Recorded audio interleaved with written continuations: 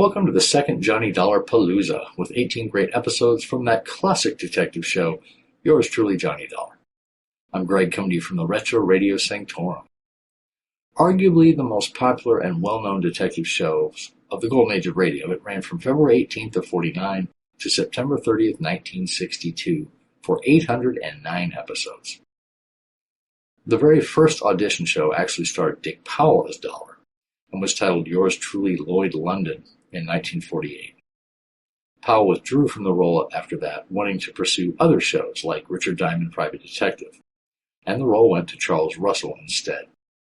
That first audition show was never aired, and a new one was recorded on December 7th, 1948, which aired February 18th of 1949, called the Parakoff Policy, starring Russell.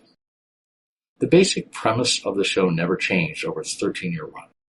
Dollar was an insurance investigator who wasn't afraid to stretch the letter of the law at times to get justice and satisfy his employer's needs. 3 actors played Dollar in the first iteration of the series: Russell, Edmund O'Brien, and John Lund. And that iteration ended on September 1954. It was then revived by CBS in October of 1955 with a new lead actor, Bob Bailey, although Gerald Moore recorded the audition show for that, and a new 15-minute format instead of 30, and 5-night-a-week 5-part serials instead of individual episodes. Many modern OTR fans of the series cite Bailey as the best Johnny Dollar, and they consider the 13-month run of multi-part serials as the greatest era of the show. Again, that's not my opinion. That's just common belief. Whether you have a different opinion or not, share it in the comments. I'd be interested in knowing. Now, in 1956, CBS retooled the show, reverted to a 30-minute format once a week, with Bob Bailey continuing in the role until 1960, when CBS wanted to move the show from Hollywood to New York City. Bailey didn't want to move, so he left, and he was replaced by Bob Readick. He was replaced 6 months later by Mandel Kramer, who continued until the final episode. And the final episode of Johnny Dollar, as well as the final episode of Suspense, are considered by most old-time radio historians as the end of the golden age of radio. The final Johnny Dollar episode, The Tip-Off Matter, ended at 6:35 p.m. Eastern Standard Time on September 30th, 1962, and was followed immediately by the final Suspense episode, Devilstone. Now let's dive into the first few Johnny Dollar shows on tonight's lineup. We start with the very first aired episode, The Parakoff Policy, starring Charles Russell as Dollar. Dollar is sent by his employer to Benton, Ohio, to investigate the murder of Parakoff, whose business partner, Harlan Wolfe, has an insurance policy where Parakoff was the beneficiary. In a twist, Wolfe is accused of the murder, and Dollar's employer wants to prevent him from being executed in order to avoid paying the $100,000 policy. In order to do so, Dollar has to prove Wolfe's innocence. This is a pretty wild premise, especially for a first show, since normally it is the beneficiary who is the one accused of the murder, not the victim. As I stated, this one kicked off the entire series and aired on February 18, 1949. Next up, we have another Russell episode, Murder is a Merry-Go-Round. The carnival comes to town in Talladega, Alabama, but the fun is cut short when a series of accidents injure several customers.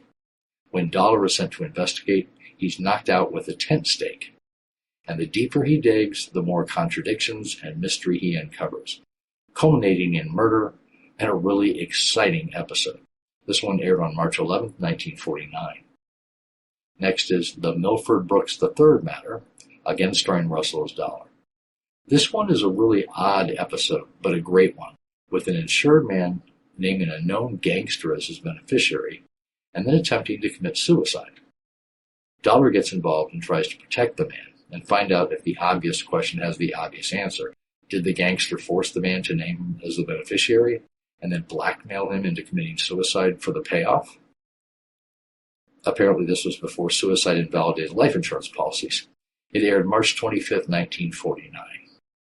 After that is The Case of $100,000 Legs from April 15, 1949, once again with Russell as Dollar. Dollar is hired to protect famous movie star Marilyn Major, whose fabulous legs are insured for $100,000.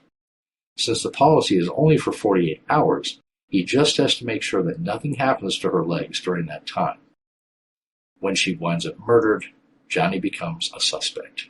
The rest of the episode tells us Dollar has to clear his name by finding the real murderer, delving deep into the dark Hollywood underworld. Great story, lots of surprises, and a really top-notch mystery story. Next, we have the case of Barton Drake. Drake owns a hardware store that is known for selling illicit items like unregistered firearms, and he's wanted by the police for grand larceny and assault. A police chase winds up with him crashing his car into a river, and he's presumed dead, although his body and the stolen goods are never found. Dollar is sent to investigate, as there was an insurance policy on Drake. This one has a ton of excitement and twist in it, with some really outstanding writing and acting. It aired April 22nd, 1949. And then we have Who Took the Taxis for a Ride, from July 24th, 1949. A single taxi cab company has had a dozen of its cabs stolen in a very short space of time, and Johnny is sent to investigate this rather strange case, as it smells to the insurance company like an insurance fraud scam. When a stolen famous jewel, the Scarlet Madonna, and a suspicious beautiful woman also wind up in the mix, this makes for a very suspenseful and exciting mystery story. It's actually one of the better-known early Johnny Dollar episodes, and for good reason. All right, time to enjoy. I will be back in a bit.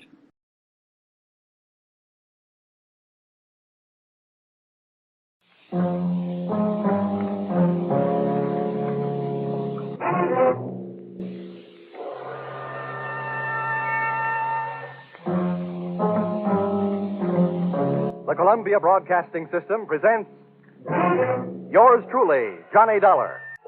The next half hour has its baggage packed to take a trip with America's fabulous freelance insurance investigator, Johnny Dollar.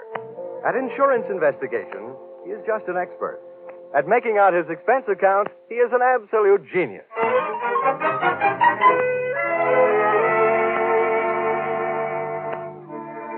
Expense account, submitted by investigator Johnny Dollar. To Home Office, East Coast Underwriters, Terminal Building, Hartford, Connecticut. The following is an accounting of my expenditures in the investigation regarding the Parakoff Policy for your company. Expense account item 1. Plane fare to Benton, Ohio, $40.04. Item 2. Plane fare Benton back to Hartford, $40.04. Explanation, purchase 2 one-way tickets. Because of the type of case I'm usually assigned, I never press my luck by buying round trips. This time I was almost right. Expense account item 3. Cab fare, airport to Valley Hotel, $2.20. Tip the driver. Gee, $1. Naturally. There'll be steak on the table tonight. Welcome to Warfare City. Hey, Dorman. Yes, sir. What can I do for you, sir? Bring my bag inside, will you? Here. $1. Always. All you need is $1 and a spare. Yeah, but does that mean you have to have a lot of strange people in the house? Good evening, sir. Hello. You have a reservation for Johnny Dollar? Yes, Mr. Dollar's in his room. He checked in about 8 o'clock. Huh? Oh, I guess I ain't the man I used to be. What room is he in? Oh, sorry, sir. I'm not permitted to tell you that. I can phone him. Oh, no, never mind. Let me have one of those envelopes, will you? I'd like to leave my card for this Mr. Dollar. Yes, sir. Here you are. Thanks. Here, just pop this in his box. The clerk popped the envelope into box number 207, and I propped myself into an elevator going up to room 207. I'd come to Benton to investigate a murder, and in just a matter of minutes, I found myself ready to commit one.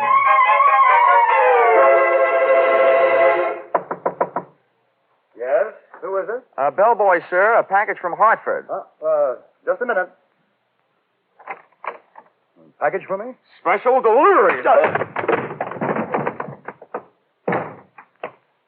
Oh. Come on. Get up on your feet. Now, wait a minute. Take it easy. You must be Johnny Dollar. Sometimes strangers in a hotel room can be a lot of fun, but not when they're using my name. What's your angle? Listen, Dollar, I can explain everything. It better be good, and it better be fast. I didn't want to be seen waiting for you in the lobby, and it's important that I talk with you before anybody else does. That's why I'm here. I'm Eric Barker. Oh, the defense attorney in this Parakoff thing, huh?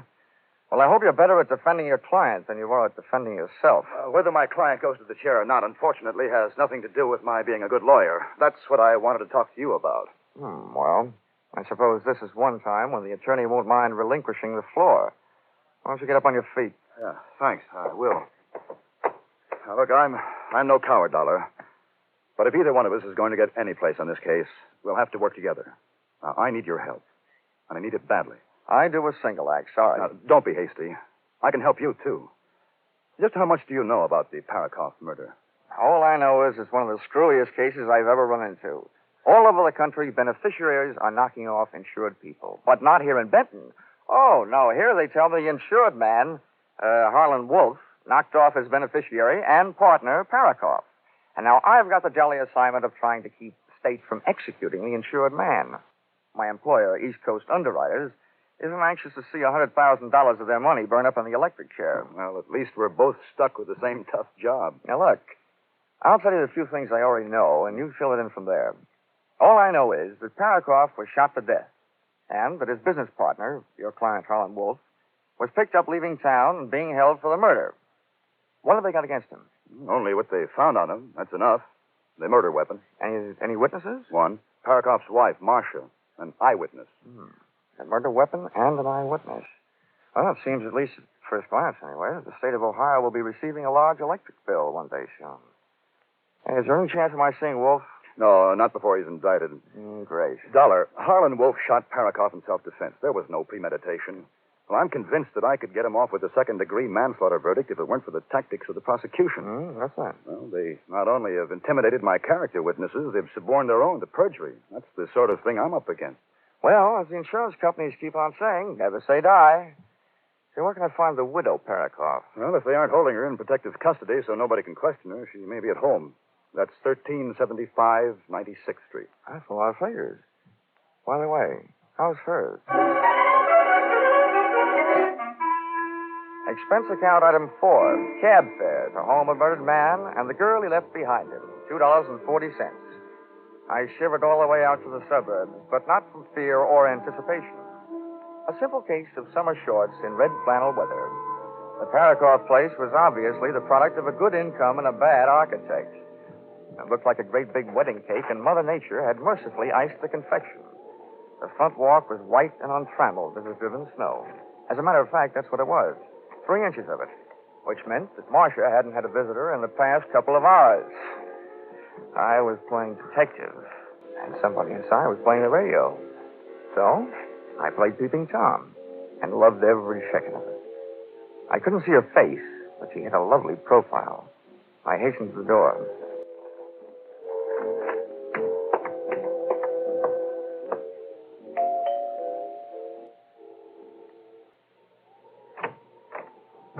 Wow, her hair was red and her eyes were green. Her hair stopped you cold, and then her eyes gave you the go signal. Yes? Would you mind saving that yes for later? I beg your pardon? Well, I've come here to ask your help, and I hope you'll say yes. My name is Johnny Dollar. I've been sent to Benton to investigate the death of your husband. Well, why? Has this turned into a federal case? No, I'm from the insurance company. Oh, come in. Thanks.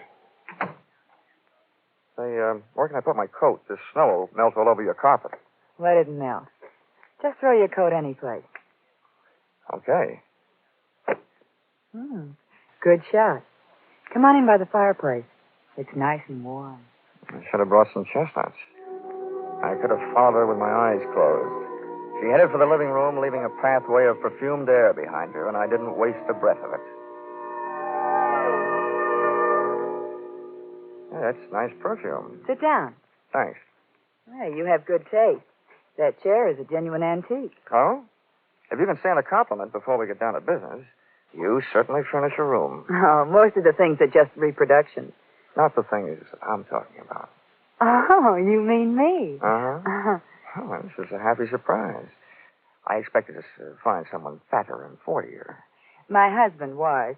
And now, what about his insurance? Oh, you got me wrong. You see, I'm working for the company that insured the man being held for the murder of your husband, Harlan Wolf. What do you want from me? Just a story of what happened. Oh, that I can't do. The district attorney had a long talk with me about it. I'm not supposed to say anything to anybody about it until the trial. Well, I'm not asking you for any state secrets. I just want you to save me a trip down to the morgue. Oh, don't be so brutal. Oh, sorry. I didn't realize you were still in mourning. That negligee confused me. Anyway, I meant the newspaper morgue. That's what they call their files. You gave them a story. Why won't you give it to me? I told you I can't. Okay. Sorry I wasted your time. Oh, wait a minute. Don't go.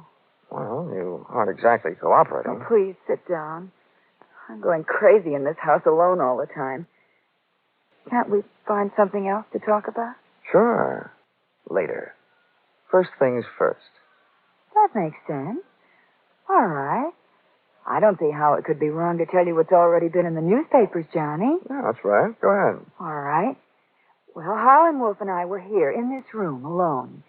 We were discussing business. Business? Business. The Highland Coal Corporation. My husband was its president. Harlan Wolf is the secretary-treasurer, and I'm the vice president. I can't resist this. But your kind of businesswoman makes this anthracite heart of mine feel very bituminous. What? I don't get it. Let it go. So, you and Wolf were sitting here talking about your coal business. Where were you sitting? Well, I was sitting over there at the desk. How about Wolf? He was sitting where you are right now. And then my husband came home. And no doubt accused you and the secretary-treasurer of putting in too much overtime. Is that it? Yes. Oh, it was terrible. They fought, and finally Harlan ran over to the couch over there and pulled his gun out of his overcoat pocket and started pulling the trigger. Who called the police? The neighbors? No, I did. Well, that's all there is to it. That's all I wanted to know. That didn't hurt, did it? No. Now, how about using those big shoulders of yours for throwing a log on the fire? Sure. I'll go outside and get one. No, there are logs in here. Mm-mm.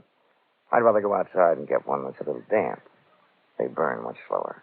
Oh. Well, then, while you're at it, get a big one.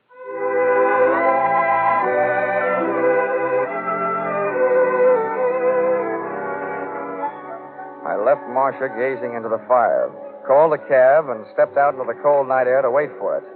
I went down the front walk with my mind on what was behind me instead of what lay ahead. Hey, Dollar! Out of the white snow loomed two very large blue police uniforms, completely filled. Get out of this Parakoff mess, Dollar. As a matter of fact, get out of this town. Why, officer? I'm just beginning to like it here. Look, this is from the top that makes it official.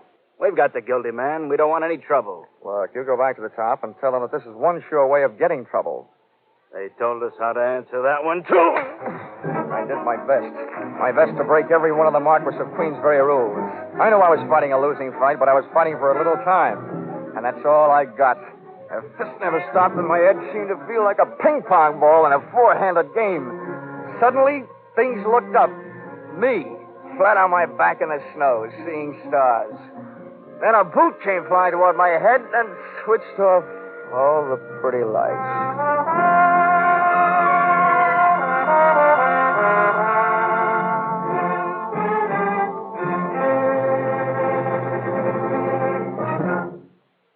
In just a minute, we'll bring you the second act of yours truly, Johnny Dollar.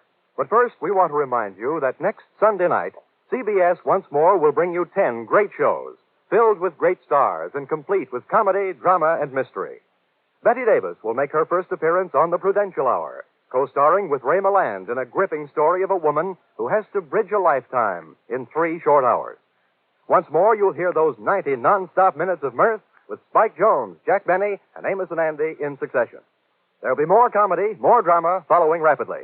The Adventures of Sam Spade, Lum and Abner, Helen Hayes, Eve Arden, Life with Luigi, It Pays to Be Ignorant. Staying tuned to CBS on Sunday nights guarantees you the greatest entertainment on the greatest listening night of all. These programs are regular Sunday night features on most of these same CBS stations. And, of course, Jack Benny comes to you over them all. And now, back to yours truly, Johnny Dollar.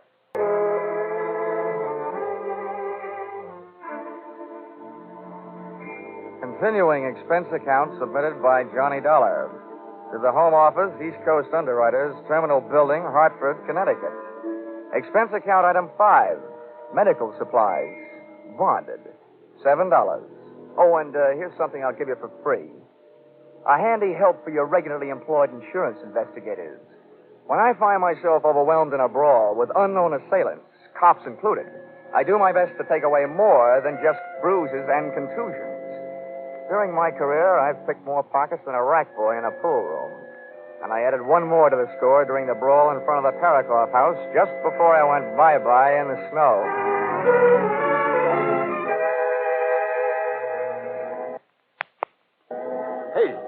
Hey, mister, wake up. Come on, wake up. You'll catch your death of cold. Did you call a cab? Yeah, I think so. Holy smokes, your face. Was you robbed? What's the matter? Isn't it there? Huh? Here, I'll give you a hand. Thanks. Holy smokes, when I first seen you laying there, I thought you was a snowman tipped over. How do you feel, cold? Forevermore I shall look kindly upon the haddock in the deep freeze. Huh? Hey, what are you looking for? I'm looking for a wallet. Did you lose it? First I found it, then I lost it. Oh, yeah, here it is. Come on, let's get out of here. Where to, mister? Police headquarters? Police headquarters? Over my dead body. Expense account, item 6. Breakfast in bed, $2.40. Expense account, item 7. Photographic work, $6. For taking pictures of contents of wallet I lifted from the police uniform the night before. Expense account, item 8. 70 cents cab fare to office of Edmund O'Brien, District Attorney. Sorry to have kept you waiting, but... Good heavens, man, your face. Felonious assault? Yeah, but I got a flash for you. Not by person or persons unknown. Splendid. You wish to prefer charges? Yeah, you're half right again. But not for felonious assault and not against the guys who gave me this going over last night. What are you talking about? You know what I'm talking about. They were a couple of your harness bulls. I don't want you to waste any time denying it, so forget it. I don't have the slightest idea what this is all about, Dollar. I said forget it. I want to talk about something more important. You're holding Harlan Wolf for the Parakoff murder. Now, what I want to know is, when are you going to hand down your indictment and what it's going to be? First thing in the morning, first-degree murder. Anything else you want to know before I have you thrown out of here? Yeah. How do I get mixed up in these rhubarbs?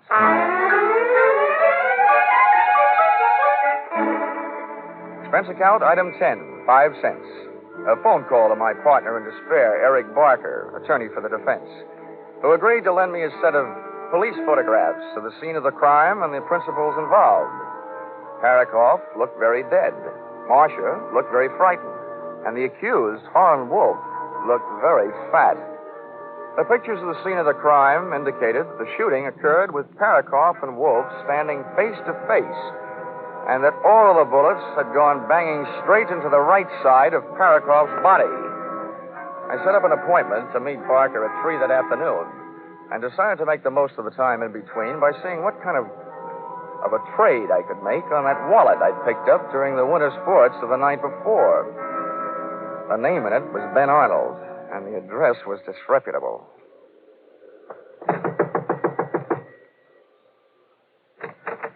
I don't want any brushes. What a coincidence. I'm not selling any. What do you want? I'm looking for Ben Arnold. Who isn't? He promised me he'd be home by now. By this time, I should know better. Okay, I'll wait. Outside. Inside. Hey, wait a minute. Ben won't like this. Well, that makes it even. I don't like Ben. Look, I don't want any trouble. Okay, then don't make any trouble. Well, what do you want here anyway? Oh, let's just say I dropped by for an unfriendly visit. If Ben finds you here, it'll get real unfriendly. I'm warning you, get out of here.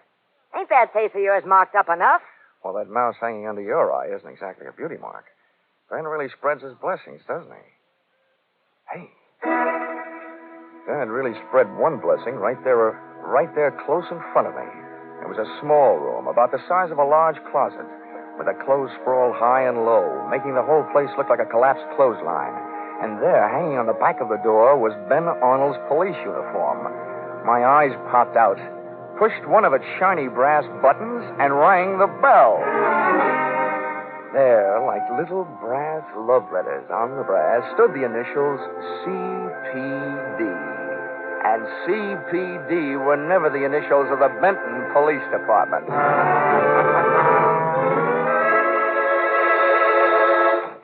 Thanks for seeing me so quickly, Barker. Dollar, you are... Good Lord, what happened to your face? A couple of police uniforms with overstuffed shoulders did this to me last night. Oh, there you are. I warned you. We're up against a ruthless bunch. Something should be done about it. Why, using the police force to beat up anybody who stands in their way? No, Barker. They were wearing uniforms, but they weren't police. Hey, what? Well, I'm afraid I don't follow you. Barker, can you give me one good reason for a Benton cop to be wearing an out-of-town uniform? And don't tell me they got mixed up at the cleaners. Out-of-town uniform? Yeah. Yeah, and here's another one. If the law enforcement setup here is so rotten, why would they go to all the trouble of dressing up an outsider to do their muscle work? Well, I don't know. What I mean is, did they? Who else would do it? It certainly couldn't have been Marcia. Well, why not? The policy I'm interested in is the one that Parakoff, as president of that coal company, took out on Wolf's life because of his importance to the company. That kind of policy is taken out every day. But Marcia, as vice president of that coal company, is in line to collect on that policy if Wolf goes to the chair. But why should Wolf admit to the shooting? He has nothing to gain, his life to lose. Now, look, Marcia told me that the night of the murder, she and Wolf were alone in the house talking about the coal business. And then she didn't know what I meant when I used the words bituminous and anthracite. Whatever Marcia had on the fire that night with Wolf, it wasn't coal. No. Well, you're right about that. Marcia and Wolf were having some kind of romance. Okay. So let's say Marcia shot her husband. Let's say Wolf is madly in love with her. Let's say she promises Wolf that she will testify he shot her husband in self-defense. Marcia gets away with murder, Wolf gets away with a light sentence or none at all, and then Wolf gets away with a girl. That makes sense. Yeah, but what makes you think this is even possible? Barker, somebody had me beat up last night. I say the prosecution wouldn't have bothered sending fake cops. So, the question is, who would? There's one thing I've got to check, and check fast. Well, what's that? Those police photos you gave me show that Parakoff was shot by a left-handed shooter. And that's one of the prosecution's strongest points. Wolf was left-handed. Well, that doesn't prove that Marcia isn't. Barker, I'm going out and see Mrs. Parkin. Mrs. Parakoff. And there's only one thing I really hope. That she's left-handed? That she's wearing that same negligee she had on last night.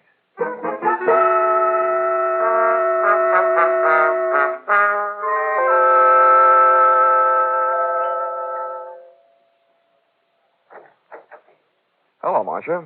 Can I come in? Why, Johnny, what happened to your face? Oh, I didn't get down to the beauty parlor today. You look like you've been fighting. Uh-huh. Not too well, but wisely. Well, come on in the other room. And, how about throwing another log on the fire? Say, you're a real little firebug, aren't you? You should have lived back in old Nero's time. Whose time? Never mind. I'll tell you what, I'll build the fire if you light it. Well, I'd love to. Oh, you're getting a dry one from inside. Last night you went all the way outside to get one that would burn for a long time. Oh, that was last night. You got some paper? Here's some. There we are. Okay, hot point. Here's my lighter. Touch it off. Okay. There, that'll do it. Come on. Sit down over here. No, over here will do. This chair is a perfect fit for me. Which makes me think maybe the state of Ohio has a chair that's a perfect fit for you. What are you talking about? Well, if you want to play games, I'll read you the rules. You know, there's a big advantage in being on my side of investigation. Fellas in my racket have the benefit of a lot of experience.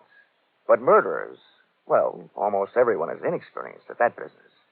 One moment they aren't murderers, the next moment they are. Johnny, please. Now, let's have a look at what's on my side. For instance, from the empty shells thrown off by an automatic pistol, the experts can get a better picture of a murder scene than they can from the witnesses. Your husband was killed by a gun that was held approximately 18 inches away and directly in front of him. And the bullets entered the right half of his body. That means he was killed by someone who shoots left-handed. Harlan Wolf is left-handed. You can ask him. He'll tell you. I know that. And so are you. Anybody who lights a cigarette lighter with your left hand is left-handed, which makes you a good candidate. That doesn't prove anything. No? No, I guess it doesn't. But this chair I'm sitting in does. What do you mean? Last night you told me Wolf was sitting in it when your husband came home. And that statement makes you a liar. Look, I'm trained down to the point where my belt is ready to sue my hips for non-support. And I can just get into this thing. And Wolf's picture shows that he's got a beam like the Queen Mary. He wasn't in this chair, which makes me think he wasn't even in this room when your husband was killed. All right. So I'm a liar. That doesn't mean I'm a killer. Marcia, investigators can make a lot of mistakes, but a murderer can only make one. And you've made a big one. I tell you, I'm no murderer. You've got to believe me, Johnny. I'll tell you everything. You're right. Harlan Wolf wasn't here. That's enough, Marcia. Shut up. Eric, what are we going to do? He knows. Keep quiet. Well, Barker, for a defense attorney, you're acting mighty offensive. We'll have to get rid of him, Eric. Just as soon as we get rid of something else. Dollar, you've only got one thing on me. Ben Arnold's wallet. And I want that. Now. You're welcome to it, Barker. But it might interest you to know that I've had its picture taken this morning. Your phony policeman's wallet and everything in it. And copies are in the mail right now. The insurance company won't have any trouble connecting you with the comedy cops who beat me up last night. You're bluffing. There's something else I've got on you, Barker. This morning, when I was lying in bed, counting the bumps on my head, it suddenly occurred to me that you were the only one who knew where I was going last night. So you must have been the one who had me roughed up. It also does my heart good to see you standing there with that gun in your left hand, which makes you a candidate, too. Shoot him, Eric. You're a lawyer, Barker. What's your legal opinion? Are you just an accessory after the fact or before the fact? Or are you the murderer? What are you waiting for? Shoot him. Kill him, I tell you. Shut up, Marcia. Dollar, stand still. If you won't, I will. Give me that gun. Marcia, look out. When Marcia made a rush to grab the gun from Barker, she got between me and the gun, and I dove in behind her, arms straight out, picked her up, and heaved.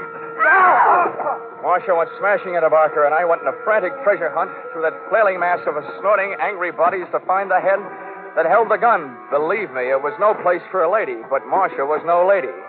I grabbed deep in between them and pushed Barker's gun hand up under the go-round, and just to make sure the rest was strictly a fist fight, jammed my trigger finger in over his and pumped till all the shots went into the ceiling.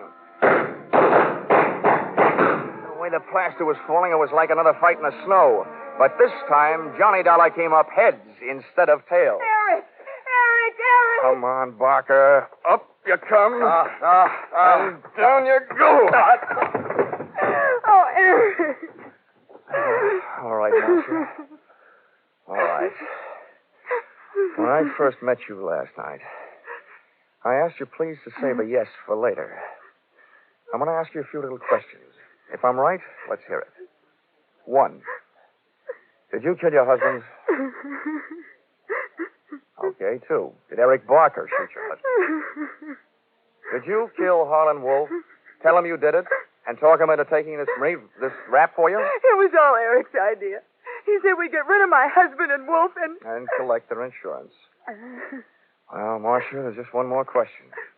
Are you or aren't you going to call the district attorney and invite him over here? Yes.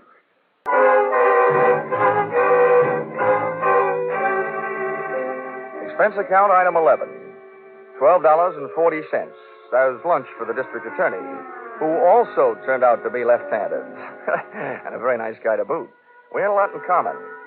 It was the first case either one of us had ever worked on where the defense had been working harder than the state to bring in a conviction.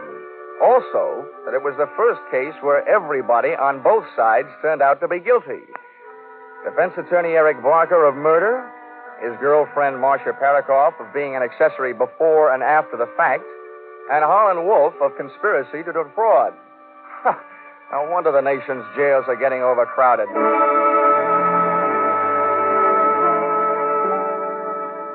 Expense account item 12, $700. Side trip to Miami, Florida. Purpose,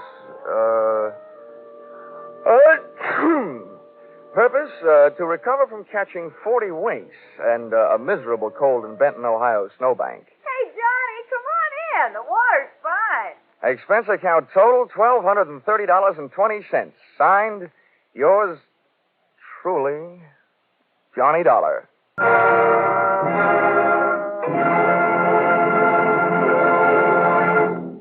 Now a word about a special CBS broadcast this Sunday. You'll find it a story that grips you for a full 60 minutes on the air. A startling drama of a young reporter who finds that his assignment comes too close to home. A revelation of disturbing facts about our mental hospitals, based on actual documented reports and 6 months of intensive study and preparation.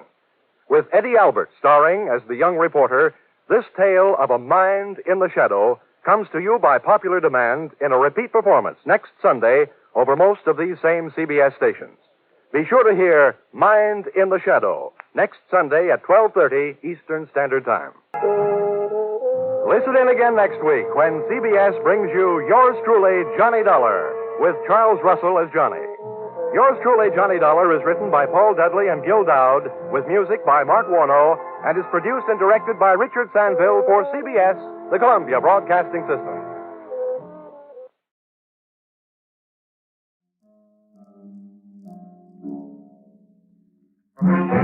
The Columbia Broadcasting System presents Yours Truly, Johnny Dollar.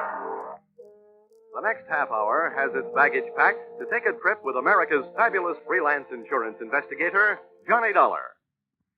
At insurance investigation, he is just an expert. At making out his expense account, he is an absolute genius. Expense account submitted by Special Investigator Johnny Dollar to Home Office, Nutmeg State Casualty and Bonding Company, Hartford, Connecticut. The following is an accounting of my expenditures during investigation of series of accidents affecting your policyholder, the Funfair and Weatherly Carnival shows, or how I went for a spin on a case we might refer to as murder is a merry-go-round. Expense account item 1, 25 cents. Purchase of billboard, theatrical magazine, to check the route of Funfair and Weatherly Carnival shows. Expense account item 2, $68. Air and train fares to Talladega, Alabama. Item 3, $1.10. Cab fare in what was only a fair imitation of a cab from Talladega Depot to the dusty vacant lot which had overnight found itself wearing theatrical makeup.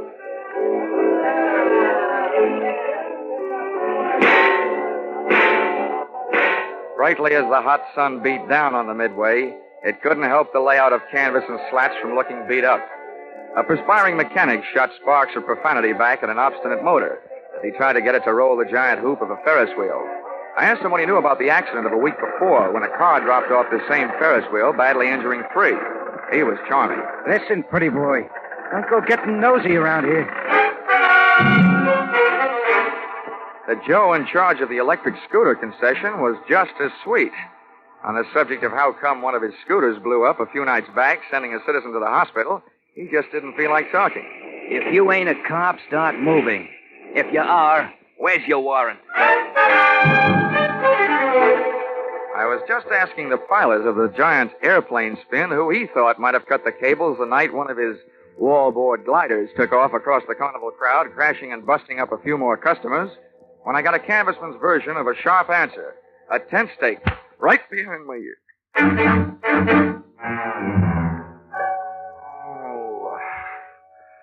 Well, those sleeping beauties waking up, huh? Who are you? I thought maybe you'd be sick of asking questions. First, maybe you better answer a few. Before you get up. Number 1, who are you? A pilgrim from Hartford. Never mind the double talk, wise guy. What's your name? My name is Johnny Dollar, but right now I feel like 2 cents. What's your big interest in those accidents you were asking questions about? Strictly academic. I'm only representing the insurance company that's paying off on those accidents. Now maybe you'll tell me who you are and where I am. Ah, thought you guys were smarter. Dollar, I'll let you in on a little secret. Next time you want to find something out on a traveling show, get to the boss first. Asking a lot of questions around a circus or carnival lot is unhealthy. Where is the boss, Miss Pepper? Louise is in the other end of this trailer. She'll be right out. Okay, you can get up on your feet. Oh, thanks. I hope you don't mind if I don't stay up on him. I feel more like sitting down. Go ahead. You still haven't told me who you are. My name's Brennan. Oh, yeah, Shanty Brennan. Yeah, you're the general manager of the show. They told me all about you. Louisa Pepper's right arm and strong arm. How long will she be? She's getting dressed. Just finished taking a nap. We drove all night to get here. How about having a blast with me while you're waiting? No, thanks. I haven't enjoyed a noon bottle since I was 2. But don't let me stop you. Thanks. Oh. You sure you won't have one? I'm sure. Brennan, the insurance company's been checking up on your show. The police chiefs in the last 10 towns you've played say it's a clean one. We haven't got a pickpocket or a grifter on the lot. But plenty of trouble, huh, during those past 10 stops? At least once a night somebody's got hurt. But never any of us. It's always one or two of the townies, the citizens. Last night a car on the whip cut loose. That sent 4 to the hospital. 4 more insurance claims for nutmeg state casualty and bonding, huh? Yeah, and one more town we won't be able to play again for a couple of years. It's a wonder we didn't travel out of that town last night by rail, tarred and feathered. For 10 straight nights now, you've had at least one big accident every night. What's your guess, Brennan? Has fate taken a steady job on your show, or is somebody out to get you? Somebody's out to get us. Okay, well, do you have any idea? Oh. Why didn't you tell me we were entertaining a gentleman shanty? I'd have put on some more clothes.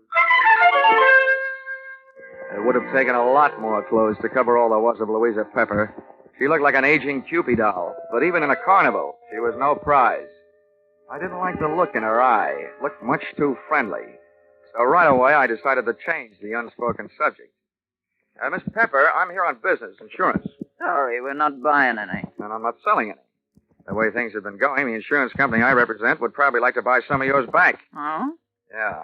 I'm from the Nutmeg State Casualty, investigating the accidents. Hope you find out more than we've been able to, and fast, before we go broke. The word's traveling one town ahead of us. They got us pegged for a dangerous midway. Have you been using police protection? 20 extra cops a night at $10 a cop. So, night before last, a guy winds up with a hammer to try and ring the bell and win a cigar. The top of the hammer flies off and almost brains a cop. Around this show, the police need protection. I see what you mean. How are you fixed for people who don't like you? We got many to choose from? Dollar, we treat our help fair and square. We know them all and trust them all. Fire anybody lately? Nobody. The only ones who left were floaters. But none of them had a beef. Okay, Miss Pepper. Now think back. In all your life, who do you know who'd most like to see you have a real bad time? Only one guy. And he's not around. Dead? As good as. He's in jail. Has been for the last 8.5 years. That's a long time. How long did he go up for? 10 years. What are you thinking, Dollar? I'm thinking that with time off for good behavior, maybe he's not in jail. Not in jail? Shanty, he's got to be in jail. He's got to be, I tell you. You told me you were keeping... All right, break it up, Louisa. If Carter Lacey had a voice as sharp as yours, he could saw his way out of jail. Okay, Dollar, you made a guess. How about seeing how good it is? Sure. I'll find out if your bogeyman is still in jail, but I didn't catch that name. Lacey. Carter Lacey. And where's he been in the pokey? Massachusetts State Prison, Charleston. Well, what did he go up for? What's that to you? Cut it, Louisa. Dollar, we sent Carter Lacey to jail for attempted murder. He tried to kill Louisa's niece, Myrtle. Is she around? Running the snake show on the Midway. Dollar, how soon can you check whether Carter got out? As soon as I can make a telephone call. But, Shanny, before I do, I'd like to elaborate on that guess I made. Now, I'd not only guess that Carter Lacey is out of jail, but I'd also guess that he's been out a little over 10 days.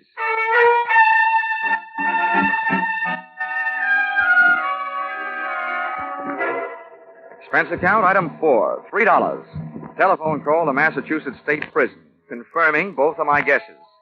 Carter Lacey had checked out of the Bay State's Hotel Greystone for bad boys 2 weeks previously.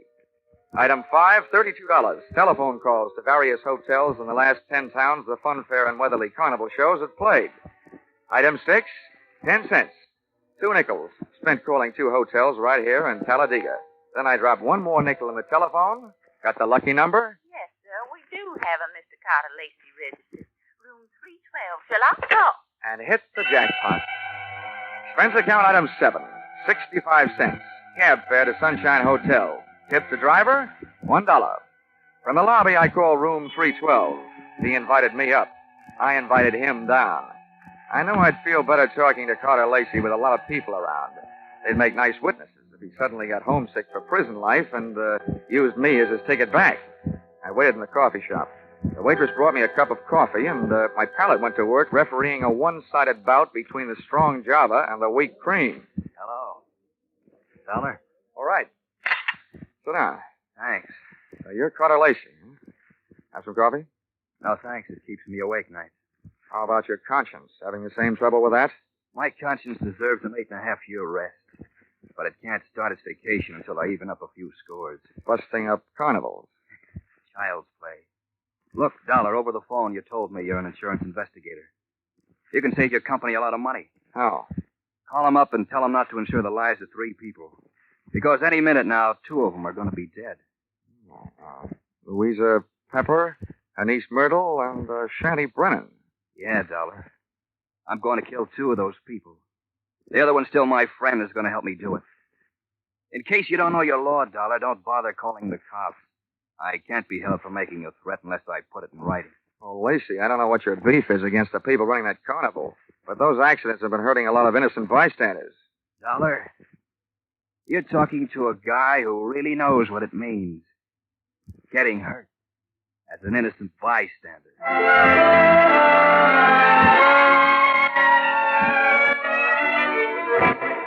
Expense account, item 8. $25. Retainer to local detective agency hiring shadow for Mr. Carter Lacey. Explanation: an ounce of crime prevention is worth a ton of trials. Item 9, $1.20. Cab fare back for the evening's festivities at the Fun Fair and Weatherly Carnival, which was rapidly becoming more and more of a thrill show.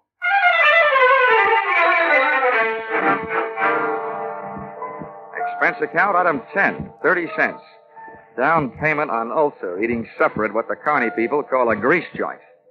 I made my way among the trailers that were lined up behind the midway, and as I looked for the one housing Louisa Pepper's snake-charming niece Myrtle, the burning sensation around my heart wasn't all caused by the hot dogs I'd just eaten.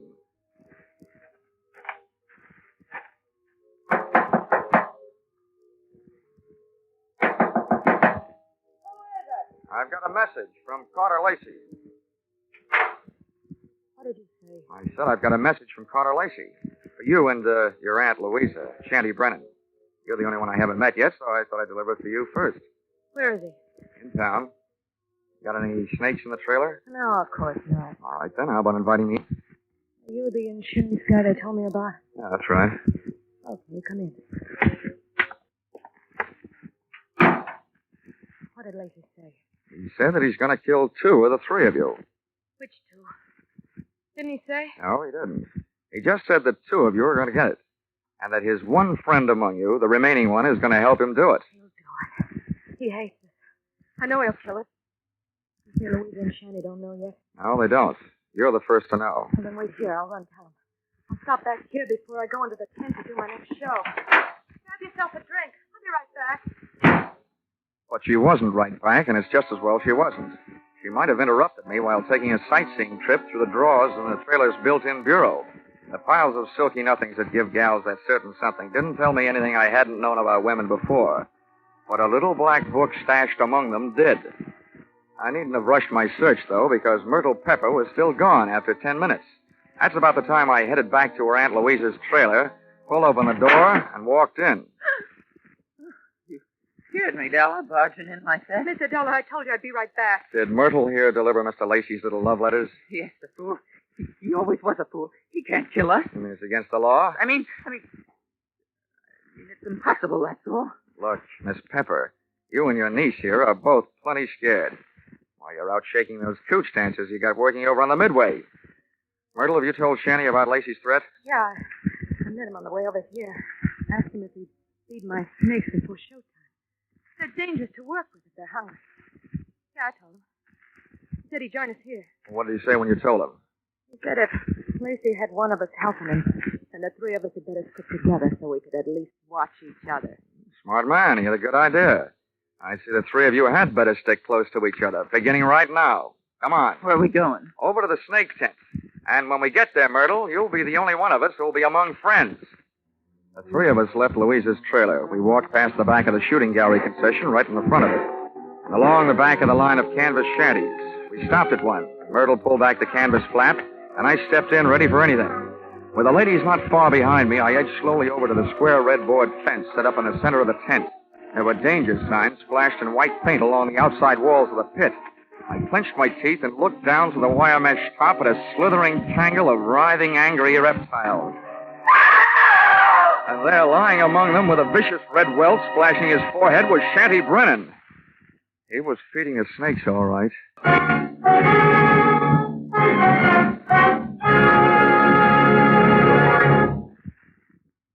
In just a moment, we'll return to the second act of Yours Truly, Johnny Dollar. But first, here is some news. 30 minutes of new thrills will be added to CBS 10 Great Sunday Night Entertainments this coming Sunday. At 6:30 p.m. Eastern Standard Time, where you formerly heard Spike Jones, CBS will bring you screen star John Lund in an adventure-packed tale of a ship filled with terror and horror. This story, A Shipment of Mute Fate, starring John Lund, is the first of 3 special broadcasts from CBS' famous Escape series. It will be heard over most of these stations immediately preceding a familiar show which brings you a different kind of escape, The Jack Benny Show. And now, back to yours truly, Johnny Dollar. I'd just seen a murder mystery where the actors had been hissing instead of the audience. The lead character in that snake pit wasn't going to win any Academy Award. The scene of the crime was no place for a man, let alone a woman, so I herded Auntie Louisa and her niece Myrtle out of the tent and back into the trailer. Poor Shetty. How horrible. I was wrong, Dollar, when I said Carter Lacey couldn't do it. What's going to happen to us? According to what Lacey told me, Myrtle, what's supposed to happen is only going to happen to one of you. What do you mean? Well, he claims that one of you is in this with him, and that one knows she's safe. This may turn out to be an acting contest between you two. What's that crap supposed to mean? Well, the one who's safe wouldn't want anybody to know she feels safe, huh? Oh. I wish I had learned to cry. Louisa, you don't think it's me? Well, I know it ain't me. Oh, ladies, how about observing a moment of silence in memory of the deceased while I give you a few instructions? Okay. Have you got a gun in here, Louisa? Yes, and a license to carry it. Good. Where is it? The gun, not license. I won't give it to you. Well, if you don't, people might get to thinking that you're Carter Lacey's girlfriend and accomplice. Anyway, I don't want the gun to take with me. I want to leave it here. Where is it? In that drawer right over there. Which end of the drawer? What's the matter with you, blind? You'll see it.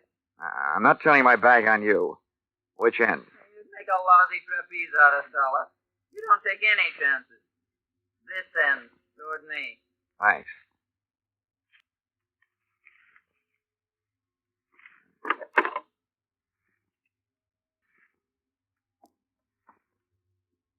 Well, now where are the keys to the car hitched to the front of this land yacht? What are they for, Dollar? Just another chance I'm not taking. With those keys in my pocket, this trailer won't be joyriding anybody off into the night. Where are they? I'll get them for you. Wait a minute, Myrtle. How come you know where Louisa's keys were? Yeah, Myrtle. How come? Well, they're laying right there in plain sight. Oh. Thanks. Now I'm going out and call the police. Louisa, I want you to get into that chair down at the other end of the trailer. Okay, General.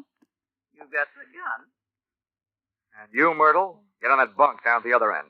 I don't understand all this.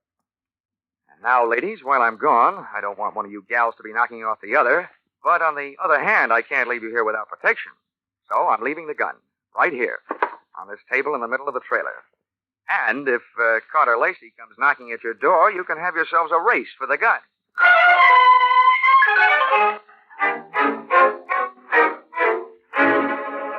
Expense account item 11, 5 cents. Telephone call to the local police, plus another nickel spent calling a taxi. The cops arrived in 4 minutes, the cab in 15. Its driver had no siren to take him through the traffic lights. Item 12, $1.10. Cab fare on an exceedingly slow and torturous trip to the Sunshine Hotel. Tip to his kind of a driver, a nickel.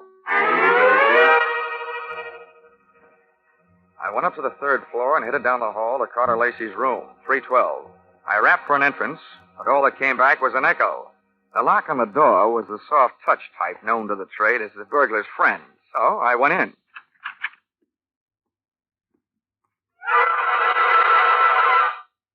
Stars fell in Alabama?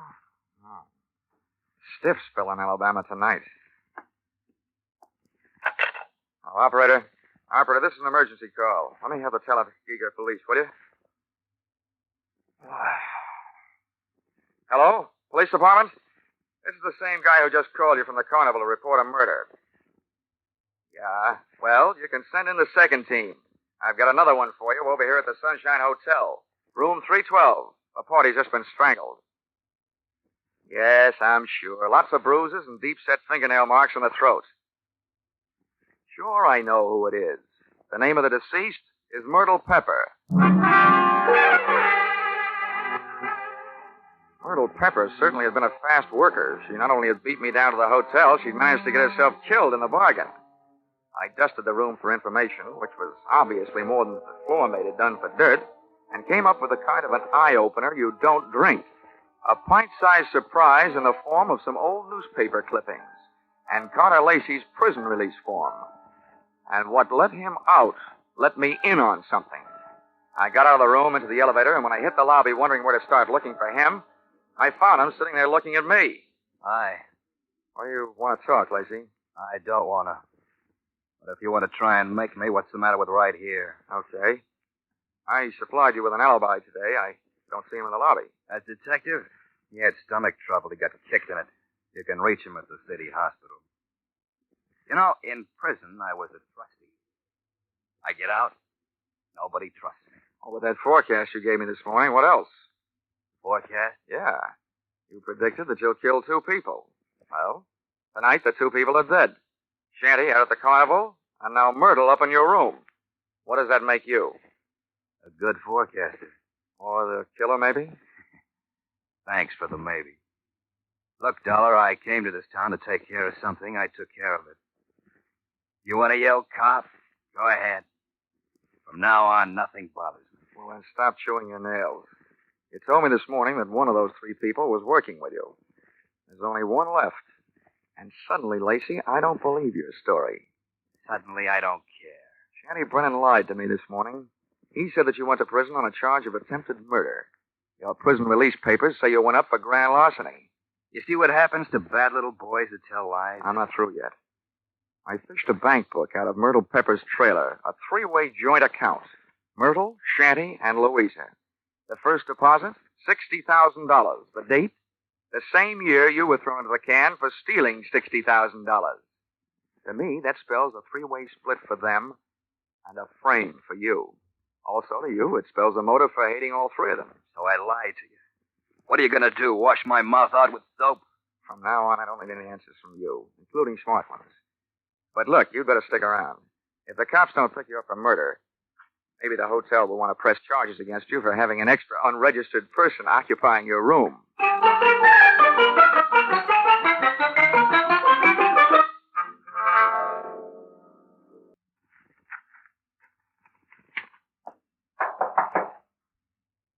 is it? Johnny Dollar. Oh, wait a minute. Miss Carter. They arrested him? Tell me, did he escape? He's at the hotel, and the cops are on their way down there right now. I hope he's more talkative with them than he was with me. You talked to him? Yeah, I had a long, one-sided conversation with him. There's one thing I still can't quite figure out. Whether he really intended to kill Shanty and Myrtle or not. No. Yeah, strangled. No. Poor little angel. Of course he meant to kill him. He hated him. He hated us all. Well, you can hardly blame a fellow for being annoyed, framed on a grand larceny trap by 3 old chums. But you've got the wrong idea, Louisa. What I meant was, did he ever really intend to kill them himself? Or did he just intend to set off the greatest chain reaction since the atom bomb, and just sit back and watch the 3 of you try to beat each other to it? Well, that's crazy talk. Yeah, like a fox, maybe. He made his threat to me knowing I'd carry it back to you. I say you because you're the only one left. You see, he set himself up as a patsy. He'd been framed by you once before. To me, it looks like Carter Lacey learned a few things about wrong people during that 8-year stretch. Namely, that they never trust each other. You're absolutely nuts, Dollar. You'd better get out of here. Go peddle your insurance. The cops will take care of Mr. Lacey. I don't think they will, Louisa. Why not? Myrtle was strangled. That's the kind of murder a man would commit. Well? But there was a set of deep fingernail marks on her throat. And Carter Lacey bites his nails. So maybe you'd better get yourself a manicure before the police arrive. Thanks for the advice. Stand right there, Dollar. This time I got the gun. Hold everything, Louisa. Carter! Standoff, Louisa.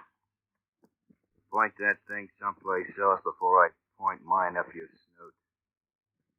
Okay, Dollar, get out. What's the matter with you, Lacey? Are you cracking up? Your plan was going along fine. First, Myrtle tossed Shanny to her snakes. Then Louisa took care of Myrtle.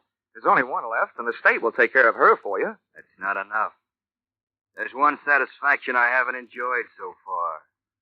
That's hearing one of these pigs squeal. Carter, we can still split the money in the show and get out of here? The only one that's going to get out of here is Dollar. Beat it. I beat it all right. I was the only one in the trailer without a gun. I plunged into the darkness looking for something and came up with a tent rope, dashed back to the trailer door, and lashed the knob to the guide rail. I didn't want those gun-happy birds flying the coop. Just then, the season opened. I didn't know who was going to come out the worst in there, the hunter or the hunted. The only key I had to the situation was the key to the car, the one I'd picked up earlier in the day. The car churned the trailer through the carnival back lot and out into the highway. When I hit the cement, I started spinning the rubber.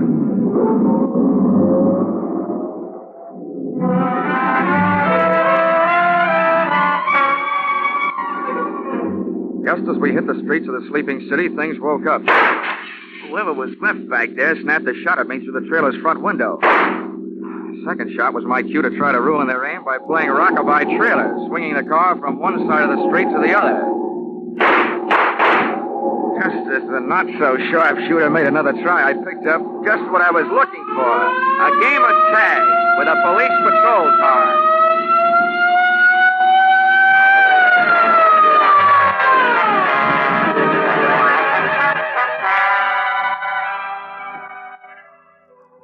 Expense account, item 13, 15 cents, bicarbonate of soda.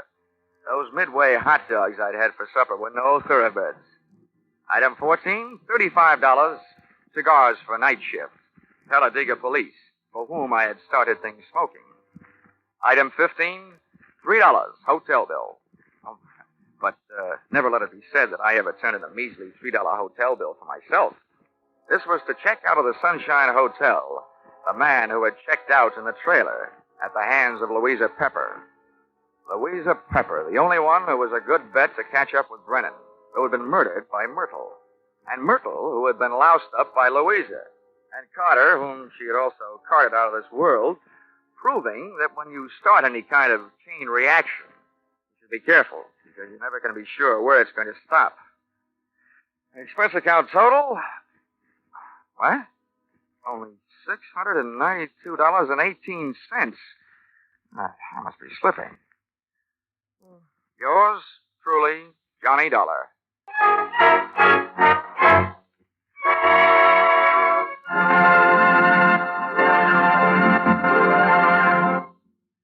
The madman of music is moving. Yes, Spike Jones, formerly heard on CBS on Sunday, is already unpacking his famous collection of flit guns, dishpans, and other instruments, ready for tomorrow night's premiere broadcast as a CBS Saturday star.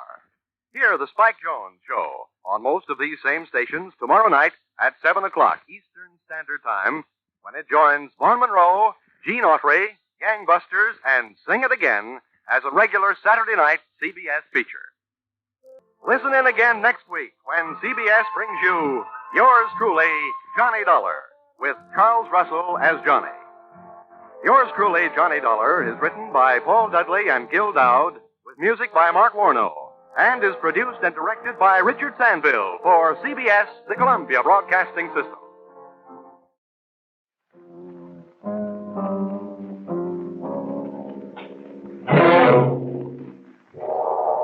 The Columbia Broadcasting System presents yours truly, Johnny Dollar. The next half hour has its baggage packed to take a trip with America's fabulous freelance insurance investigator, Johnny Dollar. At insurance investigation, he's just an expert. At making out his expense account, he is an absolute genius.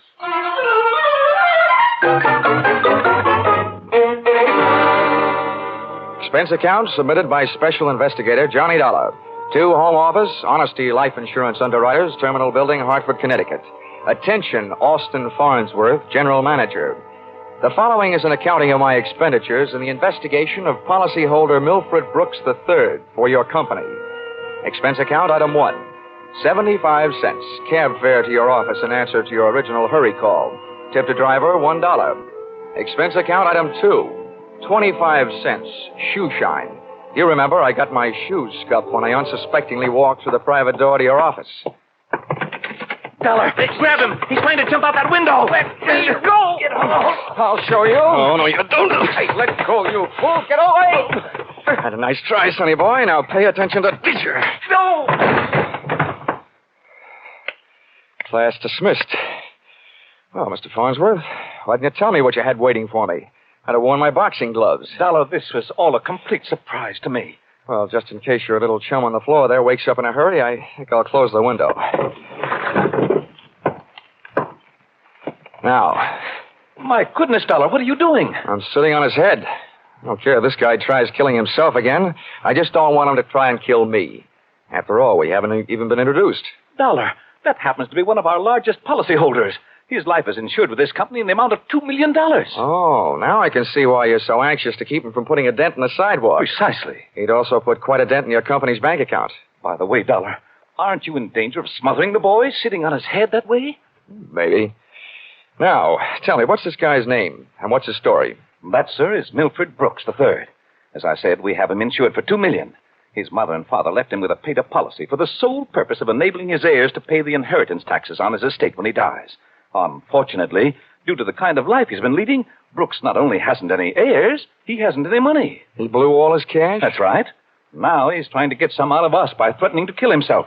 And that policy pays off on suicide. In a mortuary, he'd be a millionaire, huh? Please, Dollar. Sorry, go on. 1/2 hour ago, Milford walked into this office and changed the beneficiary in his policy.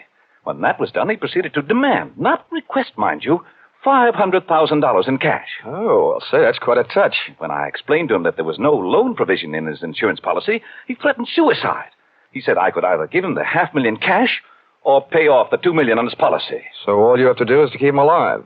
And he's managed to make that no small problem.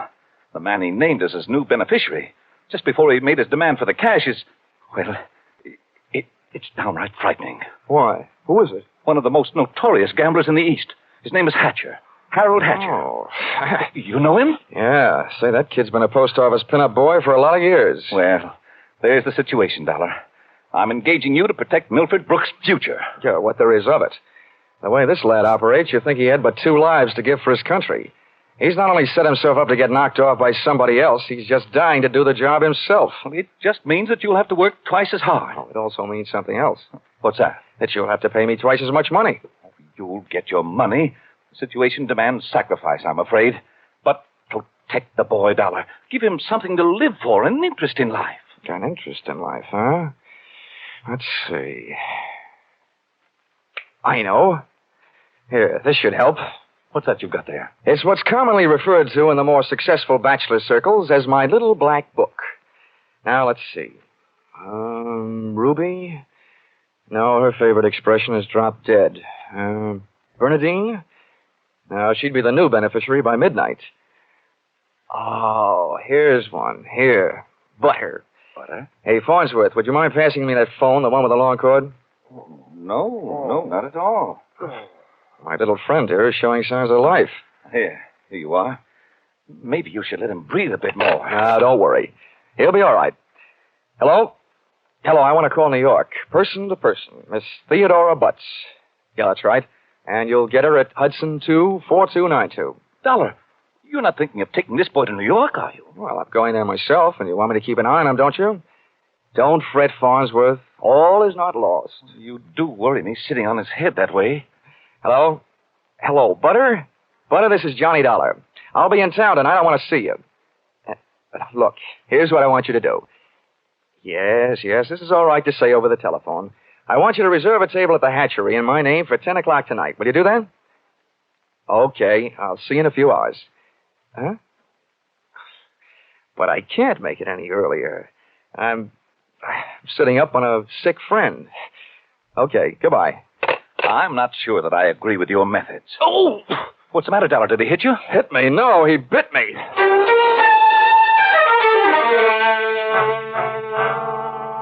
Expense account, item 3. Liquor, $18. Keeping Milford Brooks III peaceful seemed to be the immediate problem, and a bottle of rare old brandy seemed to be the immediate answer. I poured most of it into him, loaded him into my car, and we headed for New York. As we passed through New Haven, he opened one eye, looked up, saw the ale bowl, and gave 3 cheers for old Eli. Yeah, right. Old Yale would sure be proud of you. Why anybody would want to insure you for $2 million is more than I can figure. Yeah, well, my daddy loved me very much, and my mother loved me very much. Not only that, but I love somebody very much. And not only that, but I hate somebody very much. Hey, you want to know something? Huh? Next to one other guy, I hate you most of anybody else. Here, lover boy, it's cocktail hour again. Time for your bottle.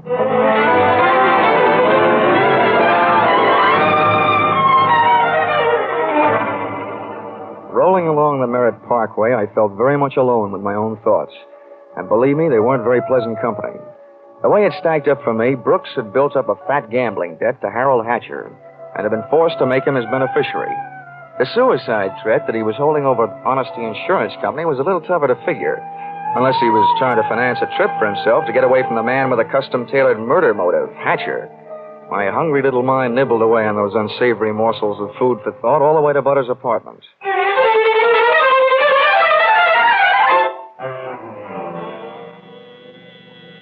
Hey, where are you taking me? I want to go to New York. If you don't behave, Buster, I'll punch your ticket. Johnny, darling, welcome to New York. Fastest trip I ever made. Quiet. Well, where did you find this? In a box of Cracker Jacks. Come on, let me in. I don't know about you, Johnny. Some men bring me flowers and some bring me candy. What do you bring me? A boiled owl in a Brooks Brothers suit. Oh, I'm pleased to meet you. My name is Brooks, but I haven't got any brothers. Lucky them. Fix the pillows on the couch, will you? They look more at home in the bathtub. Oh, come on, Buster. Lie down. Oh, I'm charmed. Thank you. Hey, this kid's liquor sure can hold him. He's passed out. How long have you been playing nursemaid to this bottle baby? Lead me into the bar, sweet. Let's get away from this buzzsaw, and I'll tell you all about it. Sure, come along. Horrible examples don't seem to bother you, do they? If you knew how that guy's been bothering me. What'd he do to you? Oh, let's just say he put the bite on me. Oh, the river sure does look pretty tonight. Like a brandy? Anything but. I've been sniffing that second hand, all the way from Hartford. Oh, make it a Bravo root beer. Hey, Butter. See that big boat out there? Mm-hmm. Oh, I sure would like to be on it with you. Sailing off to faraway romantic places. Get with it, darling. That's the 125th Street Ferry. Here's your root beer. Come on now. Tell Butter all about it. First things first. Now that I've got a Dad's old-fashioned root beer, how about giving me one of Mom's new-fashioned kisses? And then I'll tell you all about it.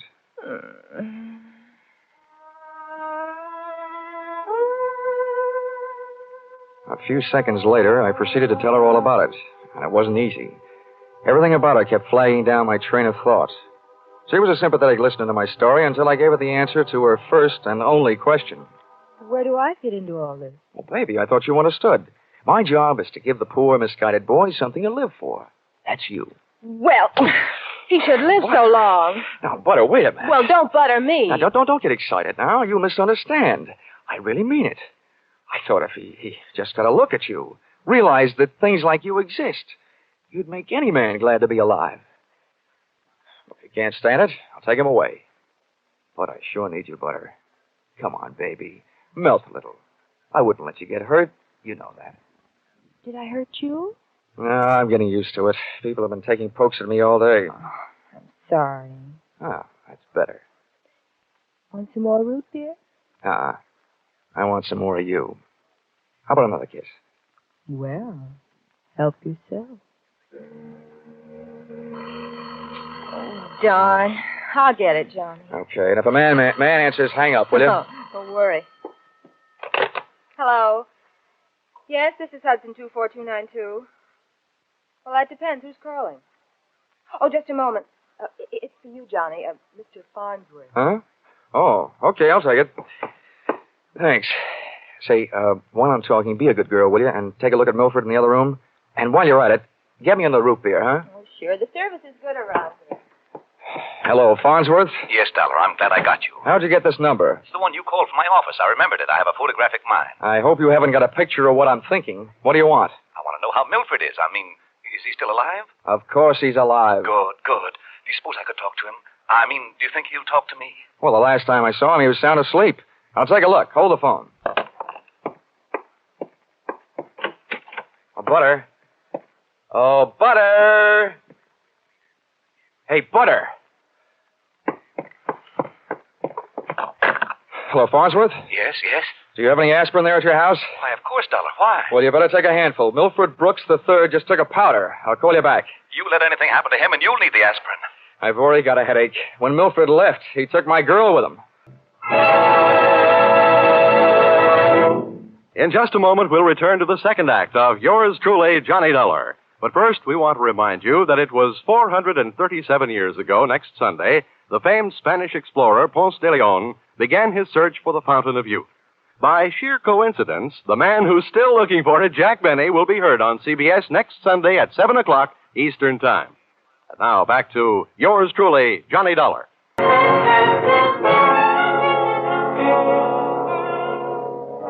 Well, nobody could say I wasn't working fast. I had only been in town for an hour, and I had already succeeded in not only losing your $2 million baby, Milford Brooks III, Mr. Farnsworth, but in losing my $1 million baby, Theodora Butts. I tried to put myself in Milford Brooks' $40 shoes, but they wouldn't fit. You can't outthink a maniac. The best I could do was figure either that he was on his way to commit suicide, or that Harold Hatcher, the man who now stood to collect $2 million in the event of Milford's death, had snatched him out of Butter's apartment. With birds of that type flocking together, Butter stood a good chance of being a dead duck. I spent an hour unsuccessfully shaking down the neighborhood for them. I questioned cab drivers, harness bulls, bartenders. Then I decided to ask for help from higher up. And I don't mean that I said a prayer. Expense account, item 4, 5 cents, phone call. Police headquarters. Give me missing persons. Any particular one? Don't be a wise guy. Lieutenant Fisher. Yes, sir. Hello, Dollar. What did you lose? Practically everybody. Let's start with a girl, Theodora Butts. You mean you lost your girl? Why didn't you call Dorothy Dix? Don't waste time being clever. Just check your reports, will you? Hold on. Buddington, Bumpus, Byers. Nope, nothing on her, Dollar.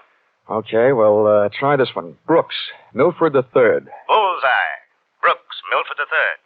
He hasn't been reported missing, and we haven't found him yet. But, we think we know where he is. Oh, this kind of a question I always hate to ask. Where? The Hudson River. At 11:15 tonight, his topcoat, complete with identification, was found taking a ride on the 125th Street ferry. Anything else? Nothing much. Package of matches was found under the coat, monogram. You don't happen to know anybody whose initials are H.H., do you? H.H.? Well, there's always Horace Height. Thanks, Fisher. I'll check back with you later. I'll be here.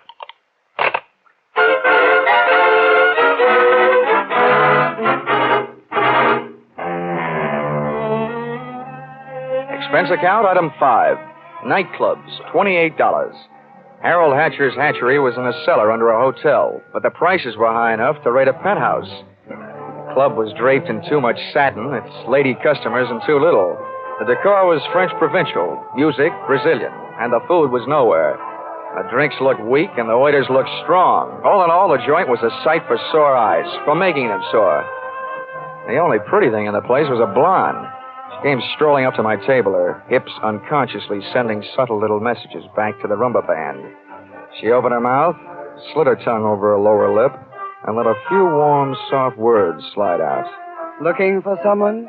Oh, well, you'll do until the real thing comes along. Sit down. Thanks. No, I won't have a drink. My name is Janelle. I understand you were asking about Mr. Hatcher. Yeah. You know him? More than somewhat. Are you Mrs. Hatcher by any chance? I might be. Does that mean you might admit it or that you might talk him into it someday? I'll ignore that. What do you want to see him about? A mutual friend, Milford Brooks. I know most of the quiet clothes boys around here, so you want a cop. You don't look like the type to be a society friend of the Brooks family. So what are you? I'll ignore that. Is Hatcher around? He might be. Oh, come on now. Where is this office? At the top of the stairs in the back. Can I expect any trouble getting in? You act like you just saw a B picture. Harold is doing his best to act like an honest businessman these nights. You won't have any trouble. How do you know? Because Harold sent me down here to look you over. I think you're all right. Oh, so I've won myself the good housekeeping seal of approval, huh? Keeping house with you would meet with my approval.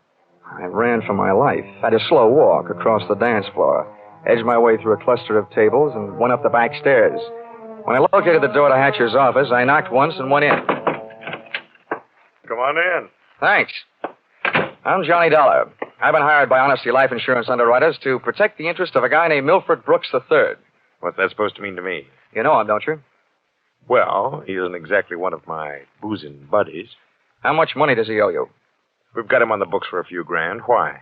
They picked up his top coat tonight on the 125th Street ferry. He wasn't in it.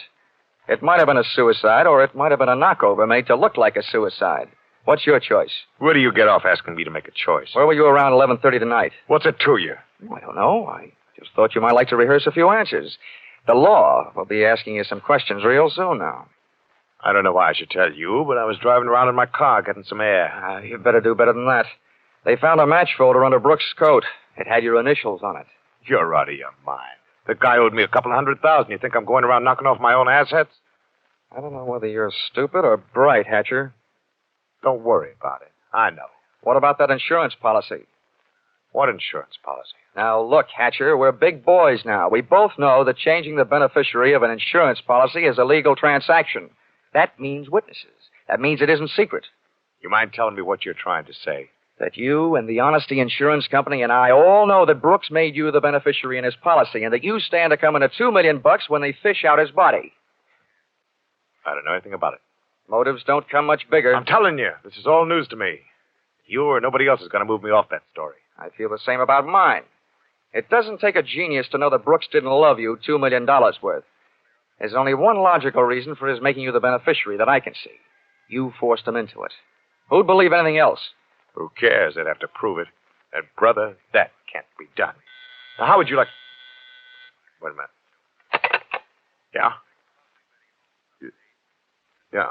Oh, okay, Rocky. Thanks for the news. Dollar, did you turn me in? Oh, they're here, huh? Yeah. No, I didn't turn you in. What's the matter? You got a good story, Hatcher? You're not worried, are you? Here, have a cigarette. Thanks. Oh, I got light. Oh, worked the first time. Yeah. Nope, I'm not worried. I'll be out in 48 hours. You'll be lucky if you're out in 48 years. Okay, boys, come on in. The homicide boys invited Hatcher down to headquarters. He accepted and invited them down to the bar for a no-hard-feelings drink. They accepted. I walked back down the stairs into the club. The place hadn't changed. Same stale customers, the same stale music, same stale air. And the same lovely Janelle sitting at the same unlovely table. Hello. How'd you make out? Oh, I left before they started playing 20 questions. But I wouldn't worry. You've got a smart boy in the bar there. In some ways, maybe. What'd he hand you? A big round zero. Wouldn't talk, huh? About what? Oh, just a little doodad, a $2 million life insurance policy. Wait a minute. That young Brooks kid? Yeah, that's right. Oh, I knew it. I tried to tell him, but he wouldn't listen to me. Trying to tell who what? Hatcher. But he'd get into trouble about that policy. It just looks funny, him being made the beneficiary. You knew about it, huh? I suppose you also know what was behind it. Sure, Milford owed him some money. A lot of money. It's in writing. What kind of writing? It's a personal note that Brooks was going to get back if he made Harold beneficiary. It's up in his office. Hey, you must be awful close to Hatcher. I'm the close, friendly type. I'll have that drink now. You've earned it, beautiful. She had earned it, and I had a hunch as to why. If ever I saw a gal busy putting the skids under her boyfriend, she was. Even if she helped send him up on a murder rap. I would have bet a quick 50 that she'd tipped him to the police. It's happened before if the boyfriend is the murdering type, and it's a nice, neat legal method of disposal. Janelle led me back up the stairs and into Hatcher's office. I sent her back down to watch the bar to divert Hatcher in case he decided he'd forgotten something. Brooks's personal note made out to the gambler was easy to find, lying neatly in the middle of the top desk drawer. But I found something even more interesting when I went through his wardrobe closet. I began to see a glimmer of light. And then, encouraged by not too much thinking on my part, it turned into a veritable bonfire, which I hoped wouldn't be too hot for me to handle.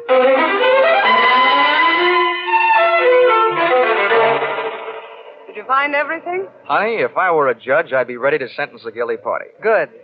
Oh, waiter, the check. Where are you going? To the police? Bright girl. I'll see you later.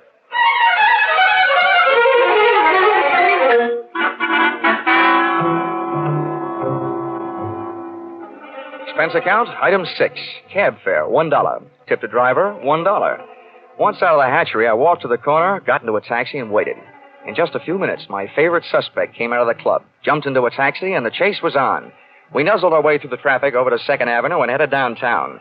Then he took a right turn on 45th Street over to Lexington and headed uptown. But they didn't lose us. At 72nd, the cab ahead turned right and pulled to a stop. My driver was on his toes, and his toes were on his brake. We stopped, too, half a block behind. You want I should wait? No, here you are. Keep the change.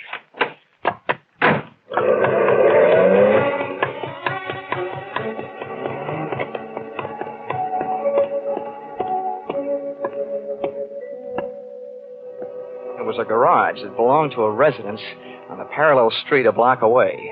I made out a for sale sign on one of the big doors. The living quarters upstairs were dark enough to look interesting, so I indulged in a bit of genteel breaking and entering. Entering that old barn didn't take much breaking. I tripped up the stairs. They sounded like they were left over from an old ghost story. And so did the first voice I heard when I stopped, halfway up. So we've got to be careful, especially about that Johnny Dollar. Are you sure he didn't follow you? That voice sounded awful dry to be coming from a guy who supposedly had spent most of the night snoozing on the bottom of the Hudson River. It was Milford Brooks III.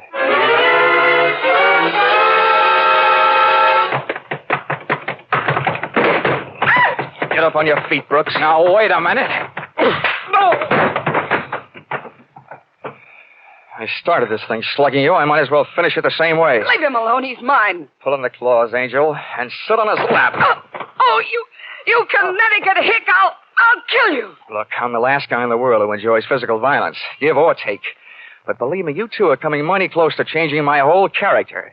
Now settle down before I really lose my head. Get off of me. I should have known better than to get mixed up with a low-class nobody like you. Cut. We've pushed the lady around enough, Brooks. Tell me to be careful. Why didn't you think of that before you led him here? Wipe your nose, big boy. Now, don't you go getting fat-headed, gorgeous. Neither one of you is exactly what I'd call a mastermind. When you planted that match folder underneath the topcoat on the ferry boat, you both should have been more careful. Huh.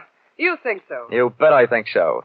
If I were planning a piece of evidence to incriminate Mr. Harold Hatcher, I would have left a cigarette lighter. I found one in the pocket of every suit he owns, back there in his closet in the club. It wasn't hard to figure out that guy never carries a book of matches. What do you want? I'm only interested in one thing, saving the insurance company $2 million. And, Buster, I think you've done it for me. Wait, look, Dollar. This is insurance fraud. It has been ever since you put on that fake suicide attempt, trying to extort $500,000 out of the company for you and Janelle. Wait a minute, Dollar. So much for the company. Now, something a little more personal and a little more serious. Where is my girl? Well, she's all right, Dollar. I couldn't help it. I had to get out of that apartment. She caught me leaving. I had to take her with me. Where is she? Well, I didn't mean to hurt her. I was afraid she'd yell. Oh, you miserable... I'll tell you where she is, Dollar. I put her in a cab and sent her to the emergency hospital. Get up. Oh, no, Dollar, please. I'm let me give you the beating Wait yell. a minute, Harold. Hatcher. You had your fun, Dollar. Now I want mine. How did you get here? New York City, world's most efficient police force, remember? When they think maybe a guy's jumped off a ferry boat and nobody's seen him do it, they check the turnstile counters at each end. In the case of Brooks here, as many people got off that boat as got on. Yeah, that makes sense. They'd hardly hold a guy for murder just because somebody else lost a topcoat. How'd you know we were here? You know me, Janelle. You never go any place that I don't know about. Okay, Brooks, you felt like explaining. Now I feel like listening. Get it up. I don't know what you mean. I know what you mean, Hatcher. One, he gave you a big, fat $2 million motive for murder. And two, he did his best to make it look like you did murder him with that broken-down match cover plan on the ferry boat. Why? Well, they wanted to get rid of you and live happily ever after. The big mistake they made was in trying to shake the insurance company down for some ready cash. And you, baby. Harold, You please. put him up to it, didn't you, you cheap little muscler? No, Harold! Calm down, Hatcher. You don't need a gun around here. They're tame. You don't know me very well, Dollar. I'm going to teach all of you amateurs a lesson. How these things are really done. Come on, Brooks. No, Hatcher. You can have everything I've got. For a second, it looked like Hatcher was going to take everything. But I hadn't gone that far to see Brooks knocked off with me as a witness. Hey, maybe I wasn't going to be a witness. Maybe I was going to be a victim, too. When that thought hit me, that's when I flew across the room and hit Hatcher in a do-or-die flying tackle from behind. Oh. Hatcher went down shooting. I went down kicking, and a lucky boot knocked the gun out of his hand. I beat him to it and swung it straight into his skull. Half the people in the room were lying there bleeding. Brooks from a gunshot, Hatcher from the gun butt. Janelle and I both stood there panting. But believe me, not for each other. We stood that way until the police arrived.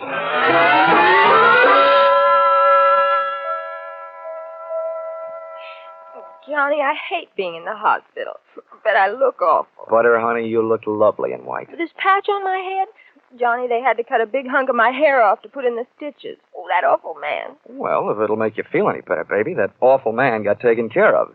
He's upstairs in the same hospital. Oh, Johnny, you didn't shoot No, him. Butter, I didn't have to. Harold Hatcher saved me the trouble. They don't know yet whether Mr. Brooks is going to live or die, but it doesn't make much difference to me or to the insurance company. He signed a statement admitting attempted fraud. Serves him right hitting a lady on the head. Johnny, what am I going to do? My hair will look awful. It'll take months for it to grow out. Now, don't worry, Butter. I'll buy you something to cover it up.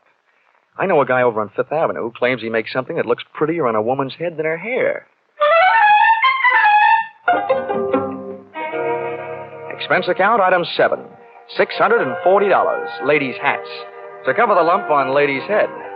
Expense account, item 8. $20. Tip to nurse for reminding Butter on the hour every hour that accidents will happen. Expense account, item 9. $7. Mileage driving back to Hartford. Expense account total, $1,182.23. Which you may say, Mr. Farnsworth, is a lot of money for one man to spend in a day and a half. But you must bear in mind that the amount at stake was $2 million. And you know the price of steak these days. Signed, yours, truly, Johnny Dollar.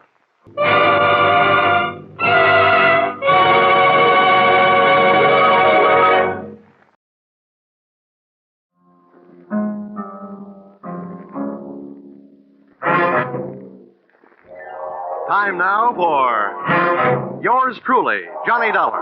The next half hour has its baggage packed to take a trip with America's fabulous freelance insurance investigator, Johnny Dollar. At insurance investigation, he's just an expert. At making out his expense account, he's an absolute genius.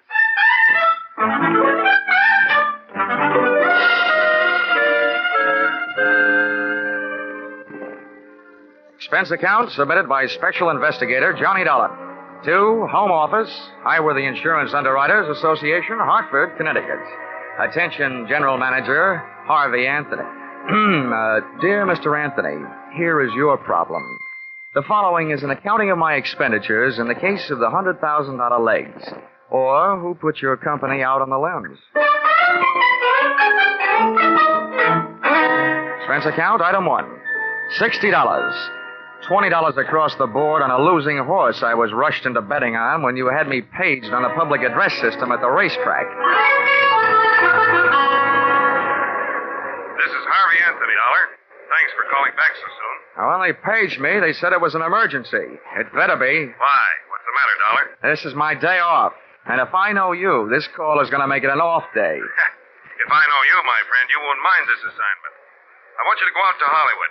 Act as a bodyguard for a big movie star. Marilyn Major. Oh, not a bad body to guard. What's the deal? We've issued one of those publicity policies. Insured her legs for $100,000. Policy will only be in effect for 48 hours. We want you to stick with her. Just see that she doesn't get mixed up in any hockey games. I get it. She's been notified, so she expects you. Now, when do the 48 hours start? Tomorrow noon. Can you make it? Yeah, with the help of American Airlines. Got enough cash with you to buy your tickets? About that, I'll know right after the next race. I'll call you from Hollywood.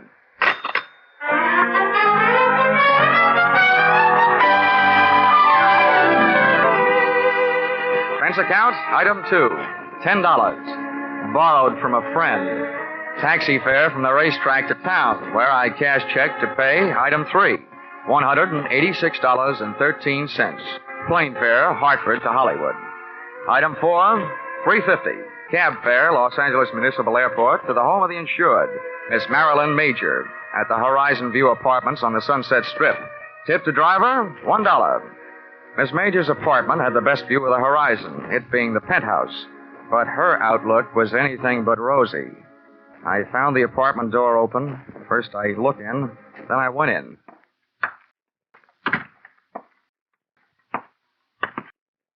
Oh.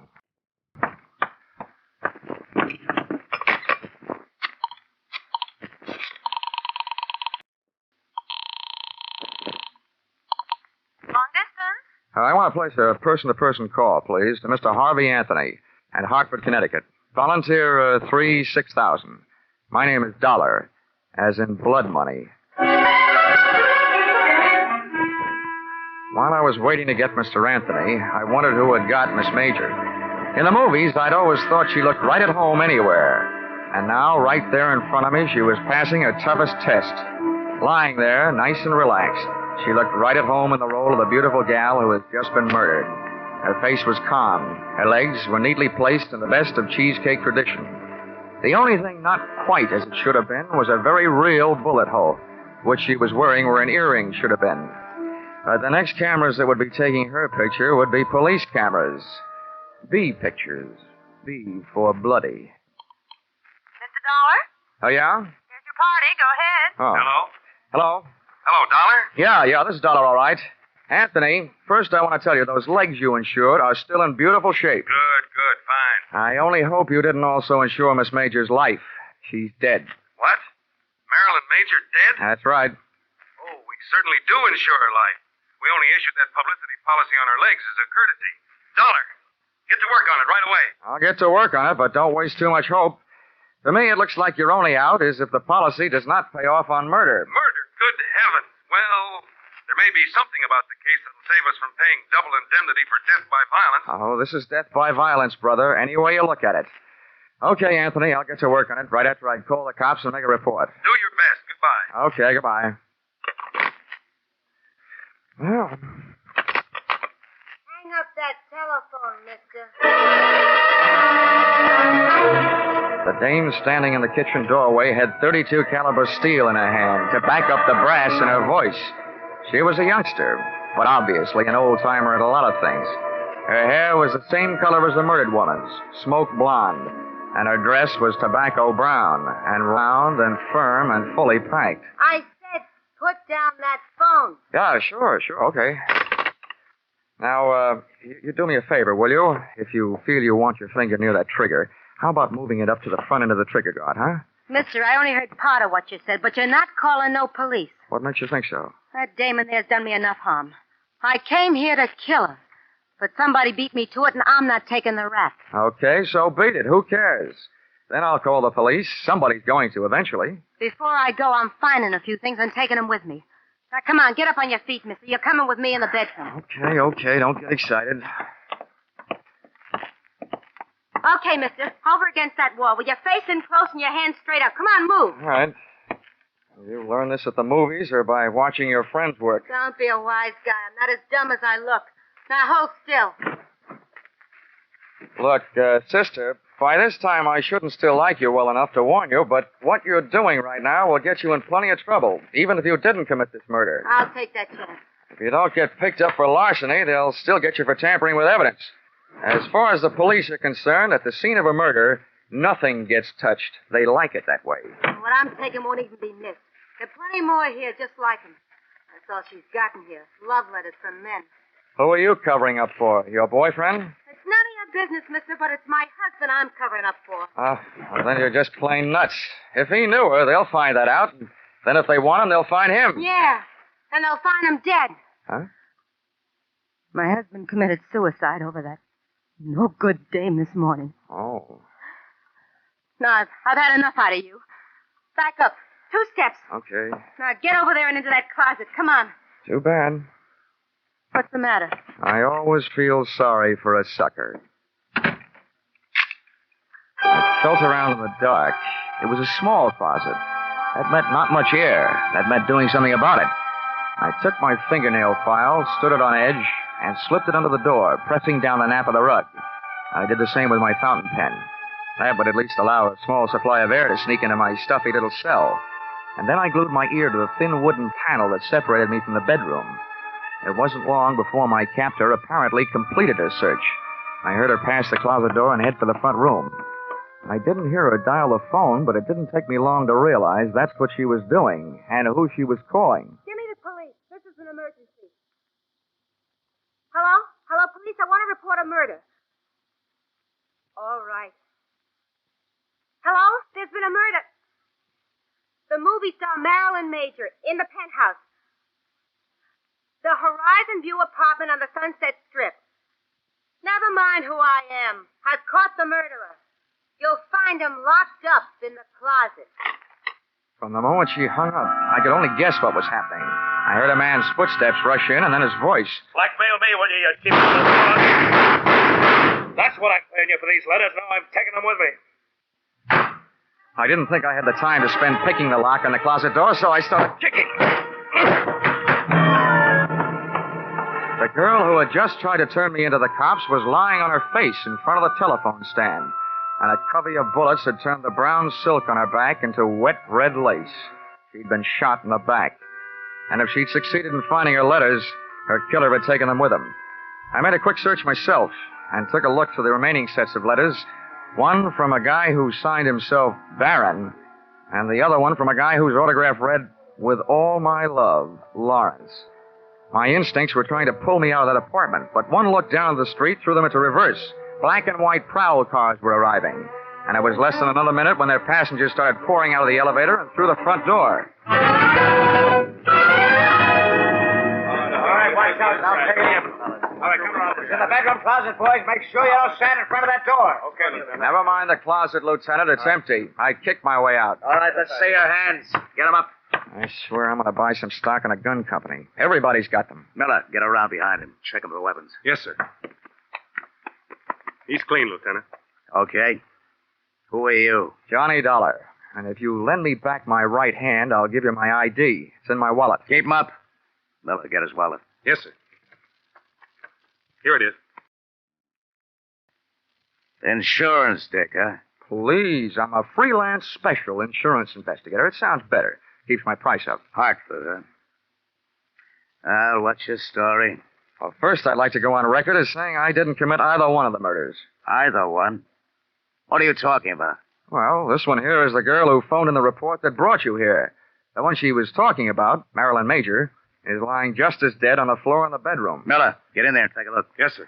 While he's looking, you keep on talking. Okay, I'll start from the beginning. I was sent out here by Highworthy Insurance. They just issued a policy on the legs of that dame in the other room. $100,000. Publicity stunt. I was supposed to protect their interests. What do you mean by that? Well, what do you think? I was supposed to see that she didn't attempt any Hindu fire dances or try walking any tightropes during the next 48 hours. Well, your worries are over in that department, at least. What else? When I got here, the door was open. I walked in and found her, dead. Any way to prove that? Any witnesses? Just one. She's lying there behind her. Uh-huh. Over the phone, she accused you of the murder. That's the wrong kind of a witness. No, Lieutenant. The wrong kind of dame. She knew I didn't do it. She was somewhere in this apartment when I arrived. Then why did you say it? I can hardly ask her. Listen, Lieutenant. She did tell me that she came here to get some letters. Her husband had written them to the Major dame. She said she was trying to protect him. From what? Who knows? Maybe she just wanted him to rest in peace. The guy committed suicide this morning. We can't check your story with him, can we? You've got a lot of dead friends. How did this one here get that way? I'm not sure. While I was in the closet, I heard her call you. And then a man came in and yelled something about blackmail at her and shot her. And naturally, he had disappeared by the time you kicked your way out of the closet. That's right. Yeah. This story of yours may win some kind of a prize, Dollar, but not for me. I'm not a judge. That's one thing in my favor. Hey, Lieutenant, I got something. The dame is dead, all right. And look what I found in that closet. A fingernail file, a fountain pen with a name on it, Johnny Dollar, and a .32 caliber revolver jammed in a shoe. Well, Dollar, That combination puts you in a kind of jam, too. Look, Lieutenant, I think I can make you see things my way if you let me go through my story once more. I was sent out here by high-worthy insurance underwriters.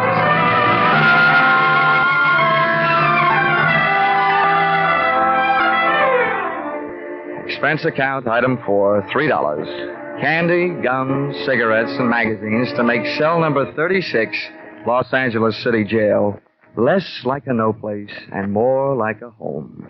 There's something about a jail door closing on you that sounds very final.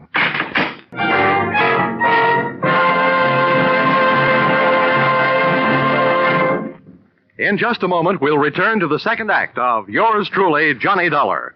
But first, we want you to know that the biggest jackpot in the history of radio, $50,000, goes in the works tomorrow night when CBS Great Saturday Night Quiz Show Sing It Again comes to you again over most of these same stations. $50,000, $25,000 in marvelous prizes, plus $25,000 in cold, hard cash. And that's only the beginning, because the longer the phantom voice questions elude the listeners, the higher the rewards go. Be sure you're around tomorrow night when Sing It Again sets telephones ringing across the nation, and $50,000 goes riding on each call. And now, back to Yours Truly, Johnny Dollar. When I accepted this Hollywood assignment, I visualized spending much of my time gazing upon bars, but not the kind offered by cell number 36. The guy who said stone walls do not a prison make had never been a guest in the Los Angeles City Jail. He had a better chance of getting out of Bartlett's quotations than I had of getting out of there. But, as we keep saying in the insurance racket, never say die.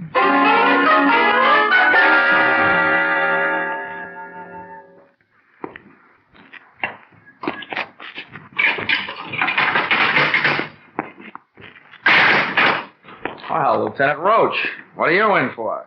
I've heard tell the boys around headquarters have a very funny joke about roaches in jails. But that's not why I'm here. Sit down. Make yourself uncomfortable. Thanks. I can't offer you a mint julep. The closest I can come is a spearmint lifesaver. Oh, thanks. Yeah, this kind of zero is a pleasure after facing the kind we're up against. Huh?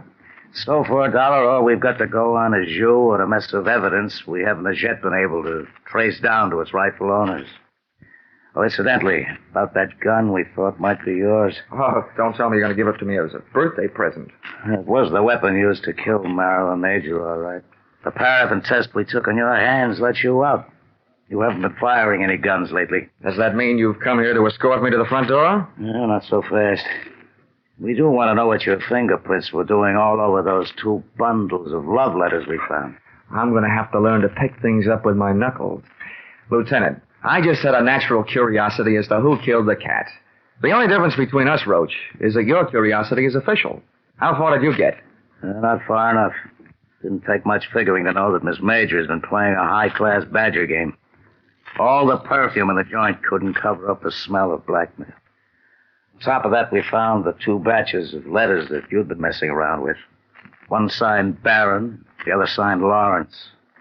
Those, the fire department should be handling. Oh, yeah. Oh, and remember, there's probably a 3rd set floating around. Why do you say that? Well, I'm not an eyewitness to this, only an ear witness. But from what I could hear inside that closet, the dame who came there looking for her husband's letters found them, and she called you to turn me in. Mm-hmm. On her way out of the apartment, some guy came in, mistook her for Marilyn Major, and shot her in the back. When I kicked my way out of the closet, those letters of hers were gone. So, figures the murderer grabbed the letters out of her hand, thinking there was some he'd written. Uh-huh. Then in your file, the killer was either that Barron fellow or the other one, Lawrence. Lieutenant, in my file, they're both murderers. It's just a question of who killed whom. The guy who killed Marilyn Major certainly wouldn't have come back to kill her again, would he? In this town, you never know. Look, Lieutenant, I got a 2-way stake in this thing. One, to get my name cleared. The other, to get my job done. And I'm in a hurry. I imagine you are, too. Well, Marilyn Major was a big name. That means we'll soon have newspapers burning under our seats. We're in a hurry, all right. Okay, then listen. If I were either one of those murderers, and I know that the police probably had a handful of letters that could send me to the gas chamber, I'd head for the border. Yeah? But if I thought an outsider had them, somebody they might be able to buy off or scare off, or beat off, then I'd go find that guy. Well? Let's bring this thing to a head in a hurry. Run a story in the papers. Tell him you released me. Tell him I escaped. Tell him anything. Just so long as you tell him that you suspect that I have those letters hidden someplace. Well, if you don't mind taking the chance of having two murderers gunning after you, we certainly don't. Oh, I mind. Believe me, I'm not doing you any favors. It's just that I'll feel safer in my own hands. Okay, Mr. Pigeon, you got yourself elected. We'll publish that story. Then we'll let you fly the coop. Good enough.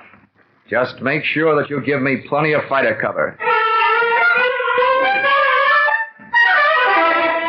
Expense account, item 6, 7 cents. Purchase of newspaper, an extra edition that hit the street about a half an hour before I did. Item 7, $5. A big square meal to make up for the ones I'd missed, ignoring the little round beans while a guest of the city. Seeing the lieutenant's fiction in black print on the front page of a newspaper almost had me believing it. There was my picture, big as life. And when those birds set up a pigeon, they made sure everybody would know the location of his roost. Firmly planted high in the story was the name of the hotel into which they had registered me, and to which I was under orders to proceed immediately.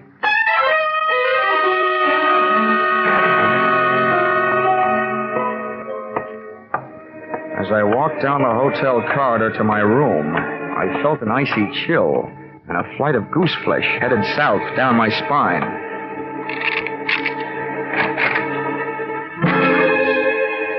Come in, darling, and close that door. Oh, I expected company, but not your kind. At first, I thought I'd gotten into the wrong room. This kid looked right at home. And she used some of the clothes from a half-packed overnight bag to make her look it. Oh, you're Johnny Dollar. Yeah, thanks for saving me a calling card. Who are you? Alice Hill. That doesn't mean anything. Otherwise known as Mrs. Lawrence Hill. Oh, Lawrence.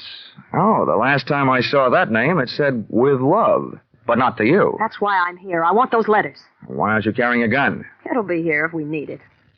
We? Yes. My husband's down in the lobby.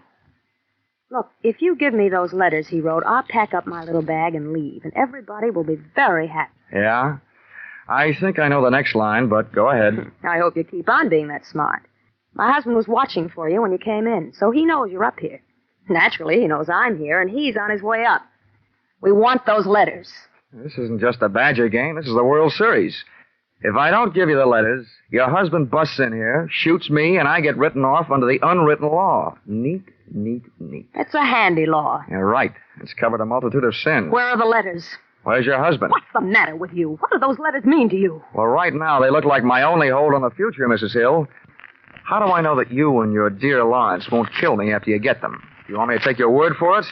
Well, I'll have to trust Lawrence. He'll know what to do. I already know. There's nothing else for him to do. Look, Mrs. Hill, why don't you wise up? Your husband is ready to commit one murder to remove the evident motive for another. And he's dragging you into this with him. You'll wind up an accessory before, after, and during the fact. You're running up a blind alley as fast as you can run. And it's too late to turn around, so I'll just have to keep running. Ah, well, here he is. Lace up your track shoes, lady. The race is on. Come in. All right, sit still. Freeze, both of you. It's okay, Alice. You can hold off on the dog and pony show. Save it for the witnesses when they arrive. Don't waste it on Lawrence and me. That isn't Lawrence. What? Oh, so this must be Barron. You all through? That depends on that gun in your hand. Where are the letters? Letters. Yeah, I'm beginning to feel like a mailman when he's late getting around in the morning. There's one thing I want to know. Where did an ugly part-time Romeo like you find all those pretty words you wrote? Look, don't get me sore. I'll blast you, letters or no letters. Ah, that's the tone I was trying to bring your voice up to, Mr. Barron. No letters is exactly what I've got to offer. He's lying. He admitted to me that he hasn't. He's trying to blackmail you, Barron. That's what he's doing. Who are you? Never mind. My husband's in the same boat you are. I read the papers. Lawrence, huh? That's right. He'll be here any second. Between us, we'll figure out something. Now, stay away from it, Dollar. I'll answer it. Yeah, good idea. If a man answers, hang up. It'll be Lieutenant Roach. Wait a minute. Okay, answer it, Dollar. But the first wrong word fires this gun. Oh, you can believe me. Nothing but right words are on the tip of my tongue. Hello? Whoever was on the other end of the line decided not to talk and hung up. So I started an imaginary conversation with Lieutenant Roach of Homicide. While I was talking, I was thinking. Barron's voice was the voice I'd heard when I was locked in the closet. That made him the guy who shot the girl who turned me in. By the process of elimination, Lawrence Hill was elected murderer of Marilyn Major. During my talk, which made no sense, and my thoughts, which made plenty of sense, I was checking the length of cord on the phone. I needed Barron a little closer, so I started tossing enough dangerous words into the mouthpiece to draw him closer, threatening me with his mutters, his looks, and his gun. He moved into range, and I moved into action. I heaved the base of the telephone straight into his face. I moved in with my knee right after it. Stumbled back, letting go of the gun, which I kicked under the bed. Then I made a break front on the dresser next to the bed, using his head to break the front. The water from the cracked-up pitcher hit him in the face, but it didn't do him any good. Hey, get out from underneath there. Get away from that gun. Come on. Well, I got a hold of your ankles. I got a good mind to do this thing right and heave you out the window. Let go of me. Come on now, stand up. You. All right, how much do you want? We don't want any trouble. Just let me out of here. We'll pay you anything. My husband's an important man. So am I. I've had all the pushing around I'm going to take. From now on, I'm the dealer, and your hand is to shut up. All I want to do is get out of here. Oh, no, you don't. I baited you. You tried to bait me. Now we'll both sit here and bait your husband. It must have been him that called this room and hung up when he heard my voice. One thing I didn't bother to tell you. Your husband couldn't have known I was up here until then, because I came in the hotel the back way and came up here the back way. Elevator and all. What do you mean? You baited me. Why do you think the police put my name, my address, and my picture in the newspapers? To draw autograph hunters? Oh. Oh, is right. Now get over there in the corner while I retrieve Mr. Barron's gun from under the bed before some mouse crawls out of the woodwork and tries taking a shot at me. Go on, get going. Turn around. Okay. Now, if you don't want me shooting runs in your stocking, don't make a move while I'm under the bed. I feel like something that old maids hope for. Lawrence! Where is he? On the floor. He's got a gun. Shoot him. Kill him under the bed. No, Lawrence, not him. Don't worry. He's under the bed. Under the bed and taking no chances.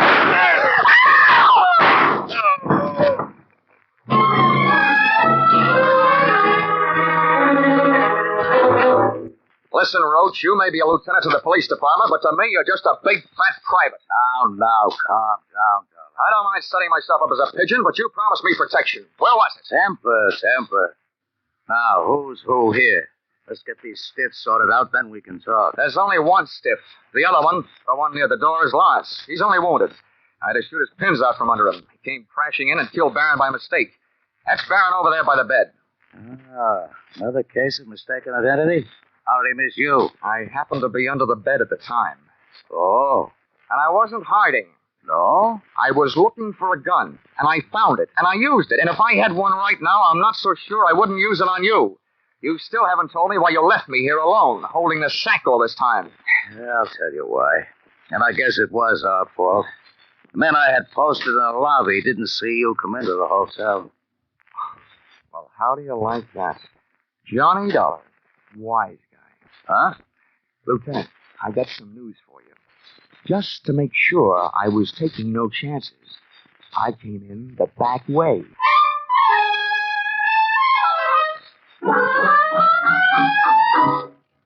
Expense account, item 8, $62. Hollywood Entertainment. Seeing what there is to see at Ciro's. Item 9, $105. Seeing to it that one of the things I saw at Ciro's had a good time with me at the Mocambo. Item 10, $186.13. Plane fare, Hollywood back to Hartford. Item 11, $1. Ticket to the movies, back in Hartford, to study the last motion picture of Marilyn Major, so that in the future I'd be sure to steer clear of her kind of a woman, who was too much of a jinx for my kind of man. Expense account total, $948.76. Signed, yours, truly, Johnny Dollar.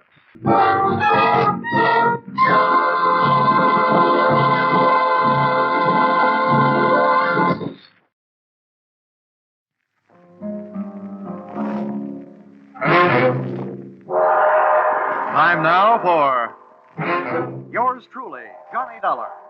The next half hour has its baggage packed to take a trip with America's fabulous freelance insurance investigator, Johnny Dollar. At insurance investigation, he's just an expert. At making out his expense account, he's an absolute genius.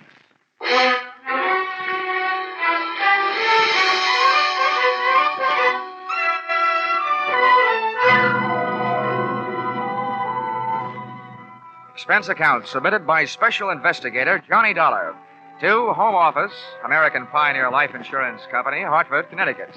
Attention, W.K. Green, General Manager. The following is an accounting of my expenditures in the case of Barton Drake, or how I played ducks and drakes with a drake who ducked. Expense account, item 1. $100 I'm charging you for 1 hour's sleep I missed answering your telephone call at 9 o'clock in the morning. Expense account, item 2.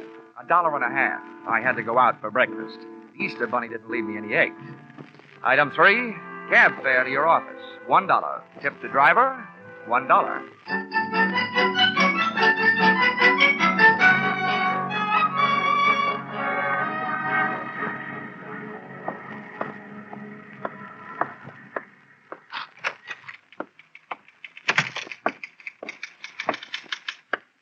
Good morning, Johnny. Why don't we make that good night sometime soon? Shall we, Chickie? Well, I've had to type up some of your expense accounts. I think maybe an evening with you might be fun. But business first. Old Stonewall's waiting for you. Hasn't he gotten out of that military kick yet? No, he still thinks he's a general. But to me, he's still just what he was before he ever went into the Army. His belts never stopped fighting the battle of the businessman's bulge, huh? Well, forward march.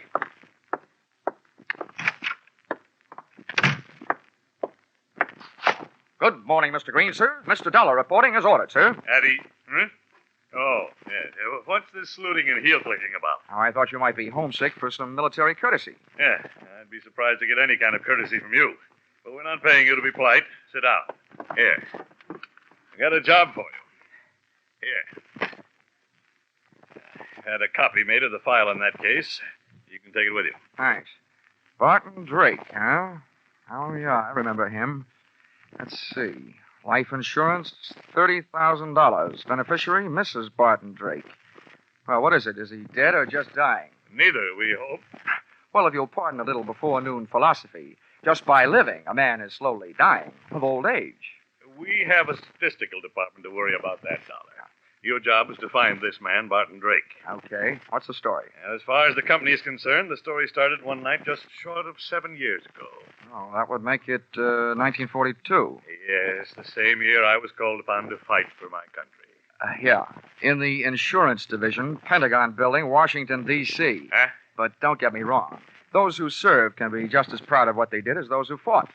As you were saying. I merely used the word fight as a general term. Yes, General. Barton Drake, one night about 7 years ago? Yes. When we issued the life policy on Drake, he listed his occupation as that of hardware store proprietor. Hardware?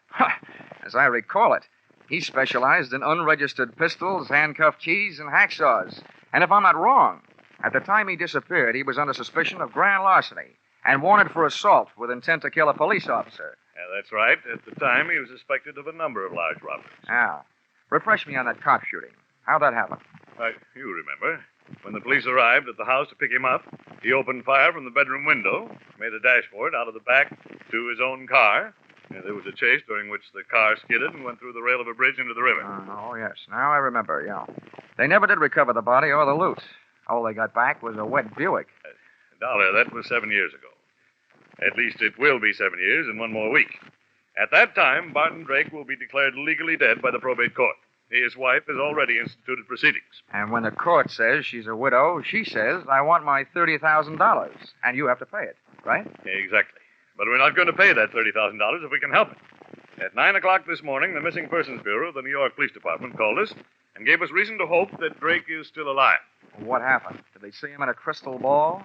You don't know how close to the truth you came, Dollar. Oh? The Missing Persons boys have a new habit these days. Whenever there's a television show where there's a public crowd involved, they watch it. Last night, they think they spotted Barton Drake at the prize fights. Now, that's all we've got to go on, but we think he's alive and that he's somewhere in New York. Well, that's a start anyway. I know where to find New York.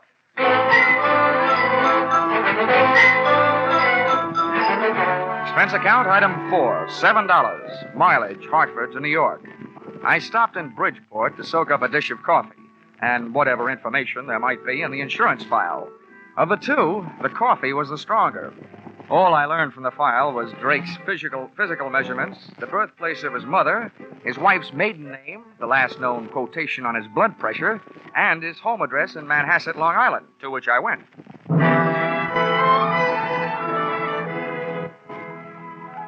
The house had a $40,000 look about it, and its grounds were being manicured by a gardener who had a $12 a day look about him.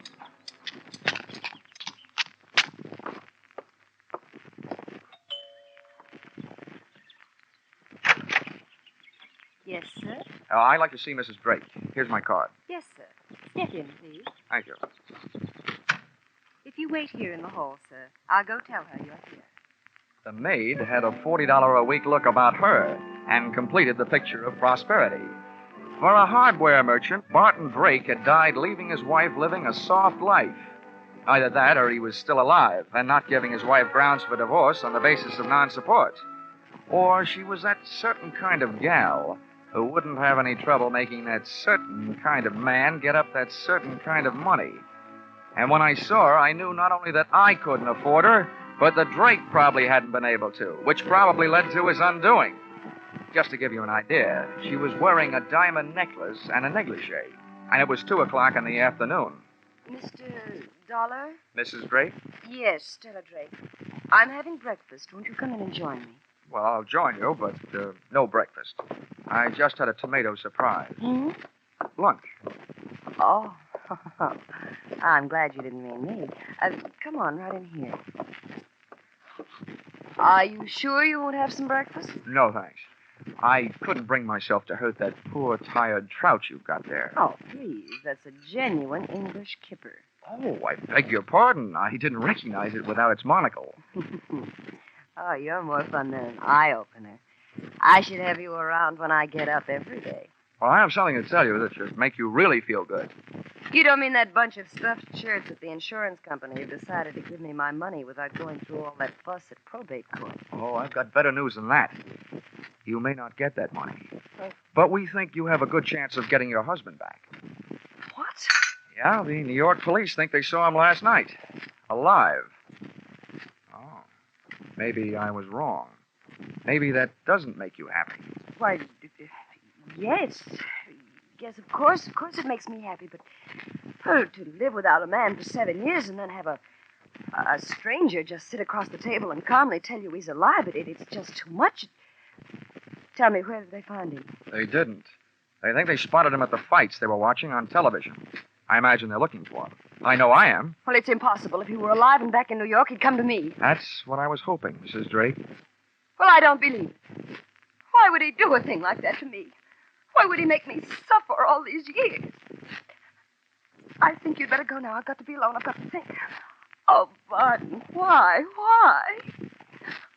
Please, Mr. Dollar. I want to be alone. I figured if she wanted to be alone, it was for a good reason. Because that lather she'd gotten into was strictly from soap opera. She flooded me to the door on a tide of tears.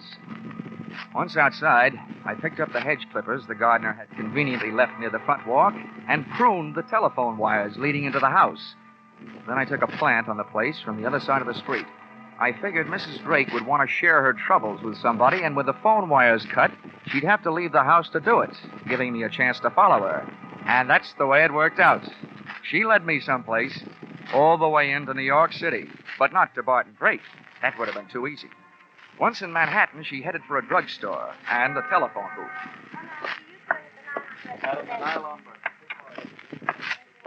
I slipped into the phone booth beside hers. I got the receiver off the hook and my nickel in the slot in time to use an old trick of mine. As she dialed, I tried to duplicate it with my phone. She dialed. And I dialed. I was just one number behind her all the way. When she was through dialing, I held off dialing the last number on my phone until she got an answer. And then I let it go. The number she was calling was busy. There was still room for coincidence, but it was good enough for me. I jotted down the number I'd gotten out of my little telephone game of tag and then listened. I've got to see you right away. We're in trouble. All right, I'll meet you in 20 minutes. The usual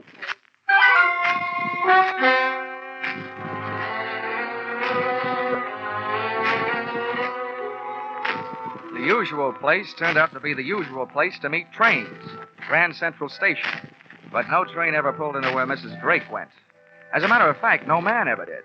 Unless he was a plumber, maybe.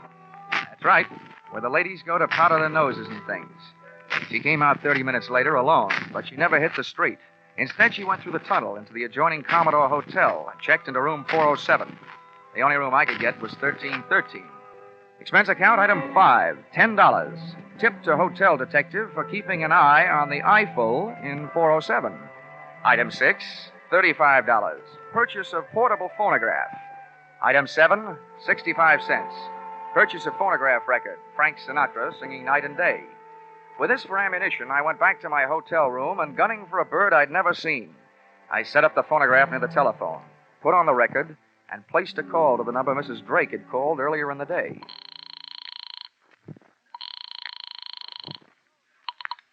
Hello.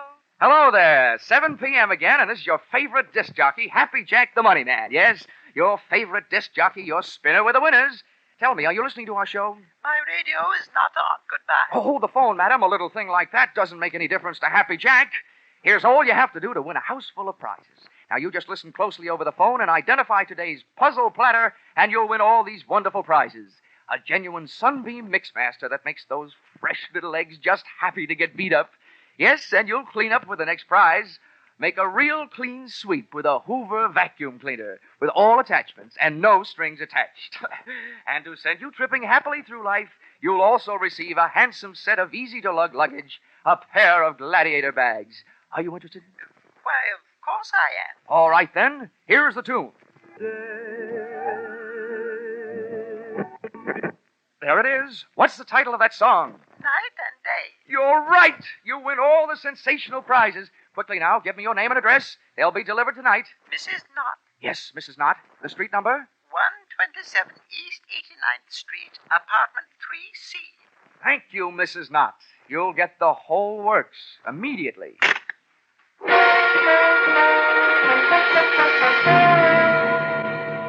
Expense account, items 8, 9, and 10. $39.50 purchase of Mixmaster, $79.50 purchase of vacuum cleaner, and $89.50 purchase of luggage. You may resent this expenditure, but there's one thing you must remember. Nobody can resist trading their name and address for something for nothing.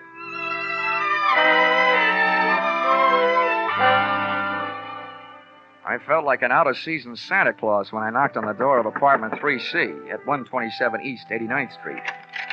The frame suddenly became a picture frame encasing a live version of Whistler's grandmother, complete with wheelchair and crocheted afghan. Just bring them in and set them down. Yes, ma'am. I'm Happy Jack, and I'm glad to meet you. Right in here and set them down. Ah, yes. There you are, Mrs. Knott. You lucky woman, you. Is that all? Almost. Now, all we need from you is a little information. Just some background on today's winner to pass along to my radio. Be off with you, young man. I'll write you a letter. Oh, but come now, Mrs. Knott. Never mind. I have no time now. Just a few questions while I check you out on the Hoover. I don't need any checking out. Now go away. I must say, Mrs. Knott, you're a bad winner. So now I'm afraid I'm going to have to stick around to find out how good a loser you are. What do you mean? Come in. You. Stella, do you know this man? Do I know him? He's that insurance investigator, Johnny Dollar. Granny came flying out of the wheelchair, multiplying in height by 3. When I first saw Granny's hand flying toward me, it looked like there was an old-fashioned wedding ring on each finger. But just too late, I saw it was only a set of brass knuckles. Oh.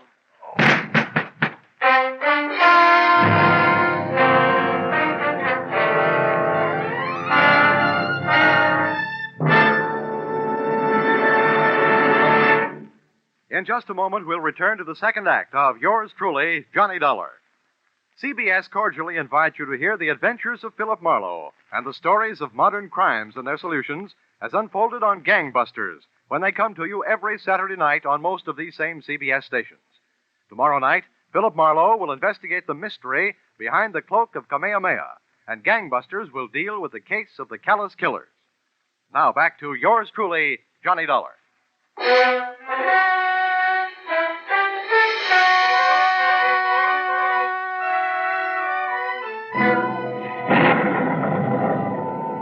When I woke up, the thunder and lightning in my head was getting an answer from the sky. And I started getting some answers, too. You, James, give me a page. Granny's You're all alike. voice had changed to the bass register, and its owner was smoking a big cigar. I stayed on the floor and quiet. I didn't want those brass knuckles crooning me another lullaby. Come awful close to fouling up the whole deal. I told you I didn't want you to try to collect on that insurance. Why'd you do it? It's $30,000, that's why. To hear you talk, you'd think you were going hungry. What do you think I am, some empty milk bottle you can run down to the corner and get your nickel back on? What were you trying to do anyway, sell me out? Sell you out? You know what started this trouble. You had to go to the fights last night. Oh, a big man. Dumb cops, you call them. Don't worry about me. They haven't found me. I'll take care of myself. But not with you lousing me up, getting mixed up with dirty dealers like this guy Dollar. Oh, you're so smart. Why did you let him in here? Shut up! He wanted to give me something for free, that's why. Well, I've got something for him. A free boat ride. Wheel that chair over here. We'll take him out in that. The wheelchair ride was short, to the street. The auto ride was longer, to the ocean. And from what I could gather on the dock, the boat ride was to be even longer, to my doom. I was still playing Sleeping Beauty and listening to the supposed-to-be dead man, Barton Drake, telling his wife Stella how he was going to make my slumber permanent. Come on, get a move on. I've got his hands tied. Hurry up with his feet. I'm almost through. There. Now what? Now stand back while I heave him up on the deck. Well, aren't you going to tie him to something? For what? If they ever find this boat, they're going to find it empty. One good wave out there, and this guy goes for a swim. There. The wheel's lashed. He's got plenty of gas and plenty of ocean out there. That'll teach Mr. Happy Jack. Now I'm giving him away.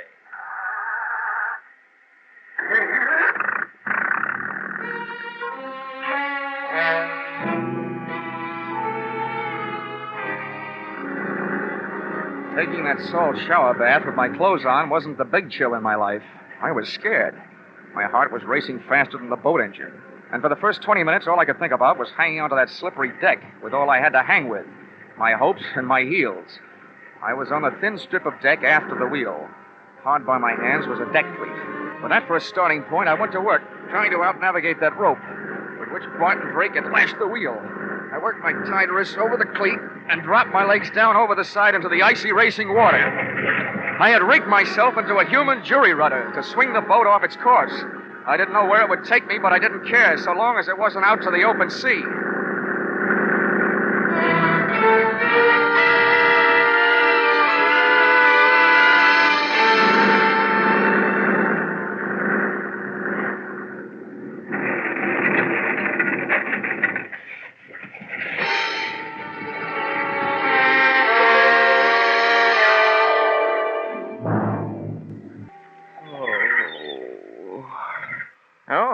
Waking up, eh? Might as well tell you. Your boat sunk and you ruined the dock last night doing it. You have to pay for it. Oh. My name's Fred Kindly. I pulled you off the beach. I'm expecting to be paid for that, too. Will it cost me to find out where I am? It ain't worth nothing. Talk, ain't. You're on Slate Island. Ain't worth much neither. All slate. Didn't have the sense to grow no chalk to go with it. Dandy. Where are my clothes? Out in the sun. How about my wallet? Fish must have got it. Mind if I feel your back for fins? Don't get funny, young feller. Might want to be getting off this island someday. Someday? Some minute is more like it. You got a boat? Of course I got a boat, but ain't got much food. Maybe if I could afford to buy some supply canned goods when I got to the mainland, well, Well, how much would it cost? Much as $100, maybe? Okay, it's a deal. Let's go. Hold on now. Only said maybe. Come think of it, might cost $200. Oh, okay. You swindler. $200 then. Swindler, am I? I say a fellow might as well have the game as his name. Makes my price $500 worth of grade A canned goods. And if you don't want to pay it, you can get out in this shack and wait for the mailboat. Maybe I will. When does it get here? Week from Tuesday. Okay. He'll get you $500 worth of canned goods. When can we start? I'll give you your clothes soon as you put it in writing and sign your name. Where's the paper? Right here. Keep it handy. Just fill in the amount here. $500 worth. It's my regular contract for shipwrecks. Okay. Give it here. 500. Now, where do I sign? Right there at the bottom. There you are. All signed. That's a peculiar name. Ali Khan. I'd had more than my share of wind the night before, so I decided to throw caution to it. I went into the building at 127 East 89th Street and up to apartment 3C. First, I knocked with my knuckles and got no answers, so then I knocked with my feet. Well, what do you know? The lock broke. There was nobody home, and Barton Drake must have been out calling himself Granny at the moment because the wheelchair part of his disguise was also among the missing. The closet was empty, and the brand new Gladiator bags I had delivered the previous evening were nowhere to be found. Now, nobody could say I hadn't made it easy for Drake to make a getaway with my little giveaway. I'd even supplied the luggage. But all the traffic wasn't going. Some of it was coming. Well, Stella, there's one bad thing about kicking your way into places. You can't lock the door behind you. Well, now that you're in, you better come all the way in. What are you doing here? You should be asking me what I'm doing alive. The only answer I've got for that is I don't murder easily. Where's Barton? That was the next question I was going to ask you. Now that one's gone, I've got a couple more I'd like to ask you. And don't argue. I don't know anything. Well, then let me tell you something. If you're not guilty of anything else, you are guilty of attempted insurance fraud. That's in my department. The tougher you make it on me, the tougher I'm going to make it on you. Now, about those questions. How long has your husband been back here in New York? He never left here. Oh, the night his car crashed through the bridge, he just grabbed himself a hideaway in New York and stayed put, huh? How long has he been using that old lady disguise? All the time. Okay. Well, now my last question. That bag in your hand, where were you going? Okay, let's find out. Give me that bag. What's this? Well, it's either a bathing suit or a two-piece handkerchief. And that blouse there, that doesn't look like it's for dinner wear in an igloo. You were headed south. So we were headed south. What about... We, huh? If you ask me, and I doubt that you will, so I'll tell you anyway, your hope's just headed south. Lady, you've been double-crossed. Your husband took off without you. I don't believe it. If he left here, he had a good reason. That's your guess, but we're not playing your hunches. We're playing mine from here on in. Just where did he say you were going? I don't remember. Maybe it'll help if first you remember what I told you about insurance fraud. It's good for 10 to 20 years. Now, do you remember? He bought tickets on the Orange Blossom Special for Florida. It leaves Penn Station in an hour and a half. You've got that a little backwards. The Orange Blossom Special pulls out in half an hour. What? That doesn't even give me enough time to get down there. Get out of my way. Sit down.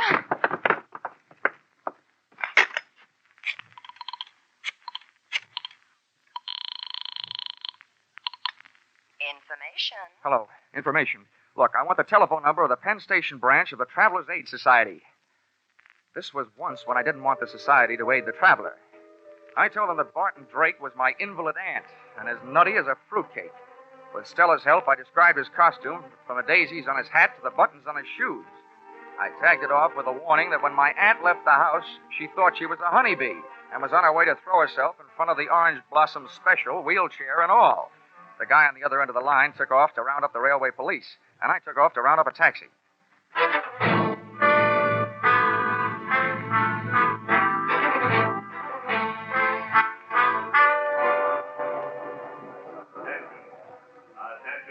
I rode the escalator into the main waiting room. And halfway down, I spotted Barton Drake in his grandmother get-up. He was surrounded by police, and the police were surrounded by a small crowd. I walked over. Orange Blossom Special. I don't know what kind of a practical joke this is, young man, but it's not funny. You made me miss my train, and I don't even have a nephew. No, Mother, don't be upsetting yourself. Don't you now, me, young man. Just get me on a train. Any train headed south will do. Drake was getting ready for trouble. If the cops couldn't see it, I could. His hand was under his Afghan, and I knew the least it could be holding was a fistful of brass knuckles, but probably more. He was getting ready to make a run for it. I wasn't taking any chances. I edged my way through the crowd, up behind the wheelchair, and spun it around, and hit what looked like somebody's grandmother a beautiful shot in the whiskers. What? He hit the old lady. I got him. Now, wait a minute, officer. You don't understand. Don't understand, don't I? Hit an old lady, will you? He's not an old lady. Trouble you want, you scoundrel. Here, maybe this'll quiet you Oh, down. so you don't...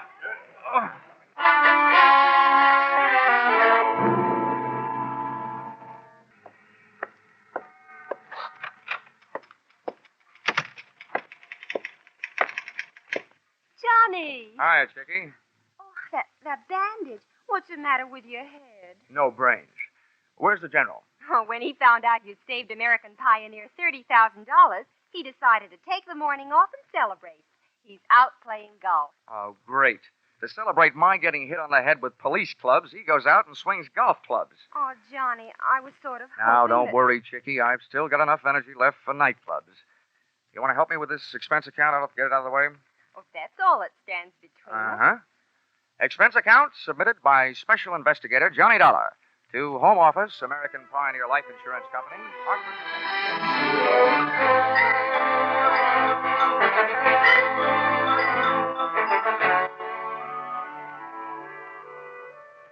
First, the police held me and let Granny Drake go to the hospital, where they learned the truth.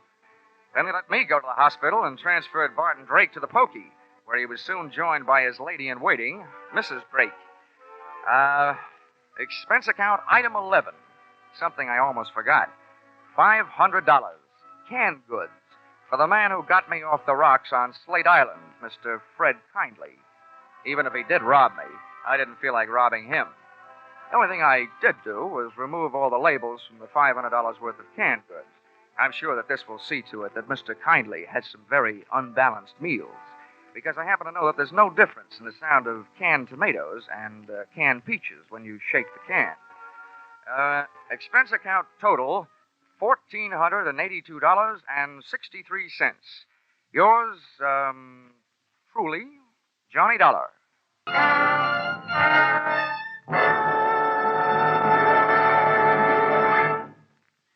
At last, mankind is facing up to one of its most feared diseases, cancer. Research scientists are working tirelessly, exploring every avenue that might lead to new treatments, new cures, and new insight into the causes of the disease. At the same time, the American Cancer Society is working to keep the public informed of all the progress that has been made, trying to reach everyone with the message that the sooner a diagnosis is made, the better the chances of cure. Together, this public education and research attack should bring great progress in the control of cancer. But both phases of this program are costly. Realizing you are giving to a fight against a disease that could menace you, give generously to the American Cancer Society's Drive for Funds this year. Yours truly, Johnny Dollar, stars Charles Russell as Johnny. Our music is composed and conducted by Leith Stevens. Yours truly, Johnny Dollar, is written by Paul Dudley and Gil Dowd, and is produced and directed by Richard Sanville for CBS, where 99 million people gather every week, the Columbia Broadcasting System. Everybody knows a taxi driver likes being over-tipped, but you can't blame him for not liking being tipped over. This is another in the adventures of America's fabulous freelance insurance investigator, Johnny Dollar. At insurance investigation, he's only an expert. At making out his expense account, he's an absolute genius. Expense account submitted by Special Investigator Johnny Dollar to Home Office, the Nutmeg State Liability Underwriters, Hartford, Connecticut. The following is an accounting of my expenditures during my investigation of the disappearance of 12 Apex cabs. Or who took the taxis for a ride.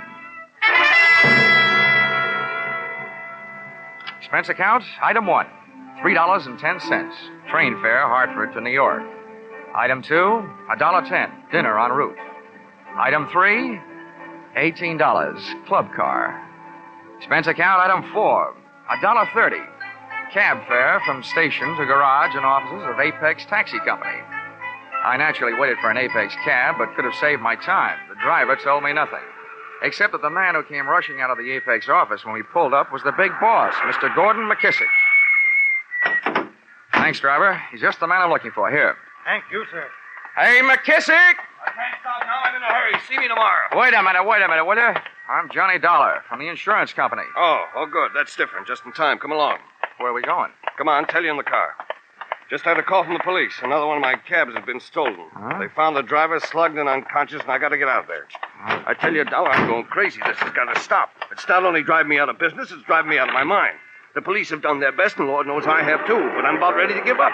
This makes 12 of my taxi cabs disappeared off the face of the earth. It's fantastic. I can't believe it. Hold it, McKissick. Do us both a favor, will you? Huh? What? Play cucumber for a few seconds. Oh.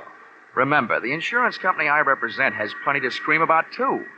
What I need is some facts. I haven't got any facts. And if this keeps up, I won't have any taxis. They're gone, that's all. 12 of them, that's all there is to it. Any idea of a motive? Some new kind of car theft? That's what the cops say. Okay, what's your idea? Robbing the drivers? You don't have to steal a cab to rob a driver. It's ridiculous. All right, then. What else could it be? Competition? Sabotage? That's my guess. Competition. So far, it's only a guess. I'd give anything to know. So would the insurance company. Anything. They'd even give up my happy young life. This is it. 13th and East River. Ah, and there's the crowd. Humanity's strongest magnets. Blood. Yeah. Back. Please. Stand back. Come on. Hey, officer. What do you want? Look, here's my ID. This man is McKissick, the victim's boss. How about getting us through that crowd? Well, all right, but I don't know. The right side of his face don't feel much like talking. It's caved in. Stand aside now. Come on. Move. Out of the way. Come on, Dollar. Let's move in. Open them up. I can't breathe in here, let alone the hurt man. Get out of the way, will you? Okay, Mr. Dollar. Here you are. Oh. Hey, are they right? Is this one of your men, McKissick? Yeah, George Brandon. Been with me 4 years. Oh. Brandon, listen to me. Who did it? Do you know who did it? Try hard, will you? I've never saw him before. Yeah, Brandon, only one. Well, what did he look like? Come on, boy. Hey, little guy. Dark. He talk funny. He talked funny? How, Brandon? How? An accent? Hey. Come on, Brandon. Well, that's it. All right, clear the way. Stand back. Clear the way for the ambulance. The ambulance. The ambulance turns out to be the wrong kind of a wagon.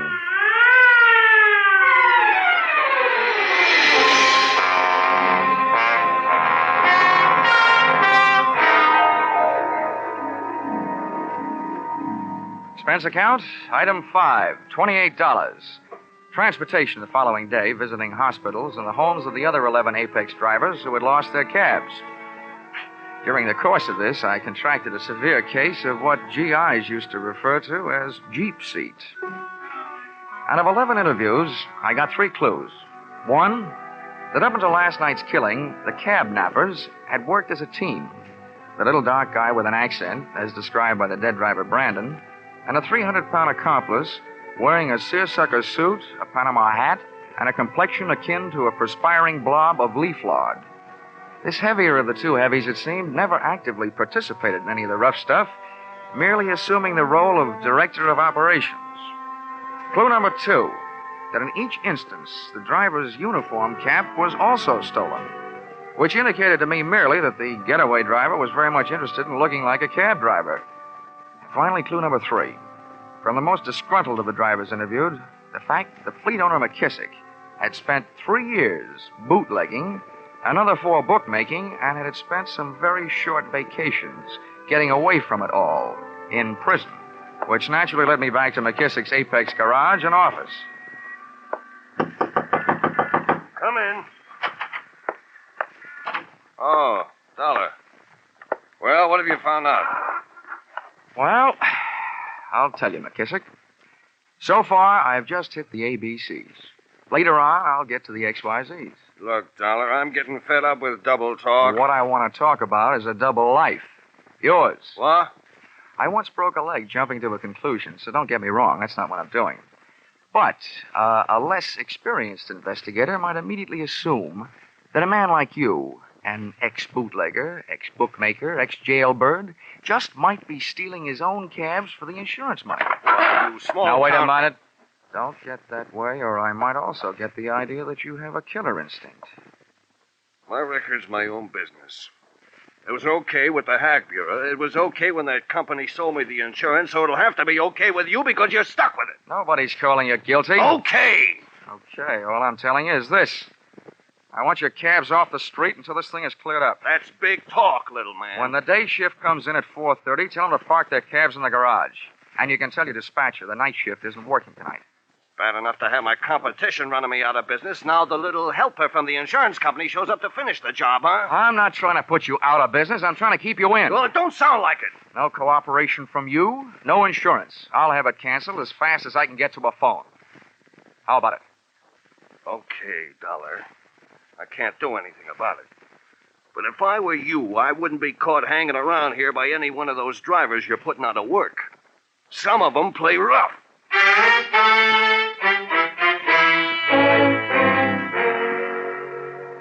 You can always depend on a cab driver for being on time when it's time to knock off work.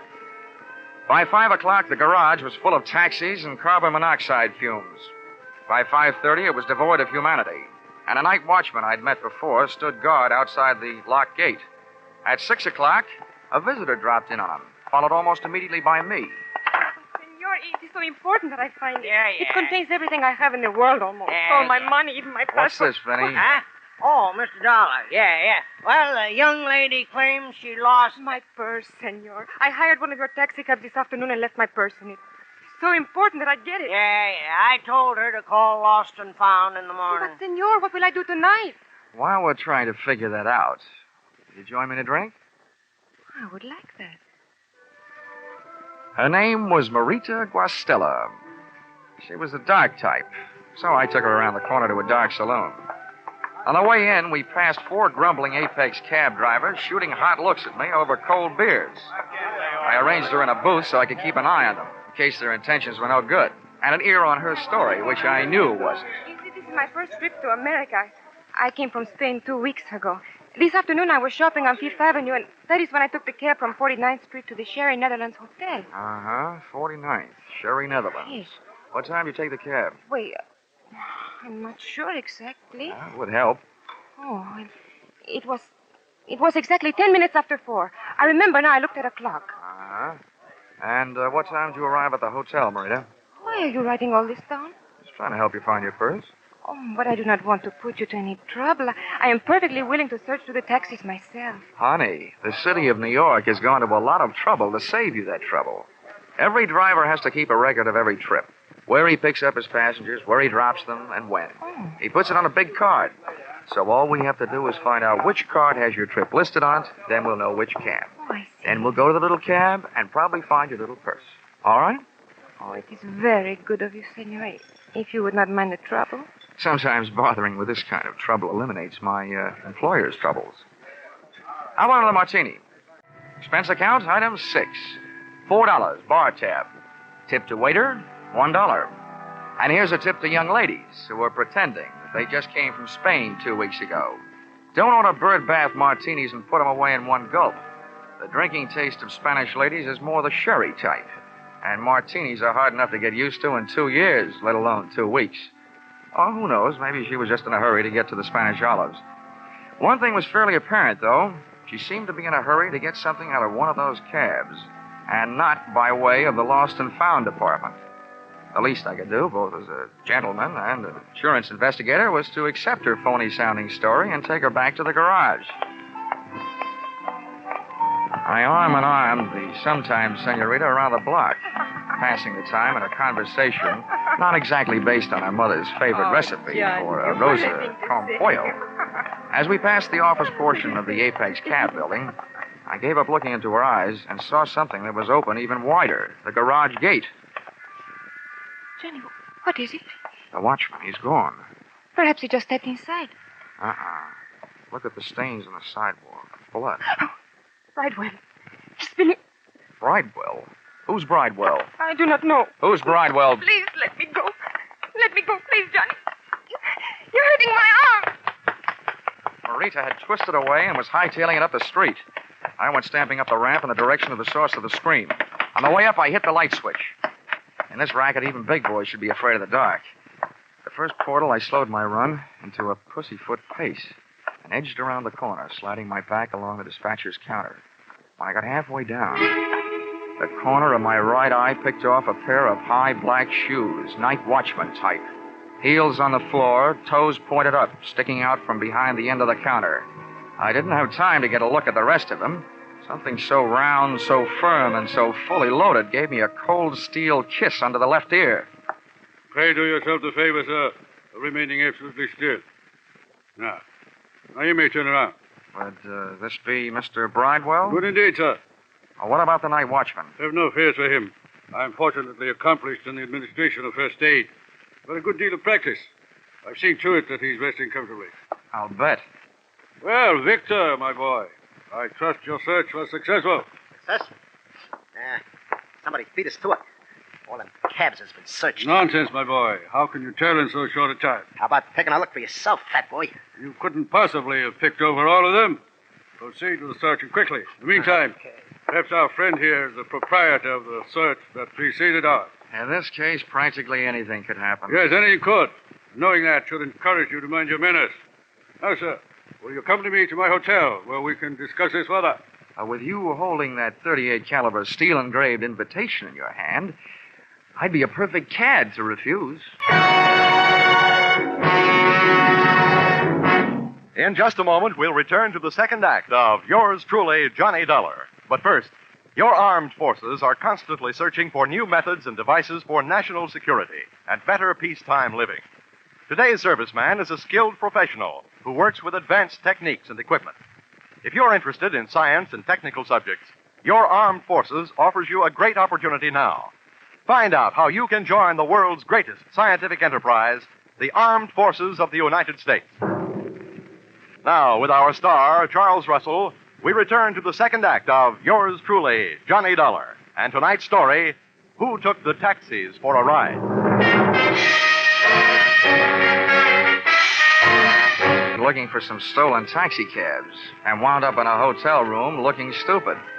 Not wishing to make this a permanent effect, I put my mind to work, and the fruits of its labor went something like this. Whoever had been stealing those cabs, and I figured I was face to face with one of them now, had not been stealing the Apex rolling stock for the cabs themselves, but for something evidently hidden in one of them. From here on in, there was only one way to play it, by ear. That was easy, because the pasty-faced 300-pounder draped in a double-breasted seersucker tent was doing all the talking. Back in 1912, when I was expelled from Oxford University as a result of an unfortunate association with an unscrupulous proctor, I arrived at this decision, sir. It is sometimes not profitable to be on the apparently right side. Do I make myself clear? Well, in a roundabout way, I think so. Now then, I am thus fully acquainted with my position in regard to this matter of the Scarlet Madonna. But you, where do you stand? I'm running a one-man escort service for Marita Guastella. Marita. So, the lovely but unwise Marita has taken unto herself an accomplice, has she? Well, as long as you're allied with her, you and I must be at cross purposes. Well, I'm open to suggestion. Good. The girl is nothing more than a penniless adventuress, a common thief. But I, sir, may be able to tempt your transient loyalties with some very fetching terms. Mm-hmm. Well, Victor? This is our man, all right. I knocked it out of that night watchman when he came to. There was only one guy in that garage besides us. This is him. Let's go to work. Now, here, Victor. This is not the time for violence. The gentleman and I are about to discuss terms of mutual profit. Are we not, sir? You were discussing. I was listening. Yes. You'll find that I can be concise when the situation demands that I be. Shall we start with a figure of, say, $5,000? I got nuts. Let me work him over. Now, Victor, you kindly remember that I deplore violence. Well, young man, what do you say? Nuts to your 5,000, Mr. Bridewell. Good heavens, man. Have you lost your mind? What do you think the Scarlet Madonna is worth to you? Well, so far it's been worth one man's life, 12 taxicabs. On a used car lot, that comes to more than $5,000. $7,500 there. Keep coming. Now, see here now. There's not only a limit to my generosity, there's a limit to my patience. How else do you expect to realize such a handsome profit? I haven't made up my mind. Perhaps I can help you. Here are the problems you face. The Scarlet Madonna is no ordinary gem to be disposed of through the ordinary channels. You, sir, have the faintest notion of the importance of the jewel. I've got a hunch I could retire for life on it. A very short life it might be. It'd be a pity if your blood were mixed with that already shed through the centuries over the Scarlet Madonna. Now, don't waste time with that story fat stuff. We haven't got all week. My purpose in this repetitious recitation is bona fide. The bloody history may convince our friend that no one since the year 1256 has been able to share for any appreciable length of time the company of the Scarlet Madonna. Hey, tell him about the For that pirate. was the year it was fashioned to be worn in the vestments of John of Vicenza. On March 20th that year, he was ordered by Alexander IV to hasten to the province of Tuscany to aid in the routing of the heretics. The pirate! There, John was murdered and robbed of this jewel. And since that date, it has never ceased its bloody journey through history. England, France, and Spain. Don't forget the pirate, that stuff. Thank you, Victor, for your helpful interest. Indeed, it is true. During one of its bloodier experiences, it was woven into the beard of an Alsatian pirate, from which it fell when his head tumbled into the basket beneath a guillotine. Yeah, that one too, Vic. You see, mister, don't go losing your head. I'm trying not to. Look, Bridewell, if this rock is so hot, how come you're willing to risk your pudgy little neck for it? Victor here and I are only the temporary middlemen for this infamous death. You aren't yet. Am I to understand that you refuse? Well, I must say you tell a very good story. But the answer is still nothing doing. I told you, fat stuff. We're wasting your breath on this guy. Well, up, Victor. That's enough. Here, now, get up, young man. Keep that monkey off of me, or I'll yell the roof off this joint. Yes, no, that won't be necessary. Now, put your hands up, please. Now, Victor, go through his pockets. Not that anyone would be foolish enough to carry the Scarlet Madonna. Okay, now. Stand easy. Oh, you'll kick your teeth in. Don't try it.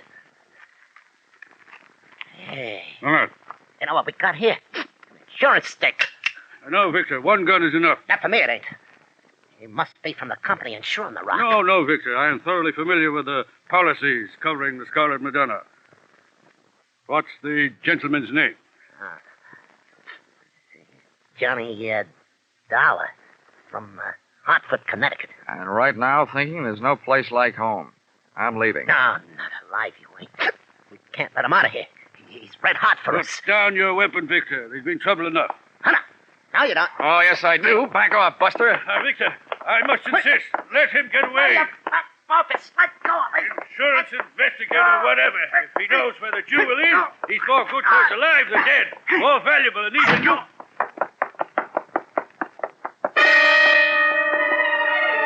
The elevators weren't fast enough. I hit every fourth step down 8 flights of stairs to the lobby and out into the street. Mr. Dollar. Hmm? Johnny, I must see you. Oh, Marita. Well, this saves me looking for you. You just tag right along. Taxi! Here you are, sir. After you, Lady of Spain. Thank you, Johnny. You're welcome.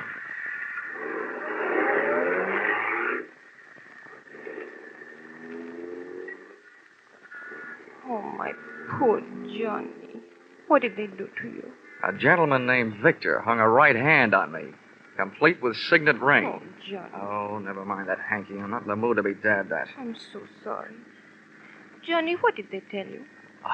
Oh, no, you don't.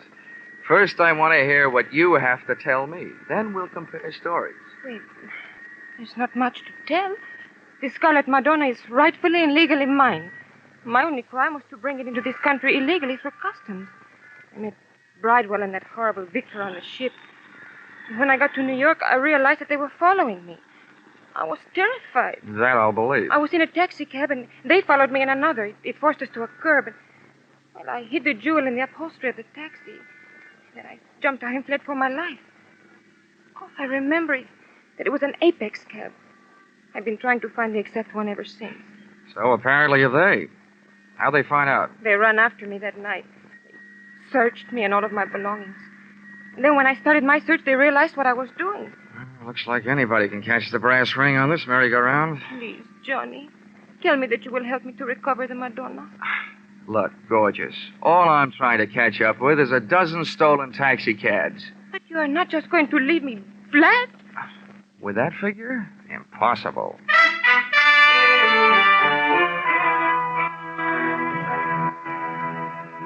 I took Marita to a small hotel, got her a room, and while she was taking a bath, I stole her clothes and left her, locked in that strongest of midtown prisons, nudity. The first joker I went looking for back at the Apex garage was the unfortunate night watchman. I found him sitting up and taking nourishment out of a bottle and nursing an egg on his head that would have hatched an ostrich. Oh, it's you, Mr. Dollar. Yeah. I tell you, I've been worried about you. Yeah. Thank heavens you're all right. No thanks to you. No, what do you mean, sir? I mean, why'd you tell that sawed-off ape who slugged you around that I searched these cabs in here last night? Why, I didn't mention you, sir. I told him it was the boss, McKissick. Huh? Yeah. McKissick? Where is he now, do you know? He just came by. I believe he's next door in his office. Thanks. Yeah. Oh, McKissick. This case is developing more suspects than a garlic breath in a crowded elevator. Now, listen, honey, McKissick. Got to double cross the scum. I try to level with you. 10,000 is my top offer. Turn it over. Let's see your money. You don't trust me, I don't trust you. All right, you had your chance. From now on, there ain't no money. There ain't no money in it. No, Victor, no. Hey, what's it? Here's what I owe you. Come on, get up. More.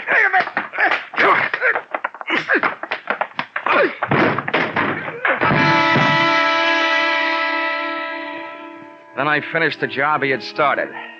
I found the Scarlet Madonna clutched in McKissick's dead hand.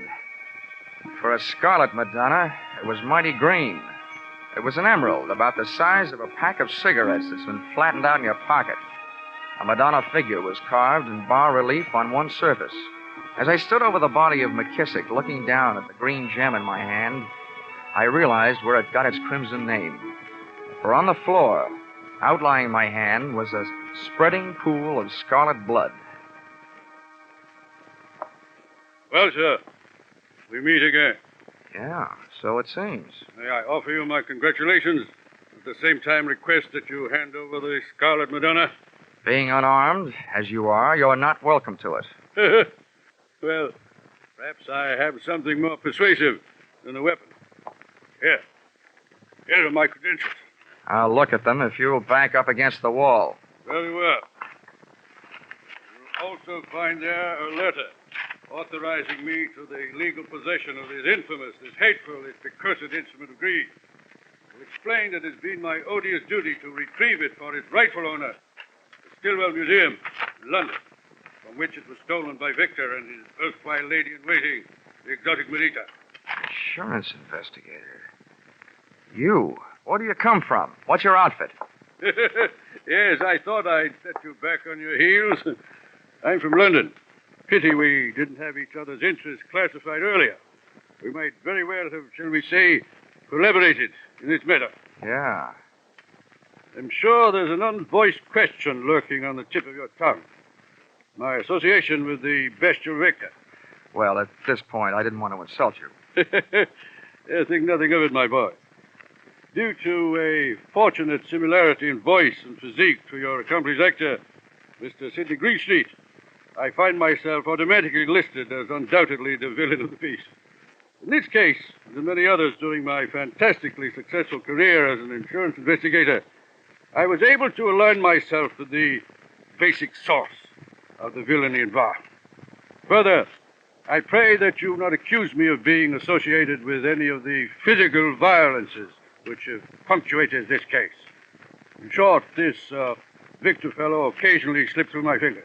Look, all I'm trying to find is 12 lousy taxi cabs. Well, then, your troubles are at an end, my boy. I shall write out an address. Fine. And there you shall find them unharmed in the warehouse hard by the East River. Okay. You'll forgive me, I'm sure, if I tell you that in this case, it is but another small milestone in the glorious pathway strewn with superior accomplishments in solving those minor mysteries evolved by the niggardly minds of the sniveling criminals who would offend the sanctity of that guardian of the peace of the public mind, the insurance company.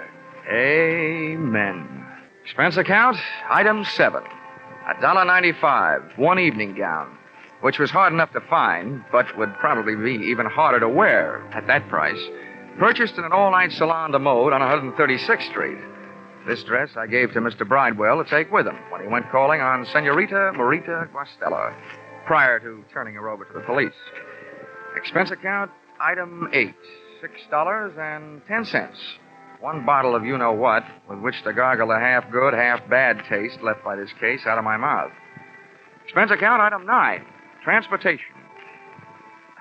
No, come to think of it, you can forget this item for a while. I think I'd better stay here in Manhattan and rest up a bit. Expense account, item 9, $400. Advance. Entertainment and things while resting on my laurels. Or possibly Mr. Bridewell's laurels. But anyway, resting. Expense account total, $1,100. You fill in the cents. Yours truly, Johnny Dollar. Yours truly, Johnny Dollar, is produced and directed by Norman MacDonald and stars Charles Russell, with script by Paul Dudley and Gil Dowd. Featured in the cast were Herb Butterfield as Mr. Bridewell, with Paul Dubove, Lillian Baeff, Lou Krugman, Junius Matthews, Jan Arvin, and Jack Kruschen. The special music is written and conducted by Leith Stevens. The first of the next batch of Johnny Dollar episodes is The Search for Michelle Marsh, again starring Charles Russell as Dollar. Michelle Marsh is missing, and if it turns out that she's dead, then the insurance company will have to pay out on her policy to the beneficiary, who is her sister. Johnny is sent to Boston to investigate, and soon winds up between two rival gangs. After extricating himself, he suspects the cops are setting him up or are somehow involved with the gangs. Does he find Michelle alive? And is there a much deeper plot afoot? A really fantastic story with a multi-layered plot that really draws you in, full of suspense and action and mystery, and a great ending. It aired September 25th, 1949. Then we have The Man Who Wrote Himself to Death, which starred Edmund O'Brien as Dollar. Now, in this one, a writer who has taken a policy out on himself, with his wife as the beneficiary, keeps getting involved in situations where he's likely to be killed by the police, what we would call suicide by cop nowadays. Dollar investigates, as it appears the writer is deliberately trying to get killed so his wife can get the insurance money. This is a darker, more noir story than Johnny Dollar's usual ones. I really like this one. It aired March 21st, 1950. And then next up is The Blood River Matter, again starring Edmund O'Brien. Sent to a small town called Blood River to investigate the non-fatal shooting of a man named Max Coburn, the insurance company wants him to find the perpetrator and the motive, as there is a $50,000 policy on Coburn. When Coburn dies from his injuries, the investigation is kicked into high gear, as the beneficiary would obviously be a prime suspect. This is a really exciting tale. It's one that I really enjoyed, but I do have to apologize for the audio quality. The original was in great shape, but I did clean it up, to the best of my abilities. Next, we have the Leland Blackburn matter. Gene Reimer, a close friend of Johnny's, is also an investigator, and he's been trying to solve a murder case in Charleston. When he is murdered, Johnny must solve both murder cases. This is one of my favorite Dollar episodes starring Edmund O'Brien. It's got all the usual great components: writing, acting, story, sound effects, etc. But this one adds a personal level, as instead of just an unknown policyholder, Dollar's close friend is killed. Great story. It aired December 16th, 1950. Then we have the Willard South matter, again with O'Brien as Dollar. Dollar is sent to the Virgin Islands when a married man named Willard South vanishes at sea while out in his boat. Murder is suspected, and Mrs. South is a prime suspect. Johnny has to locate the boat and find out if South is alive or dead, and if he's dead, who is the murderer? Who doesn't like a good sea adventure? So this one has suspense, mystery, action, lots of surprises and twists, and it takes place in a different locale than most Dollar episodes do. It aired April 21st, 1951. And then the last show in this batch, the Lucky Costa matter, again with O'Brien in the title role. Lucky Costa, a former colleague of Johnny's, has disappeared, and his wife Cora asks Dollar to find him as a personal favor. He travels to San Francisco and investigates, but he uncovers several things about his former fellow investigator that he wishes he hadn't. A gripping tale that has a very dark side and tells the story of a good detective gone bad. It aired on August 15th, 1951. Time to enjoy these shows. I'll be back later.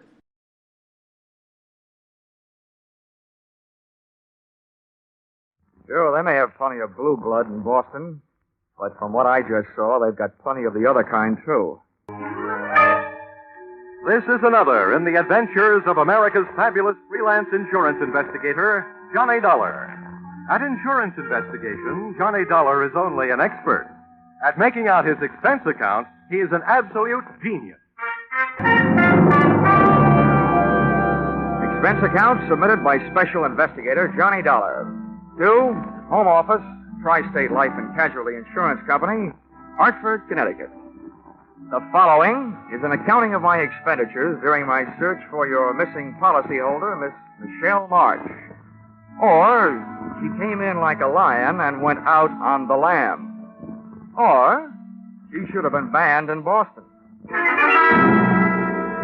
Expense account, item 1, $2.85, railroad transportation, Hartford to Boston. Expense account, item 2, $1.80, cab fare to the corner of Longwood and Huntington Avenues, a half block from the apartment house that was Miss Marsh's last known address. Boston may be called the cradle of liberty, but somebody else got rocked to sleep that morning on Longwood. The shots came from 2 carbines and 2 men in one light tan club coupe parked across the street. I waited long enough to memorize the license number as the pot rotted out of there, then I headed for the victim. My heart was pounding, but not from exercise. He'd been sprayed coming out of a doorway that, in another 20 seconds, I would have been going in. But the coincidence didn't stop there. Take it easy now, will you? We'll get you some help. You know who did it? March. What? I didn't get you. Tell him. Ask. Michelle March. Michelle March? Well, that's who I'm looking for. What's she got to do with it? Can you hear me? What's Michelle March got to do with it? Come on now, try.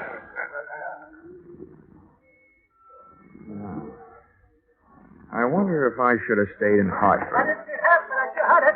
Like a shooting gallery. I was inside the shop, and, brother, that's where I stayed. Hey, mister, how is he? Can you tell? Yeah.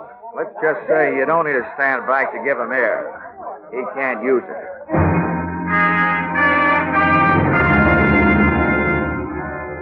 While the 2 limelight-happy characters from the crowd argued about who was going to notify the police, I disappeared from the scene by way of that desk doorway, pausing inside just long enough to learn from the buzzer panel that Michelle March's apartment number was, unluckily, 213.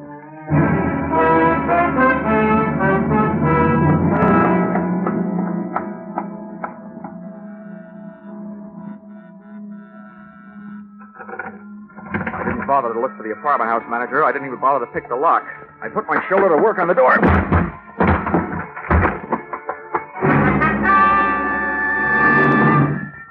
was an easy apartment to search, but it didn't offer anything to find.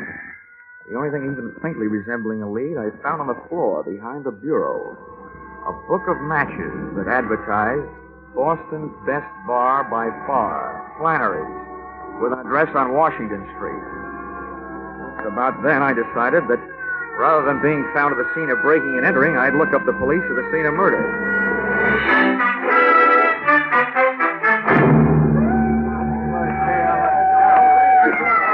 All right, keep moving, folks.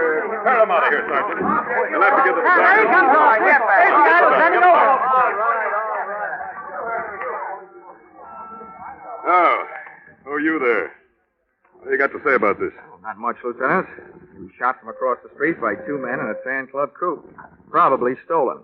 License number, Massachusetts 3R165. Weapons were carbines, .30 caliber Army issue. You sure of all that? Yeah. Here.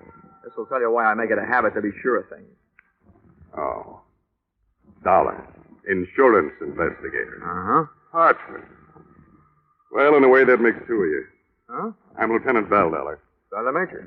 The dead man was a local detective. Private license, good business.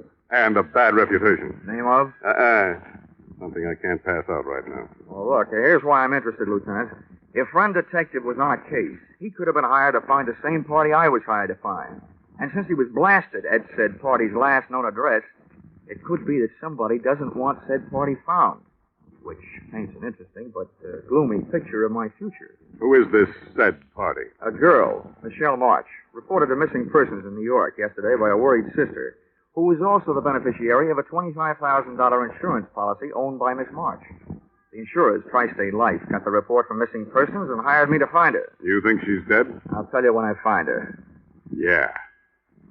Now, what makes you think the deceased might have been looking for her, too? Because he mentioned her name just before he went bye-bye. Ah. Where are you staying, Dollar? Just in case we need you. Cartwright Hotel. Now, look, Lieutenant. You've got a murder and I've got a missing person. You can loaf if you want to, but I'm eager.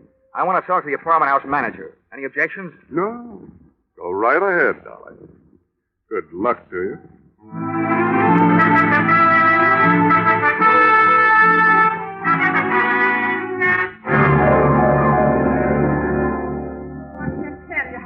I am over this, Mr. Darling. I've managed rooming houses for over 30 years in Boston, some very nice ones, too. This is the first murder I've ever had. Oh, why did fate point at me? Fate didn't point, Mrs. Macy. The gentleman was knocked off because he was involved with one of your tenants. Oh, that's impossible. I've tried so hard. References, my own personal observation. Oh, I'm glad to hear that, Mrs. Macy. In fact, the more personal your observations were, the gladder I'll be. Well, it isn't that I snooped, Mr. Darling. Of course not, Mrs. Macy. Who was it? Michelle March, 213. Oh, she's a lovely girl. But her habits were quite irregular. Often came in late. Oh. I understand she hasn't been staying in her apartment for the past 2 weeks. Do you know where she went? Why, no, but I did happen to be just outside her door when she came out with a suitcase and her gentleman collar. Her employer, I believe she said. Something about some work they had to do in the country. Uh-huh. She leave a forwarding address? She had little reason to do that. Why, all the time she's been here, the only letters she's gotten is from somebody in Chicago. One a month. A man, I'd say, from the penmanship. Didn't get one this month, though. Do you, by any chance, remember what those letters said? Oh, you young upstart. I'm only trying to help. I know, Mrs. Macy. You're a lovable old gossip.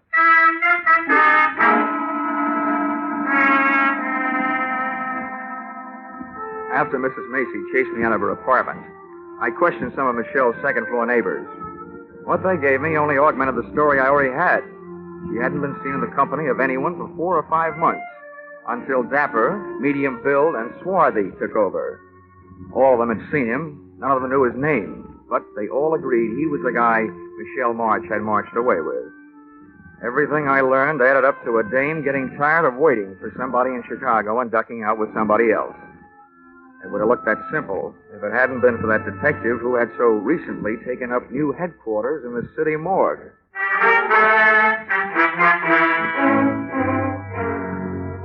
Expense account, item 3, $4.75, drinks and dinner. After which, expense account, item 4, $180, taxi ride, taken on the strength of the weak clue I found on Michelle's apartment floor. The match folder from Boston's best bar by far, Flannery's. Flannery's look like they wouldn't want to know how old you are, but how many stretches, and in what prisons. Above a row of greasy bottles, the wall behind the bar was covered with pictures of fighters, right from old John L. up to Rocky Graziano. But none of them looked as brutal as the 8 or 10 gorillas who had their feet on the brass rail. I decided this was no place to ask for a lady, so I asked for a drink. Yeah? Straight rye. Double.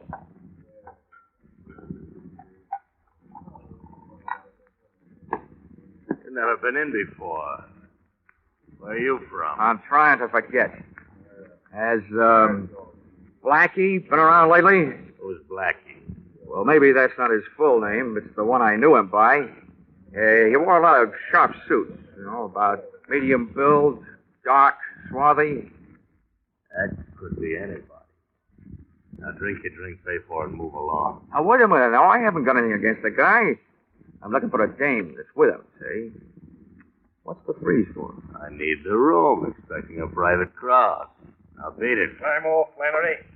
Maybe I want to talk to these guys. I'll see that, Ronnie. Yeah, I Look, told Joe I'd beat him at the... I'll get closed up again if I get any more trouble this week. Take him outside, Roxy, huh? Shut up.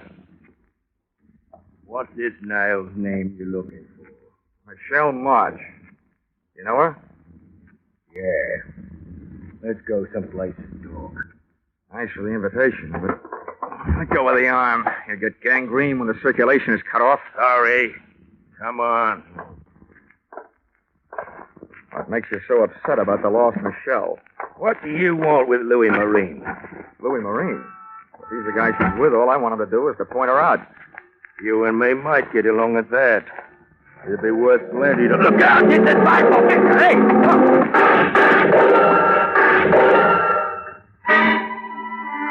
The car they were in was different, but those carbines sounded the same. I rubbed my nose raw, trying to bury my head in that sidewalk. I knew they had to empty those carbines sometime, but instead of sounding better, it started to sound worse. I twisted my head, shot a look at the street, saw one of the attackers in the process of falling out of one of the windows of the gun car. Closed my eyes again and realized why they never let my kind of insurance investigator be a policyholder.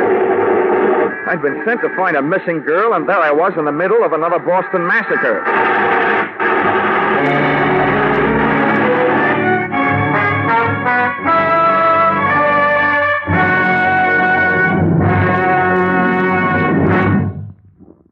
You're listening to Yours Truly, Johnny Dollar, starring Charles Russell.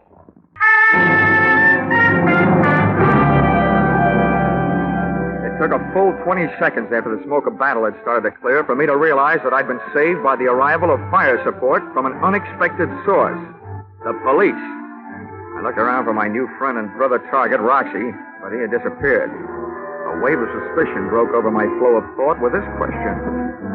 How did it happen that all those cops with all those guns just happened to be in all those hiding places waiting for those gunmen to drive up and open up? Answer, a hunter's stew like that usually calls for a pigeon. I didn't feel like flying, but I did, straight back to my hotel, with one landing and a newsstand. An evening paper gave me everything else I needed, except the feathers. But I wasn't exactly cooing when I got to my hotel room phone and put a call through to the Boston police.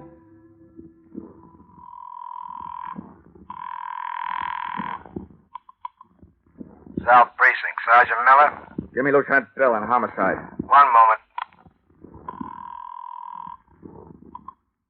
Homicide, Lieutenant Bill. This is Dollar, Lieutenant. Oh, Dollar, sure. I'm glad to hear from you. I'll have your badge for this. What did you say? The evening paper. Quote, Boston private detective, whose name has been withheld by police, was slain today, presumably to stop his search for a missing girl. It was learned by this paper from reliable sources. Oh, now, Dollar. That another investigator still alive has joined the hunt for the girl. Johnny Dollar, well-known Hartford insurance sleuth, checked into room 705 at the Cartwright Hotel today. Well, you want more? Why, I can't understand it. I told the boys not to say a word. I think the boys didn't. Oh, now, see here. A man would have to stoop pretty low to use methods like that. You probably touch your toes every morning for practice. Well, I hope you got the results for your stakeout in front of Flannery's. You got 2 hot carbines and a hot car. The evidence that could have talked, those gunmen, are so full of police lead that your only chance of learning anything now is to find somebody strong enough to pick them up and write with them. Now, wait a minute, Dollar. You know who hired them? Well, I'll find out. When you get confused, check with me. I think I know. Now, do I get the name of that private detective? The deceased? Well, I don't see any harm. Bernard Knight. Hired by? Well, all right, Dollar. If you'll cooperate, I will. According to his files, he was hired by Roxy Morris to find the girl. Now, who hired the gunmen? I think, but don't know that they were hired by a gent named Louis Marine to stop Roxy Morris from finding Michelle Marsh. Why? We'll have more about that later. But if you'll put a search on that pair of names, I'll look for a good night's sleep.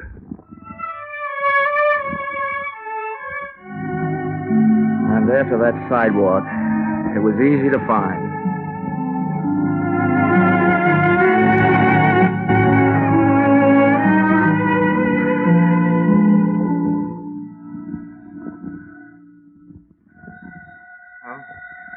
Hmm?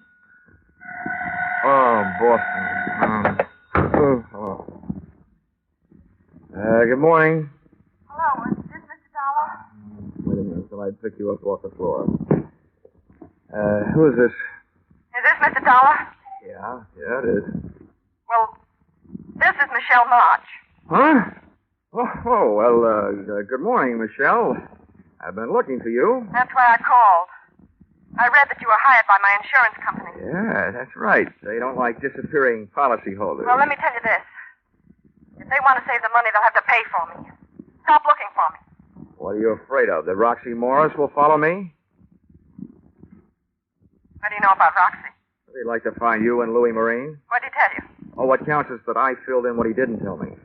Namely, that he was in Chicago for a year, and you were supposed to be waiting for him in this fatal apartment on Longwood Avenue. But instead, Louis Marine landed, took the situation well in hand, and captured you for himself. You're just trying this on for size, aren't you? If it fits, keep it on approval. The point is, there are too many people looking for you to stay lost. Where can I meet you? How do I know I can trust you?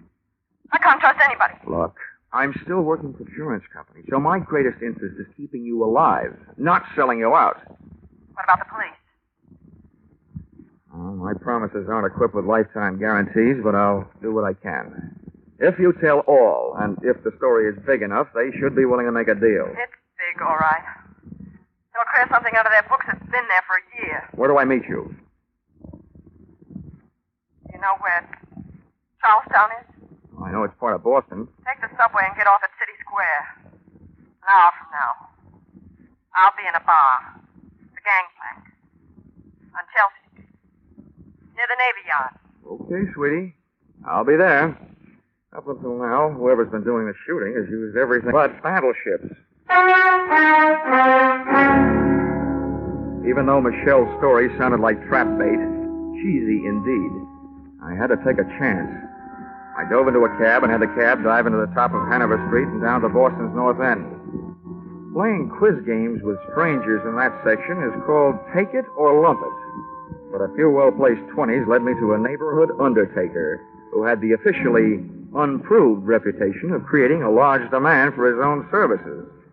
We swapped donations. I gave him $50, and he gave me a large out of the corner of his mouthful. Listen to me good. About a year ago, the laws picked up a Roxy Morris on a suspicion. They had a good idea. He's heisted a 75G payroll. But there were no witnesses. He didn't believe none. Roxy knew they'd watch him, so he hightailed it out of town. But he didn't detect the loot with him. The boys around here got it back on the grapevine. He was suffering from the shorts. So everybody figured he had the dough stashed away somewhere right around the here. Is that all? Have you got anything else to tell me? Yeah. Goodbye. I didn't like the way that undertaker said goodbye. I legged it up to the subway station marked Union, went down in and caught a train for Charlestown. Once at City Square, a 3-block walk down Chelsea Street produced the Gangplank Bar, which in turn produced that nose-bruising smell which comes from slopping beer on sawdust. Out of place in the place sat Michelle March. She was a good looker, with a bad look. And if I had been Roxy Morris, I would have elected her the last national bank. I flopped into a booth beside her. She turned her head my way, looked me straight in the kisser, blew a smoke ring at me, and popped 2 words through it. You Dollar? Yep, I'm Dollar. You March? I'm Michelle March. Well, so far so good. It's nice hearing you breathe. That means Tri-State Insurance can keep its nice $25,000. Only if you keep me this way, Mr. Dollar. And that might prove to be a difficult thing to do. Oh, maybe not so difficult. Why not? Well, you indicated yourself that your magnetic personality might suddenly attract a few steel jacket bullets. That means there'll have to be somebody to pull the trigger. So all I have to do is to sit around and see who tries to take a shot at the target. You. And we've got our man. It's not that easy. I'm in trouble 3 ways. And it's hard to see 3 ways at once. Look, I know all about Roxy Morris. He swiped $75,000 and gave it to you to mine. You don't know the half of it. 2 months after Roxy was gone, a guy named Louis Marine came to me with a story that Roxy had sent for $20,000. I gave it to him. Then he told me that Roxy had never sent for him. And that if I squawked, he'd convince Roxy that I'd fallen in love with him and just given him the money. Either that or he'd tip off the police. He had me going and coming. Nice fellow. He wouldn't leave me alone. He made me give him $15,000 more of Roxy's money. And 2 weeks ago, I got word through to Roxy in Chicago. He blew up. Turned on me. I've been running from him ever since. He wants his $75,000, all of it. And I haven't got it. Oh, seems like you've been taking chances all the way. Now, you know what I want you to do? No, what? Take one more.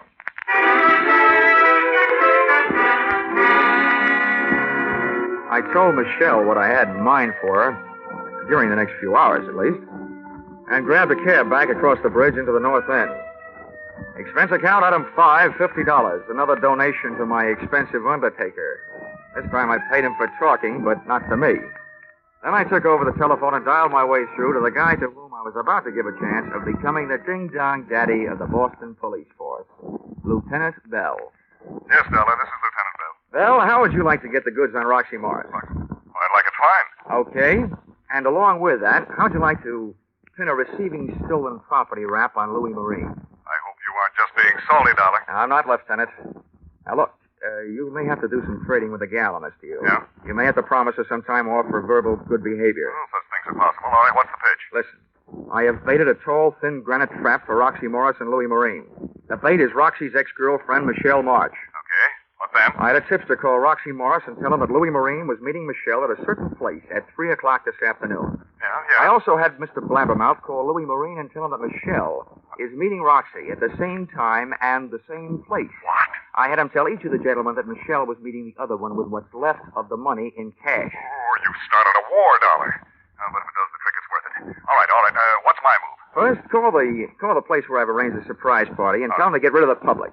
Also tell them to let a girl named Michelle March come and go as she pleases. Also me. Oh, don't tell me you've set this thing up in a public place.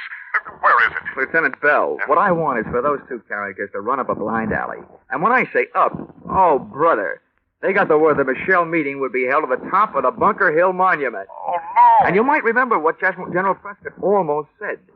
Don't fire till you see the red in their eyes.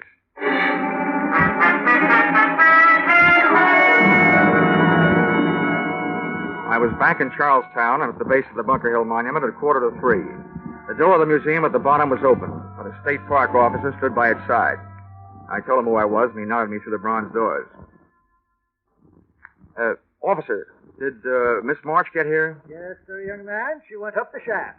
Oh, well, look, can I run the elevator myself? There isn't any elevator. Just steps. 200 to 300. Oh. Ow, this may be going to heaven the hard way, but here goes.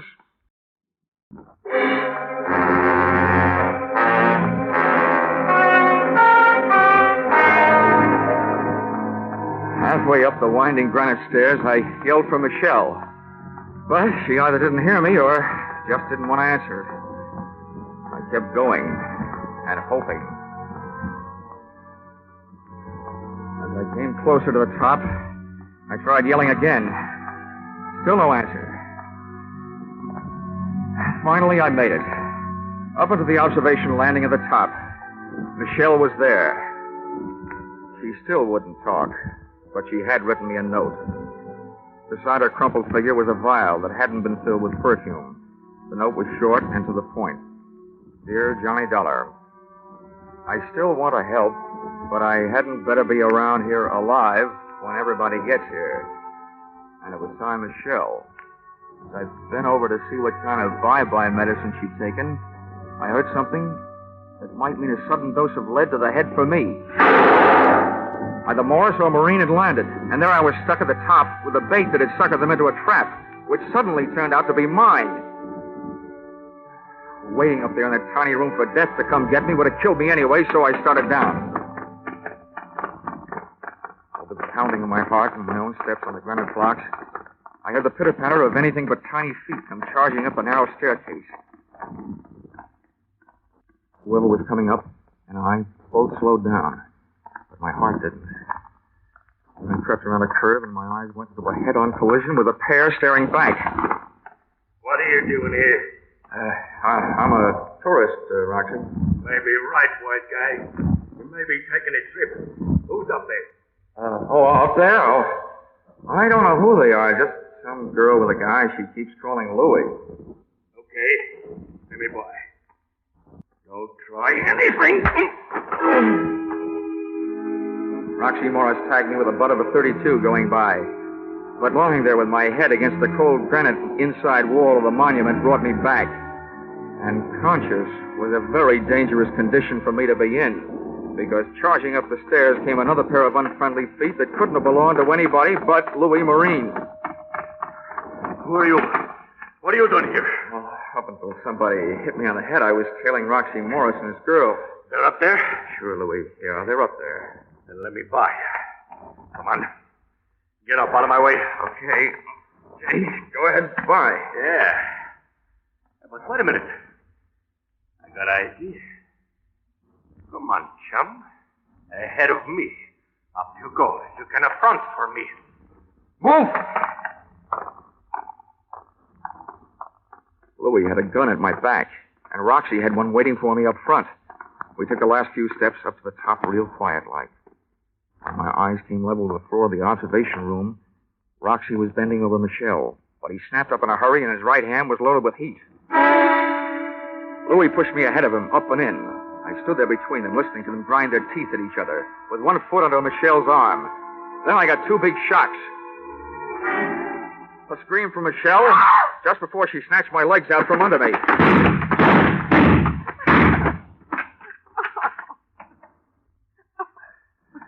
Hey, what are you doing alive? I don't know. I guess I didn't take enough. Well, whatever you're doing alive, I'll tell you one thing. Your two boyfriends sure took care of each other. Come on. Let me get you out of here. Oh. I didn't think I'd be able to carry me down all those stairs. Now I have to carry you.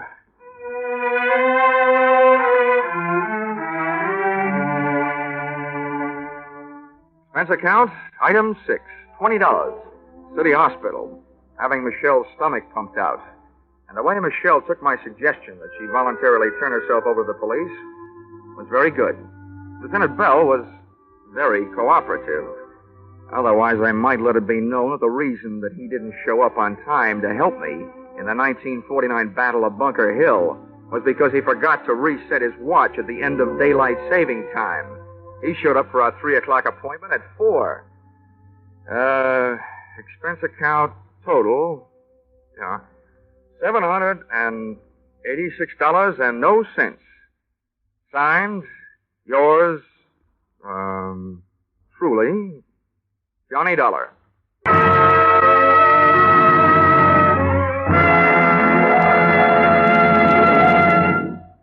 Yours truly, Johnny Dollar, is produced and directed by Gordon T. Hughes and stars Charles Russell with script by Paul Dudley and Gil Dowd. Featured in the cast were Bill Boucher, Myra Marsh, Dick Ryan, Larry Dobkin, Charles Seal, and Dorothy Lovett. The special music is written and conducted by Leith Stevens. From Hollywood, it's time now for Edmund O'Brien as Johnny Dollar. Mr. Dollar, this is Miss Ramey, Legal Department, Britannia Casualty and Life. Oh, yeah, Miss Ramey. Thanks for calling back. I just wanted to get something straight. If a murderer is executed, does his policy pay off? Well, that's an unusual question. As far as I know, yes, but we've never faced a situation. Well, put on your makeup. It's liable to happen any minute. Edmund O'Brien in another transcribed adventure of the man with the action-packed expense account, America's fabulous freelance insurance investigator. Yours truly, Johnny Dollar. Expense account submitted by Special Investigator Johnny Dollar to Britannia Casualty and Life, Hartford, Connecticut. The following is an accounting of expenditures during my investigation of Stuart Palmer, the man who wrote himself to death. Expense account, item 1, $123.42, air and miscellaneous travel expenses from Hartford to Chicago and the Cook County Jail. Well, you can make up your own mind about him, Dollar. He's like all those writers. If he isn't guilty, he's crazy. How are you, Lieutenant? Oh, hi, Markowitz. This is Mr. Dollar. Hello, how are you? Mr. Dollar. He's an insurance dick. He wants to talk to Palmer. Call him out, will you? Sure thing, Lieutenant. Hey, Palmer, your mother's here. I'll see you on your way out, Dollar. Yeah, thanks a lot, Lieutenant. Here's your boy, Mr. Dollar. You'll have to talk to him through the bridge. Stuart Palmer? Yeah. My name is Dollar. Britannia Casualty and Life sent me out here. I understand you're in some difficulty. If there's anything I can do to help... You didn't come here to help me. You came to investigate my new policy. Now, look... I don't need your help or anybody else's. I paid my first premium. That's all you or the company need be concerned about. They're concerned about the fact that you're being held on suspicion of murder. That doesn't affect the policy. Have you retained counsel? That's none of your business. Thanks for the cooperation. Nice to meet friends in a strange city. You can have him, Markowitz. Thanks. Well, Dollar? Lovable, isn't he? What have you got on him? Oh, not much. Some wino was killed in the Clark Street pool room. Palmer was holding one of the cues. We pulled him in with about 14 others. When are you going to release him? We're not sure. He's been in before, you know. Tell me, what's the matter with him? Who knows? He's a writer. Crime stuff. Hangs around the West Madison district a lot of the time. Calls it research. Does he still have that Kenwood address? Wait a sec. Yeah. 5715. Well, I hope his wife is jollier than he is.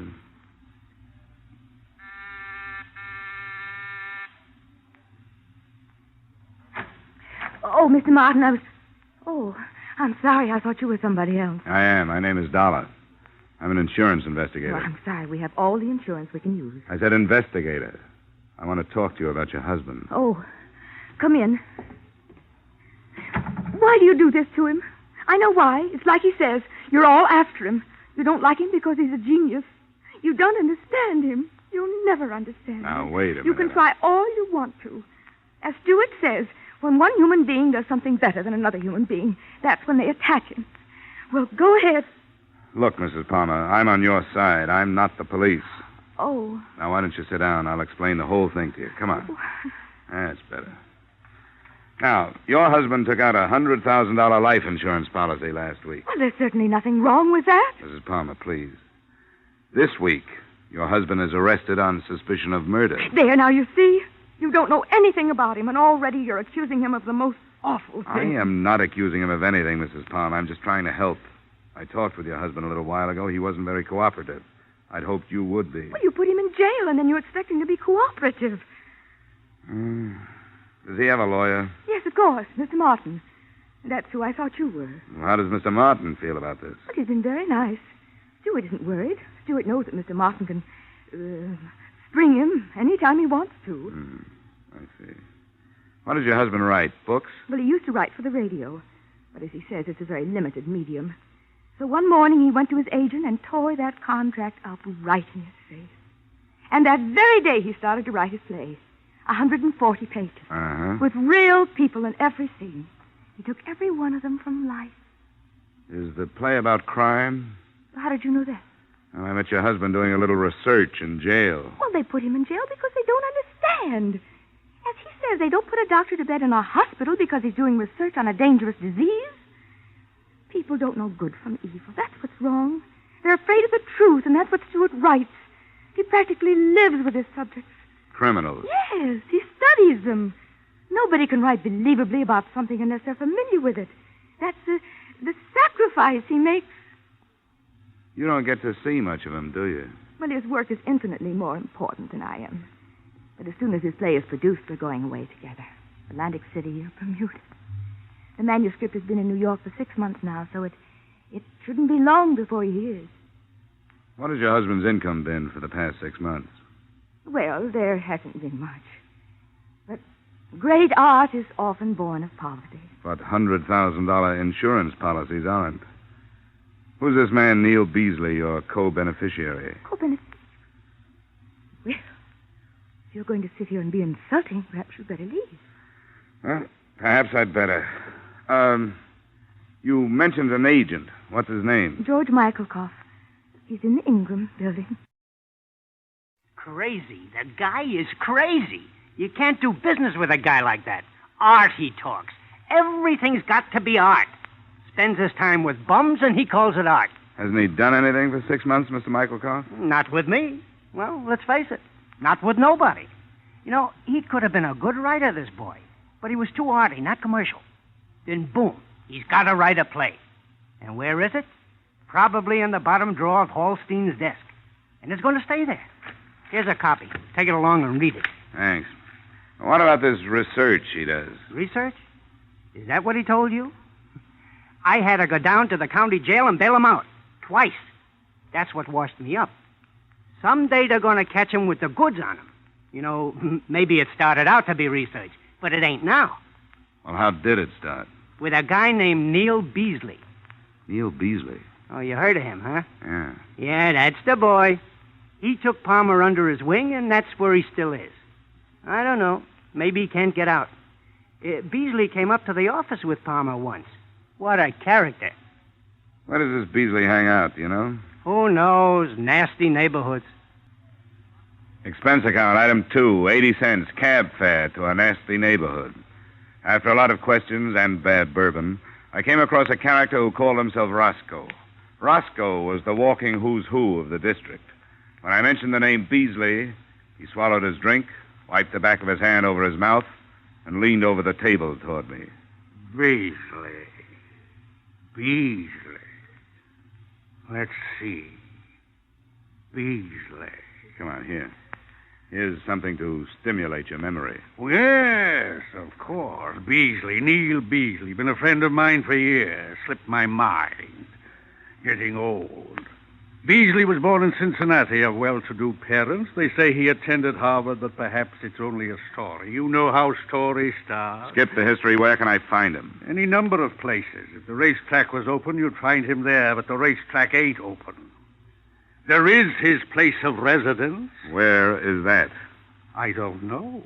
But he must live somewhere. Obviously. What would you suggest? You familiar with the Atomic Tavern up the street? Oh, I'm a stranger in town.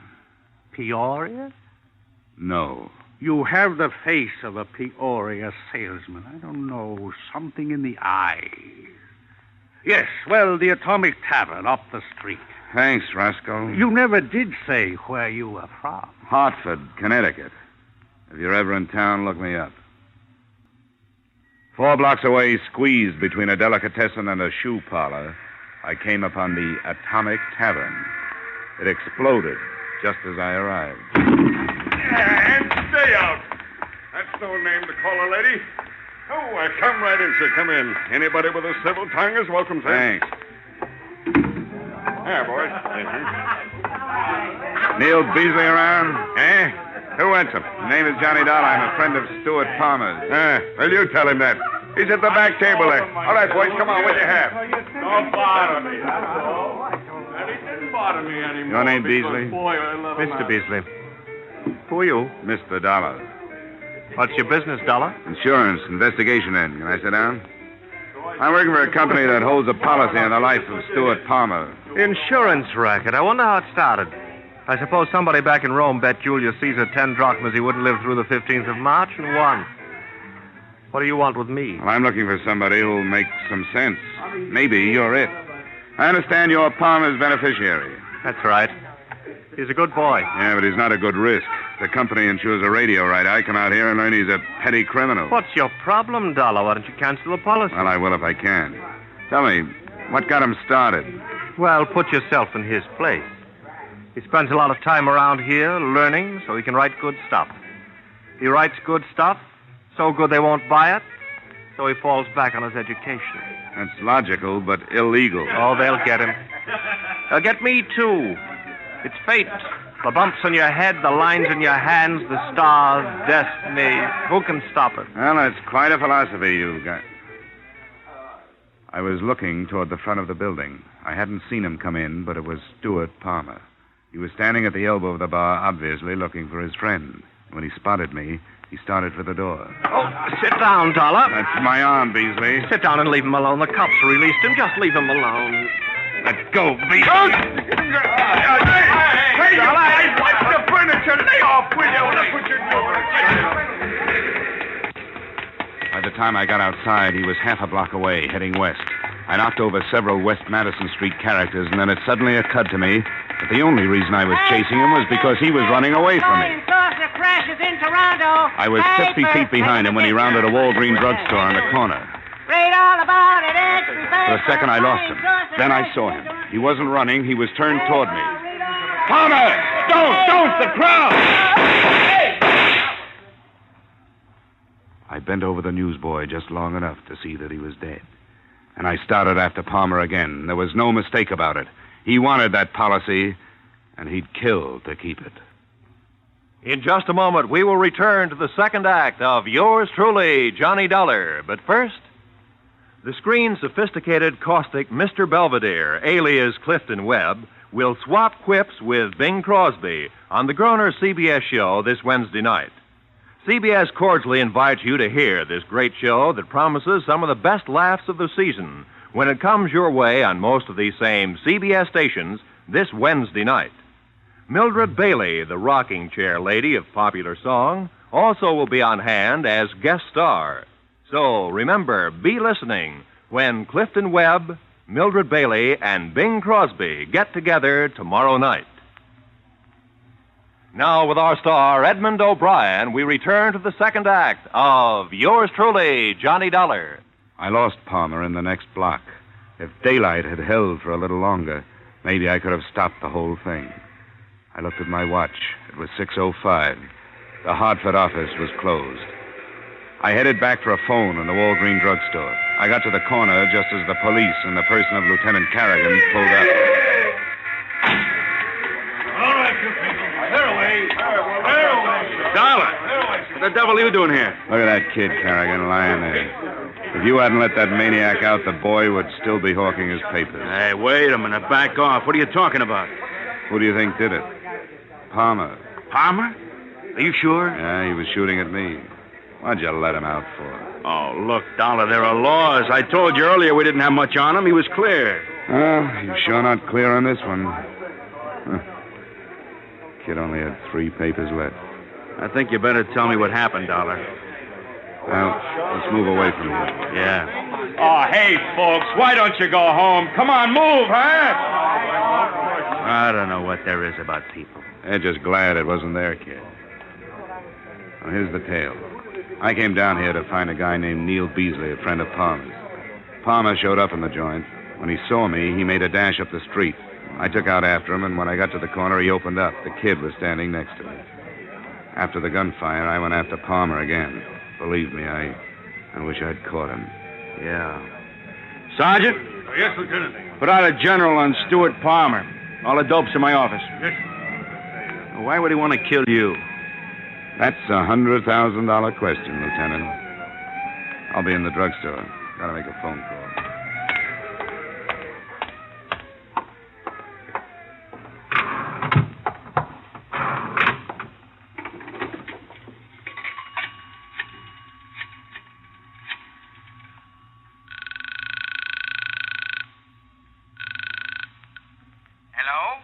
Mr. Sandal? Yes? Sorry to bother you at home. I'm on the Palmer case out of your Hartford office. Oh, yes.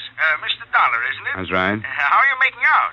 Well, things couldn't be worse. Your only move is to cancel the policy, sir.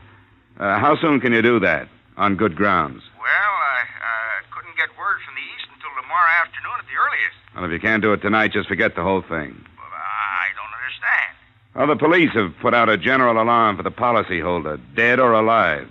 And the odds are on the bad side.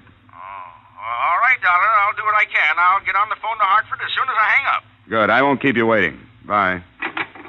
Expense account item 4. $1.80 cab fare back to Mrs. Palmer's apartment. On the way, I suppose I should have been worried about the $100,000 worth of policy. But that didn't seem to bother me. There was the newsboy who never knew what hit him. And there was Palmer's wife. I was going to have to tell her about it. But I knew even before I got to the apartment that she'd never believe me. I don't believe you. Of course you don't. And you don't want to. You don't want to believe anything bad about him. You want to just go on complimenting yourself on being married to the greatest man on earth. But you're way wrong. Where is he? I don't know. And you can't make me believe you. Why would he kill anybody? Well, my guess is that he's doing it for you. Oh, that's a terrible thing to say. He wouldn't do anything wrong, even for me. He took out an insurance policy that he couldn't afford. Why do you think he did that? I don't know. I never understood about business. Well, he sure got you. Some people have collie dogs, and he's got you. He comes home, pats you on the head, so you'll look up at him and tell him how wonderful he is. You know why? Because nobody else will. You just don't understand. You just don't understand at all. How long has it been since he treated you like a woman? Bought you things like candy, flowers. When was the last time he spent an evening with you? Why are you saying these things? Well, I'm trying to tell you that he failed, both as a writer and as a husband. Don't you see? He's trying to make it up to you. He wants the police to kill him so you'll collect the insurance. That's a lie. Where is he, Marion? Oh. Hello? Yes? No, he's here now. Why do you say that? No. Stuart, where are you? He hung up.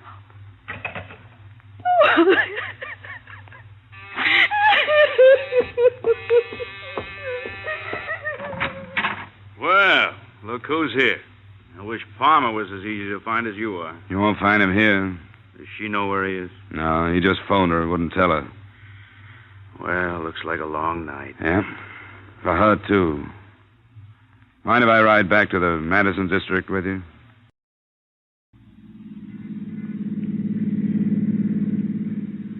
That's quite a theory, Dollar. What happens to a guy to get him in a mess like this? I don't know. Burned too many bridges, I guess. Made a stand with his agent. Told everybody he'd show him he was right. Now he can't do it. Oh, people. I don't know. Maybe I've been in homicide too long. I used to think a lot about things like this. You know, wonder about what started these characters, what got them to the place where I'd have to go after them. No more. Their problems aren't mine. All I worry about now is how to get them without getting anybody else hurt. You've got a nice, simple job, Lieutenant Carrigan. Yeah. I was thinking of that. You want him alive? The insurance company does. I hope it works out for you. I can't take any chances.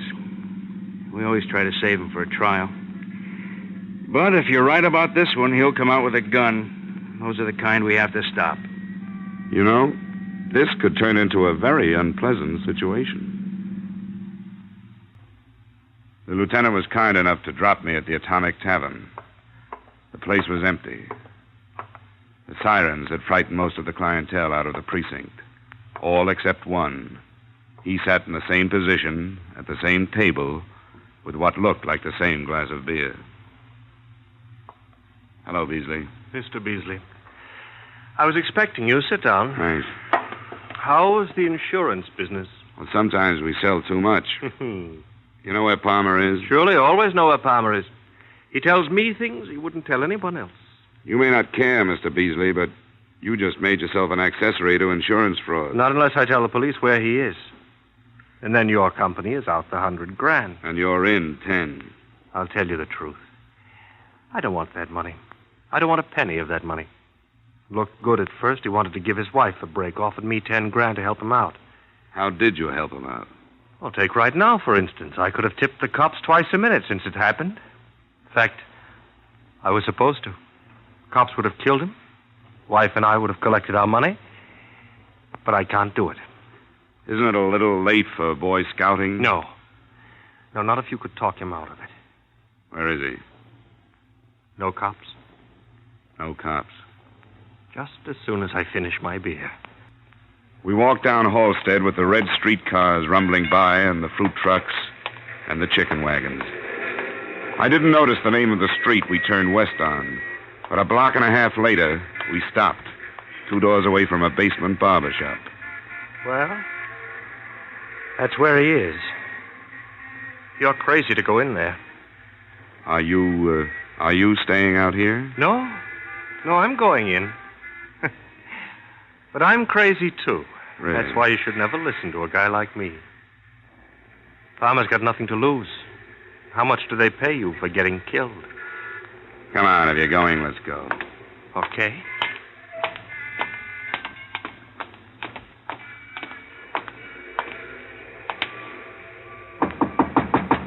Palmer. Palmer, it's Beasley. Let me in.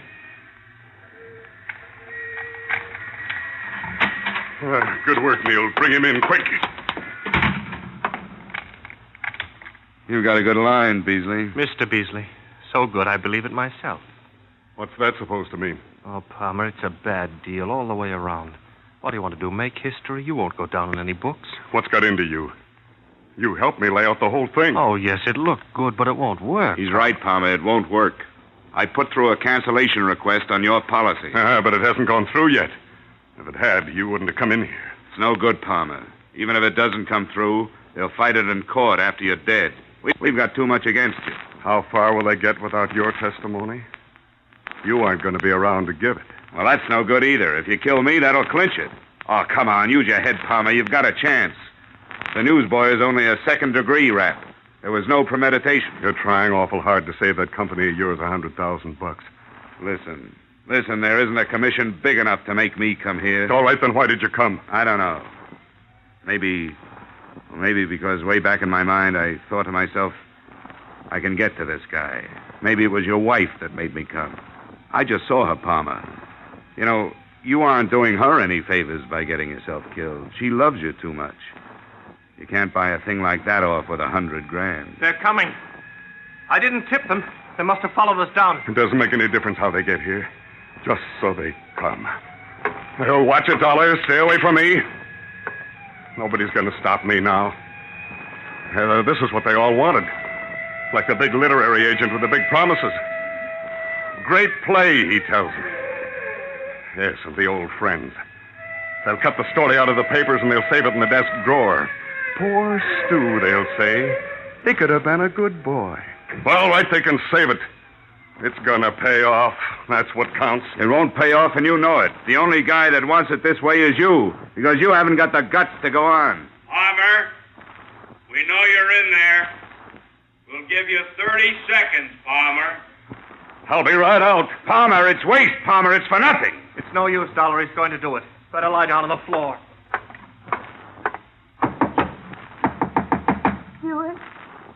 Stewart, are you in there? Marion, get away from here. I want to talk to you, Stewart. Open the door.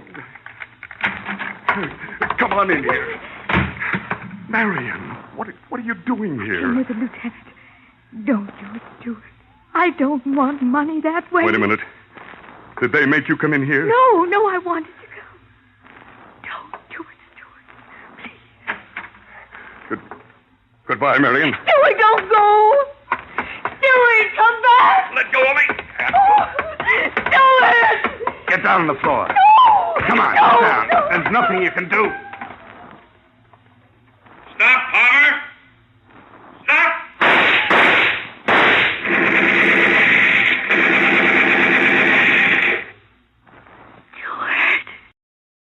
As you know, Palmer's policy was not canceled before he died. But I'm sure that with a staff of legal geniuses employed by the Britannia Company, you'll come out all right. A soft judge gave Beasley 60 days for attempted insurance fraud, and that was it. Expense account item 6, same as item 1, transportation Chicago to Hartford. Expense account total, $635.24. Oh, almost forgot.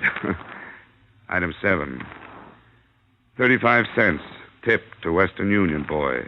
Telegram from Marion Palmer. Contents? Thought you'd like to know. Stewart's play accepted for production on Broadway. Yours truly, Johnny Dollar.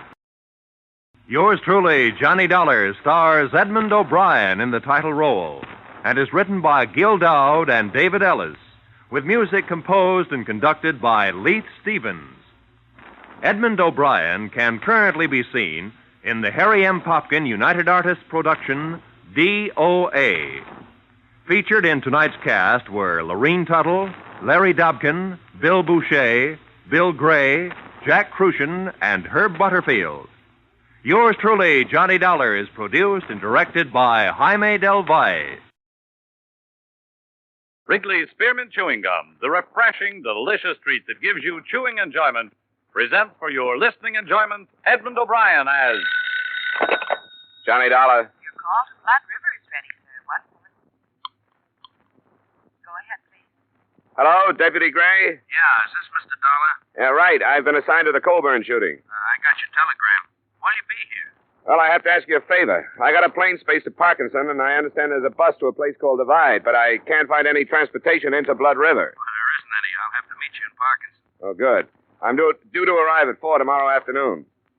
Say, what about Coburn? Did he make a statement? No, he hadn't come to yet. If you want one, you better show some speed. The doc says he may not last till tomorrow.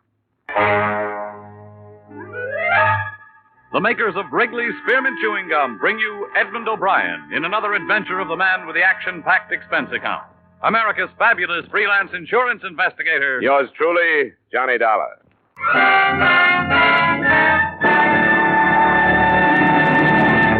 To make every day more enjoyable, treat yourself often to refreshing, delicious Wrigley's Spearmint Chewing Gum. Here's a taste treat you can enjoy indoors, outdoors, at work, or at play. The cool, long-lasting mint flavor refreshes you. The smooth, steady chewing helps keep you fresh and alert, adds enjoyment to whatever you're doing. Wrigley's Spearmint Chewing Gum. Healthful, refreshing, delicious.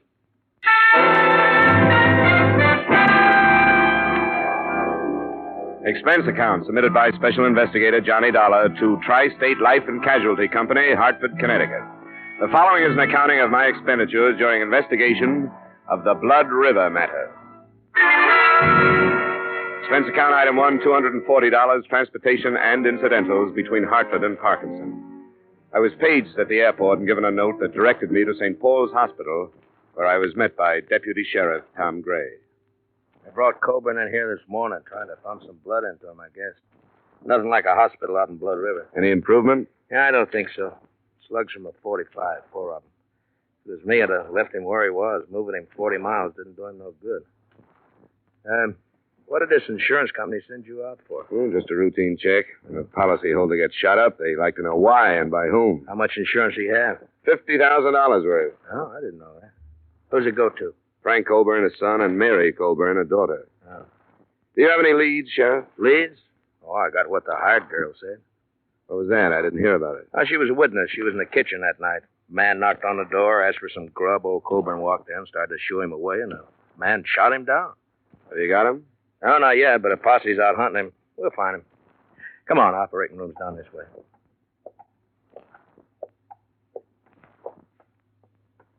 Have you heard any news?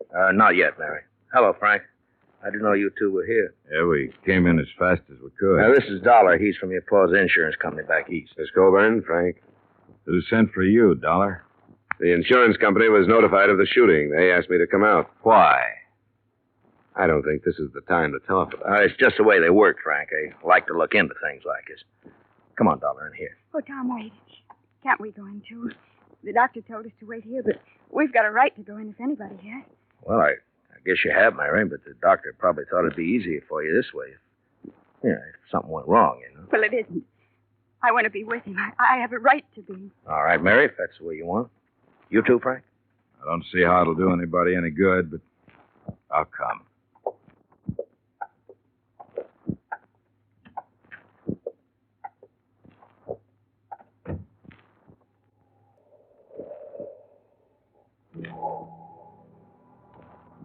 The son, Frank, was a huge man, well over 6 feet in his high-heeled boots.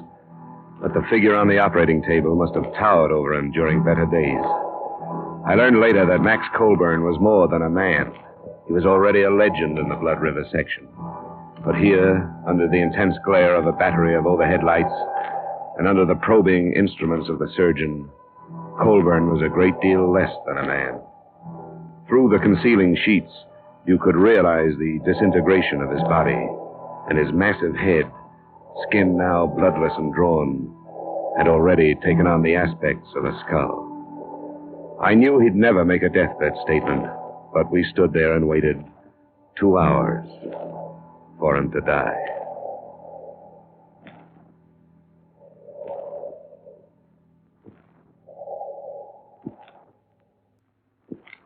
That's all, nurse. Jot down the time, please, and notify the coroner. Yes, sir. 6:15. Oh, now, Mary, don't do that. It won't do no good. Oh, Tom, what'll I do? What'll I do? You'll be all right, Mary. Frank, take her out of here, will you? Come on, Mary. There's nothing anybody can do now. If it had been me, Doc, I'd never brought him in. Old Bull might have made it in Blood River. I'm sorry, Gray. He had to be moved. No facilities at all out there. It's your business, I guess. It was point-blank range, Gray. Multiple punctures of the stomach, single puncture of the right lung. He had to be moved. How do you do? Johnny Dollar, Doctor. Oh, I'm sorry. Dr. Fulton. Mr. Dollar is representing the insurance company. How do you do? I'm sorry I couldn't save him, Dollar. You did everything you could. Yeah. Who was it that shot him, do you know? Not yet. I hope you find him. Max Colburn was a fine man. Yeah, the best. What are you going to do now, Dollar? Go to Blood River? I'm still not satisfied about this thing. I'll put you up in my place. There's no hotel. Oh, thanks. I'd appreciate it. Well, nice to meet you, Dollar. Too bad it couldn't have been under better circumstances. Should never have brought him in. Well, he probably knew what he was doing. You think he shouldn't have been brought in? Why'd you let him? You're supposed to be the sheriff out here. There's nothing I could do to stop him, Frank. No, and there didn't seem to be anything you could do before to stop it either. Oh, now, calm down, Frank. The county don't pay you to run around with my sister.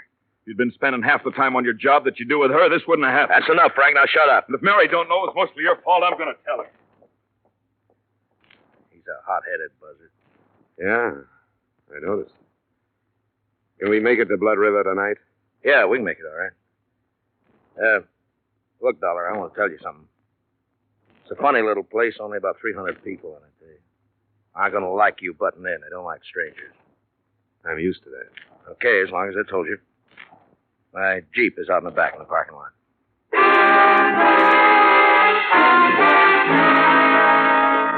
It was only 40 miles to the village of Blood River. It took us until 9:30 to get there. But long before then, I had begun to feel the place. It was at the foot of a range of mountains that rose sheerly from a narrow, choked valley. And it was the mountains that gave the feeling of oppression. In the moonlight, they seemed to be leaning over the village, ready to destroy it at any moment. Gray had comfortable quarters in his cabin office. I slept fairly well. And the next morning, he drove me out to the village, to the Colburn Ranch.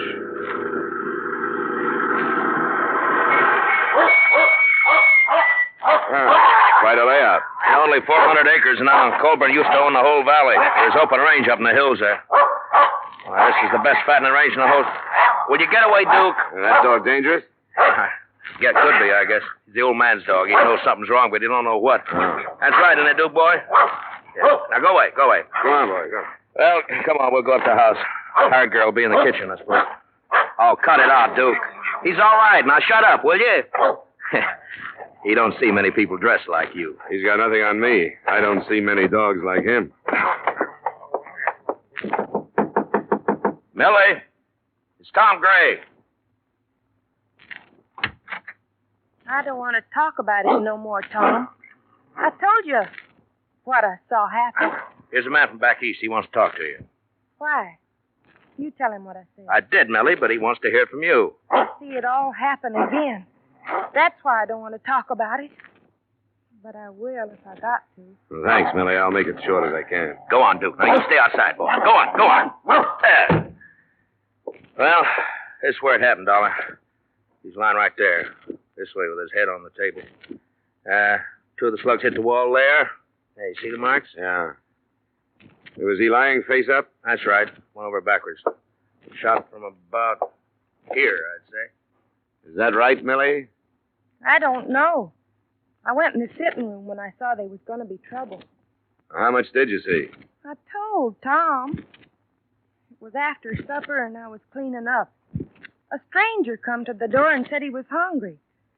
I yelled to Mr. Colburn. I have to ask him about things. And he started right away to run him out. I fed a lot of strangers.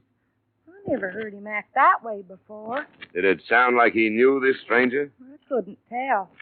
He started cussing at him, and I run in the sitting room and held my hands over my ears till the shooting. Then I screamed. According to the description you gave Sheriff Gray, the man was short, stocky, with dark hair and heavy eyebrows. Now, can you remember anything else about him? I can remember one thing more. He was wearing some kind of a coat and had a newspaper in one pocket. Would you recognize him again if you saw him? Oh, yes. I'll never forget him. Why haven't you caught him, Tom? We'll get him. Did you see him after you heard the shots? No. I run back in here and saw Mr. Colburn. Then I run outside screaming. Randy come out of the bunkhouse, but I didn't see the man. That's Randy Drew. He didn't see the stranger coming or going. Colburn's son and daughter, where were they? They wasn't here. I don't know where Miss Colburn was, but Mr. Colburn wasn't home yet from riding fence. Millie, What? you telling the truth? Yes. You aren't protecting anybody. Of course I ain't protecting anybody. Why should I do anything like that? Who would it be? I only asked, Millie. That's all I want here, Sheriff. Good enough. Thanks for the help. Millie. Yeah, it looks like it's going to storm. And how old is she? Huh? Oh, about 20, I guess. With a little work, she could be an attractive girl. She's peculiar. She grew up outside, but never quite did inside. How does she and Frankie get along? Pretty good, I guess. What are you driving at? Sometimes that stranger story sounds just a little too pat. Hey, hold on. I take it that's the bunkhouse? Yeah, that's it. Now, how could somebody kill Colburn and then get across all this open yard before anyone ran out to check on the shooting? I don't know. I guess shooting out here don't mean what it does where you come from. Folks here do a lot of shooting. Well, Millie said she screamed. It's pretty dark here, too. Mountains cut off the sun about 4 o'clock. Well, maybe so. I told you we found a gun in a ditch near here. She said she had a newspaper in his pocket. The gun was wrapped in one when we found it. Who's this? What? That looks like Charlie Baxter. Oh, yeah, it is. He was in the posse. Wonder what he's steaming that horse about. Hold it. Oh! What's the matter, Baxter? We got him. We got the killer. We found him at Silver Star. Oh, well, good. Where's he now? We're bringing him to your place. It's Elmer Bryce. He came back? You better get in there. Right. You stay here and bring Millie in. She'll have to identify him. Use the truck. Okay. Let's get on back to town, Dollar. Who's Elmer Bryce? There used to be a hand here, just flunky. Kept the range string watered. Choked a colt to death with a rope, and old man Colburn darn near killed him. When was this? Oh, 2 years ago. You know, in 35 years of ranching, Elmer Bryce was the first hand the old man ever had to fire. Folks around here ran him right out of the country.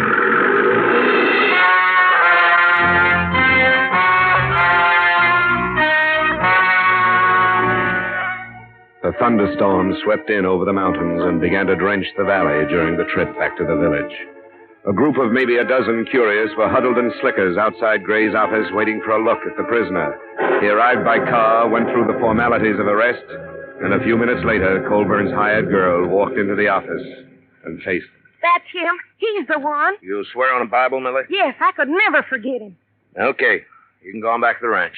Thanks for coming in. I'm glad they caught you. Oh, Millie. When they kill you, maybe I can sleep without seeing it happen all over again. That's enough, Millie. All right. Hey, you want Millie? Well, Bryce, you're under arrest. Anything you say will be used against you. I didn't kill him. You deny being at the ranch? I was at the ranch, but I didn't kill him. Well, what did you do? I was hungry. I thought I could get something to eat. He owes it to me. I can't get work no place because he talked about me so much. Nobody will hire me on account of the way he talks. It wasn't my fault that colt choked. He kept pulling and the rope jammed. Colburn, he told people I was crazy. I did it for fun. That ain't right. What happened at the ranch? Well, I asked the girl for something to eat. She called Mr. Colburn. He come and cussed me out and told me to get off his land. I left. Well, he says when he cussed you out, you killed him. I don't care what she says. What kind of a gun do you carry? I ain't got no gun, and you can't prove I killed him. Of course, I never did. Him too was Gray. We want Elmer Bryce. Why did you go to his ranch instead of some other? I told you. Because he owes me something for what he done to me. Why don't you tell the truth so we can get on with this, huh? I didn't kill him. You hated him. I hate a lot of people. Listen to them. Who is it? Let me come in. Just a minute. All right, come in. gathered fast, Gray. Must be near to 100 out there now. They sent me in to say they wanted Bryce. Well, they can't have him. You know how they feel about old man Colburn. They want his killer for themselves. I didn't kill him. Nobody can prove I did. I think you've waited long enough, Sheriff. You better get this man into a car and get out of here. All right. Come on, Bryce. On your feet. I ought to give you to him. I don't care what you Give me a hand, Dollar. Sure. The faster we move, the better. Open the door, Baxter, and start out. We'll be right behind you. All right, let's go. Move, Bryce. Come on, move. Come on. Get to the car, Bryce, quick. Now go home, folks. Anderson there, you go home. And Phil, you know better than to do this. Now go on home, will you? All right, get away. Let go. We don't need no outsiders. Ben, take care of this outsider. I got the killer. Use your head. This won't do any good. Mr. Parker, you crazy. You ain't gonna stop it.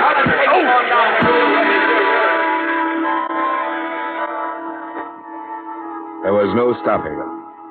I caught a last glimpse of Bryce's face as I went down into the mud of the street. Then there was nothing but hundreds of thrashing legs carrying the mob and their victim to a waiting truck. Blood River was in the process of living up to its name.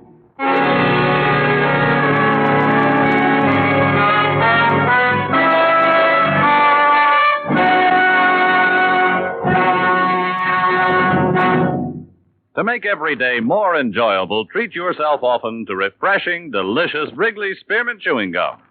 The lively, full-bodied real mint flavor cools your mouth, moistens your throat, freshens your taste. And the chewing itself gives you a little lift, helps you keep going at your best. So for real chewing enjoyment that's refreshing and long-lasting, always keep Wrigley Spearmint Chewing Gum handy. Healthful, delicious Wrigley Spearmint Gum will make every day more enjoyable. And now, with our star, Edmund O'Brien, we return you to the second act of yours truly, Johnny Dollar.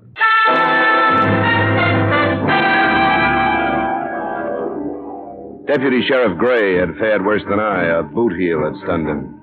So it was 15 minutes before we got underway in the Jeep. We found Elmer Bryce on the road to the Colburn Ranch, hanging from a bridge. We took his body back to the sheriff's office in the now silent village. You got to understand how they felt about Colburn before you can begin to understand their actions. I'll never understand. I've never been part of a mob. And neither have I. Neither have they. But this is something special. The old man is going to break up the rest of his land and parcel it out. He's done it before. He was loyal to the Blood River folk, and it meant they could have the land of their own. They could never afford it except the way he sold it.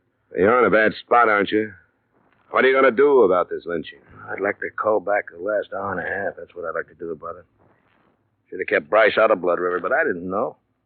These people are my friends. I'll have to go into Parkinson and name as many of them as I saw. That's what you pay for wearing a badge, I guess. It's a lousy break. Is there anything I can do? I think I better strap on a gun. For the first time since I got this job. See there on the desk, the receipt I made out when I took Bryce's personal things? I better have that. Is it there? Yeah, it's here. Sheriff? What? What's this? Who signed this? Charlie Maxwell. He signed because Bryce couldn't write. That's his X just above there. He couldn't write? No, he wasn't much for brains. You saw that. He couldn't write his own name, but he carried a newspaper around with him? Why? Just to have it handy for wrapping guns? Or did he learn to read without learning to write? Well, it's going to be a strange kind of justice, Sheriff. If he was telling the truth and your village killed an innocent man, those that go free will live with that for the rest of their lives. I'll leave the Jeep with you. I'll drive Maxwell's pickup into Parkinson. Yeah, thanks. There's some of my clothes and boots you can wear. Better get out of them wet ones. And just take this advice, will you? Don't go throwing your weight around. It's going to send them crazy. Be careful. I'll be back after supper.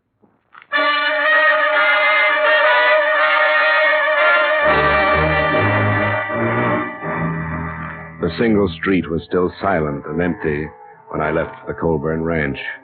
The mountains were closing in again. There should have been lights in the windows of the houses, but instead they were dark.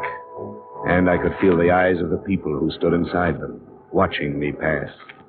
Finally, almost at the edge of town, a knot of men stepped from a doorway and waved me to a stop. Where's Tom Gray? He went into Parkinson. What for? To report the lynching. Lynching? Hear that, boys? He says somebody strung up the killer. I don't believe it. What I hear, he hung himself. Good. Why are you trying this out on me? I'm not here to arrest you. I couldn't if I wanted to. What are you doing here? I'm still looking for Max Colburn's murderer. Bryce hung himself. He shouldn't have, because he wasn't guilty. Who says that? Sheriff Gray and I. There was nothing against him but your personal feelings and some circumstantial evidence. He's the one who done it. He even said so. Said what? That he went to the ranch first off. Why else would he do that? He was hungry. Now, come on, get out of my way. You people think the rest of the story will help your peace of mind, any I'll try to get it for you. But Bryce was innocent. Think about that for the time being. Come on, move it, Ben. I'm coming through. Let him go, Ben. Come on, boys. He can't hurt us.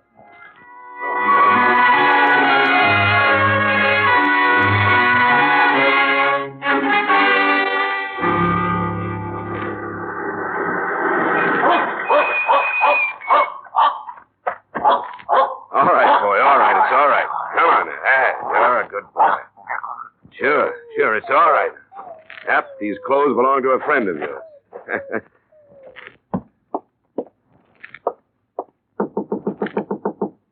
Who is it? Johnny Dollar, Miss Colburn.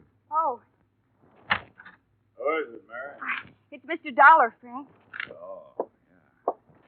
Come on in, Dollar. Thanks. We heard about Bryce. I'm sorry it went that way. Any man, I don't care what he is, has a right to a trial. Yeah. Lynching is one of man's least pleasant habits. This one especially, it looks like Bryce was innocent. No, he wasn't. Millie said he was the one. There could have been a lot of things wrong with her statement. She didn't see it happen. She only heard it. Somebody else could have taken advantage of Bryce's visit and done the shooting himself. I don't follow you. He did come out here. He admitted it, but I don't think he killed your father. He hated him. Mary, stop that. Sure, he hated him. Everybody knew it. With that and Millie's statement, who would bother to look any further than poor dim-witted Elmer Bryce? Frank. Oh, Frank. Shut up, Mary. Go on in the other room. Wait a minute. What's the matter with her? She's upset. Frank, you killed him. Shut up. No. You'd like that to be true, wouldn't you? You said you would. You said you would, and you killed him. I'm going to the sheriff, Frank, and don't try to stop me. She's off her head. Like everybody else in this blasted hole. Yeah? Why should she have said that? Because I lost my temper one night. Told the old man he better blow his own brains out before I did it for him. Because he forgot how to think with them. When was that? A couple of weeks back. Maybe I was hot enough to mean it at the time, but I cooled off. I wouldn't kill my own pa. Well, there goes your sister, Frank. Sheriff Gray mentioned that he was going to sell the rest of his land. Was that the cause of the trouble? Yeah. He didn't care what happened to his kids. I told him with all the war talk, this was the time to hang on to it, restock the herds, and get ready to make some money. Ranch is yours now. That's right. Mine and Mary's. Where were you when your father was killed? I was riding fences up by Red Knoll. Do you have any way to prove that? Any witnesses? You don't run into anybody up that way. That's our land. Folks stay off it. What about it, Frank? What about it? There's a lot stacked up against you. I know it.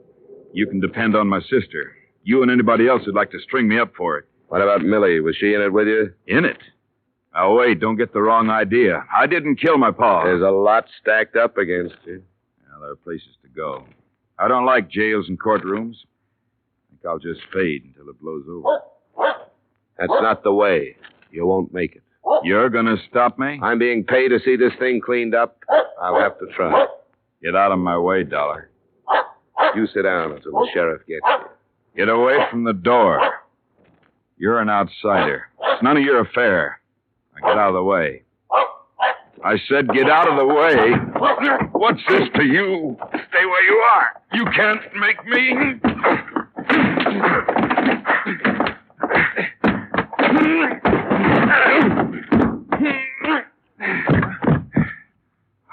No, I don't want to have to kill you. So don't get up. Frankie. What do you want, Millie? What are you doing with that gun? You've got to kill him, Frankie. Get out of here. You've got to. For me. Why? Because I lied. I lied to everybody. What about? About your pa. Elmer Bryce didn't kill him. Millie. Because I did. I killed him for you. You told me that night you wished he was dead. You remember that night? I remember, Millie. And I told you I'd do anything for you. Remember that? Anything. Yeah, I remember. I lied. Elmer Bryce came, but I stayed in the kitchen and heard everything he said. I knew he hated your pa, and after he ran away, I thought about it. You're crazy, Millie. I waited for a while. When I knew nobody saw that man leave, I yelled to your pa again. And when he come in, I shot him. That night, I threw away the gun. What's the matter with you, Millie? You know what's the matter. Now, you can't run off and leave me. You've got to help me. I can't help you. You've got to kill this man. I won't do it, Millie. Then you've got to take me away with you. I'm not going away now. I don't have to. I didn't have anything to do with it. This is the end for you and me. Frankie? Hey, get down. Don't do it. Kill her. Drop it. Let go.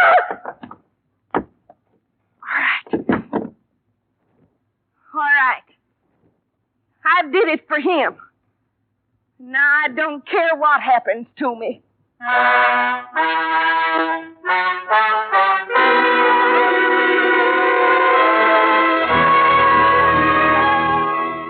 far as I was concerned, that was it. Frank Coburn lost a lot of blood, but not his life. And his sister still had to live at the ranch with her ill-tempered brother. The hired girl who brought all this about was taken by the sheriff. When I left Blood River, the state had moved in to see what it could do about the lynching. But what that is, I don't know. The entire village was guilty of murder. And what could anybody do about that? All I know is that the original murder was not committed with the idea of insurance fraud. And in spite of the mess I got into, that's what I was hired to learn. Expense account item 2, same as item 1. Expense account total, $740. Yours truly, Johnny Dollar. Remember, friends, to make every day more enjoyable, treat yourself often to refreshing, delicious Wrigley Spearmint Chewing Gum. There's lots of cooling, real mint flavor in every stick. And chewing Wrigley Spearmint helps keep you feeling fresh and alert.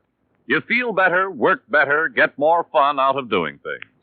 So indoors, outdoors, wherever you go, keep some healthful, refreshing Wrigley Spearmint Chewing Gum handy.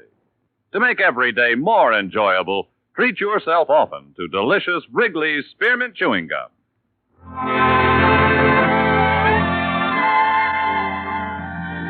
Yours truly, Johnny Dollar, is brought to you by Wrigley Spearmint Gum and stars Edmund O'Brien in the title role, written by Gil Dowd with music composed and conducted by Leith Stevens.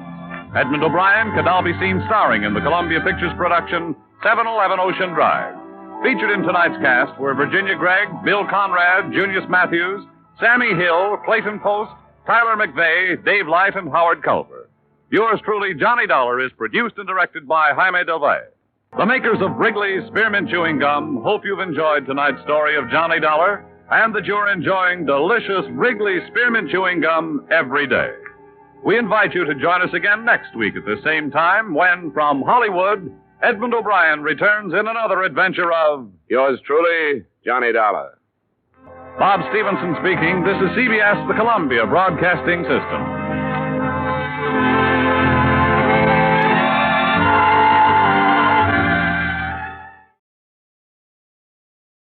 From Hollywood, it's time now for Edmund O'Brien as... Johnny Dollar.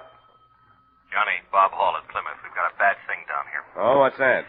One of our company investigators has been killed. I think you knew him, Gene Reimer. Gene Reimer is dead. Yeah, shot to death. We learned of it this morning. Sent him down to Charleston to look into a murder. Does his wife know yet? She was with him.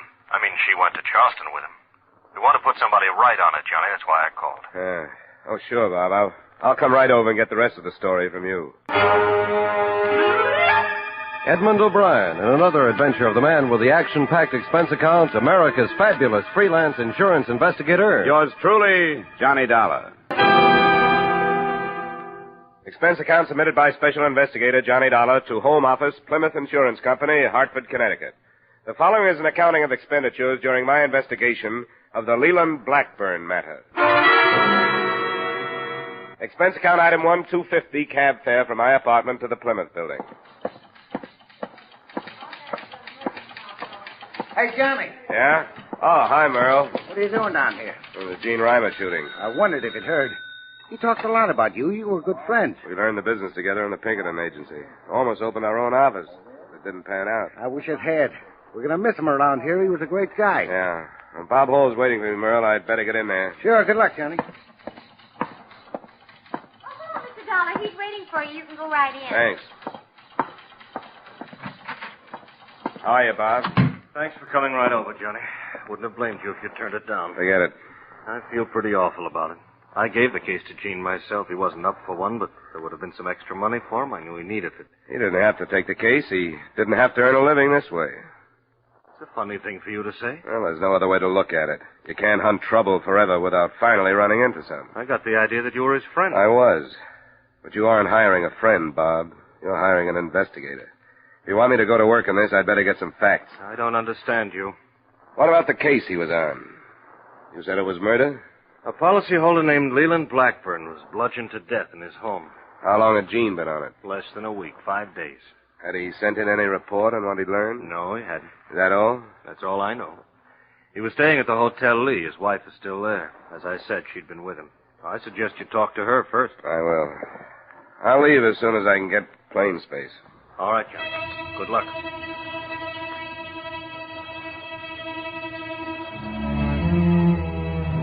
Expense account item 2, $85 transportation between Hartford and the Hotel Lee in Charleston.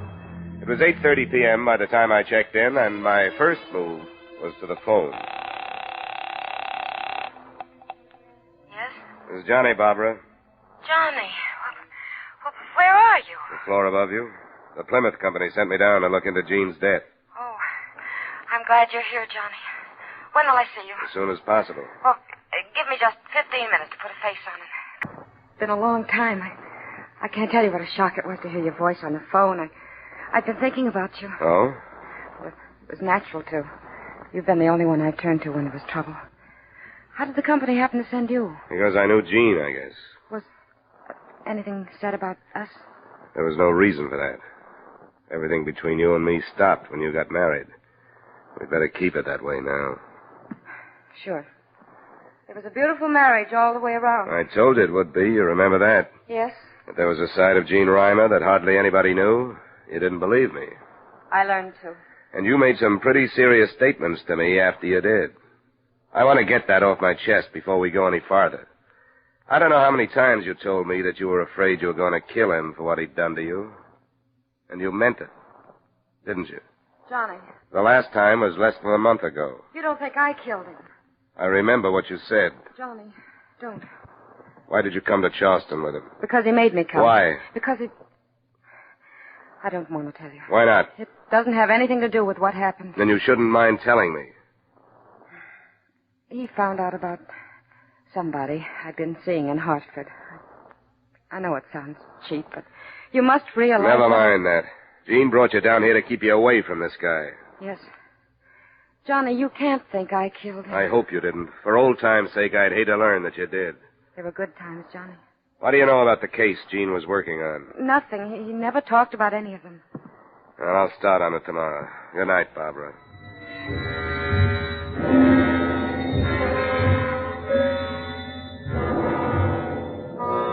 Expense account item 3, $2 cab fare the next morning to police headquarters, where I met Lieutenant Sims, the officer in charge of both killings. Well, looks to me like they piled a load of work on your shoulders, Dollar. You assigned to both murders? Chances are that they go together, don't you think? Hard to figure that far yet. Well, what have you got on this Leland Blackburn? The file isn't complete on him. The widow and son refused to authorize an autopsy. Took a few days to force it through, so we got no report. Who was he? An old codger, a pillar of the old South, so to speak. He was a broker, him and his son Rollin, pretty wealthy folks. What do you think was the motive? Well, we're thinking it was robbery. Nobody knows how much, but old Leland's wallet was empty when they found it. He just told the phone operator he wanted the police when he was hit. The phone was still in his hand. Well, I'll have to go and talk to the family. Help yourself. This other Hartford man, a likable kind of fella, you know him? Yeah, I knew Gene for quite a few years. Makes it bad when it's a friend, don't it? Well, it doesn't help. Do you have anything on his death? No, absolutely nothing. He was shot 3 times at close range with a .32 caliber gun. All 3 slugs went through him and smashed up on a brick wall behind him. Spoiled him for ballistics. Where did it happen? In an alley off Magazine Street. And that's why we can't figure any connection between that shooting and the Blackburn killing. You know this town? No. Why, no Blackburn had set foot in that Magazine Street section. They live at the other end of the town, south of Broad Street. That's a whole lot closer to heaven, I can tell you that. Yeah. Well, thanks a lot, Lieutenant. Looks like I've got a lot of cold trail to follow, so I'd better get moving.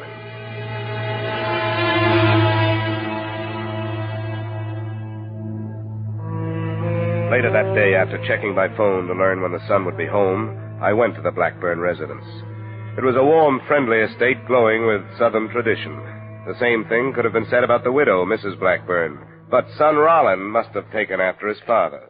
What I resent most of all is that you are here simply because you suspect either Mother or me or both of us of nefarious plot. Now, Rollin. Isn't that right? Murder is a hard thing to ignore, Mr. Blackburn. I am not ignoring it, but I believe our local police are quite able to do what must be done. I should think you'd be interested in having as many people as possible working to clear it up. Naturally, I want to see my father's killers brought to justice. But I don't think Father would appreciate the importation of investigators from Hartford. Rollin, please. I came here primarily to investigate the death of the first Hartford man. I'm afraid you'll have to put up with me until I satisfy myself that there's no connection between your father and what that. Possible connection could there be? I don't know. There isn't any. And if I hear of you dragging the Blackburn name into a sordid murder in that part of town, I will personally thrash you to within an inch of your life. Rollin, I must insist. I think perhaps that if you left, Mr. Dollar and I could conclude this meeting much more rapidly. Don't you have an appointment someplace? Don't you forget what I said, Dollar. I won't. Oh, I must apologize, Mr. Dollar. You don't have to. The loss of his father has been a great shock to him. And I must say that other young man who was here, as pleasant as it tried to be, did leave us with the impression that he suspected us. One doesn't say things like that about the Blackburns. It is an extremely proud and moral family. I understand. I don't want you to think that Now, Mr. Dollar, what do you want me to do? Well, I think you've probably been asked these questions by Mr. Reimer, but if you'll bear with me... Of course. Were you here the night your husband died? Yes. I was in the other wing where our bedrooms are. Rollin was there, too. But he came down to the kitchen. That's through there. And found poor Leland. Neither of you heard anything? No. I had my radio on, I remember. But even so, it is quite a big house. It's a beautiful house. Mrs. Blackburn, do you have any idea who could have done this thing? Any enemies of your husband's? I knew of nobody who disliked Leland. He was a charitable, honest man. And a pious one. I'm sorry, Mrs. Blackburn. I won't bother you any longer. My only hope is that I may join him soon.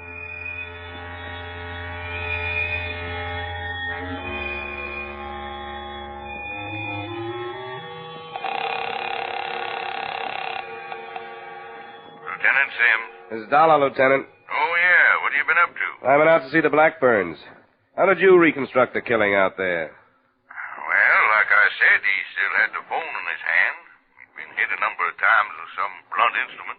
Anything to make you think there was more than one killer? No. The wounds were all on the right side of the head, struck from behind by a right-handed man. Why? Well, the son. He was a little agitated at my being there. He said killers. What's that? He said he wanted to see his father's killers brought to justice. Plural. What would make him say a thing like that? I don't know. Well, as it stands, it's not worth anything as evidence, but I thought I'd tell you.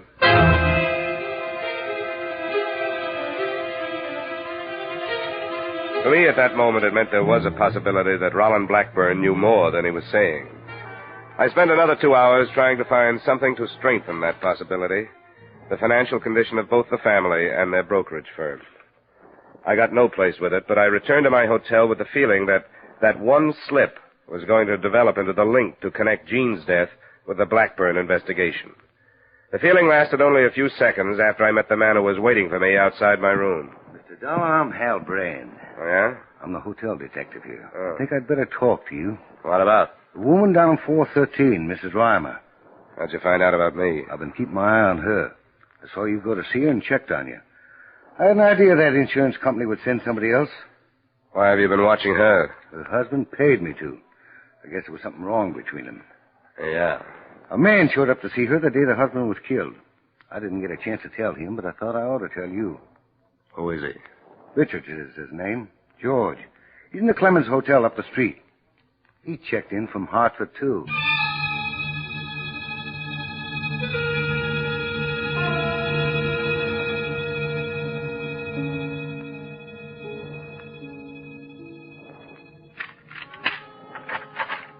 Come on in the room, Brian. I want to hear the rest of it. Sure. There isn't much more. This Richard showed up at the Reimer room about 1 in the afternoon. Reimer was out, so I didn't get to him. And then he was shot that night about 10.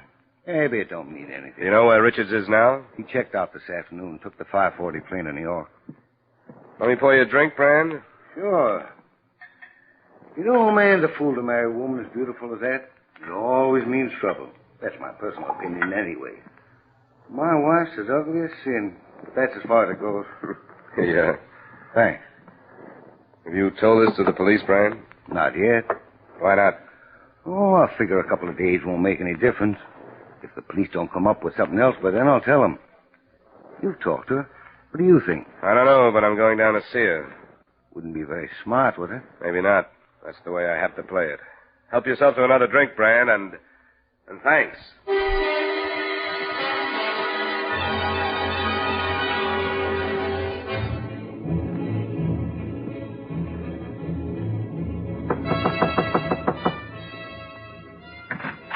I've got to see you. Sure, Johnny. Come in. What's the matter? Why'd you lie to me last night? I didn't. I don't understand. George Richards. Why didn't you tell me he was here? How did you find out? He was seen coming to this room. Why didn't you tell me? I was afraid to. Yeah, that I believe. I put myself out on a limb for you today because I thought there was a chance you wouldn't lie to me. I withheld information. They want a motive for Jean's murder, and I didn't mention you. I didn't kill him. That doesn't mean anything now that there's Richards. I didn't know he was here until I opened that door. He stayed here 10 minutes, and I made him leave. I told him to go back home or there'd be real trouble. He didn't leave until this afternoon. I didn't know that. Johnny, I know I should have told you last night. I've always trusted you, but I knew how bad the situation would look, and I just prayed that nobody would know George was here. You weren't covering up for him? No, I didn't know, Johnny. I didn't know he was still here. Quit it, will you? Come on, sit down and get a hold of yourself. Look, I want to believe you, Barbara. You know that. But it doesn't make any difference now whether I do or not. The police are going to learn about Richards. Are you going to tell them? I imagine they'll tell me. But I can't hold back anymore. And with the answers I'll have to give them, they can probably indict you for murder, or at least accessory with Richards. I didn't kill him. I don't know anything about it. Stop it. I don't need hysterics. I need proof. How can you prove to me that you knew nothing about it? I don't know. Would Richards have done it alone? No. How can you prove that? It's a thing I know. I can't use things, you know. I need people and statements. People who will swear that they saw you at the time Jean Reimer was killed. People who will swear they saw Richards. It was 9 o'clock. I was here. I can check that. That's all I know. Johnny, stop. Please stop. I can't stand any more. All right, Angel. I'll stop.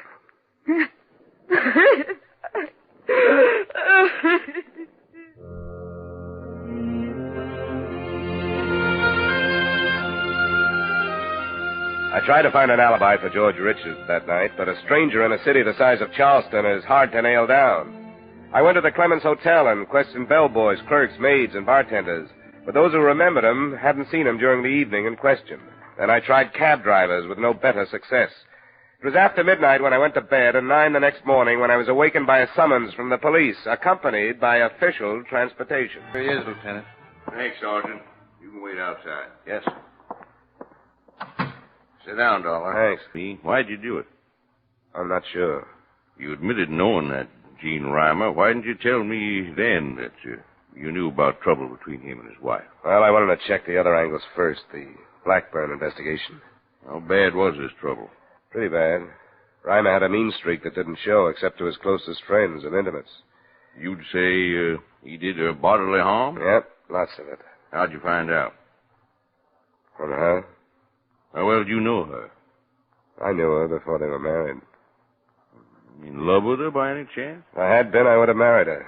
I know what you're driving at, Lieutenant, the possibility that I came down here to protect her from a murder charge. Well, that's half true. What's that? She's been my friend. I didn't want to see her pulled in if she wasn't mixed up in it. You don't think she was? I'll have to leave that for you. I know she had a motive, and to make it better, a possible accomplice turns up. But so far, it's all circumstantial. And we put a searcher out on this man, Richards. That's how good them circumstances look to us. Sure. And I'll bet I can reconstruct your reconstruction.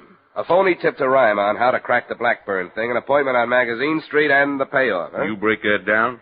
No, and I tried. Barbara has an alibi, but Richards hasn't. Well, I gotta have somebody for that killing, Dollar. I'm going to bring her in. I'm surprised you haven't already. I want to talk to you first. I want you to stay here while I talk to her. Why? Why, you think she'll break down because of me? What's the matter with that board? I'll be right back. I gotta go get a man to pick her up.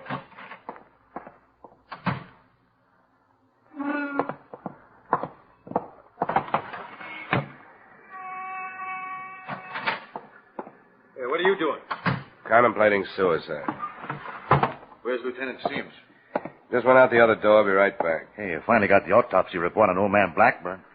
You sound as if you really didn't believe he was dead. Oh, no, he's dead all right. What is it, Sergeant? The Blackburn autopsy report. Yeah, look here. Well, I'll be narcotics user. The press has been waiting for this, Lieutenant. And they've got a right to it. No, wait. Don't give it to them yet. This has been pretty hard on that family. Hold on to it. No use dragging them through any more mud. At least till the federal men go to work on it. All right, sir. She'll be here in a few minutes, Dollar, so relax. I got to run through a few reports while we wait. It was hardly the time for relaxation, but I tried. We sat through an hour of questions to which there was no provable answers. And at the end of it, Barbara Reimer was booked on suspicion of murder, and I was released on bail, charged with suspicion of being accessory after the fact. I had only one place to go. Good afternoon, Mrs. Blackburn. Good afternoon. I'm Mr. Dollar. You remember me? Of course I do. I wasn't expecting you. I'm sorry I didn't have time to phone. May I come in? Yes? Your son at home? No, he's at the office. What is it, Mr. Dollar? A girl has been arrested because the police think she killed Mr. Reimer, the other man from Hartford. Oh, I didn't know. I don't think she did it. I don't think I understand, Mr. Dollar. Why have you come here? Because I think you know she didn't do it, Mrs. Blackburn. Mr. Dollar. Could we sit down someplace? Yes. In the drawing room. Now, if you please, sir, what is the meaning of this? Why did you refuse to allow an autopsy to be performed on your husband? Because I believe it to be a revolting and savage practice. A mental torture that no one has the right to ask the survivors to experience. I will not condone it. Usually laws are stronger than human feelings. Do you know that one had been performed? I refused. Oh, Roland told me there was nothing to fear. He was wrong. I will not condone it. It's a matter of official record now, Mrs. Blackburn. The report says your husband was a narcotics user. He was not. He was. Your son knew it, and I think you did. I shall have to ask you to leave, Mr. Dollar. Please, Mrs. Blackburn, that wouldn't do any good. When I was here before, maybe you remember, your son said something he didn't intend to say. He told me that more than one man killed your husband. He said killers. He was upset. Both murders had something to do with the narcotics your husband used, didn't they? No. The police haven't been able to find a link between the Blackburn name and the Magazine Street section. The narcotics made that link, isn't that right? No. Gene Reimer must have found out. He was killed. Now a woman is charged with a murder she had nothing to do with. What else do you want? Oh. We thought we were doing the right thing. Why did you think that? We hoped to save Leland that shame. And Roland, his son, and his widow. Gene Reimer must have learned from you. No. No one was to be told. Mr. Reimer discovered it himself. When he faced us, we begged him to say nothing. But when he threatened us, we told him their names. The names of the people who supplied your husband? Yes, and made a hell of our lives. They've extorted money from us for almost 10 years. We, of the inviolate family. They killed your husband. They came that night to force him to buy more. And when he refused and tried to telephone the police, they killed him. I want you to tell me who these people are. We told Mr. Reimer. And he... I won't go alone. It will be finished then. This farce we live. It would be finished anyway. Oh, yes. We go no further. There are two. One is named Miller. The other Stone. Why do I find him? You won't go alone. We've caused one death. I'll be all right. All right. I'll tell you where to find them.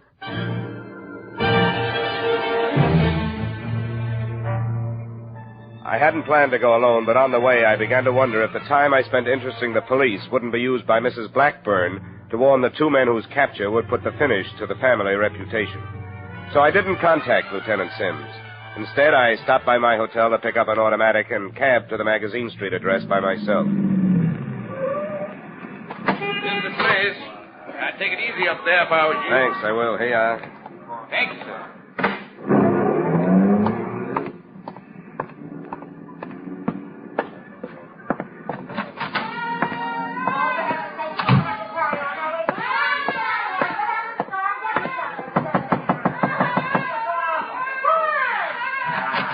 Yeah? Who are you, Miller or Stone? What's the difference? None. Hey, now, what is this? Who are you? Miller. What's the idea of pushing in? I just came from the Blackburn place. Where? The old lady is tired of trying to save the family pride. She talked again. What? What other reason would I have for being here? She's ready to talk to the police about her husband. I'm ready to talk to you about Gene Reimer. I don't get it. You'd better start. Come on. Where? Out the door. We'll find our way. Now, listen to me. You can't pull a man around like this without saying why I haven't done nothing. Then why argue? All right, I'll go.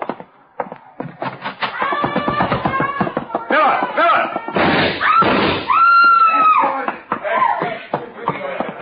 Miller? Get away from me. Fine, Stone. I gotta talk to Stone.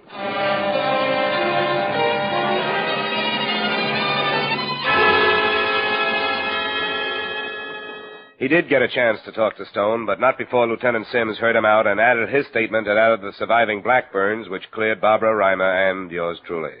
Expense account item 3, $110, miscellaneous expenses in Charleston. Item 4, same as item 2, transportation back to Hartford, expense account total. Oh, excuse me. Yeah? Hello, Johnny. Oh. Hi, Barbara. I thought you were coming over. It's after 4. Well, as a matter of fact, I was just going to phone. I can't make it. What's the matter, Johnny? I've got another case. What's the matter, Johnny? I have to earn a living. All right. You know where to find me if you want to. Yeah, I'll try to call you when I get back to town, okay? Goodbye. Expense account total, $345.75. Remarks? This was a fairly personal assignment, and it brings to mind a fairly personal observation. Cops, private or otherwise, should never marry. They're lousy husbands because they're away from home so much. But more important, they leave too many widows. Yours truly, Johnny Dollar.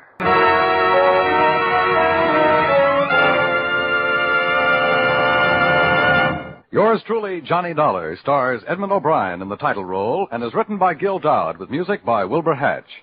Edmund O'Brien's latest picture is the Paramount Pictures production, Warpath. Featured in tonight's cast were John Daner, Jim Nusser, Jeanette Nolan, Georgia Ellis, John McIntyre, and Larry Dobkin.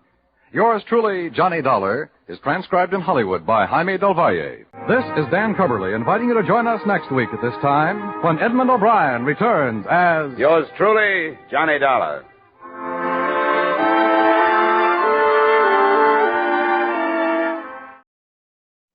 It's time now for Edmund O'Brien as...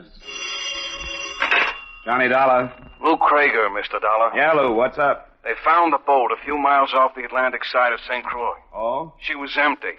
Neither one of them aboard? No. From what I understand, it looks like there was trouble, all right. How's that? Blood stains. I guess signs of a struggle. The engine had run until it was out of gas. They're sure it's the boat, huh? Yeah, they must be. Oh, they're sure.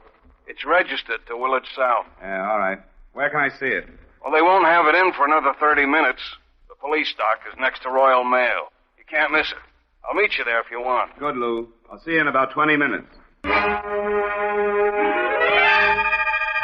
Edmund O'Brien and the transcribed adventure of the man with the action-packed expense account, America's fabulous freelance insurance investigator. Yours truly, Johnny Dollar.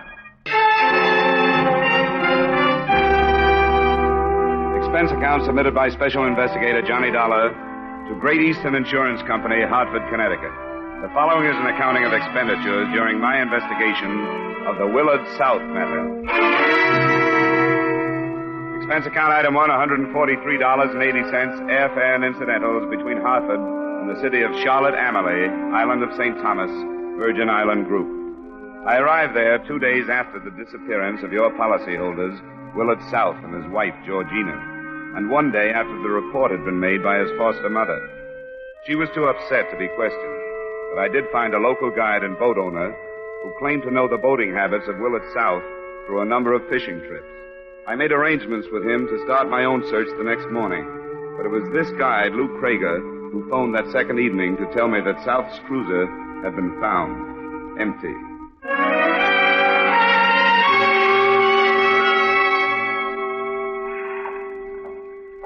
Oh, Dollar, over here. Yeah, Lou. I didn't know if you'd spotted me or not. I hadn't. You could do better on light down here. Oh, that is part of the romance of the island. This is the boat, huh? Police officer still aboard. A native by the name of Shaw. I told him you were coming. We can go aboard now. In the cabin. Officer Shaw? Yes? Mr. Dollar is here. Oh, come inside then. Thanks for letting me aboard, officer. Glad to meet you, Mr. Dollar. I was sent to your University of Iowa to learn to be a policeman. It's a good school.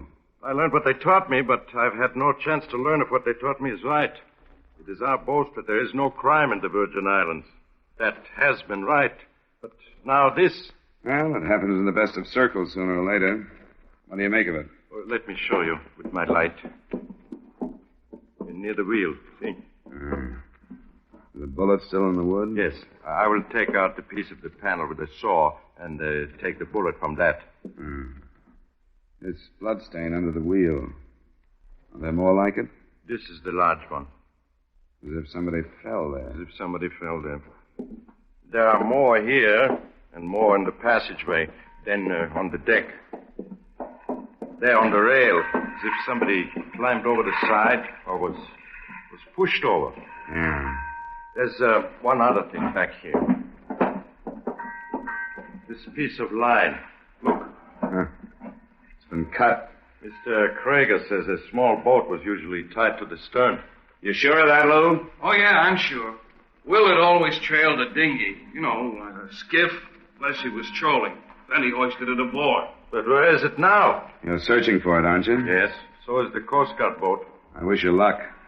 A little skiff will be a lot harder to find than a cruiser like this.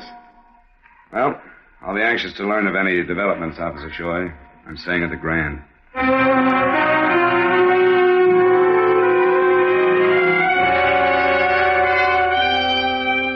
Nothing had developed by noon the next day. I spent the morning on routine legwork, and at 12:30, I was back at the Willard South address. It was an old building with enough elevation to give its windows a view of Charlotte Amalie's pleasant harbor. I'd known Willard South's foster mother lived there, but I hadn't known about the man who met me at the door. I'm Willard's brother. I was told you'd called yesterday. Mr. Dollar, come in. Your mother was too upset to talk with me yesterday. You've gotten the news on what they found, I suppose. Yes, I went down to see the boat. Has anything further been learned? No, not yet. Sit down, Mr. Dollar. It's cooler here on the veranda. Thank you. I wasn't here yesterday because I was searching for Willard's boat, too. I'm surprised to learn Willard has a brother. I've asked a lot of questions about him in the village. Nobody mentioned you. Well, I'm only here a few days a year. My home is in Tampa. I arrived the first of the week, Tuesday. I'm glad I met you before I had to see your mother. It's a lot easier to be blunt with a brother. Blunt, Mr. Dollar? About Willard's reputation on the island. I can't seem to find anybody who doesn't hate him. I'm afraid you won't either. Do you know anyone who hated him enough to shoot him? Well, I hardly know how to answer that. I know a number of men have been hurt seriously by him. The ones that have lost wives? Yes. Do you think he's dead? I don't know. The only thing I'm sure of is that there was a shooting on his boat and somebody was hurt. I'm told your brother and his wife were seen leaving on it at dusk, night before last.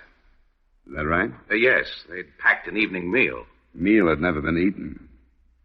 Were little trips like this a regular habit of theirs? No, they weren't at all. It was a special occasion. Georgina has never stopped hoping she could reform Willard and win him back. This trip was one more of her efforts. Did they say where they were going? No, but I thought it would be Calibra. That's an island about 20 miles from here in a westerly direction. Mother said they started that way, but the boat was found almost 40 miles in the other direction. It's a matter of 60 miles. Yes, 60 miles. Mr. Dollar, what could have happened in those 60 miles? I don't know yet, but I hope to find out. You knew about the skiff being cut loose. Yes, they told me, but... Paul, dear. Yes, Mother. Who's with you? Is there any news? Nothing yet. Mother, this is Mr. Dollar from the insurance company. How do you do, Mr. Dollar? Mrs. South, I'm sorry I have to meet you at a time like this. A great many crises in the past 10 years have revolved around my son, Willard. I've conditioned myself to expect them. Even his death by violence, if that should be. Mother, please. But if harm has come to Georgina... There's no evidence of that, Mrs. South. Well, if it does, I shall hold myself responsible. Mother. Because I allowed her to become the wife of the beast I have called my son.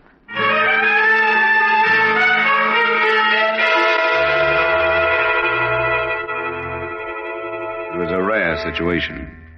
There was no actual evidence that Willard South had been murdered, but almost everyone I talked to seemed to think he had been, simply because there were so many motives. One of the people who didn't think so was a newcomer to the island, Celeste Robertson, there to take advantage of the 6 weeks divorce law. Who told you about me? A bartender up the street. He said you and South had been seen together recently. Yes, I know him. As a matter of fact, I've spent quite a bit of time with him in the last couple of weeks. Where do you think he is? But I don't know. You think he's dead? No. No, I don't. Most people do. Well, I can't help that. I know a lot of people don't like him. Would there be anyone close to you that doesn't like him? No, there wouldn't. I'm here alone. When did you see him last? The afternoon before he and his wife disappeared in their boat. You answered that almost as if you knew you'd be asked the question. Well, I didn't. I just remembered it was only a couple of days ago. But you wouldn't remember his mentioning anybody who might be out after a scalp, huh? I understand he enjoys that sort of thing. He never mentioned anybody. What are you holding back, Mrs. Robertson? Nothing. I don't have anything to hold back. Did he ever say anything to you about getting rid of his wife? I don't know what you mean. Look, all we have to work with is a bullet hole in the boat and some bloodstains that could have come from her or from him. He never said anything. And what are you afraid of? I'm not. Look, Mr. Dollar, please, I don't want to get my name mixed up in this if I can help it. I'm here sort of on good behavior. I know I was wrong to see him because he was married, but... But what? Just because I did see him, I don't think I have to get mixed up in things like shooting. Something I don't know about at all. I guess you can't be blamed for that. You don't have to get mixed up in it. Unless you already are.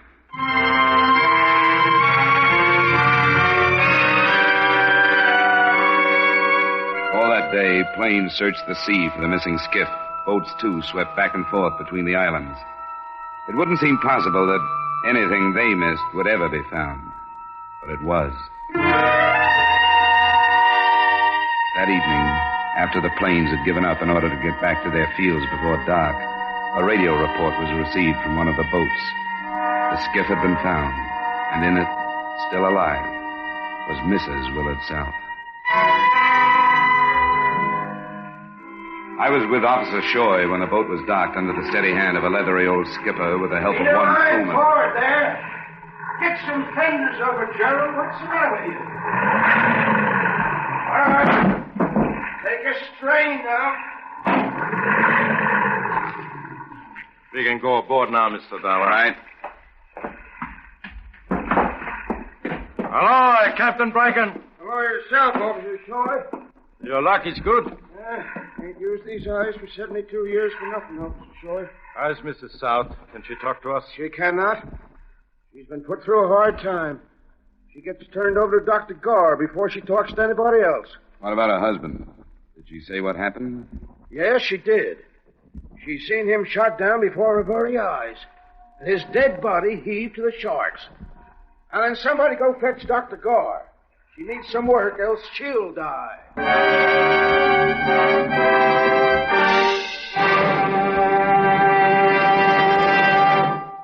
We'll return you to the second act of Yours Truly, Johnny Dollar, in just a moment. Have you heard the new Sing It Again? The new comedy of Jan Murray, your host, on that coast-to-coast phone? The new cash prizes for cracking the mystery of Sing It Again's phantom voice? The new speed and color of the tuneful little riddle songs that make Sing It Again a Saturday night must for radio listening? You'll like the new Sing It Again. Be listening for it tonight on most of these same CBS stations. Now with our star, Edmund O'Brien, we return you to the second act of Yours Truly, Johnny Dollar.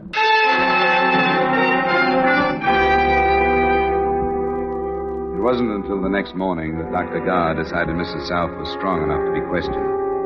He'd taken her to the single small hospital in Charlotte Amalie, and at 10, he beckoned from the door to a room. I think it'll be all right, but please don't tire her. Mr. Dollar. Yeah? I want you to question her. I never learned about a case like this one. I never did either. Anything you say. All right, Doctor. Georgina, this is Officer Shoy, and this is Mr. Dollar. Yes? Mr. Dollar is here to ask you some questions, but I don't want you to let him tire you. I'll try not to, Mrs. Allen. Why are you here? I was sent down from the States when you and your husband disappeared by your insurance company. I see.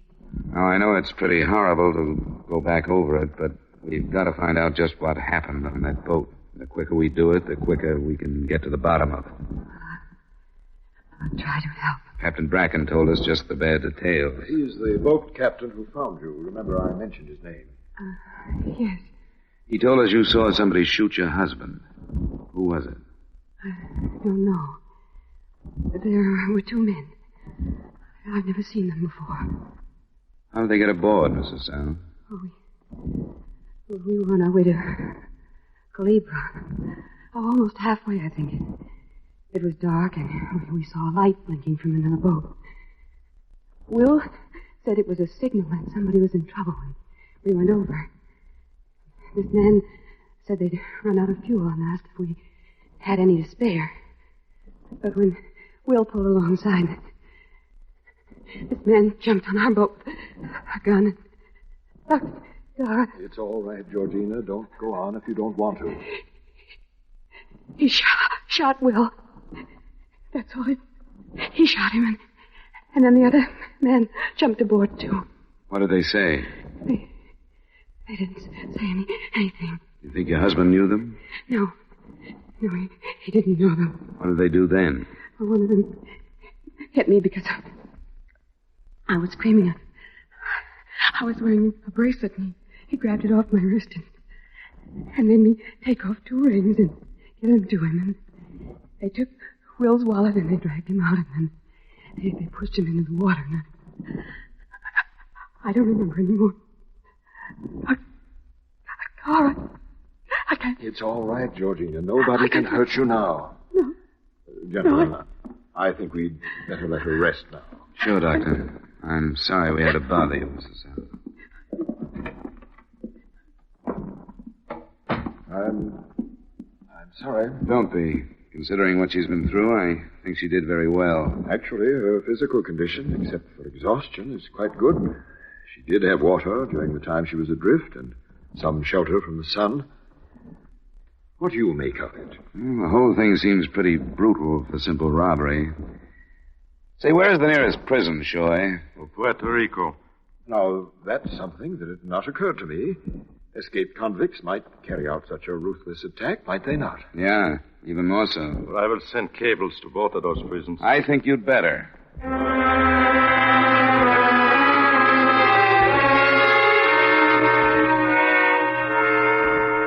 It was little enough to go on, but it was obviously useless to try to get any more information from Mrs. South then. Dr. Guy had every right to insist that we leave his patient alone. Officer Shoy went to his headquarters to cable his questions, and I went back to the waterfront. The skiff was still on the dock, but before I even got to it, I was hailed. Hey, you there. Whatever your name is. How are you, Captain Bracken? How's the invalid? Have you heard? Yeah, I just left her. She'll be okay. Yeah, lots of spunk, that one.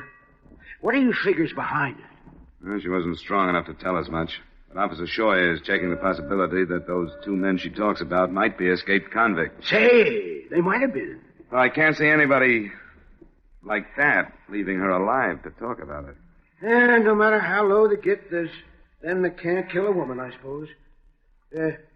What are you doing down there? I want to take a look at that skiff by daylight. The escaped prisoner theory is too long a chance to rest on. It still may have been a local job.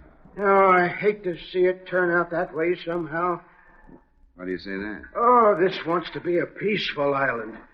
It's the truth. Nobody wasted any affection on Willard. But if it'd been downright fitting if two escaped convicts done that devil in.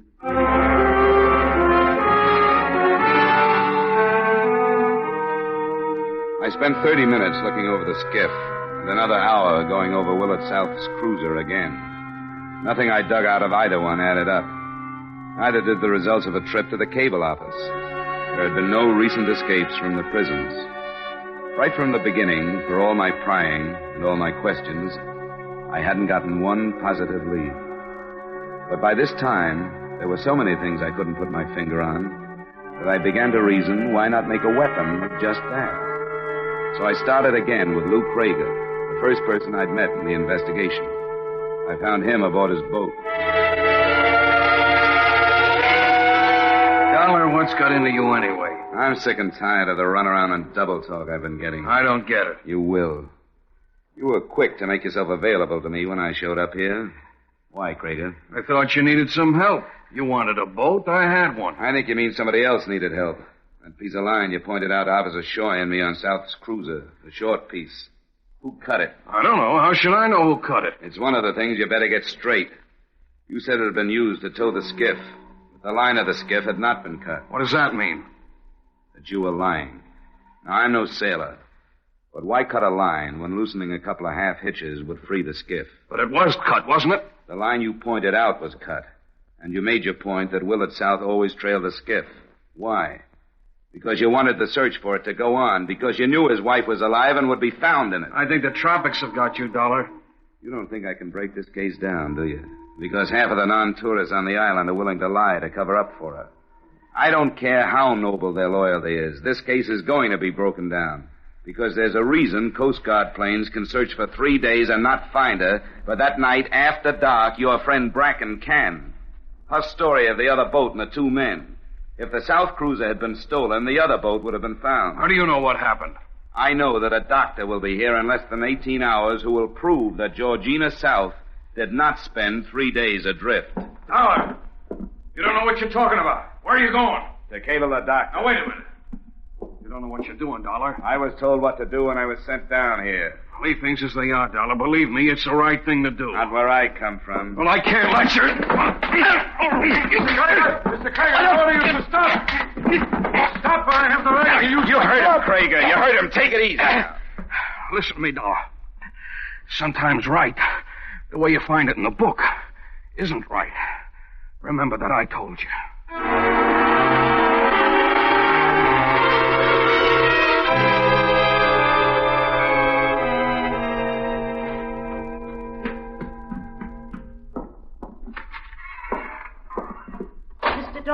Oh, well, I'm sorry, Mrs. South. I didn't see you in the swing. I wouldn't have barged in.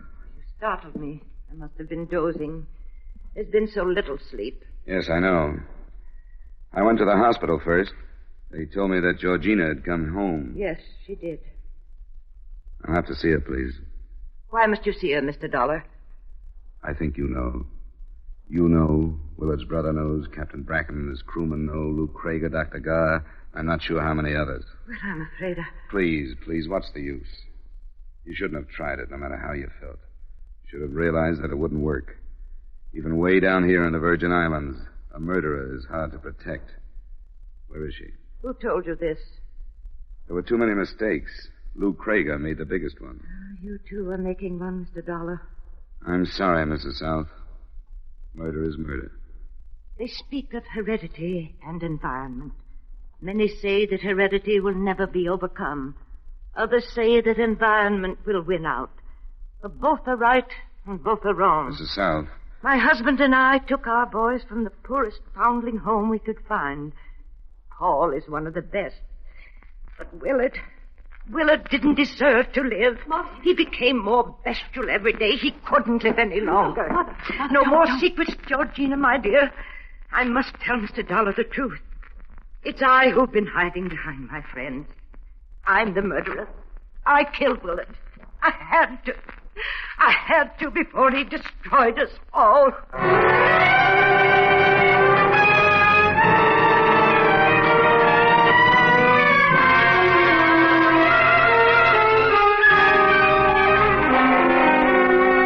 Expense account item 2, $85.40. Miscellaneous expenses in Charlotte Amalie. Item 3, same as item 1, transportation back to Hartford. Expense account total, $373. Remarks? I tabbed the confession as a false one when they heard it. And I'm not charging the company for the time I spent trying to prove it false. But it wasn't. It was true. And so is the awkward fact that a large number of the leading villagers are liable as accessories after the fact of murder. It should develop into quite a trial. Yours truly, Johnny Dollar. Yours truly, Johnny Dollar, stars Edmund O'Brien in the title role and is written by Gil Dowd with music by Wilbur Hatch. Edmund O'Brien's latest picture is the Paramount Pictures production, The Redhead and the Cowboy. Featured in tonight's cast were Irene Hubbard as Evangela, Jan Miner as Georgina, Gilbert Mack as Lou, Fran Lafferty as Celeste, Ed Latimer as Sam, Maurice Tarplin as Shoy, and Bernard Lindrow as the Doctor. This is Olin Tice inviting you to join us next week at this time when Edmund O'Brien returns in another transcribed adventure of Yours truly, Johnny Dollar.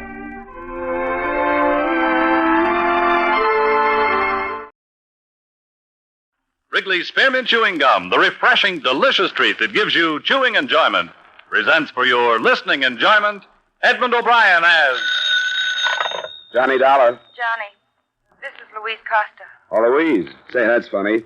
I was thinking of you and Lucky just this morning. Were you? Yeah, how are you? I don't know, Johnny. That's why I called you. What's the matter, Louise? Something about Lucky? I don't know. Maybe it's me. Maybe I'm getting tired of being a detective's wife. Hey, wait a minute. That doesn't sound like you. I know, but something's wrong. He's been on a case and he had to go to San Francisco, or at least that's what he told me. I haven't had one word, not even a postcard in a week. That doesn't sound like Lucky. Maybe he's in trouble. The divorce case, Johnny. Could I talk to you about it? Maybe I'm all wrong, but I'd like to know. Yeah, sure, Louise. I'll be over in about an hour, if that's all right. The makers of Wrigley's Spearmint Chewing Gum bring you Edmund O'Brien in another adventure of the man with the action-packed expense account, America's fabulous freelance insurance investigator. Yours truly, Johnny Dollar. For refreshment while you work, for enjoyment any time, chew a stick of Wrigley's Spearmint Gum. The delicious, long-lasting, real mint flavor of Wrigley's Spearmint cools your mouth and freshens your taste. The good, smooth chewing helps keep you feeling fresh and alert, adds enjoyment to whatever you're doing. So indoors, outdoors, at work or play, enjoy chewing Wrigley's Spearmint Gum. Wrigley's Spearmint. Refreshing, delicious.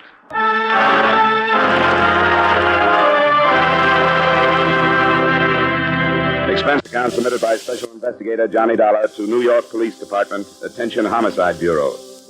I in no way expect you to honor this statement, but for the sake of convenience, I'll use my regular report form.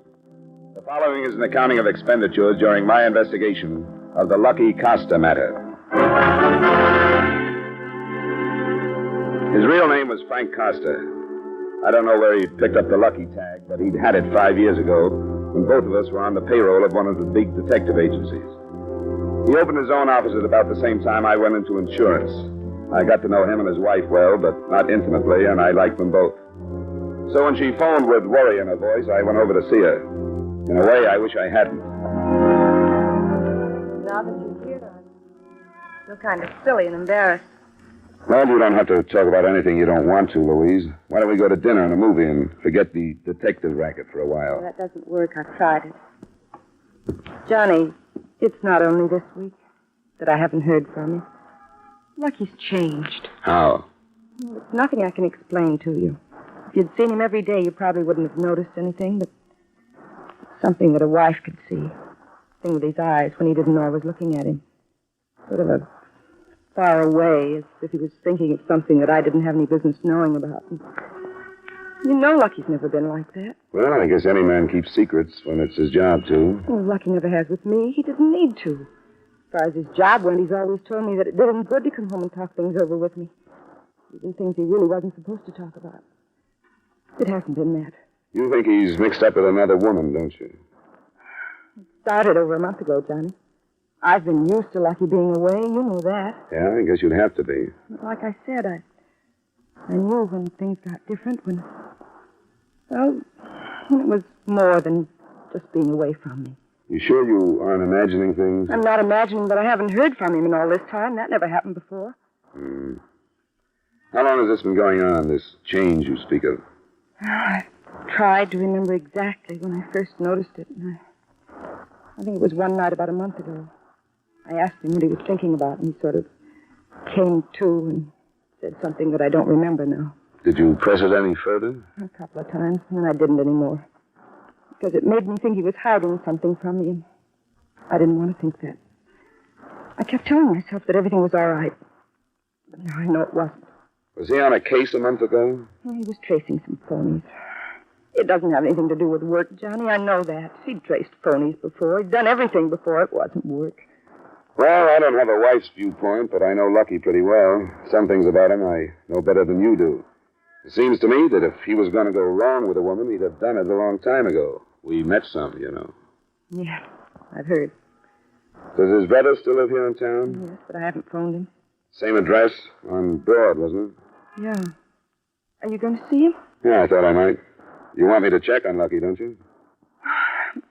I don't know what I want. Yes, I want to find out. All right. I think his brother is the best place to start.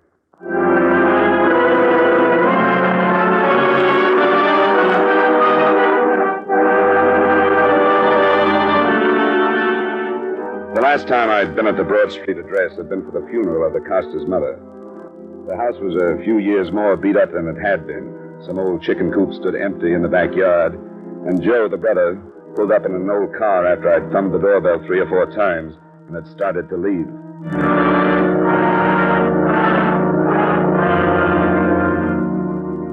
I took the wife and kids over to the park so I could have some peace for an hour or so. Yeah, I almost missed you. I'm glad you didn't, Johnny. It's been a long time.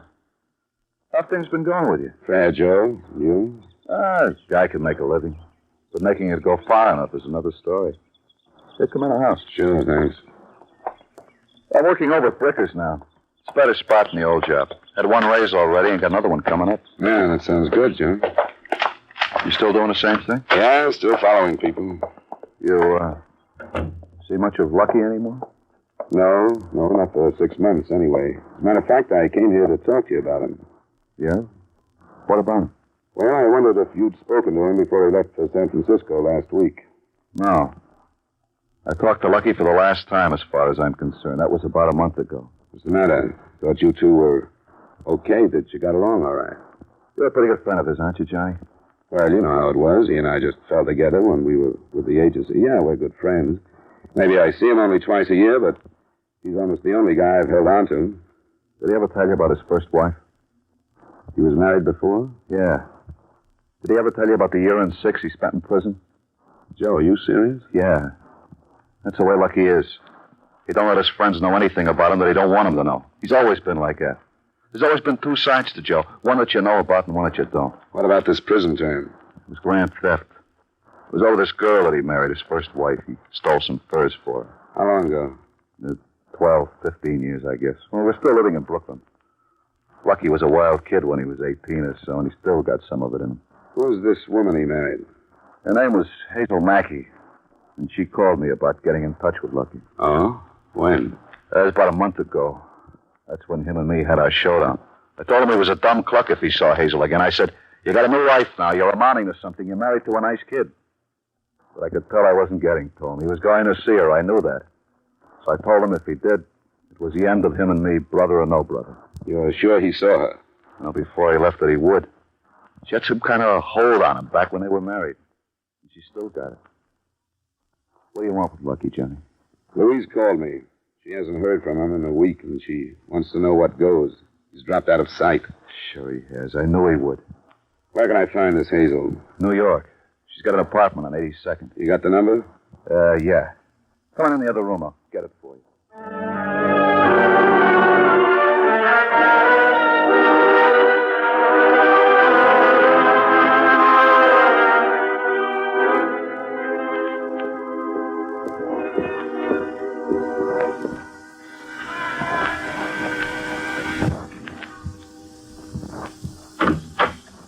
This Hazel Mackey? Yeah. Who are you? My name is Dollar. I'm a friend of Lucky Costa's. Oh, come on in. Thanks. You know where Lucky is? Not at the moment, no. Who are you? I told you, he's been missing for a week. His family is worried. I'm looking for him. He's on a case. Is he working for you? Yes. What kind of a case? I don't know that it's any of your business. I need a detective, so I hired him. Is that all right? It would be if he were on the up and up about it, but he isn't.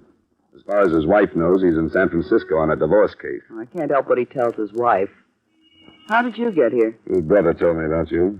I guess his wife doesn't know. I guess that's why he told her he was going to San Francisco. Do you know where I can reach him? No, not for a while. Do you think I ought to send his wife to the police? I don't see why you should. I will if I don't find out about the case he's on. Hey, what's with this pressure stuff? What's the case? I needed a bodyguard. What for? I was engaged to a guy who was sent to prison.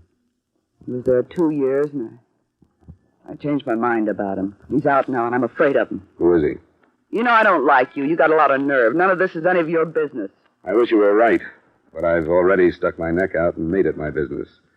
So if I don't find out these things from you, I'll find them out from someone else.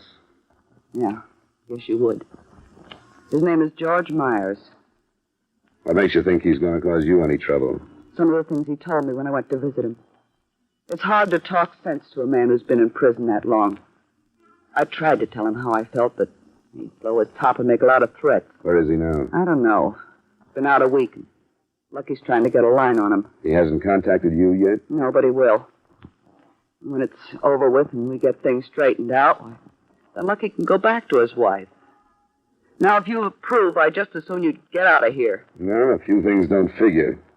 You answered the door buzzer not like a dame that's afraid of someone coming, but I suppose you're right. It's Lucky's business how he earns his money. I'll tell him you dropped in. It's up to you. Good night. So long.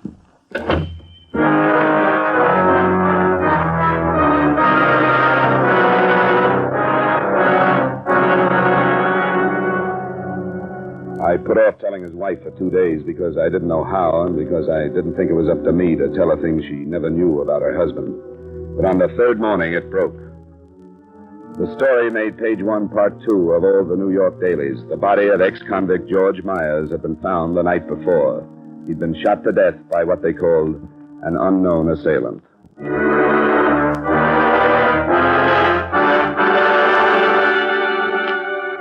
I phoned to brother Joe Costa and met him outside Bricker's during his lunch hour. Hi, Johnny. What's up? Well, maybe the local papers didn't carry it here. This one. What about it? Who's this Myers? Friend of Hazel Mackey's. She told me she hired Lucky to bodyguard her against this Myers. Holy. You mean Lucky killed him? I don't know, Joe. It looks bad. Here, read this last paragraph. Myers went to prison on a robbery rap, but the money was never recovered. There's $200,000 floating around, Joe.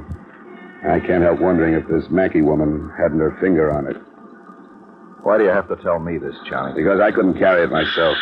I talked to Hazel. What she tells me puts the finger on Lucky. I wanted you to know because I'm going to have to go to the police with it.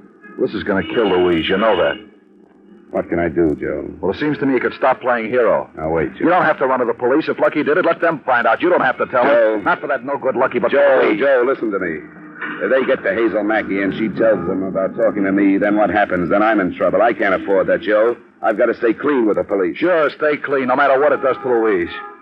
That's the way it is, then, huh? I didn't ask to get mixed up in it. I didn't tell Louise what I found out about him, but it's out of hand now, Joe, and there's nothing I can do. Go ahead, then. Go ahead. Maybe some nice fat cop will pat you on the back. Joe! That's our racket.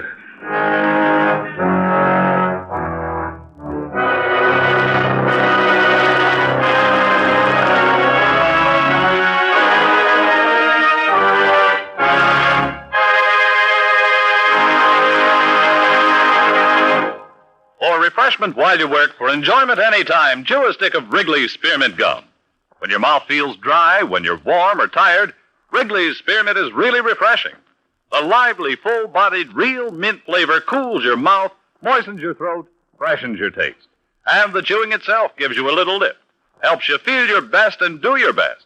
So for chewing enjoyment plus pleasant refreshment, chew delicious Wrigley's Spearmint Gum. And now with our star, Edmund O'Brien, we bring you the second act of yours truly, Johnny Dollar.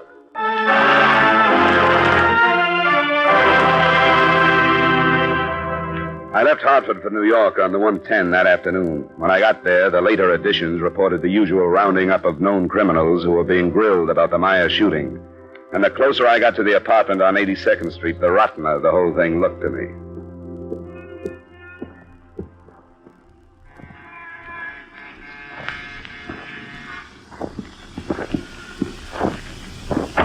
Who is... Oh. Come on, open up. All right. What do you want? Where is he now? Lucky? I don't know. I told him to give himself up, but he wouldn't. Did he kill George Myers? Yes, the stupid idiot. How did it happen? Lucky had a room over at the Montclair, and George must have followed me over there. You went across town so you could be with your bodyguard. Yes. And the man you were afraid of followed you. Yes. You were either not very bright or not very scared. Go ahead. Well, about 2 o'clock we came out, and George was waiting in the lobby. He followed us out on the street and started swearing at us. He took a swing at me, and then Lucky tried to stop him. He pulled a gun out of his pocket, and that's when Lucky shot him. That all sounds very neat. What do you mean? Sit down. I've got a theory that I'll try out on you. When I get close, tell me. The $200,000 that never showed up after George Myers' arrest. For a split of that, Lucky agreed to kill him. You're crazy. You hire a detective as a bodyguard. Theoretically, he could kill this man you were afraid of and ride out of it on his license and a self-defense plea. It was self-defense. George pulled a gun. The police didn't find it. If it was self-defense, why didn't Lucky report it like he should have? I wanted him to. We came back here and I begged him to phone the police. What about the $200,000? I don't know anything about it. You mean it'll be hard to prove that you do? I said I don't know. I take it you haven't phoned the police. No. I know I should, but I just can't do it to Lucky. You know I'm going to call them, don't you? I thought you said you were his friend. Not that good a friend. What can they do to me? Hold you as a material witness while I try to get some proof together that you dragged Lucky into this. Dragged him into it. I hired him. I told you that. I was afraid of George, and I hired him. And he killed Myers in line of duty, ended in self-defense. Why didn't he turn himself in? I don't know. I wanted him to. You must have given some reason for not doing it. What did he say? Well, he said that everything was all ruined now and that he'd rather take a chance on getting away. Why was it ruined if he killed in self-defense? I've had to do it. I don't know. Were you going to help him get away? We didn't talk about that. He was like a crazy man, pacing the floor. And then he left about 3:30. Where was he going? He didn't say. Was he going to get in touch with you? Yes. He said he'd try to call. Well, you won't be here to take the call. I want the police to hear your story.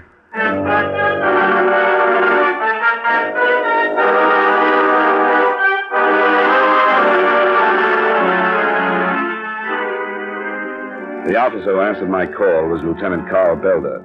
2 uniformed men who were with him took Hazel Mackey back to headquarters, and he listened to my theory. We searched the apartment without finding proof of her holding any amount like $200,000. She had a small savings account, a small checking account, and a stub showed that she had paid Lucky Costa a week in advance. We waited the rest of the afternoon for Lucky to call, and he finally did an hour or so after dark. Go ahead, Dollar. That might be him. Johnny Dollar? Who? This Lucky? This is Johnny Dollar. Don't hang up, Lucky. Why should I hang up? Hiya, Johnny. I'm all right, Lucky. How are you? Fine. Yeah, I can imagine. What was the matter with you? I don't have the slightest idea what you're talking about. How about you explaining yourself? What are you doing in my girl's apartment? She's not lonesome. She's down visiting New York's finest. Why don't you use your head and come on in, Lucky? You kidding? I like it where I am. You still figuring on trying to run out? Sure, it's worth a chance, don't you think, Johnny? If you killed Myers and set the fence, why don't you play it that way? Having this call traced, Johnny? I hoped we wouldn't have to play games like that. I thought if I could talk to you, you'd come to your senses. Can I meet you someplace where we can talk it over? No, thanks. You're a good guy, Johnny, but I think you might sell me out. You've already been sold out. What's the matter with you? You know, if positions were reversed, I'd give you a hand. I wouldn't ask you to. Anybody gets himself in a mess like you're in shouldn't expect help. Now use your head, Lucky. Let's get this over with. Sure, I'll meet you in Times Square. New Year's Eve, Johnny. Lucky? He's gone. You know him better than I do, but don't you think you pressed him a little too hard? Wouldn't he have believed you if you talked like you were going to help him? No, he knows me better than that. Well, it's a tough spot, Dollar. An old friend like that. Well, he's still in New York. He won't get out now, will he? Well, everything should be covered by now. Do you know him well enough to guess what he'll try? I don't think so, because a killer isn't the guy I knew. His clothes are still in the hotel room. I don't think he'll try for them now. He's got about $200 in his pocket. I don't have any idea what he'll try, Lieutenant. I guess all we can do is wait.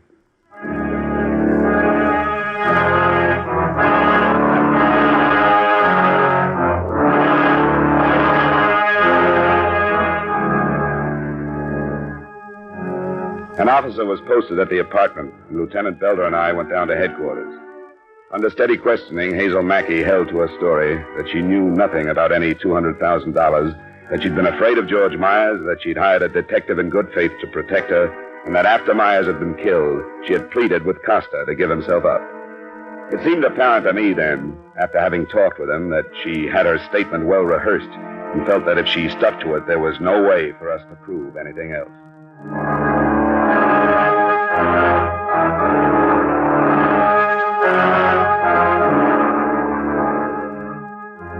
I stayed in New York that night and the next, waiting for something to break. When it came from Hartford.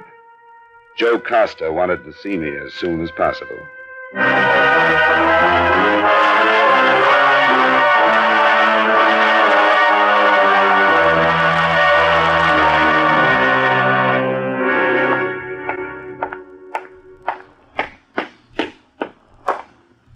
Johnny? Yeah, Joe. Come on in. Oh, I got here as fast as I could. How's Louise? Not very good. Sit down. I'm sorry about blowing up the other day, It's all right. I didn't blame you. It was a bad time for both of us. You're right, Johnny. All I could think of then was he's my brother. But now it don't make any difference. He's no better than a rat that you got to trap. There's nothing to do but stop him. You're right, Joe. I had to quit my job over him. I couldn't take it the way the boys were looking at me. They wouldn't talk to me. It'll smooth over. What do you want to talk to me about, Joe? Has he contacted you? Yeah, he phoned me. He wants for me to give him some money so he can get away. He needs more than money now. He'll never get out. What'd you tell him? Well, I told him I didn't have any to give him. And that was the time I knew for sure that you were right about him. So when he asked me again, I told him I'd see what I could do about raising some. I told him to call back tonight. I did that so I could sell him out to you. It was the right thing to do, no matter what you think. He wouldn't think twice about pulling you into this mess, Joe. And that's what he did. He asked you to be a party to the killing. Yeah, I know that. When is he going to call? Sometime after 7 o'clock. Does he want you to meet him? Yeah, that's right. With $200. He's going to tell me where when he calls. He's still in New York, isn't he? Yeah, in Manhattan. You want me to talk to him?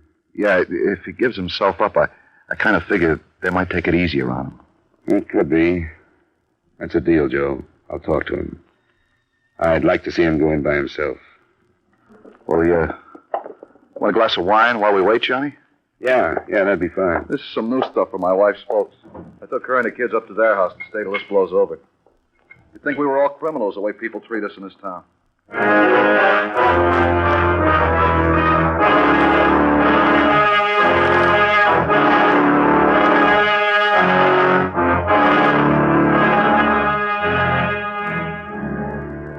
The call came in about 8:30. The meeting place was a flat near the Bowery. The time was about 10 the following night. I was there at 5 minutes after.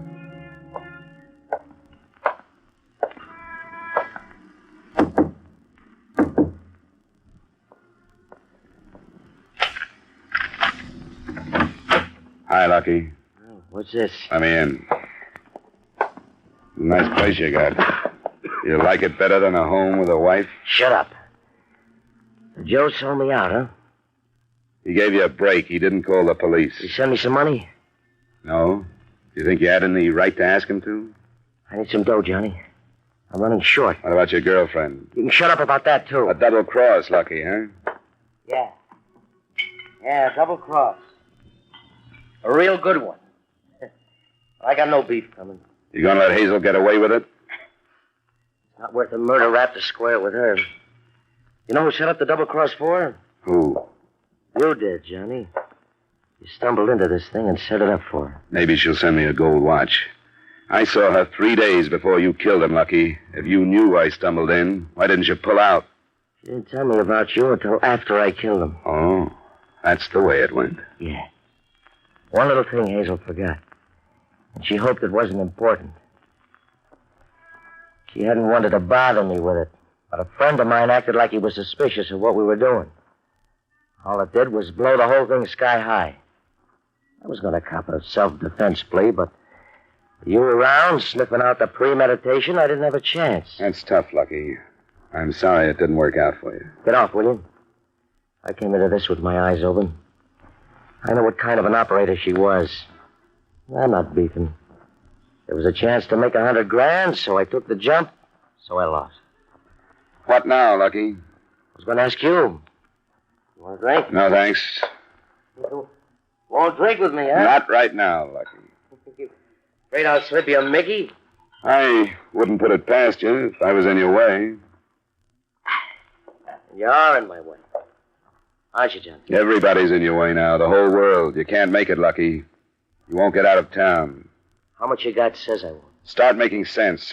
You've been on the right side of enough of these things to know you're finished right now. Oh, I'm not. I want you to get a shirt and tie on, make yourself look halfway human, and go to headquarters with me. They may give you a break if you give yourself up. Save it. Quit talking about it. What are you going to do? I'm not sure now that Joe sold me out. I'm in a bad spot, Johnny. I know that. I'm not ready to quit yet. Joe didn't sell you out. He wanted to give you a chance to give yourself up just like I do. We're still your friends, Lucky. We can't stand by you if you won't do the right thing. Then I'll go it alone. When? What do you mean by that? What do you think I'm going to do, Lucky? Sit here with you until you get ready to leave? I sort of hope you would. It'd make it easier if you did. Well, I can't. I came here to give you a break. I've made my offer. Come with me. Give yourself up. Oh, I can't do that.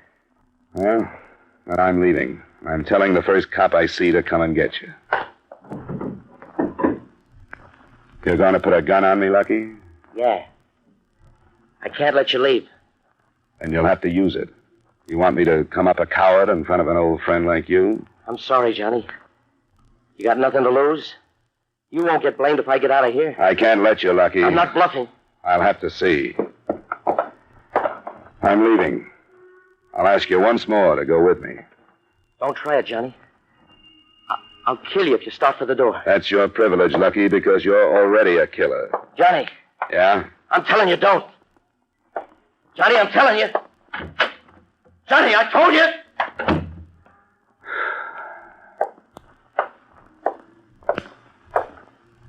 Well, Dollar? He won't give up, Lieutenant. Yeah, we'll take him then. He's armed and he's drunk. But Take it easy on him if you can. He could have killed me, and he didn't.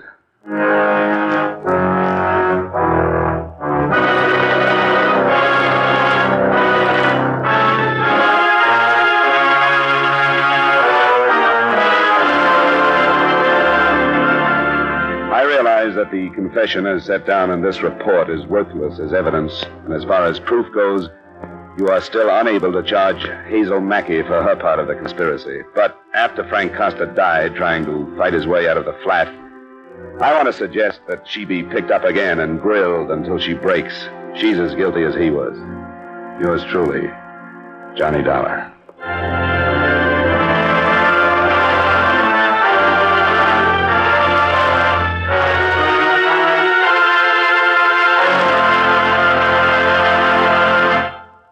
Remember, friends, for refreshment while you work, for enjoyment any time, chew a stick of Wrigley's Spearmint Gum. There's lots of lively, real mint flavor in it to cool your mouth, freshen your taste, and sweeten your breath. And chewing Wrigley's Spearmint helps keep you fresh and alert. You feel better, work better, get more fun out of doing things. So indoors, outdoors, at work or play, always keep delicious Wrigley's Spearmint Chewing Gum handy. For refreshment while you work, for enjoyment any time, chew a stick of Wrigley's Spearmint Gum. Yours truly, Johnny Dollar, brought to you by Wrigley's Spearmint Gum, stars Edmund O'Brien in the title role and is written by Gil Dowd with music by Eddie Dunstetter. Edmund O'Brien can now be seen starring in the Paramount Pictures production, Warpath. Featured in tonight's cast were Virginia Gregg, Gloria Blondell, Hy Averback, Peter Leeds, and Sidney Miller. Yours truly, Johnny Dollar, is produced and directed by Jaime Del Valle.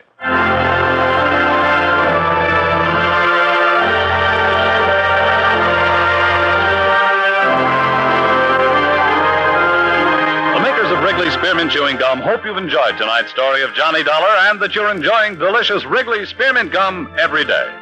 We invite you to join us next week at this same time when, from Hollywood, Edmund O'Brien returns in another adventure of... Yours truly, Johnny Dollar. Bob Stevenson speaking. This is the CBS Radio Network.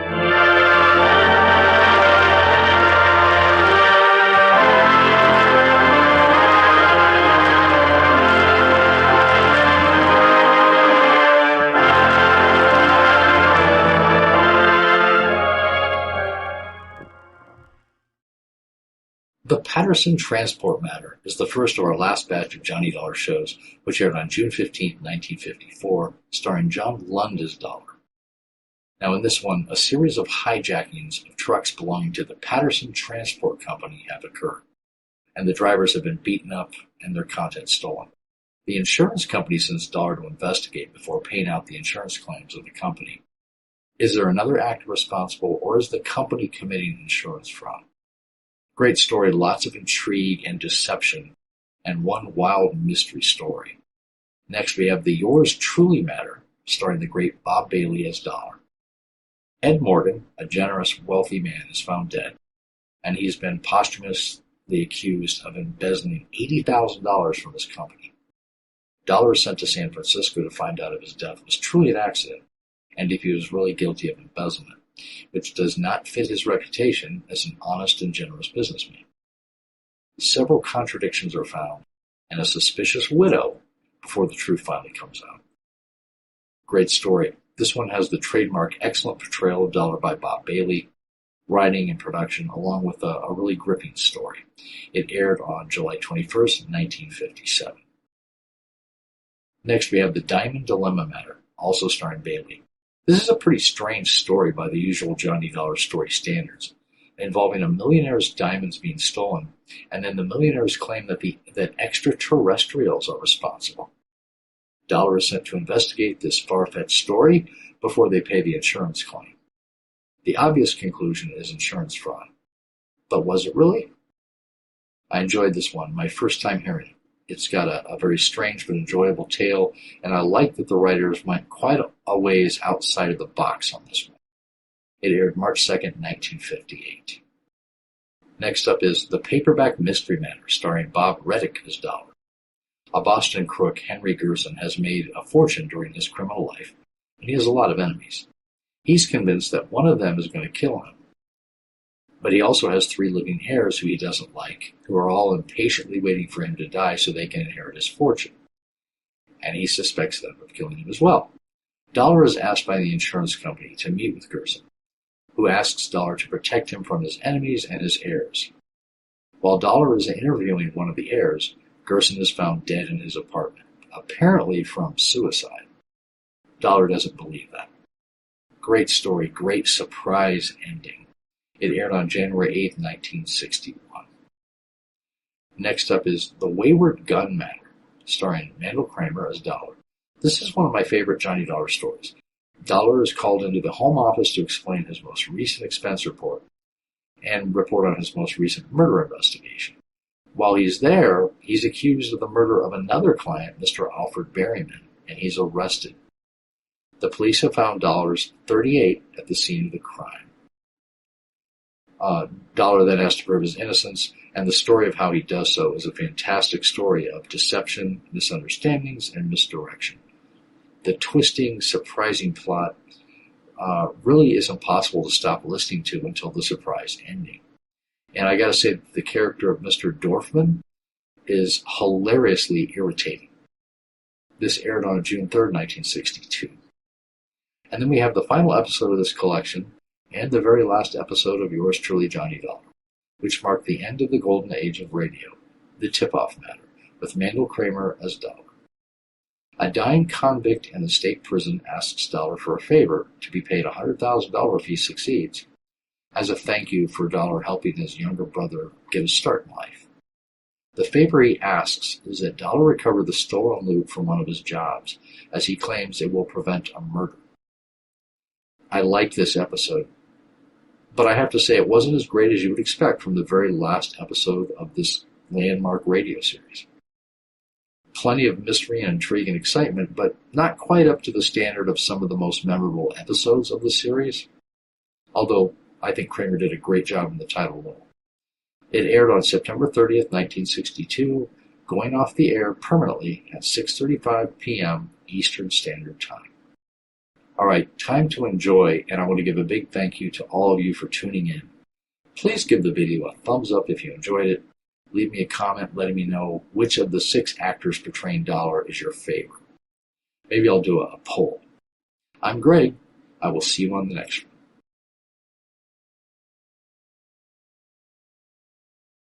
For your listening enjoyment, John Lund as Johnny Dollar. I'm Benson, Johnny. How fast can you get to Kansas City, Missouri? Why? Maybe you can stop a homicide. Well, that sounds worthwhile. What's the dope? We underwrite complete insurance coverage for the Patterson Transport Corporation. They handle the parcel delivery service for most of the department stores in town. Well, that should be profitable, but hardly deadly. There have been 6 robberies and beatings involving their drivers in the past week, Johnny. Apparently one guy is responsible, and he's gotten increasingly brutal with each holdup. How far has he gone? The last holdup was yesterday afternoon. He went berserk. The driver's in the hospital with 5 broken ribs and a fractured skull. If this guy isn't caught, it's only a question of time before he kills somebody. I'll take the first plane out.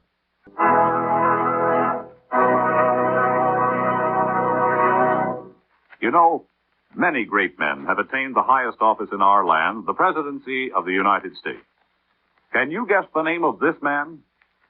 In 1884, with a limited education and practically no experience in national affairs, he was elected president at the age of 48. During his administration, an income tax was passed, but declared unconstitutional by the Supreme Court. And Coxey's army made its first march on the Capitol as a protest against unemployment. It was also during his administration that the Presidential Succession Bill was passed, which indicated the line of succession to the presidency from the president down through the cabinet. If you don't have his name by now, here are 2 more clues. He was the first president to be married in the White House and the only president to serve 2 non-successive terms. Who was he? Grover Cleveland, 22nd and 24th President of the United States. His life is part of your American heritage.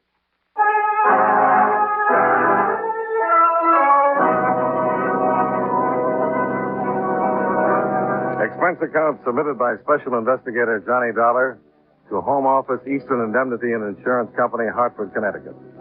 The following is an accounting of expenditures during my investigation of the Patterson transport matter.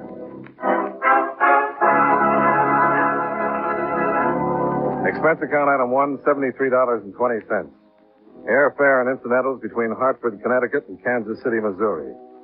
I was met at the airport by Walt Hendricks, Vice President and General Manager of Patterson Transport.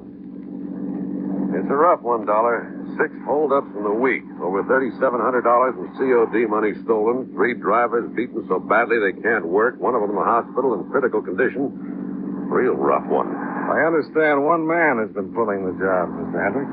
Seems to stack up that way.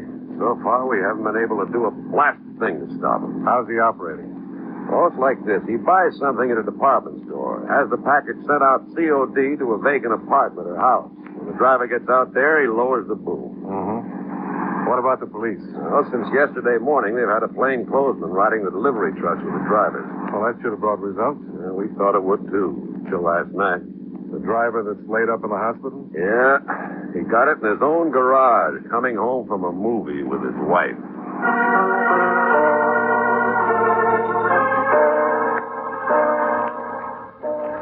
Hendricks dropped me off at the Muleback Hotel. He said the Patterson Transport Company would supply a car for my personal use. And it was there, ready and waiting after I finished checking in. I drove over to police headquarters at 1125 Locust Street, where Lieutenant Herman of the Robbery Division filled me in. Well, there's a few things about this that make sense, Dollar. Not many, but a few. Like what, Lieutenant? The way he operates, for one, has a definite pattern. Every holdup's either at the far end of the driver's route or the last stop or two before he checks in for the day. Sounds like he's pretty familiar with the delivery operation. Yeah, that's what we figure. Maybe from the Patterson transport end, maybe from the department stores. And then another thing. He's almost sure to be a psycho. The way he's manhandled those drivers? There wasn't any reason for beating them. Drivers all have orders not to resist. He gets increasingly brutal with every holdup. No sense to it, unless he's a psycho. Mm-hmm. Any description on him? Yeah, partial. Always wears a blue bandana handkerchief over his face. But here's what we've got on him for what it's worth. Let's see, about 6 feet, 190 to 200 pounds, gray slouch hat, baggy gray suit. Has a noticeable limp in the right leg. Well, that's pretty general, but that limp might help tie him down. I've got the personnel managers of Patterson and the department stores going over their records on the basis of that description. So far, they haven't come up with anything. But here's another angle. Take a look at this map. Yeah, sure. Now, the first robbery took place out here, 4300 block in Seneca. The next, here, at Observation Park. And one here on Cypress. The next at 32nd Terrace. Then 54th and Jackson. Well, that makes a rough circle around the city. What's he been doing? Moving from route to route in a definite pattern? That's it. Hitting one driver after another in turn. Well, then you should know who's liable to be next on the list. We do. Driver by the name of Milton Spears. He's got the Southwest Territory down here. If the man we're after follows his pattern, we'll get him. But if he breaks it like he did last night... Yeah. Now, that's about all I can tell you now, Dollar. We're hoping this guy will try again with our men riding the trucks. It's our best bet for getting him. And even if he doesn't, maybe we can...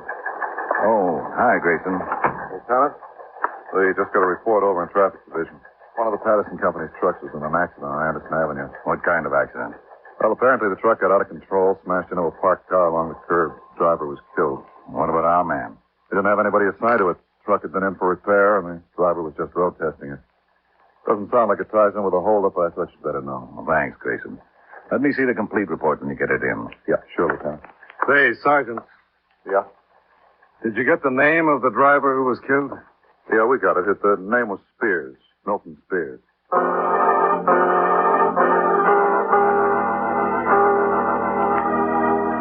When we got to the scene of the accident, an ambulance and squad car were already there. Sure. One of the squad car men filled us in on what they'd learned. He was heading east on Anderson here, Lieutenant. Then for some reason he suddenly clamped the wheel to the right and plowed into that Buick there at the curb. He must have been going at a pretty good clip. Burned a lot of rubber off on the street when he swung in here. Yeah. What did the ambulance men have to say? He was dead when they got here. Didn't look as though the crash killed him. No impact wasn't heavy enough for that. I think he might have had a heart attack. Uh-huh. Any witnesses? No eyewitnesses, Lieutenant. There's a lady over there wants to talk to you. Okay, ask her to come over. And have them take the body down to the morgue for an immediate autopsy. I want the results on it as soon as possible. Okay, Lieutenant. Oh, how does it hit you, Dollar? Well, a couple of things don't quite add up. Take him down to the Like what? morgue and have them... Well, why he was road testing a truck on a quiet residential street.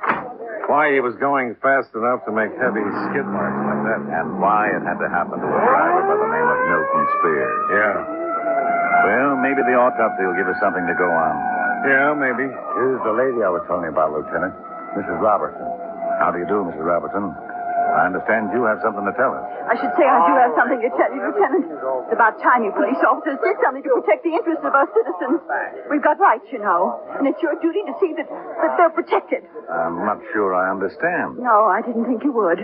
Things have come to a pretty pass when a taxpayer can't leave a car parked out on the street without some drunken truck driver smashing it to pieces. It's your duty to see that such reckless, incompetent drivers are kept off our streets and highways. You're the owner of the Buick that was hit, Mrs. Robertson? Well, isn't that just what I've been telling you, young man?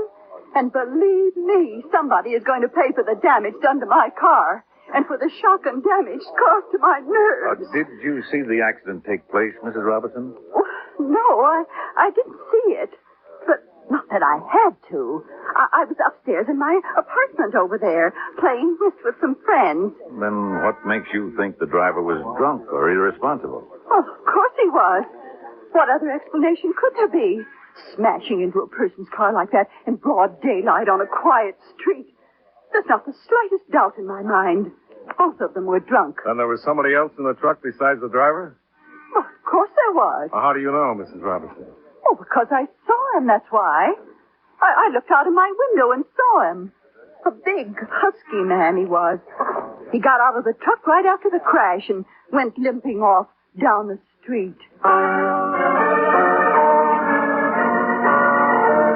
Additional questioning of the excitable Mrs. Robertson brought no further information. We got the same results from the other residents of Anderson Avenue. The men from the lab arrived and started working on the truck and Buick for possible physical evidence, and we went back to police headquarters. No need for you to stick around, Dollar, unless you want to. We won't be getting the autopsy report on Spears for another hour or two. Well, I thought I might look over the driver's statements on the robbery, Lieutenant. Maybe something will hit me. Oh, sure. I'll have Grayson dig them out for you. Yes, sir? Grayson, will you get out the driver's statements in the Patterson transport files? Mr. Dollar would like to look them over. Well, I've got them right here, Lieutenant. Adding another report to the list. Oh, what's that? Got a call from General Hospital. The driver who was beaten up last night just died.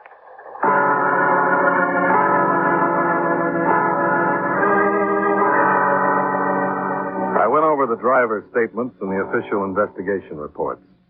Lieutenant Herman and his men had covered every angle I could think of, and a couple they hadn't. When I got through, the autopsy on Milton Spears hadn't been completed yet, so I drove out to the Patterson Transport Company in the Northeast Industrial District. I found Walt Hendricks in the offices of the company, which were located to one side of their busy garage. Oh, that's a terrible thing about Milt Spears, Dollar. A terrible thing. Man had been with us for 15 years, perfect safety record, and gets himself killed in an accident that way. If it was an accident. Well, you think it's connected with the holdups? We'll know more about it when we get the autopsy report. Well, I suppose it could tie in. According to the pattern, Spears was the next driver due to get hit. Sure, and if it had happened while Spears was out on the route, I'd say okay, but he wasn't. Just what was he doing, Mr. Hendricks? Well, his truck broke down, the clutch linkage. We sent a substitute out. When the garage got through, Milt took the truck out to road test it. Anybody go with him? No. Milt was a good mechanic. No reason to send anybody along. And we don't allow our men to pick up any riders or hitchhikers. No, there couldn't have been anybody in the truck with him. Well, maybe he picked up somebody he knew. Well, possibility, I suppose. I don't know, Dollar. This thing's got me so busy I can't think straight at all. I guess there's one consolation, though. Yeah, what's that? If you count Spears, every driver in the organization's been hit by now. Unless he starts over again, this guy has any place to go. I'll give you 8 to 5. He'll think of something.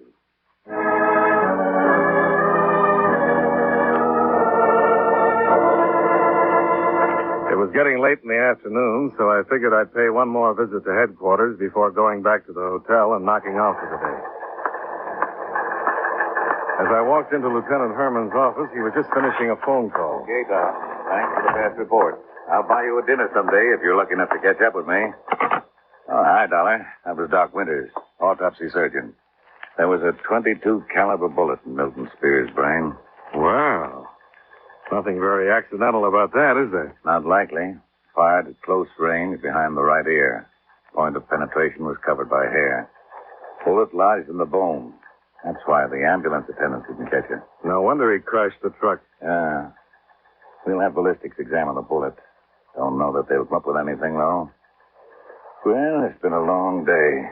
What do you say we go out and have a bite to eat? I'll buy that, Lieutenant. There's a good steakhouse right down. Lieutenant Herman.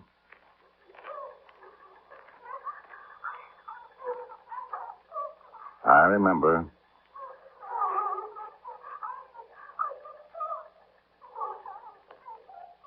We'll be right there. Now, let's roll, Dollar. What's up? Remember that Mrs. Robertson? The woman who owned the smashed-up Buick? Yeah. She just saw the man we were after. He's out in front of her place right now.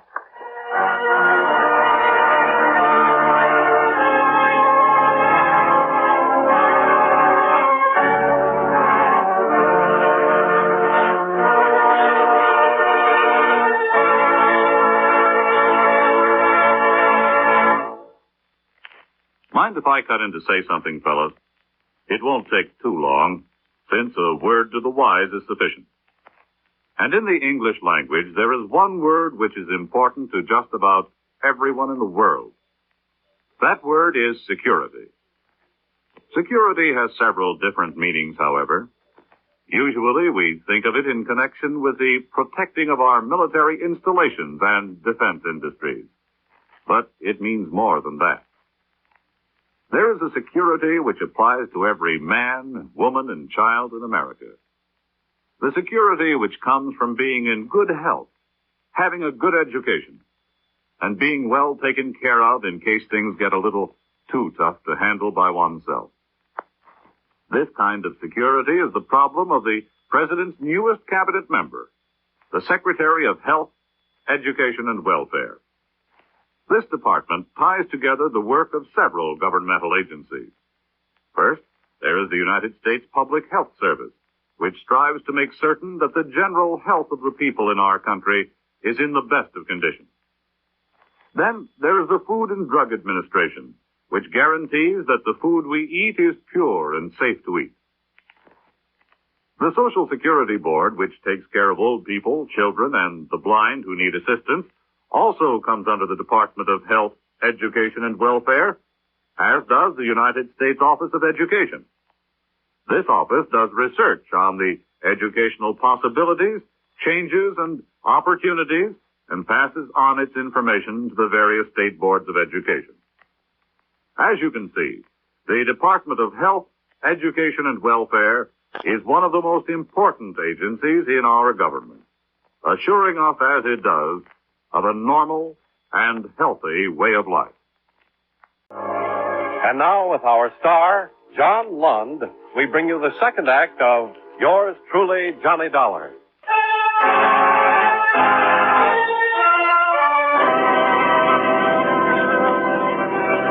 When Lieutenant Herman and I got out to the Anderson Avenue address, Mrs. Robertson was waiting for us in the vestibule of the apartment building. It's the man, I tell you. The very same man who got out of the truck that smashed my car. And I want you to arrest him at once, do you hear? If he's a man, we'll arrest him, Mrs. Robertson. Of course he's a man. I ought to know. I saw him get out of the truck and limp down the street. And I saw him again just before I called you. What was he doing, Mrs. Robertson? Looking over my car, that's what. The nerve of him. A criminal returning to the scene of his crime. There's no doubt about the identification. I told you there wasn't, didn't I? A big, heavy-set man, dressed in a gray suit, walking with a limp. He's the man, all right. Where is he now? Oh, where would a man like that be? I told you he was drunk when he smashed into my car. He went into that bar at the corner.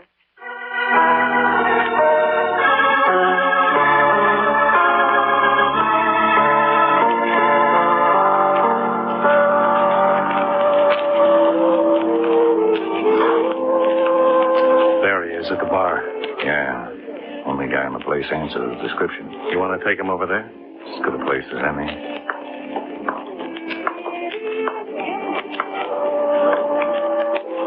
Police officers, keep your hands on the bar. Hey, what's going on here? Hands on the bar.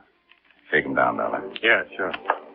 What do you think you're doing, Mac? I ain't got no rod on me. How about it? He's clean, Lieutenant. Sure, I'm clean. I told you I was, didn't I? Now, what do you guys want with me? What's your name, mister? What's it to you? Your name. Wesley, Gerald Wesley. Where do you live? I ain't decided yet. Just got into town. What are you doing in this neighborhood? Look, you guys ain't got nothing on me. A guy's got a right to come in and have a drink without coppers hopping all over him. Why the interest in the car, Wesley? What car? The smashed-up Buick down the street. Who's interested in a smashed Buick? You were. You were looking at it. Why? So I looked at it. Any law against that? Man was killed when that car was hit, Wesley. So what's that got to do with me? We've got a witness who says you were involved in the accident. Your witness is nuts. All I was doing was walking down the street. I seen the car, took a gander at it. We'll talk it over downtown, Wesley. There ain't nothing to talk. I didn't have nothing to do with that car. Somebody getting bumped off. You heard the lieutenant. We'll talk about it downtown.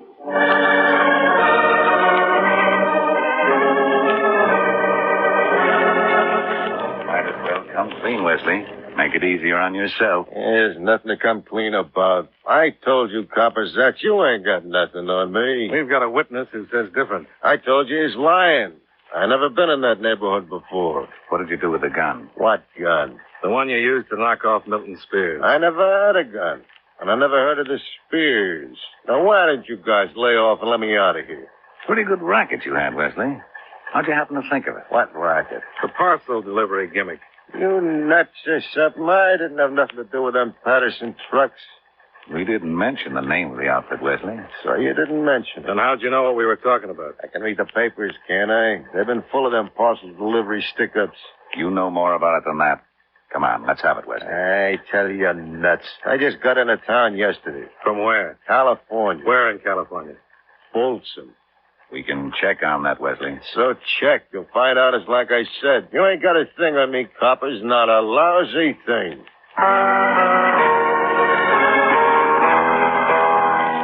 Lieutenant Herman sent in a teletyped request for verification from Folsom, along with telephoto copies of Wesley's prints for comparison. We got the answer back in an hour.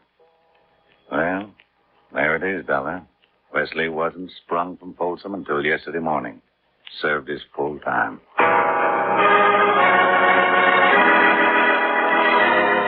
We made one more check. We had Mrs. Robertson try to pick out the man she'd seen from a lineup including Wesley and 6 police officers.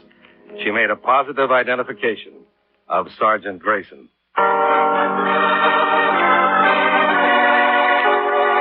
Expense account item 2, $17.85, dinner and drinks for Lieutenant Herman and myself. Afterwards, the lieutenant called it quits for the night, and I headed for the Patterson garage. I wanted to talk with Walt Hendricks again. Lucky to catch me in, Dollar. Don't usually work this late, but it's different tonight. Well, what's different about it, Mr. Hendricks? I've got some drivers to get. A couple of substitutes for those who are laid up. 2 permanent ones. Yeah. Well, I won't take up too much of your time. I just want to get a few things straight. Sure. It's pretty obvious that whoever we're after knows the operation of this business. That means he knew he wasn't going to get much of a take on those morning stick-ups. The drivers hadn't time to collect many CODs. No, but he got over 3,700 on the afternoon job. Nothing wrong with that. I don't say there is. But it's possible that money is only the frosting on the cake. Thinking that somebody might have a grudge against the outfit? Well, there's enough evidence to support it. The systematic way he's gone after the drivers, the beatings he's dished out for no apparent reason. Yeah, I've been thinking the same thing. Come up with any ideas? No, not a one. Company's always had a good labor record, never any fuss with competitors. I even checked with Mrs. Thompson about it. Who's Mrs. Thompson? Oh, she worked here for almost 20 years as my assistant and secretary. Had an auto accident about 6 months ago. Left her crippled. Oh, that's tough. Yeah. But she knows the business as well as I do, so I thought maybe she'd come up with something. Have any luck? Nothing. I even talked to her husband about it. Did he work for the outfit, too? No, but he got to know it pretty well through her. And he figured it the same way we do. But he couldn't come up with anything either. He did try to warn Milt Spears, though. How was that? Well, He had the guy's pattern figured out, too, and knew Milt might be next. So we warned him to be careful. Mrs. Thompson's husband was here at the garage before Milt Spears left? Yeah, that's right. He drove up just a few minutes before Milt took off to road test the truck.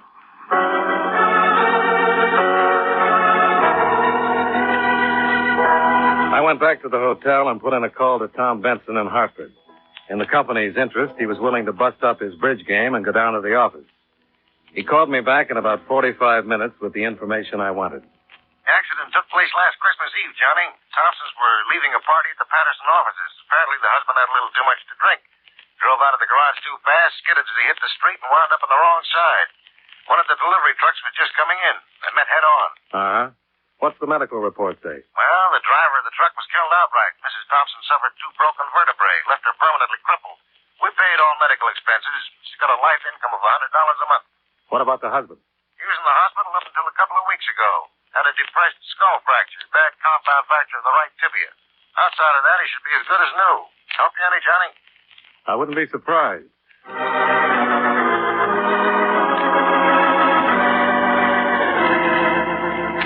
The Thompson home was a modest frame bungalow on Prospect Avenue, less than a half mile from the Patterson garage. I was met at the door by a practical nurse who checked with Mrs. Thompson and then led me into the bedroom to see her. It was awfully kind of you to call on me this way, Mr. Dollar. And I want you to know that Charlie and I are very appreciative of everything your company has done for us. You're only getting what you're entitled to, Mrs. Thompson. Well, perhaps.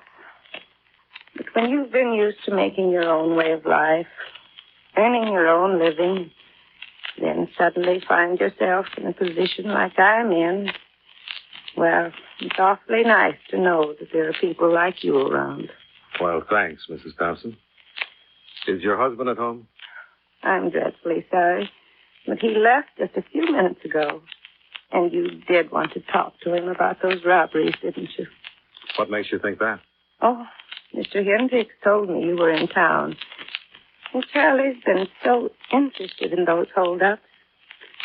He just feels terrible about those poor drivers, you know. No, I didn't. Oh, yes. Just terrible. He's been so worried about them ever since the trouble began. He even wanted to ride along with some of them on their route to help protect them. Is that so? Yes, he's felt that way, you know, protective about them ever since that accident happened to us. Some men might have felt the driver was to blame that night. Might have felt resentful toward them because of what happened to me. But not Charlie. He's a wonderfully forgiving man, Mr. Dollar. Where is your husband now? Yes. He even had a presentiment about what was going to happen to them after the holdup started. He told me he was afraid that robber would go from one driver to the next, beating them, perhaps even killing them. He even made a list of the ones he was afraid would be hurt. Where is he now, Mrs. Thompson? That's why he went out tonight, Mr. Dollar.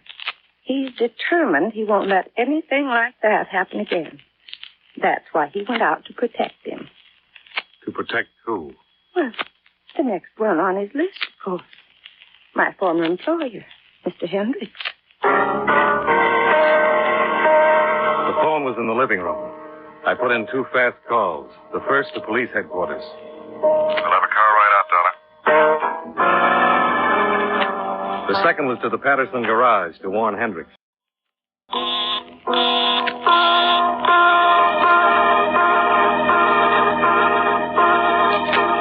The garage was only a few short blocks away, and I made it before the squad car did. There was a light in Hendricks' office, but it was empty. I tried the darkened garage next.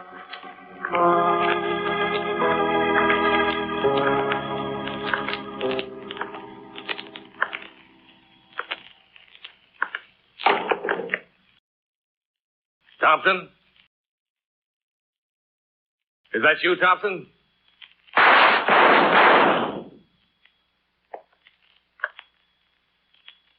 Thompson?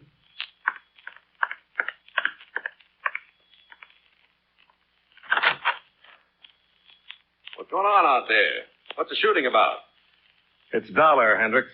Dollar? Yeah. Throw some lights on, will you? Yeah, sure. What's going on here, Dollar? What are you... Oh, Charlie Thompson. Yeah. Where were you? In the back row. But Charlie, what happened? Well, somebody had to stop him from protecting you.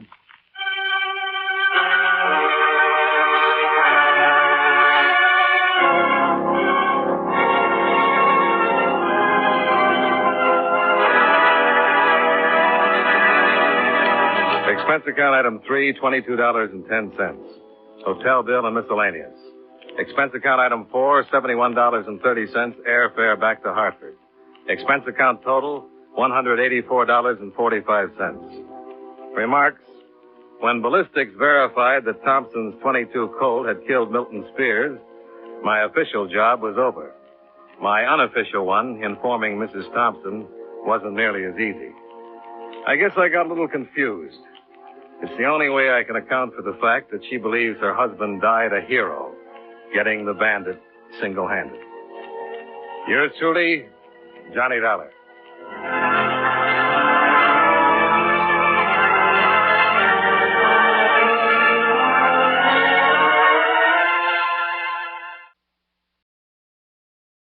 From Hollywood, it's time now for... Johnny Dollar. I have your call to Hartford, Connecticut, Mr. Dollar. One moment, please. Thanks, operator. Hello? Pat McCracken. Hi, Pat. Johnny Dollar. Oh, good. Still out on the West Coast, Johnny? Practically. Did you clear up that Kincaid matter? Mailed you the final report 2 days ago. Oh, good. Now sit tight because I think I'll have another case for you out there. Yeah? Well, I've got one all lined up for myself. I just want to get your okay for an expense account. Oh, that depends. Who holds the policy? Holds several policies with the companies that you serve. Who is he? Or is it a she? Oh, it's a he, all right. The most important client I know. Huh? Who, Johnny? And certainly the one deserving the most attention. Well, who is it? Me, Pat. Bob Bailey in the exciting adventures of the man with the action-packed expense account. America's fabulous freelance insurance investigator. Yours truly, Johnny Dollar.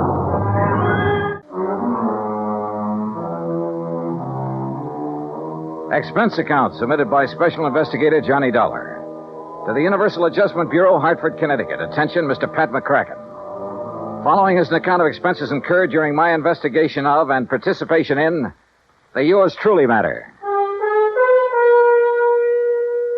Item 1, $34. Transportation and all the incidentals I could think of. Los Angeles to Las Vegas, Nevada. I needed a couple of days of relaxation after that Kincaid affair. Item 2, $31.40 for my room at the Flamingo Hotel, plus 2 fancy meals and a couple of drinks to go with them. Item 3, 85-cent phone call to my old pal Buster Favor down at Lake Mojave Resort on the Colorado River. Sure glad to hear your voice again, Johnny. Coming down here for some fishing? Buster, how did you guess? Big lunker bass are practically jumping into the boat. How big? 3 to 6 pounds. Ah, I did that well on the Flamingo boat yesterday on Lake Mead. Then I'll arrange for some bigger ones that stand by and wait for you. Want me to drive over and pick you up? No, I like to be independent, so I'll rent a car here. Well, in that case, wait for me. Huh? I've got to have 3 or 4 days' work done on my car at a garage there in Vegas. So? So I'll drive on up, leave my car, and you and I can come back here together in yours. And when you've had your fill of fishing... Okay, Buster, it's a deal. See you when you get here.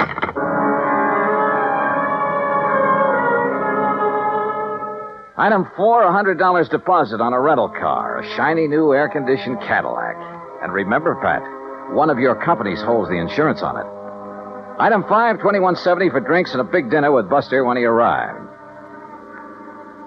It was quite late when we hit Route 95 for the drive down to Lake Mojave Resort across the desert. It was still hot after the day's high temperature of 118. You driving so fast to keep up the breeze, Johnny?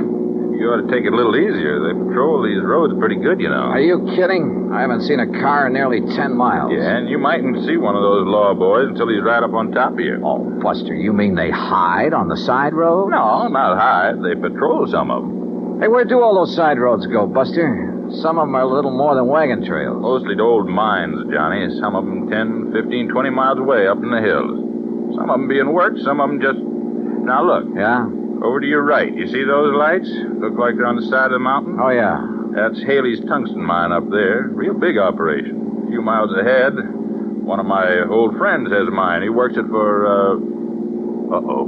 What's the matter? Look in the rear view mirror. I see some other lights.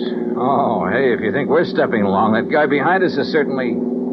Uh-oh. Yeah, that flashing red light above the corner of his windshield means a highway patrol car. Also means you better stop. Well, it isn't as though I've been driving all over the road. It's as though you haven't been keeping a sharp enough eye on the speedometer.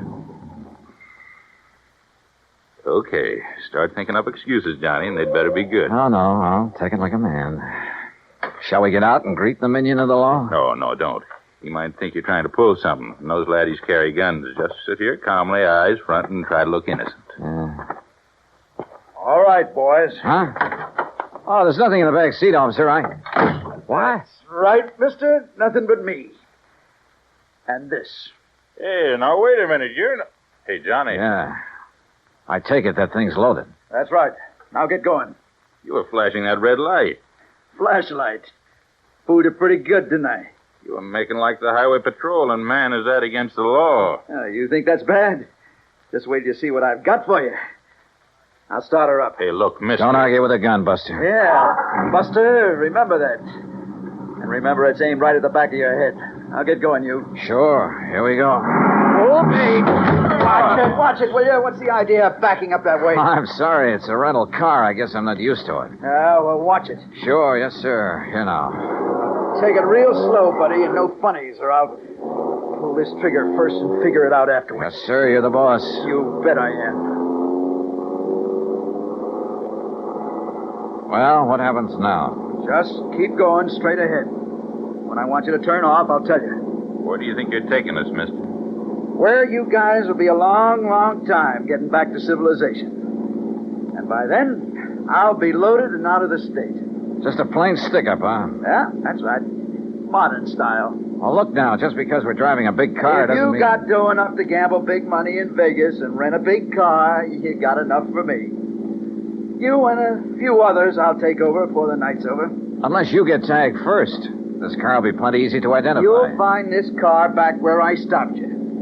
If you ever get there. Oh, brother, I wish I had a good look at that one of yours. Why do you suppose I pulled up behind you and didn't give you a chance to look? Now, let up on that gas. Getting a little nervous?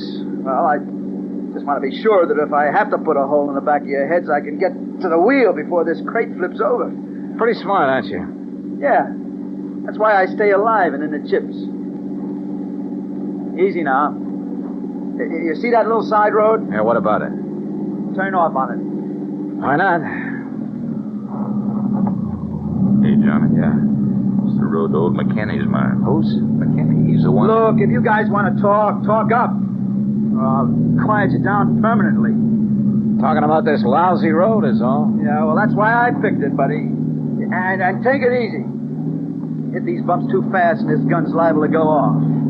And you wouldn't like that now, would you?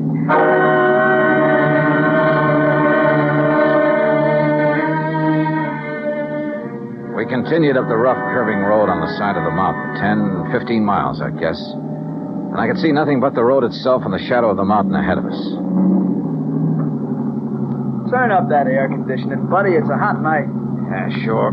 Listen, we go much further on this road, we'll scrape off the drip pan. You know this road? Well, it keeps getting worse and worse is all. This car's built pretty low, you know. Hey, take it easy, I said. How can I? You hear that? We don't stop pretty soon, we'll all get stranded out here. Yeah, maybe you got something there.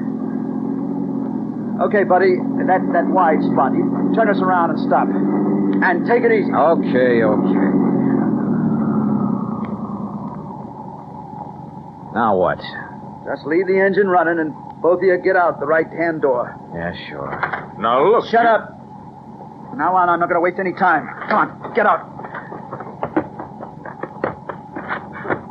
You're not going to leave us out here, I hope. That's right. I figure the temperature's still around 100, so you're going to have to take it easy. It'll be long after daylight before you get back down the highway. If we make it at all. Oh, you will. If you go real slow. And if I don't have to use this on you. Now turn around, both of you. Hands up in the air. Now, look, mister, with no water out here in this heat, it'll be murder. It'll be murder if you try anything cute. What? Wait. Nearly $100. You don't know this desert heat. Shut up. Now, you. Okay. Here, lower that left hand just a little. And be careful. Say, I like that watch. And that ring. Yeah. Say, you must have done all right at the gambling tables. Well, easy come, easy go. That's right. But, well. This card fall out of your wallet? Yeah. Johnny Dollar insurance investigator. Oh, boy, that's a laugh.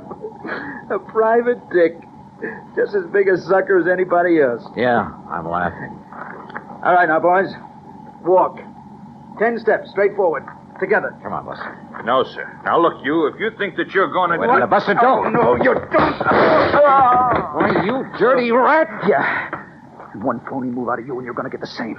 Only right in the back, you hear me? Now you walk. Walk. Keep going. Walk. Walk!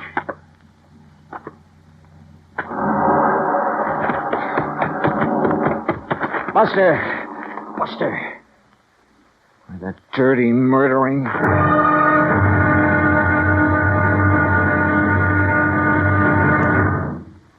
And now, Act Two of Yours Truly, Johnny Dollar, and the Yours Truly Matter. He'd overtaken Buster Favor and me on Highway 95 out in the middle of the Mojave Desert. At gunpoint, he'd made us drive my rented air-conditioned car of a rough, winding side road, miles and miles up into the mountains, and finally stopped. There, he'd ordered us out into the stifling desert heat. He'd taken our watches and money, and there, in spite of my warning, Buster had turned on him. Then, with a gun aimed at my back, he'd ordered me to walk away from the fallen man. Then he took off in our car. Buster! Me, the dirty murdering... Just take it easy, Johnny. Oh, what? Buster, you're okay. Yeah, but I sure had myself worried there for a minute. Pretty lousy shot, wasn't it? Oh, brother, you were crazy to make a dive at him. Only legitimate way I could think of to get down on the ground. What are you talking about? You see these? I can't see a thing, but it sounds like a couple of stones. Yeah, real sharp ones, the kind that cut a tire to ribbons out here. Chunks of lava. Oh, what? I shoved them under the right front wheel. Buster, those tires are probably self-sealing. Sure. So just to make certain, I went to work with this old knife of mine that he didn't seem to want. When he hits a few of those washouts we went over... Oh, good boy. But on that rough road and with power steering... Don't you worry. He'll have to stop and change a tire before he gets very far. Rubber sealant was already leaking out fast. Meantime, we better get on after him. Come on. Are you forgetting he still has that gun? Johnny, I'll show you tricks for getting a man in the desert at night that you never heard of. And don't forget, he'll be the one standing in the light from his car. If he's had to stop. He'll be stopped. If you stumble onto any rocks about the size of a baseball, pick 'em up. Oh? Yeah, maybe I'll show you why I ought to be pitching for the New York Yankees. And while I'm occupying him from one side in the darkness, why... Okay, Buster, let's go. Easy. This heat'll get you faster than you think. Then let's hope it gets him when he stops to change a tire. That's what I'm banking on. If he does. Don't you worry, Johnny. He will. Slowly, carefully, we trudged on down the side of the mountain, conserving our strength. I was glad that Buster knew the ways of the desert. A couple of times we left the winding trail to make shortcuts around big mounds and rocks, around old mine workings. And then we saw them. Car lights, Johnny. You see? Yeah, but they're moving down there, winding back and forth. He hasn't had to stop yet. No, I guess it... Hey, wait a minute. Those lights are coming up the trail. Yeah, why would he be coming back here? I don't know. Come on, toward that little hill on the side. When he comes around it, we'll let him have a handful of rocks through the windshield. Yeah, right. Pick up stones, anything you can get your hands on. Right. Hey, look, there's a good spot on that mound. Huh? He won't see us, but we'll see him when he pulls around it. We'll be practically on top of him. Here we are. Okay, good. And don't forget, our eyes are used to the darkness. His won't be. We'll just aim for his windshield, Johnny, with all we got. But don't forget, he still has that gun. Once we stop him, we'll have the advantage. With the cracked up windshield, he won't be able to drive, and as long as it stays nice and dark. You listen. Yeah. Yeah, I am listening. That's no Cadillac. That sure isn't. You think maybe he's nailed somebody else down on the highway and is bringing him up here? He hasn't had time to get halfway down there yet. Well, then who is? Buster, I'm going to jump down and hail him. But if it is him... I have to take that chance. Johnny, wait! That's a thief! Hey, stop! Stop! Hey, you, stop, will you, please? Now, what the howling tarnation are you doing out here? What's the matter? You get lost or something? Hey, listen, mister. Did you pass a big sedan on the way up this road? Now, wait a minute, young fella. Just who are you? Mac! Hey, Mac! Mac McKinney! Huh? Who's that? It's Buster, can't you see? Buster Faber? That's right.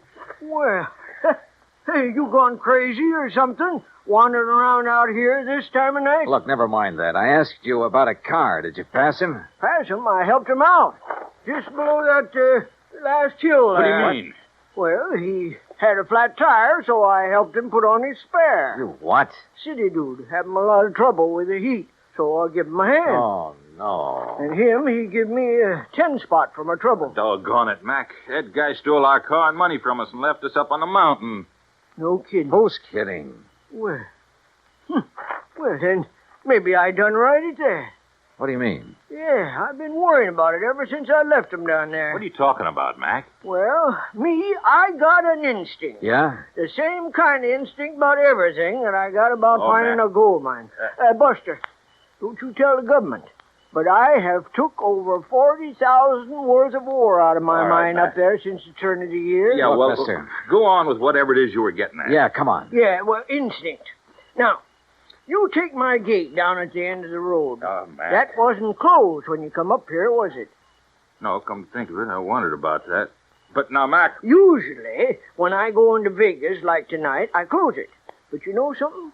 Tonight, I clean forgot. All right, Mac, get to the point, will you please? Well, the point being that I did lock up the gate when I come off the highway just now. Oh? And I clean forgot to tell that fella I locked it after I fixed his tire. Wait a minute, Mac, wait a minute. You mean he can't get back on the highway? He sure can't. And he can't break down that gate? Not without wrecking his car. All right, then. That's what I was worrying about on the way up the hill. All right, now listen. Should I go back on down and let him out or not? Will you listen, Mac, But please? then I remembered that bulge in his coat pocket, like a gun. It was a gun, all right. Yes, sir. And my instinct Mac, told please, me... I don't care what your instinct... me I'd better get back to the mine and telephone the county police on account of maybe he'd been prowling around my Telephone. mine. Look, Mac, you got a phone at the mine? Son, I got everything up there. Electric... How far is it? On this road? Ooh, about 3 miles. All right, then listen. But Listen. walking across that ridge, ooh, not more than a half mile. Good. Can you make it on foot? I ain't been wandering around these hills the past 41 years for nothing. Then, brother, go to it. Huh? Buster and I'll take the Jeep. Well, now, You go up son. to the mine and call the police. Tell them to set up roadblocks, whatever they want to do. And stop a 1956 Chevy. It's gray and white, license CGJ158. You got that? Sure. CGJ158, a gray and white. Now, Look, Mac, now, I'll wait. pay you for the use of this Jeep. Anything you like. $50, $100. Oh, yeah? He's not kidding, Mac. Huh? You sure? You know him, Buster? His word's as good as mine, better, and he's kind of a lawman. Oh, well.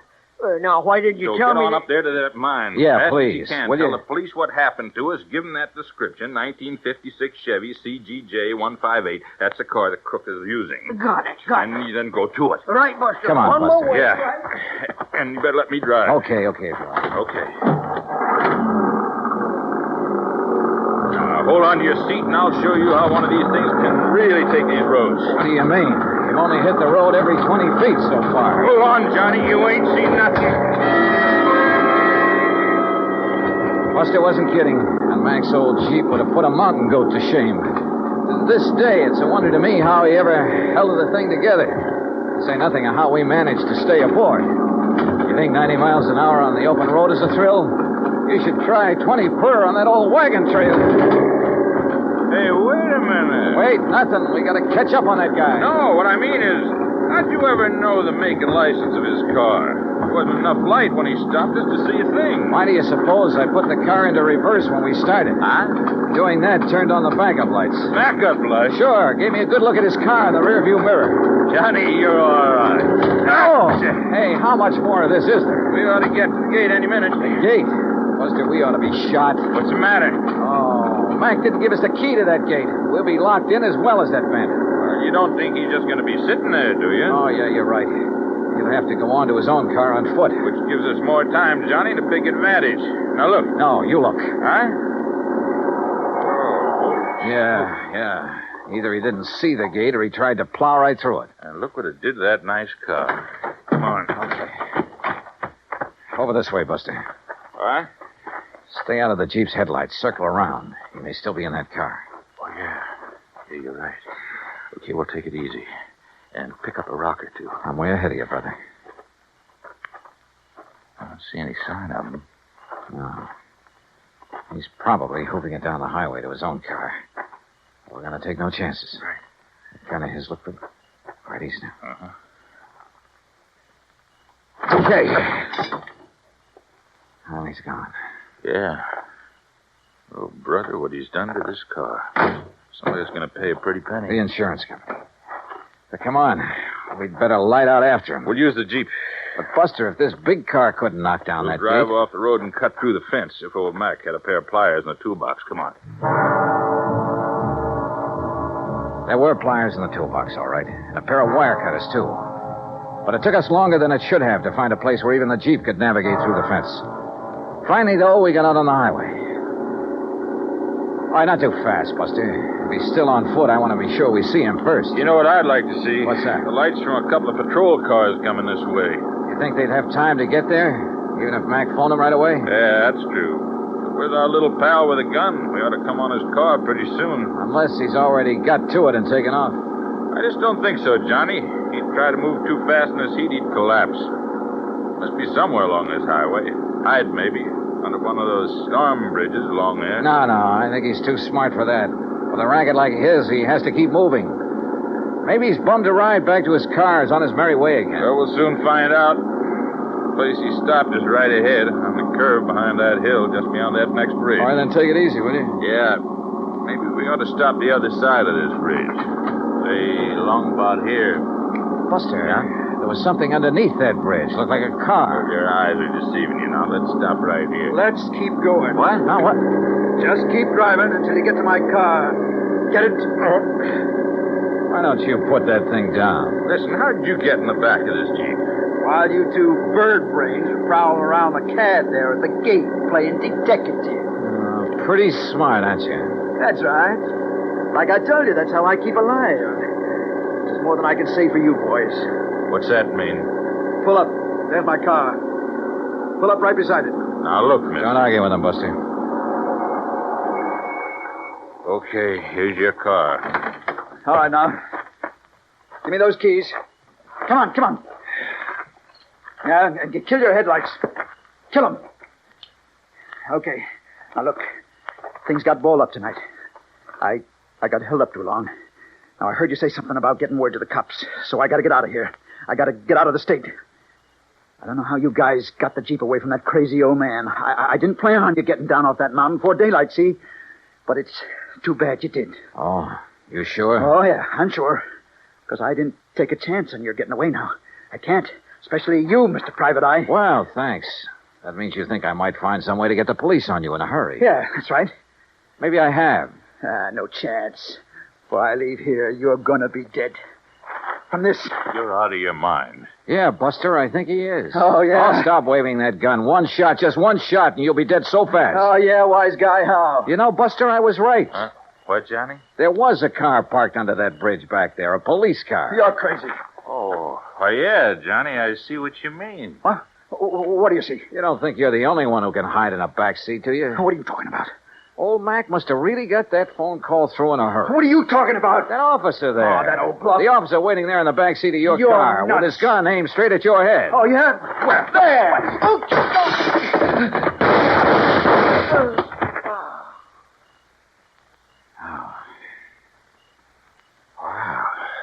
Boy, that took a lot lot of nerve, Johnny, and throwing that rock in his windshield when he turned was just enough. Hey, where'd you get that rock, anyhow? For some silly reason, I'd been hanging on to that rock ever since we started down the side of the mountain. Silly reason, huh? Not by a long shot, no, sir. Oh, and what do you know? Here comes a patrol car. The one you were supposed to see hiding under that bridge. You know something, Buster?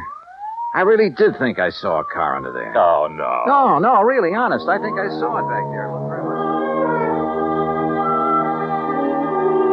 Expense account total, hold your head, Pat, including incidentals and my fare back to Hartford, $528. And that includes $50 to old man McKinney for the use of a Jeep and $81.50 for the repairs to Buster's car by way of thanks for his help. The car rental agency will present you with its own damage claim on the CAD. Oh, and of course the windshield on that Chevy will have to be replaced. You see, it was also insured with one of your companies. So, Pat, you can just charge off this case to recovery of that car.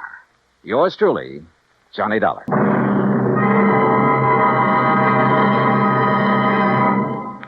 Now, here's our star to tell you about next week's story. Next week, a small round piece of metal, a coin. Face value, 50 cents. Insured value, $20,000. Join us, won't you? Yours truly, Johnny Dollar. Yours truly, Johnny Dollar, starring Bob Bailey, originates in Hollywood. It is produced and directed by Jack Johnstone, who also wrote tonight's story. Heard in our cast were Virginia Gregg, Lawrence Dobkin, Barney Phillips, Chet Stratton, and Junius Matthews. Be sure to join us next week, same time and station, for another exciting story of yours truly, Johnny Dollar. This is Dan Cubberly speaking. From Hollywood, it's time now for Johnny Dollar. Bert Major, Johnny. Masters Insurance and Trust. Oh, hi, Bert. You know anything about spacemen? Never saw any, if that's what you mean. Neither have I. But I know somebody who thinks he's been contacted by them. Oh, sure. I have some whimsical friends, too. Not funny, Johnny. The company is betting $2 million that this man is either a liar or pulling one of the biggest hoaxes in history. $2 million? That's right. Conrad Billings. Ever hear of him? Billings, Texas Oil, one of the richest men in the country? Right. Presently of California, where he's holed up in an isolated mountaintop lodge, minus a $2 million collection of diamonds he took up there with him. And you insured them? Yes, but not against ordinary theft. What does that mean? Those stones were insured against theft by persons or things unknown on this earth. What? That's right. Holy... You're serious, aren't you? You bet I'm serious. Okay, Bert, I'll see you at your office. Bob Bailey in the exciting adventures of the man with the action-packed expense account. America's fabulous freelance insurance investigator. Yours truly, Johnny Dollar. And now, Act One of yours truly, Johnny Dollar.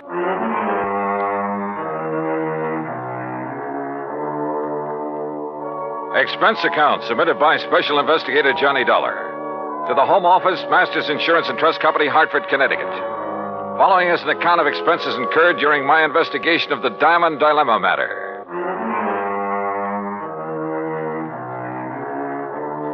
Expense account item 1, $3.20 for a taxi to the office of Bert Major. I've known Bert a long time, and he's been in and out of too many deals, big and little, to get excited over nothing. But he was excited now. This whole thing is incredible, Johnny. Fantastic. It's utterly impossible for $2 million worth of diamonds to simply vanish into thin air. So it's impossible. But it's happened. The police out there in California state positively that no man on earth could possibly have gotten to those stones. Then, Bertram, tell me all. All right. 2 weeks ago, Conrad Billings called me from his lodge up in Northern California. Said he wanted to insure the diamonds immediately. Over the phone? Over the phone. You're sure it was really he? I'm not that naive. I had the call traced. How come he called you? We've done some business with a wealthy friend of his in Dallas. Recommended. Uh-huh. And he had the stones with him there at the lodge? Yes. And, Johnny, it's one of the most isolated spots on Earth. You're sure he had them there? He loves diamonds, Johnny. Almost to the point of obsession. He plays with them like a kid plays with marbles. Lord knows he can afford to. So you insured $2 million worth of diamond marbles over the phone. I did. And you say you aren't naive. Oh, look, a remote lodge, an eccentric old man, some expensive baubles. A rank amateur could get at him. You haven't listened to me, Johnny. You've missed the point entirely. I wouldn't care if he left the diamonds lying out on his front doorstep. I insured those diamonds solely against theft by persons or things unknown on this earth. That's the exact wording of the policy. And now they're gone. Yes. So, someone took them. Prove it. What?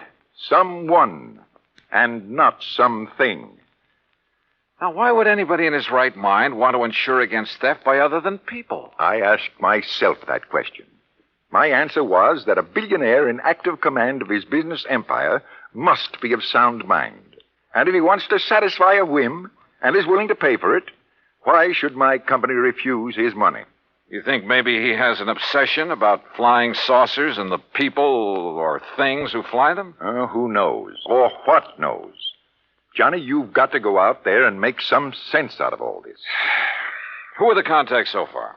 The head of his San Francisco office, Norton Shields. The chief of police in Lakeview, about 30 miles from Billings Lodge, and the insured. Okay, I'll call you, Bert, but not from Mars. Expense account item 2, $280, deluxe flight with trimmings, Hartford to San Francisco. A pea soup fog was rolling up Market Street, and it was 2 a.m. when I finally got to the office of Billings Enterprises and met Norton Shields. He was wide awake, sharp, about 35. Yes, Mr. Dollar, I've been in charge of Billings' West Coast operation for 10 years, with time out for Korea. Pretty young for such a responsibility. Billings hired me because I know the oil business. I learned it young. Uh-huh. You like him?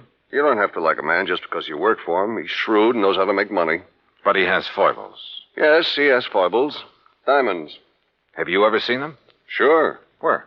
Oh, here in the office, at the lodge where he is now, at his home.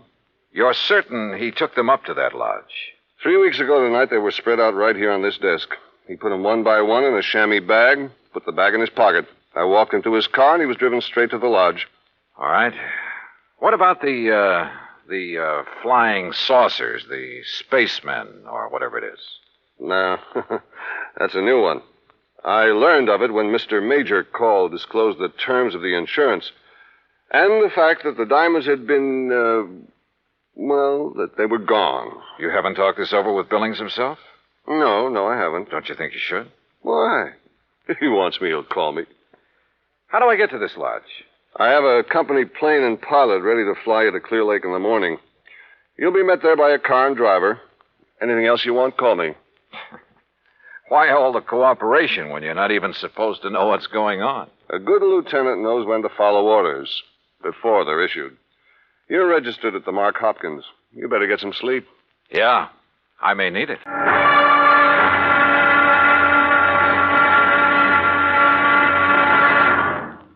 And now, Act Two of yours truly, Johnny Dollar, and the Diamond Dilemma Matter.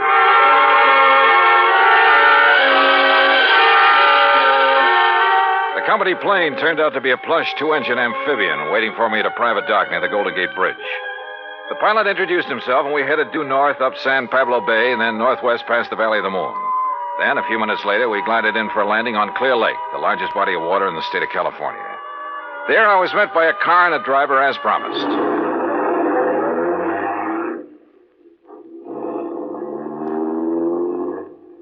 How far is it to Mr. Billings' lodge, driver? About 30 miles. What do you do when Mr. Billings isn't here? Wait for him. Do you, live at the lodge? Nobody does. Just Mr. Billings. No caretakers, housekeepers, anything like that? Just Mr. Billings. Well, surely there must be someone to look after. Look, mister, I'm hired to drive a car. I do it. And that's all. The car twisted and turned through some lush country, then left the highway and climbed a narrow mountain road with signs every couple of 100 yards marked private in big letters. After several miles of this, during which we passed through a couple of gates that had to be opened manually, we came to a high steel wire gate with equally high fencing stretching out in either direction. A small redwood blockhouse squatted inside. The driver made a U-turn, stopped in front of this gate, then reached around and opened the door. This is it, mister. This is it? Yep. Okay, if you say so. But if this is a millionaire's idea... Hey, wait a minute! Huh. Well, if this really is the place, I may as well get... Can't you read? You touch that gate and you'll be electrocuted. What? Your name, Dollar? That's right. Who are you and what's the idea? Speak up. Where were you at exactly 2 o'clock yesterday afternoon? Well, if it means anything to you, I was talking with a man named Bert Major in Hartford, Connecticut. Come in.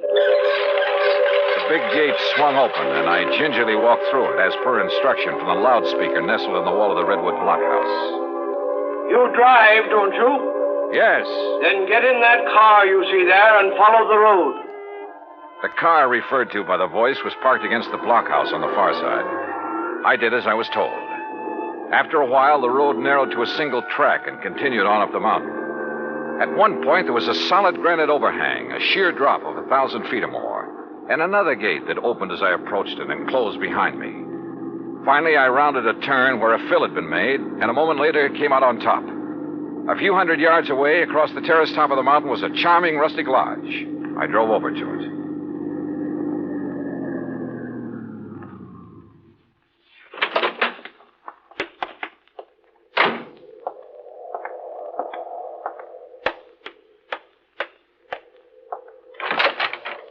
Good morning, Mr. Dollar. Mr. Billings? Come in. Hearing about this man was strange enough. Seeing him was even more of a shock. About 5'2", flashing gray eyes, bullet bald.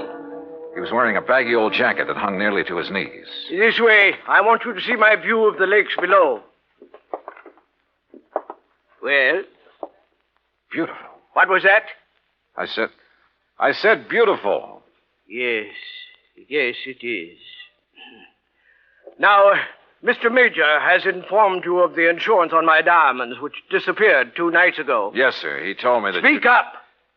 He told me you insured $2 million worth of diamonds against theft by persons or things unknown on this earth. Exactly. And I wish to collect from your company on that basis. Well, Tell me, where did you keep them? Right here on this table in front of the window, right here.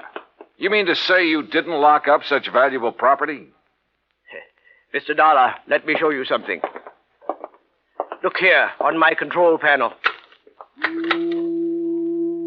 you recall the series of gates you passed through after leaving the main road? Yeah, very well. Well, by means of my electronic devices, I followed your progress every inch of the way.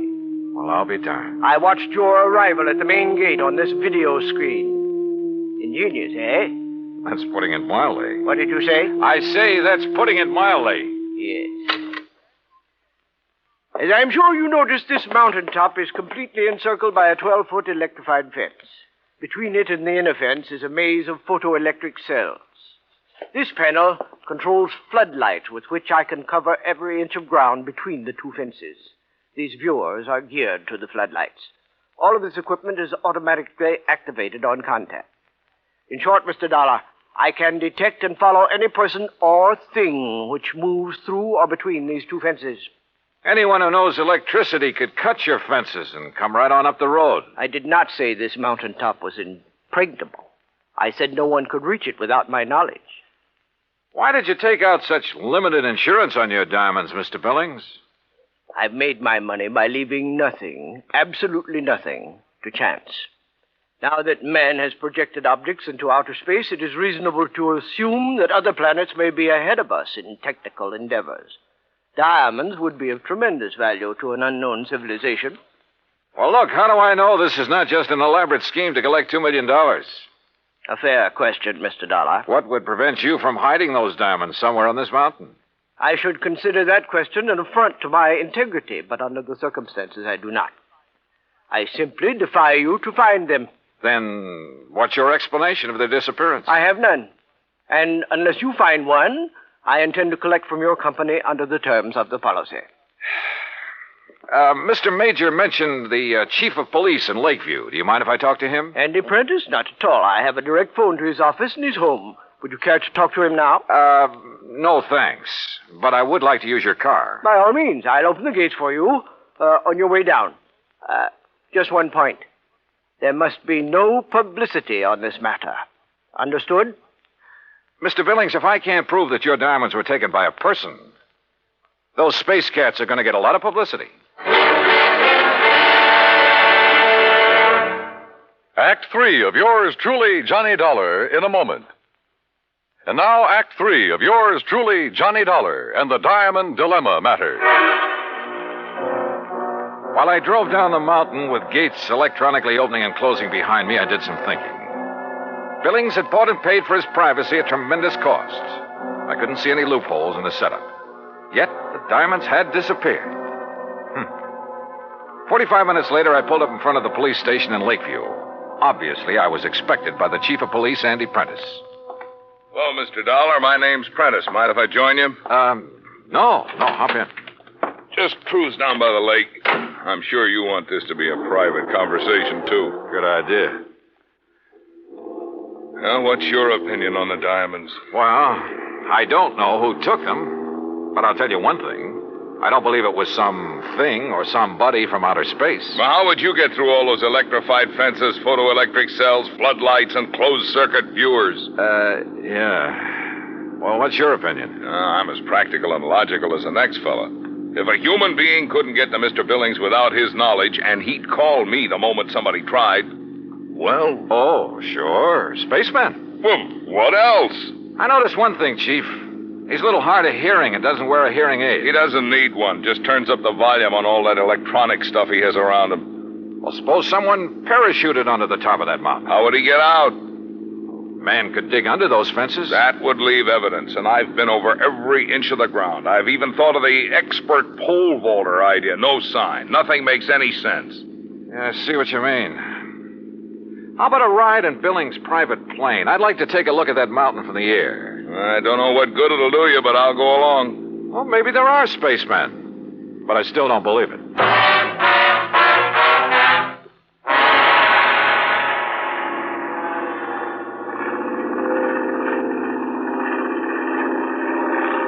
We're coming to it now. See the road winding up? And there's the lodge. Yeah. I asked the pilot to circle around the top as close as the air pockets will permit. Good. Chief, have the pilot drop down just below the top and steer a course between the two fences all the way around. Whatever you say. Oh, pilot! For the next few minutes, I studied the top of that mountain from all possible angles. The road leading up to it, the terraces, the lodge itself. Suddenly, an idea hit me. And a few minutes later, I left a somewhat puzzled chief of police at the landing dock on Clear Lake. An hour later, I was explaining who I was and what I wanted to do to a somewhat incredulous captain of police at San Francisco's International Airport. I finally convinced him I wasn't out of my mind, and he reluctantly agreed to cooperate. Then, about dusk, I found myself exactly where I wanted to be, on top of Billings Mountain, calmly walking toward the lodge.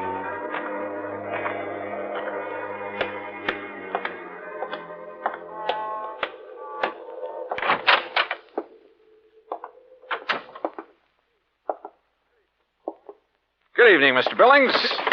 What? I said good evening, sir. Mr. Dollar. Why, I don't understand. See? No spacesuit. Why, I can't believe it. How did you do it? How did you get here? The same way as the man who stole your diamonds. But this is impossible. Impossible. My electric system gave me no warning. That's because you have it located in the wrong place. What? It's in the two fences and between them halfway down the mountain. Above them, there is one level spot, 50 yards across, that isn't covered by your automatic whistles and bells. But it isn't it's not necessary. Wrong. It's just big enough for a helicopter, which is waiting for me out there right now. A helicopter? You didn't see us because we came in and landed below your line of sight. You didn't hear us because you don't wear a hearing aid. I can't believe it. But you must be right. And you'll have to agree that your diamonds were not stolen by persons or things unknown on this earth. The terms of the policy. Of course, I disallow all claim, but Good. Now, it's none of my business, Mr. Billings, but was your San Francisco manager, Norton Shields, a pilot during the time he was in Korea? Why, yes, he flew rescue missions in a... helicopter. Yeah. The company that insured your diamonds against ordinary theft might be interested to learn that. Good night, Mr. Billings. Yes. Good night, Mr. Dollar.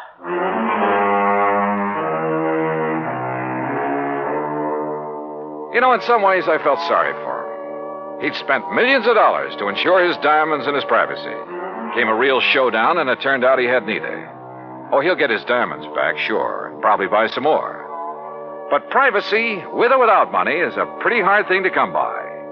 At least in this man's world. Expense account total, including incidentals and transportation back to Hartford, $284.30. Yours truly, Johnny Dollar.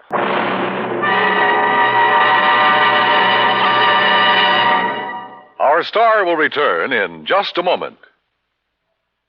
Now, here is our star to tell you about next week's story. Next week, a moth, a tiny moth, solves a case involving our national security. Join us, won't you? Yours truly, Johnny Dollar. Yours truly, Johnny Dollar, starring Bob Bailey, originates in Hollywood and is produced and directed by Jack Johnstone. Today's story was written by Alan Botzy. Heard in our cast were Edwin Jerome, Paul Dubois, Frank Gerstle, Junius Matthews, and Marvin Miller. Be sure to join us next week, same time and station, for another exciting story of yours truly, Johnny Dollar. This is Dan Cumberly speaking.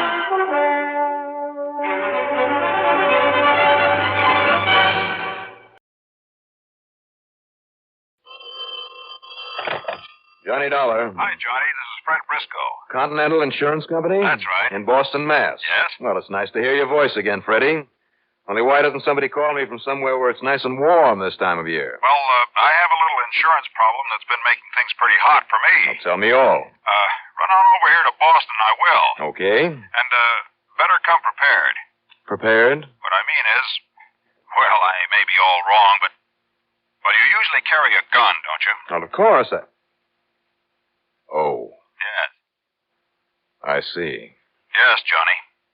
CBS Radio brings you Bob Readick in the exciting adventures of the man with the action-packed expense account, America's fabulous freelance insurance investigator. Yours truly, Johnny Dollar.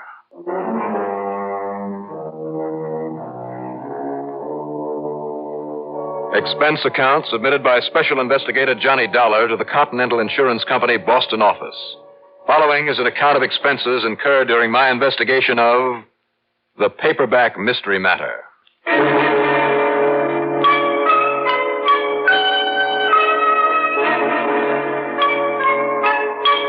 I decided it might be smart to have my own car along, so expense account item 1 is $4.20 for a tank full of gas.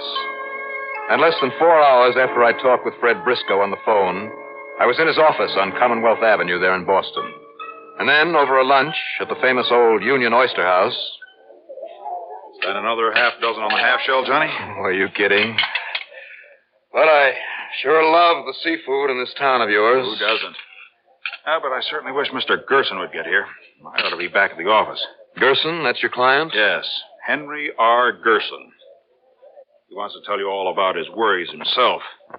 And I'm sure the only reason he insisted on meeting us here was to cadge a free lunch. Oh, that kind, huh? Johnny, that old crook is worth millions. Though you'd never know it by the way he lives and dresses, by that ramshackle old apartment he lives in. You said crook? I did. Every penny that old miser ever got hold of, and still has for the most part, came from some dirty deal that he put over on somebody, which makes him one of the most hated people I've ever known. And just as soon as he made a new friend, he'd proceed to take him, but royally. A real nice guy, huh? What sort of deals does he make? Well, he doesn't anymore. The last 10 or 15 years, he just sat around counting his money and gloating over the fact that he can keep a couple of poor, resentful nephews and niece from getting their hands on it until he dies. And they're Gerson's heirs? Only because they're his only living relatives. And they're poor? Yes. And, well, I'm afraid I'll have to admit that they deserve to be. Up until their parents died and left them with no money, no nothing, Jerry and Paul had planned to study for the ministry. But now, Mr. Gerson tells me that they're just drifters. One job after another, and never on a job long enough to pay their bills. They live in Syracuse, New York. Just waiting for the old man to die. Right. So he has no use for them. And the niece? Her name is Nancy Trimmer. Lives here in town. Works as a checker at one of the supermarkets when they don't catch her shortchanging the customers. And I guess she'd just as lief help the old man into his grave as the other two. Nice people. Yeah. But no worse than Gerson himself. So he's worried that one of them may try to knock him off. Yeah, that's it, John. Oh, here he comes. Don't let on to him that I told you anything at all about I thought I told you that I'd tell him. Oh, hello there, Mr. Gerson. So you're Johnny Dollar, eh? That's right, Mr. Gerson.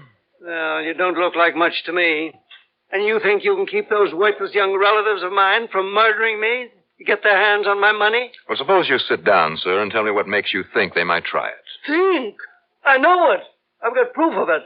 All the proof I need. Oh, what kind of proof? Go on, move over, Briscoe, and let me sit down. Oh, certainly, sir. The least that insurance company of yours can do is to buy me a square meal. Why, of course, I'd be glad to. After all, I give the company over $1,000 a year in premiums on my life insurance, don't I? Something like that. $1,124.12 every year. And the only reason I haven't tried to cash it in is because you'd give me back less than half of what I put into it. Well, now, that isn't All true, right, let it go. What's the face value of the policy, Fred? $47,000, double indemnity. And if those crooked nephews of mine get away with whatever they're up to, that's the way it'll get paid to them, double. But if you're leaving them the rest of your estate... What? Well, this insurance money is only a drop in the bucket. Oh, it is, huh? Well, you know something? I'd commit suicide just to cut them out of it. You hear me? And have all those $1,100 premiums paid out for nothing? Hey? I take it there is the usual suicide clause in the policy? Yes. All right. We've been all over that now. The thing you got to do, Dollar, is to keep me from getting murdered. Now, wait just a minute. Yeah. You talk about being perfectly willing to commit suicide. That's right. And yet you sit here and demand protection to keep you alive. Now, that doesn't make sense, does it? Don't you get smart now. Wait till I tell you what's been going on. I suppose you do. Well, later, after I get some food in me. Waiter, bring me a menu.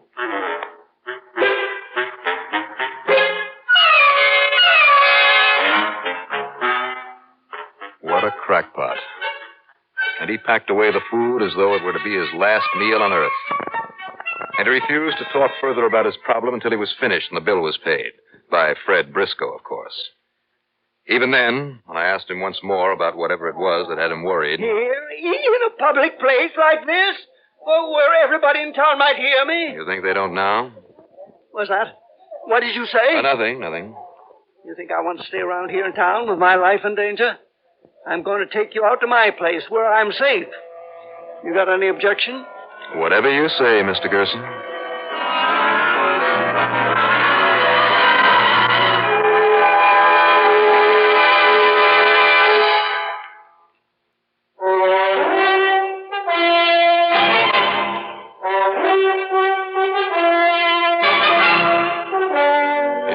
Sense. If it was perfectly safe for old Mr. Gerson to wander in town and meet us at the Oyster House, why this sudden urge to get on back to his place and lock himself in? Anyhow, after telling Fred Briscoe I'd check with him later, I drove Gerson to his apartment. It was in a wholly undesirable section that I hadn't even known existed. Are there railroad tracks out and back of this place?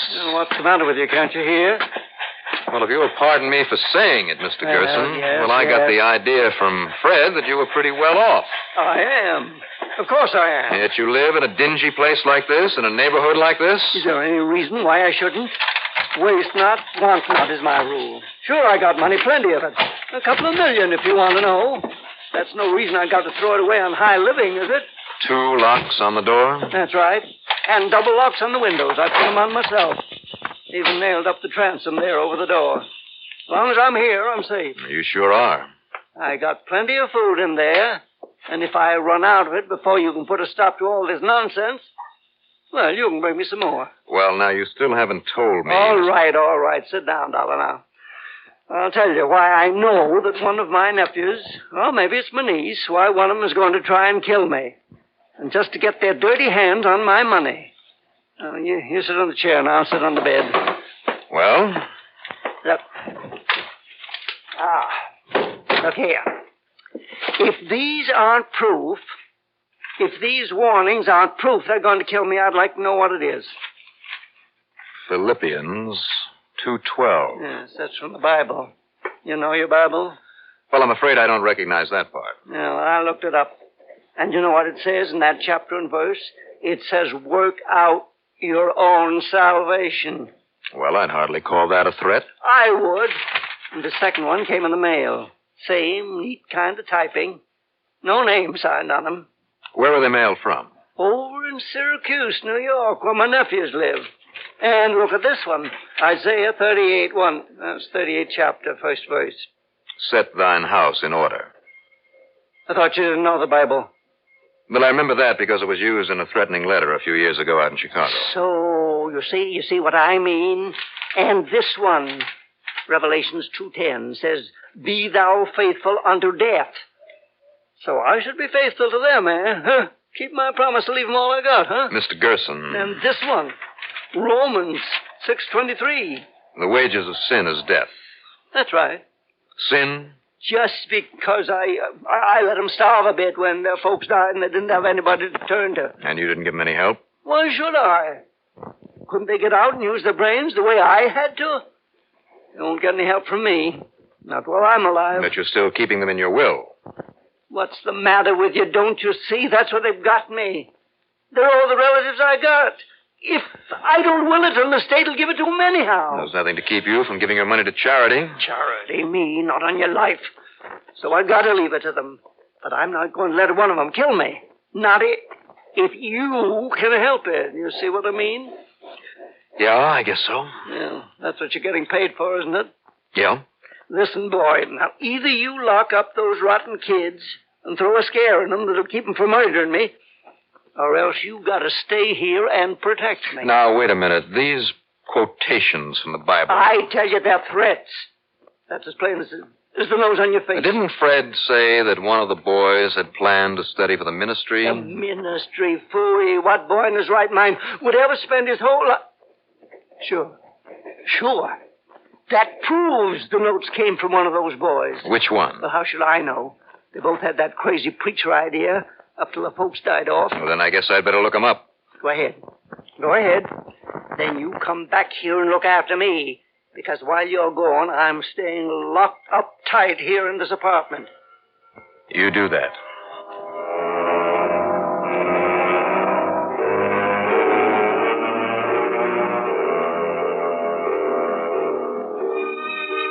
This old man was either a nut or up to something. But what? And I had to admit those unsigned notes pointing out passages in the scriptures could possibly have been taken as threats. And since both the nephews had planned to study for the ministry, but first I called on the niece, Nancy Trimmer, because I hoped that she'd know enough about the nephews to be able to tell me if her suspicion about them was justified. Her rooms in the southeast corner of town were little better than her uncle's. And most of our conversation, her conversation, took place in the kitchen. Now, look, are you from the parole, Mr., what'd you say your name is?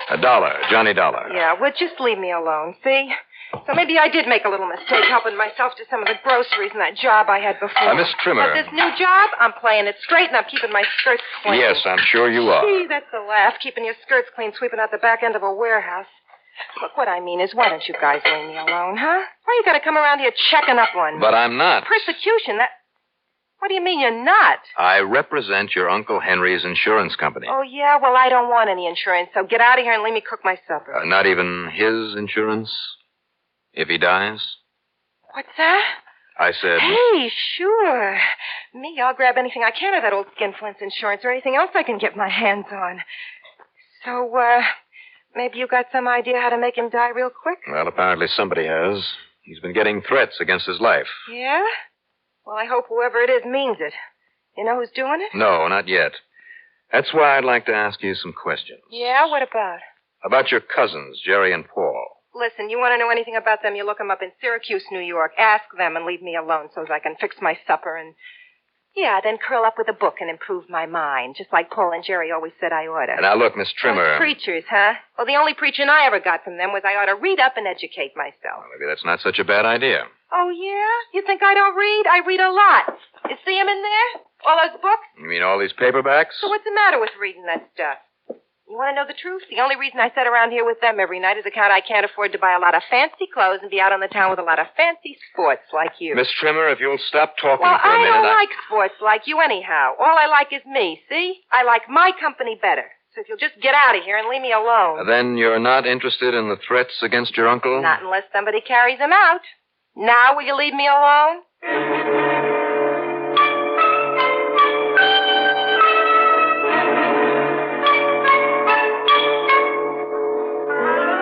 Two screwballs in one day.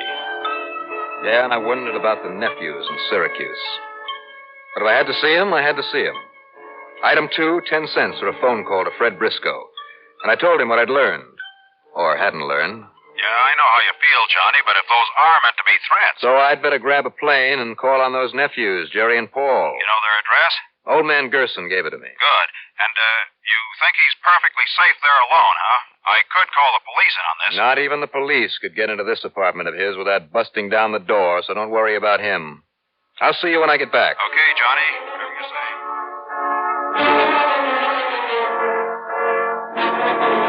You know something? I should never have hung up that phone and flown to Syracuse. I should never have left old man Gerson alone there in his apartment.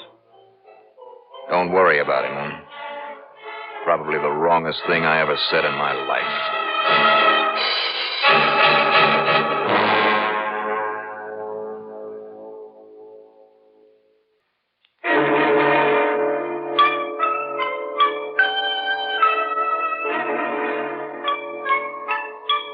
Item 3, 95 cents for a cheese sandwich and a cup of coffee at the Logan International Airport.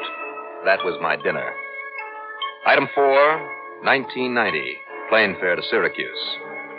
Item 5, $6.50 for a cab from Hancock Field to the first floor apartment out near Sunnycrest Park, where Paul and Jerry Gerson lived. No, I'm Paul, Mr. Dollar. Jerry isn't here. Oh, where is he? Well, to be honest about it, I don't know, but he said he mightn't be back tonight. Oh, he did? But, come in, sir. Thank you. From Uncle Henry's insurance company, did you say? That's right. Oh. Sit down, please. All right. You and Jerry stand to collect quite a bit when your uncle dies, don't you?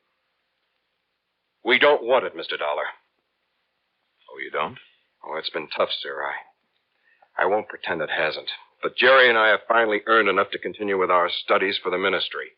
So we'd have no use for this, well, maybe it sounds a little corny, sir, but that's tainted money. The only way Uncle Henry ever got any money was by cheating people. We don't want any of it. No, it's a very pretty speech, Paul. I beg your pardon, sir? When did Jerry leave? Well, it was right after Mr. Fred Briscoe over in Boston phoned to say you'd be here, and that when you... Fred told you I was coming here? Yes, sir, and he said to please have you phone him as... Oh, excuse me, sir. Oh, great. No wonder I'm getting all this pretty talk. Hello? Oh, yes, sir. He's right here. It's for you, Mr. Dollar. For me? It's Mr. Briscoe. Oh, it is? Fred? Johnny, it's all over. What was the big idea of telling these kids that... What did you say? In spite of all his locked doors and windows, Mr. Gerson is dead. Hold the phone. All right, Paul. Let's make a move. Mr. Dollar, that gun, sir. And maybe you better start remembering where your brother went. Johnny? Everything's under control, Fred. Well, I'm not sure I know what you mean because, you see, Mr. Gerson's death was suicide. What? The police are certain of it. Well, they are they? Well, I have some other ideas. You have? Hi, Paul. What? Jerry. After getting through with the library, I decided to come back here. After all, what does this mean? This man at the phone with a gun. Jerry. Johnny, you have some other ideas? Maybe so. Maybe no.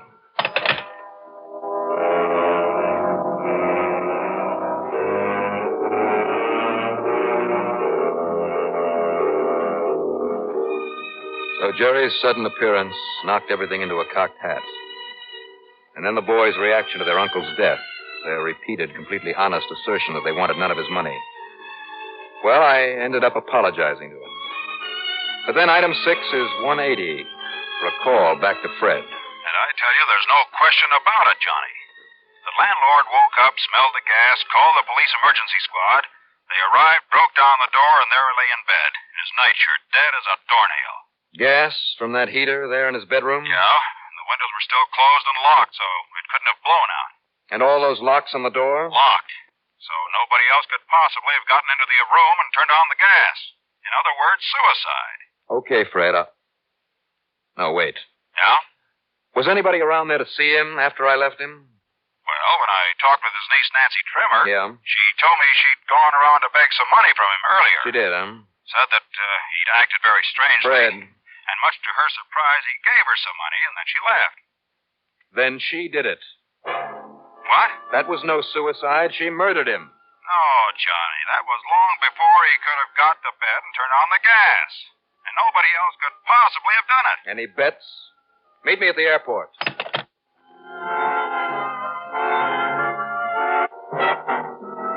Item 7 is $26.40 for a cab, Hancock Field, plane fare, back to Boston. All because of those paperbacks that I'd seen strewn around her apartment.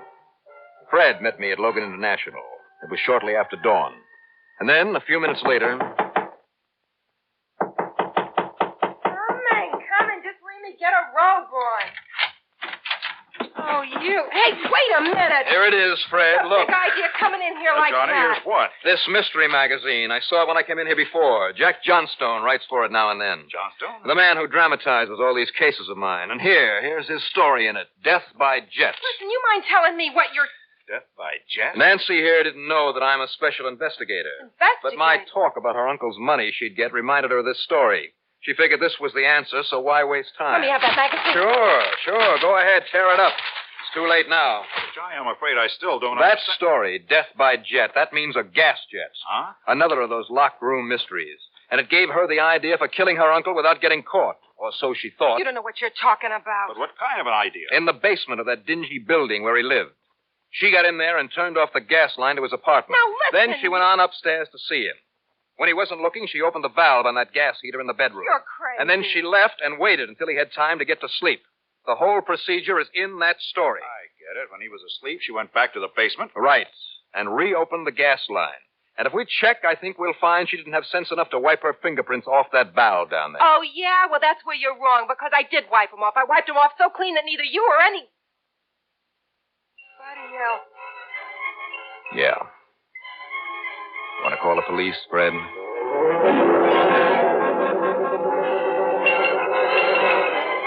So it looks as though the boys will get the old man's fortune whether they want it or not. And his insurance. Build a lot of fine churches with money like that. Expense account total? Call it $70. Yours truly, Johnny Dollar.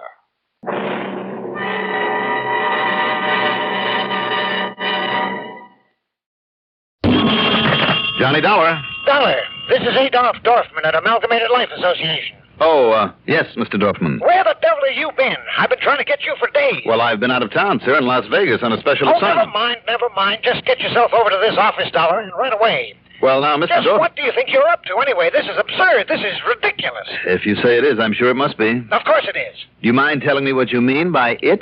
The Cleet Martin case. What did you think I was talking about? I wasn't quite sure. But don't tell me you have solved it and just haven't bothered reporting to me. No, Mr. Dorfman, I have not solved it as yet, but I think I'm on the right track. You think? You think, don't you know? No, because there is one possible clue to be checked out before I can be certain. Yes? Certain of what? That it actually is a clue to that murder. What? Do you mean to say you've been wasting valuable time and a lot of company money on just theories about that killing? That you haven't really accomplished a thing? Mr. Dorfman. Oh, that's ridiculous. And what about this expense account you've sent in and the fact it's marked incomplete, no total given? Does that mean I'm to expect another one? Yes, it does, Mr. Dorfman. Maybe more than one by the time I'm through. Oh, that's ridiculous.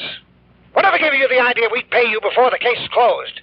Why do you expect us to pay you now? I don't. Then why send in these itemized expenses? Because you yourself demanded I send in my expense account on Friday of each week, whether complete or not. Now look here. Some of these items you've listed, these charges you've run up. When it's all over, all wrapped up, I'll be glad to explain every one of them to you. Not a bit of it, Dollar. You get yourself on over here and start explaining them now. Why, I've been trying to reach you for days. As I tried to tell you, Mr. Dorfman, If you have anything to tell me, you can say it to my face, not waste my time on this telephone. Well, you coming over here? I certainly am. The CBS Radio Network brings you Mandel Kramer in the exciting adventures of the man with the action-packed expense account, America's fabulous freelance insurance investigator. Yours truly, Johnny Dollar. Expense account submitted by Special Investigator Johnny Dollar to Amalgamated Life Associates, Home Office, Hartford, Connecticut. Following is an account of expenses incurred during my investigation of the Wayward Gun Matter.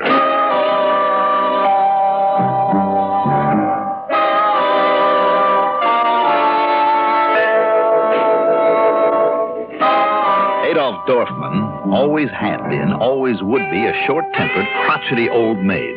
Nothing but trouble on a case. But Amalgamated Life, mostly through Al Spangler, a VP and a very nice guy, has done mighty well for me over the years. So when Dorfman called me in on the Martin case, I couldn't very well turn him down, in spite of resenting his high-handed manner. Expense account item 1, $1.10 for a cab to his office. Oh, all right, I'll accept that one. But look at this item right here. $4.80 for a tank full of gasoline.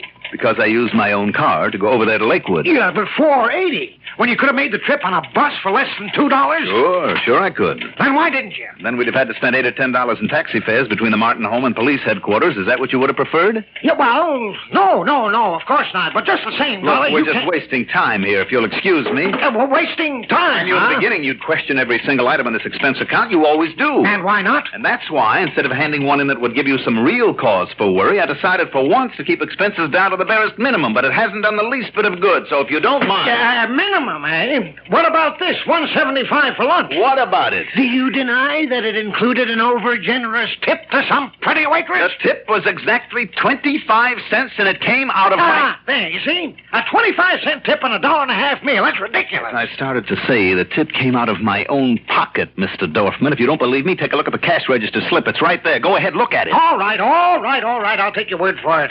The fact remains that you still haven't solved the case. I think I have. You think you have? But I'd rather not talk about it just yet. Well, I don't know why not. You either know who killed Mr. Cletus Martin or you don't.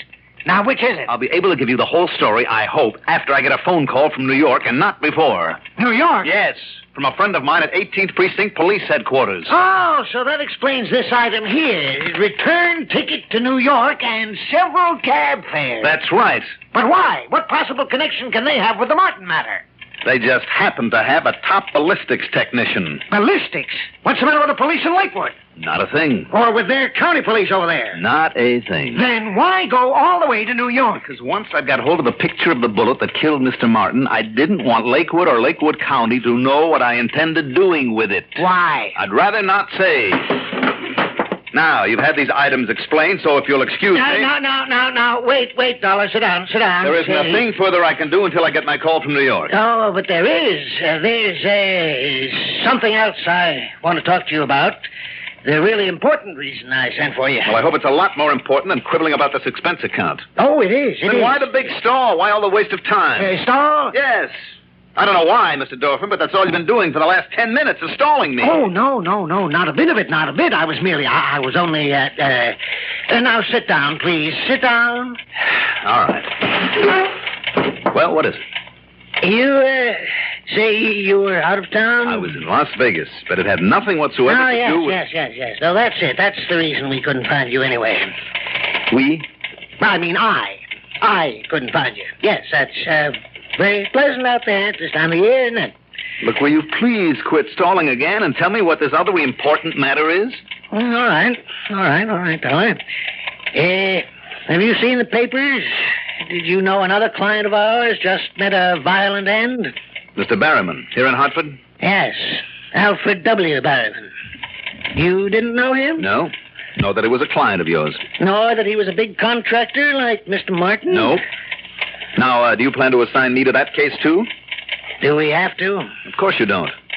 And if you want the truth, Mr. Dorfman, if you're the company contact on it, so why wait until now to tell me?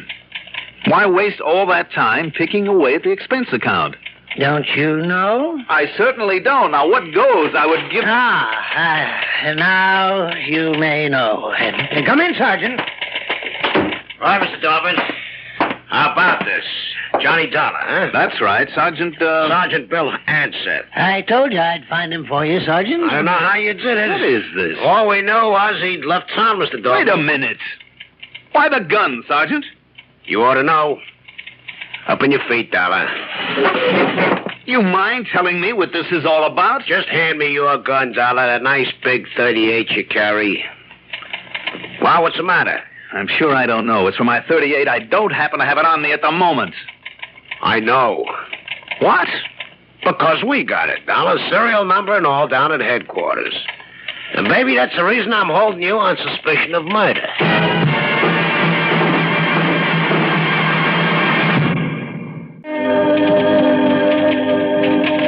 My reaction to the snide sergeant's bombshell wasn't repeatable. Me, Johnny Dollar, arrested on suspicion of murder by a cop with a grudge, fingered by a tight-fisted people-hater named Amalgamated Life Dorfman. Thanks, Mr. Dorfman, for latching on for us.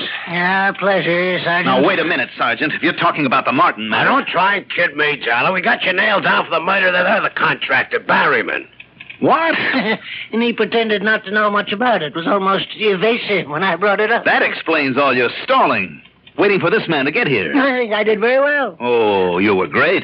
Next week, East Lynn. Now, look, Sergeant... No time for talk, Dollar. On to headquarters now, on account of you happen to be under arrest. I am. Quite so. In which case, I'm entitled to one phone call, am I not? Sure, if you want to call a mouthpiece, you're entitled. You mind if I use your phone, Mr. Dorfman? No, not at all, not at all. Thank you so much. Provided, of course, you pay for the call. Don't bank on it. I beg your pardon? Don't be surprised if you end up paying for it. Through the nose. My call was to Lieutenant Randy Singer, 18th Precinct, New York Police Department. No, he still had no word for me, but he promised to call the minute he did, so I told him where to try if I wasn't at my apartment. Okay, now, Dollar, you ready? Look, are you sure this isn't some kind of a gag? Are you kidding? Because if it is, it's a pretty bad one. Sergeant, don't you know who I am? I mean, what my job is? Yeah, Dollar. I know all about you. What a great guy you are. Thanks. And nobody wasn't any more surprised than me. But Lieutenant Bartley don't go off half-cocked, and you know it. Bartley? So when he says to bring you in, well, baby, in you go. He sent you after me, Harry Bartley? Lieutenant Bartley. Now, come on.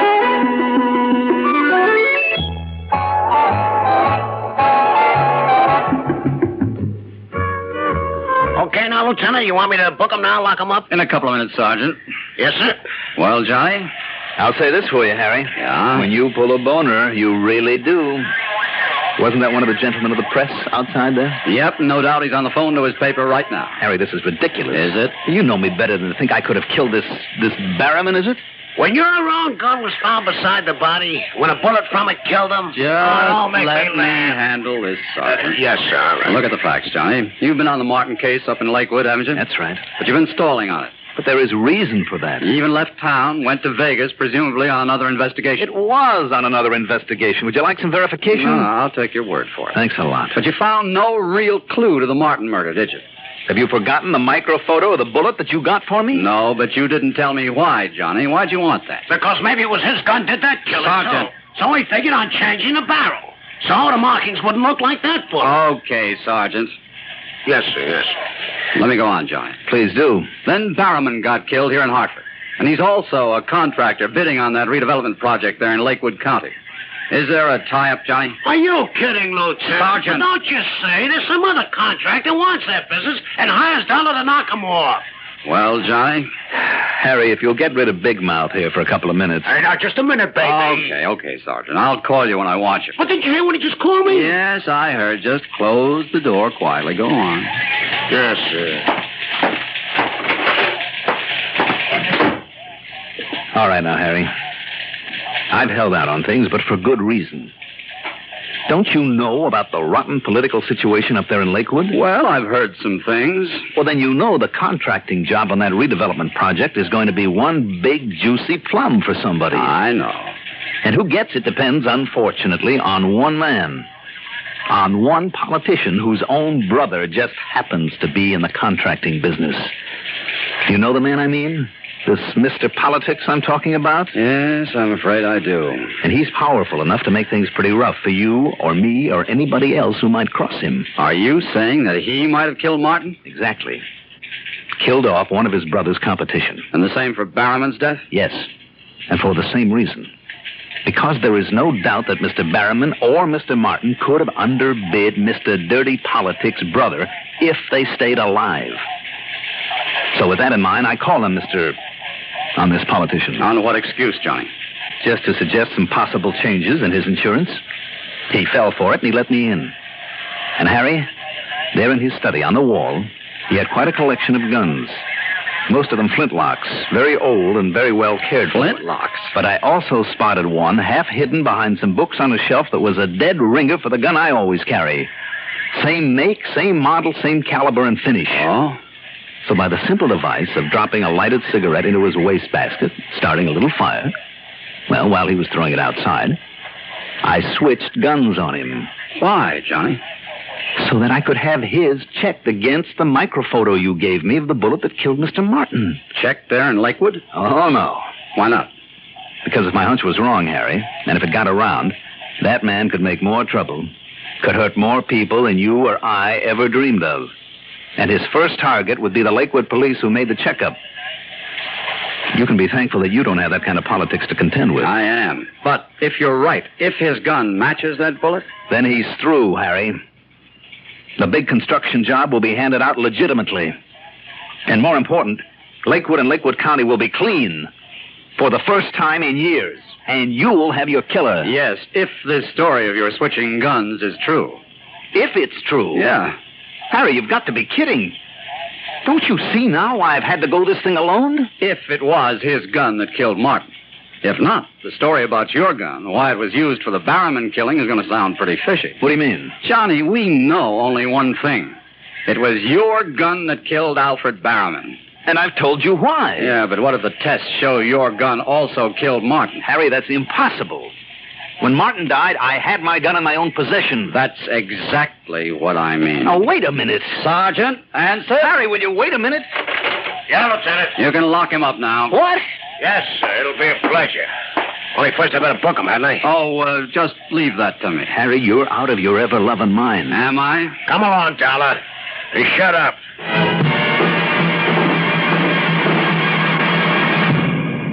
You like a car with plenty of pep, a car with reserve power for safe passing.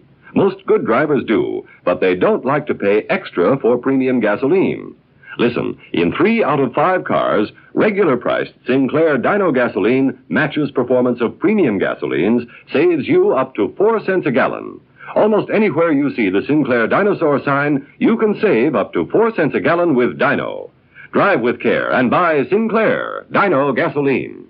Okay, Lieutenant. Thanks, Hanley. I'll call you. Yes, sir.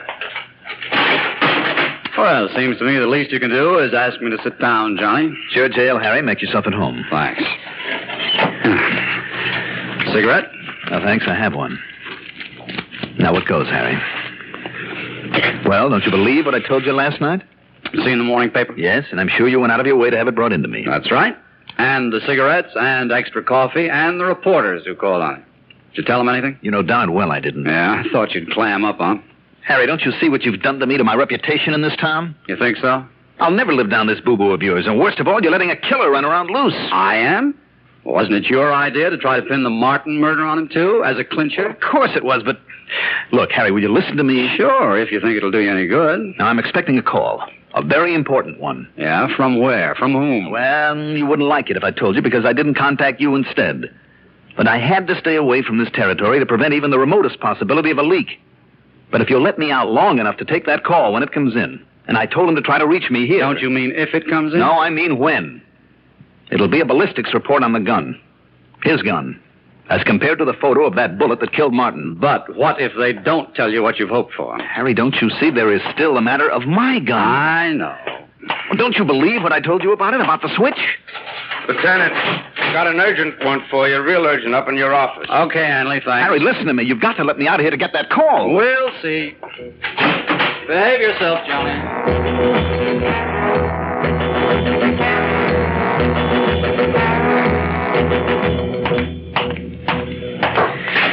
Well, what is it this time, Hanley? I don't get it, Dollar, but out you go. Well, thank you.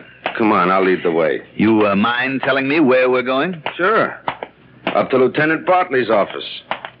Phone call for me? Gee, how should I know? Come on, let's find out. This could be very important. Now, take it easy, My feet hurt. Hey, listen. Yeah. Tell me one thing. How come a smart man like you didn't get a lawyer to spring you? Only one reason. I know your Lieutenant Bartley a little better than he thinks. Huh? At least I hope I do, because if I don't, if he's pulled the boo-boo, it looks as though he's pulled. Well, come on in, Johnny. I have a little surprise for you. Oh, that's all, Hanley, and thanks. Yes, sir. Well, this had better be good, Harry. Believe me, Johnny, it is. Oh, sit down. Thanks, but that's all I've been doing for the last 15 hours. Listen. Now, that urgent call I got when I had to leave you a couple of hours ago? Yeah. Well, it was a phone call for you. Randy Singer in New York? Have you forgotten he's an old friend of mine, too? But look here. See, this is a transcript of his call. Let me see. Kind of proves you were right, Johnny. It was that gun of Mr. Dirty Politics that killed Cletus Martin. I knew it, Harry. It had to be. And, of course, that gives full credence to what you told me about switching with him. And that means that he also killed Alfred Berryman. No doubt about it. So, once again, Johnny, one of your crazy hunches paid off. That hunch was based on plenty of known facts. Anyway, you're a hero again. Oh, some hero after spending a night in the clink, after being booked on a murder charge? My name is Mudd. Booked? Well, certainly, by you. Well, it's funny, I must have forgotten to. What? Yeah, so if you want to sue me for holding you illegally... Oh, if I had any sense, I probably would. But now, would you make with a good reason for all this, Harry? Well, it's a trick I learned a long time ago from a fellow. A man I've admired for a long time, Johnny. You. Me? Yeah, I suspected Mr. Dirty Politician, too. As would anybody who really knew about his methods and his machinations. All his shady deals up there in Lakewood. So, stealing a page from your book, I decided that the best way to throw him off, make him careless, keep him around here feeling smug, was to broadcast that we had absolute proof of your guilt. Uh-huh. And don't you see, with not only the papers, but even the boys here on the force believing it, well, he couldn't possibly smell a rat. As a result, instead of running away, well, we picked him up right here in Hartford. Well, that's all very fine for you, Harry. And when I faced him with a report on his gun that killed Martin, and then told him about the switch with your gun that he then used on Berryman, well, believe it or not, Johnny, and so help me, you could have knocked me over with a feather. I was that surprised. Yeah. Johnny, this smart, clever old crook got so rattled, so completely confused, he broke down and made a full confession. Congratulations, Harry. You have made a real hero of yourself. Of myself? But I just wonder how long it's going to take me to live down that phony newspaper story. But you have, Johnny, you have. I have, huh? Sure. And just wait till you see that afternoon edition. Giving you full credit for the whole stunt. Oh? That's right, Johnny. The only hero on this case is you. Well, now, wait a minute. I mean, after all, Harry, you're the one who wrapped it all up. Oh, yeah? But where would I be if you hadn't laid all the groundwork? If I hadn't got the idea for this little trick from some of those cases of yours? Absolutely nowhere. No, Johnny, it's yours. All yours.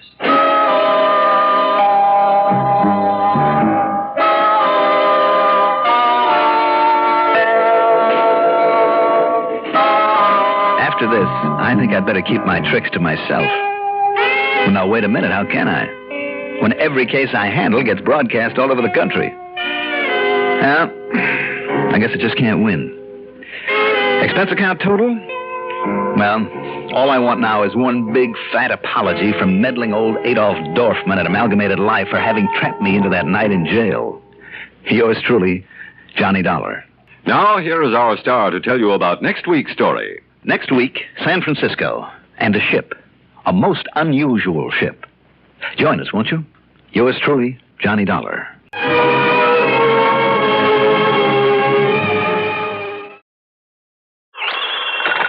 Johnny Dollar. Johnny, this is George Hardy at Northeast Indemnity Association. Yes, George. Got a pencil and piece of paper? Sure. Then write this down. Go ahead. 130-07-0583. Got it. So? He wants to see you. Who does? 130-07-0583 at State Prison. Oh.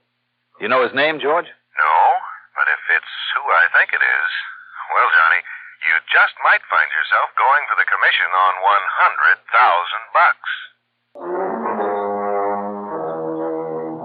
$100,000. The CBS Radio Network brings you Mandel Kramer in the exciting adventures of the man with the action-packed expense account, America's fabulous freelance insurance investigator, yours truly, Johnny Dollar.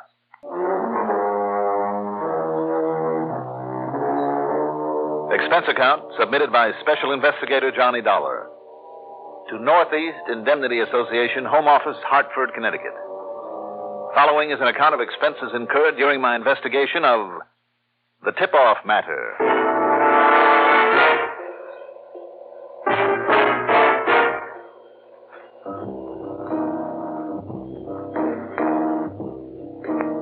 Expense account item 1 is $4.60 for a tank full of gas, despite the fact that the state pen is only a few miles south in Wethersfield, a town with a population of about 20,000, where the father of our country once planned the historic Battle of Yorktown. In other words, George Washington slept there. An assistant warden led me not to one of the cell blocks, but to a screened-off corner in a hospital ward. The man who lay there was in his early 30s, but he looked 100, thin, drawn, emaciated, with the pallor of death on his face. It was a full minute before I recognized him as Turner McGackie, up for safecracking, whom I hadn't seen since the day the judge handed out his term some 10 years before. Pretty funny, huh, Dollar? I'm due to get out. Instead, I lay here dying. Oh, now, come on. Who told you that, McGackie? Now, come on, don't you try and kid me too, Dollar.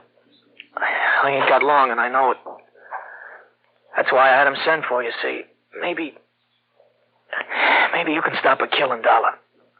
A killing? From that safe job that got me in here. Well, that was 10 years ago. Only they never found the loot from it, did they? Oh, I see. And you know what it is, Mac? Look, this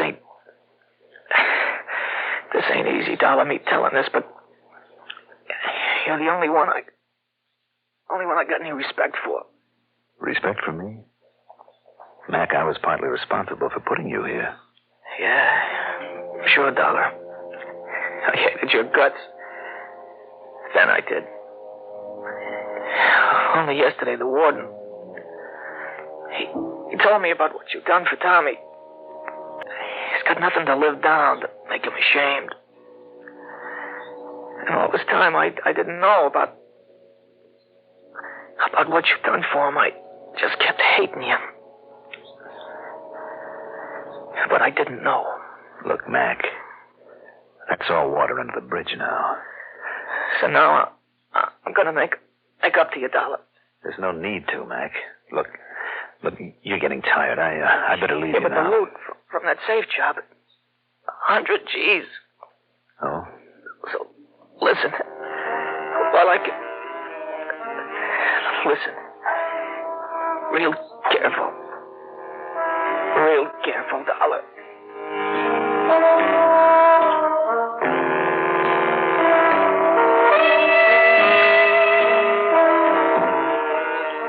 He told me then about Joe Pirelli, an old crony of his. Pirelli, now posing as a fisherman, living in Mac's old cottage on Peconic Bay, Long Island, near the town of Cutchogue. He told me about a safe in the cellar of the cottage, and the fact Pirelli knew only half the combination to it. And the other half? 2 weeks ago, when he'd found out that he was going to die, Mac had given the other half to a crook by the name of Danny Russelloff, who pulled the heist with him, who was also there in the pen, who'd not only been a boxman, but a killer. Okay, fine. Except for one thing. I wouldn't have told Danny. Not if I'd known then about what you've done for my brother. Look, Mac. But now I do know.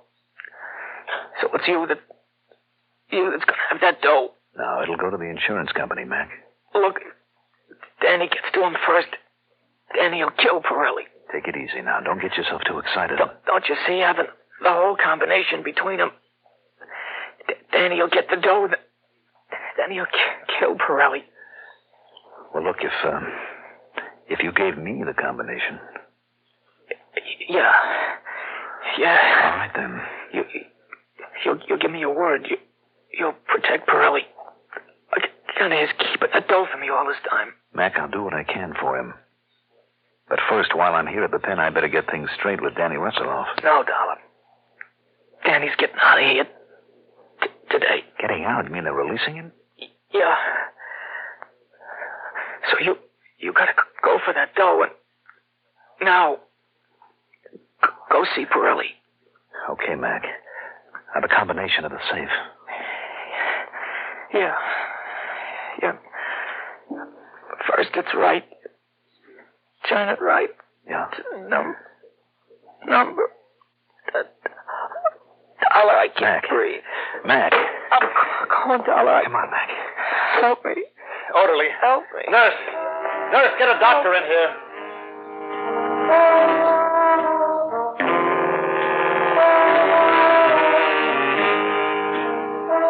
By the time the doctor got there, McGackie was dead.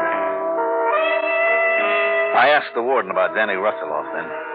Yes, Mr. Dollar, we sent him on his way about an hour ago. And all I can say is good riddance. Okay. Expense account item 2, $150 for a plane, a charter job. We took off and headed south. How Dick Spidell, the pilot, ever managed to sit down among the sand dunes near Cutchogue in semi-darkness, I'll never know. But after a walk of about a mile, I found the gas station. Item 3, $20 for the gas jockey for the use of his stripped-down vintage car. Sure, man. You just negotiate that next turn left. You see it down there? And then you swing another left on the sandy road you come to, and you stop when you make the bay. It's a beat-up old shack with a wore-out old pier in front of it. Okay. Oh, and if you don't see him around or he don't answer when you knock, go on in anyhow. It's probably because old Pirelli's liquored up like he mostly is and has fell asleep. All right, thanks. Oh, and just be sure to get my car back here by midnight when I close up, huh? Right.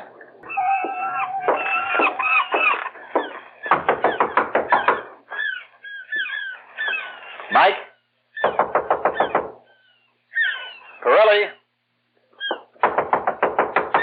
Anybody here? Stop knocking down that door. Come on, open. Okay. All right, Pirelli, Oh. Yeah. You got a gun? Because I've been waiting for you. You're a lousy shot, Pirelli. I've got you. Okay, Danny, I give up. I give up, Danny. Danny, huh? Is that who you were waiting for with this gun? Danny Russelloff? Yeah, I thought... I read Danny was getting out today. Who are you? Who are you, mister? My name is Dollar. Now sit down over there by that table. Yeah. What are you doing here? I've come to pick up some money, Pirelli, $100,000. No. From the safe in your cellar. No, you got no right to that. I haven't, huh? You think I didn't know what's in the safe? I'm sure you did. And it all better be in it now. That's Mac's dough. McGackie's. He's dead, Pirelli. Only a couple of hours ago in the prison hospital. You're lying. You want to call him up and check on it? Dead. McGackie's dead, huh? That's right. Oh. Now, half of that dough is mine. That's mine, Dollar. I don't think so. Oh, no. Dollar, huh? You Johnny Dollar? You're the insurance dick. That's right. And I'm here to get that money. No. I'm also here for another reason. Yeah? Like what?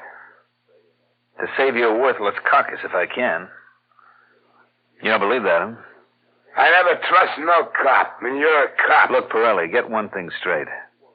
Personally, I couldn't care less what happens to you. I've got no use for you. A man with a record like you piled up over the years. Look, I paid for everything I done. I served time. And for holding on to this hot money? My only reason for trying to keep Danny Russelloff from killing you is because I promised McGackie I would. I can take care of myself. Like you did when I came barging in here? Okay, so maybe you... Look, Danny Russelloff's the killer, and he's got the other half of that safe combination. What? Yes, because McGackie gave it to him when he found out he was going to die. And you think Danny couldn't force your half out of you with a gun in your belly? If you refused to help him open that box? And then when he got the dough, he'd kill you. No, I still Wouldn't tell him my half. He'd kill you anyway and then blow the safe. That used to be his business. So whatever happens, Pirelli, without me, you end up dead. Dollar, listen. Now, look, I know it'll mean breaking my word to McGackey, but if that's the way you want it, all I have to do is just sit on the sidelines, wait for Danny to get here, for the safe to be open one way or another, see you get knocked off, and then move in on Danny. Yeah, okay, but maybe I can get him first. Sure. Go on. Try it. But if you do get lucky, if you do kill him before he kills you, I promise you one thing, Pirelli. I'll see you end up in the chair. Would you like to think about that for a while? Just don't take too long, though, Because I doubt if Danny's going to waste much time getting down here. And if I'm not around when he does get here? Well, Pirelli? Okay. What do you want me to do? Got enough food around here to keep us for a couple of days? Sure, I got plenty. All right, then I'm moving in. Have you got a phone? No. Only plenty of food and booze. I can see that. Is there any other way to get here, Pirelli, besides the road that turns off near the gas station? Not unless somebody try to get here with one of those helicopters.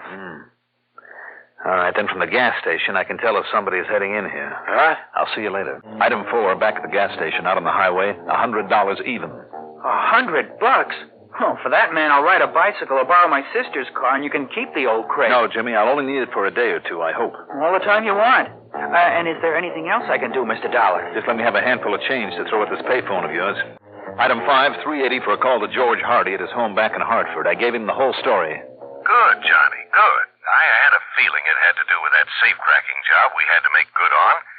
Now, how do I contact you down there? You don't. I'll have to contact you. What are you thinking of? Well, you said this Danny Russelloff hasn't shown up there yet. Not yet. Though he's had plenty of time by now. Maybe Danny's playing it smart now he's on parole. What do you mean? Well, he's supposed to report in here in Hartford where he used to live, isn't he? Probably. So he'll do that first to give a good impression. Make everybody think he's on the up and up. Maybe. And then when he figures nobody's watching him anymore, then he'll make his move, right? Except that I can't see him wasting any time about getting his hands on the money, or at least making sure it's still here.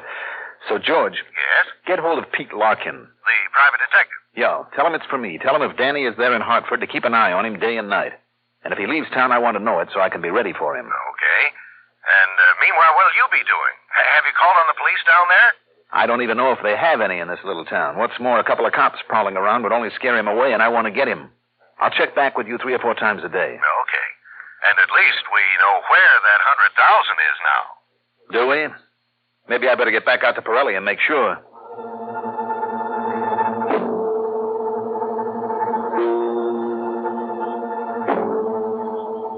The safe was still there in Mike Pirelli's cellar, intact. And Mike himself, in the process of getting very, very drunk. But in answer to my question... Yeah, okay. It's only the last 2 numbers of the combination that I know. All right, what are they? It's 2 turns to the right. 2 turns to the right to what number?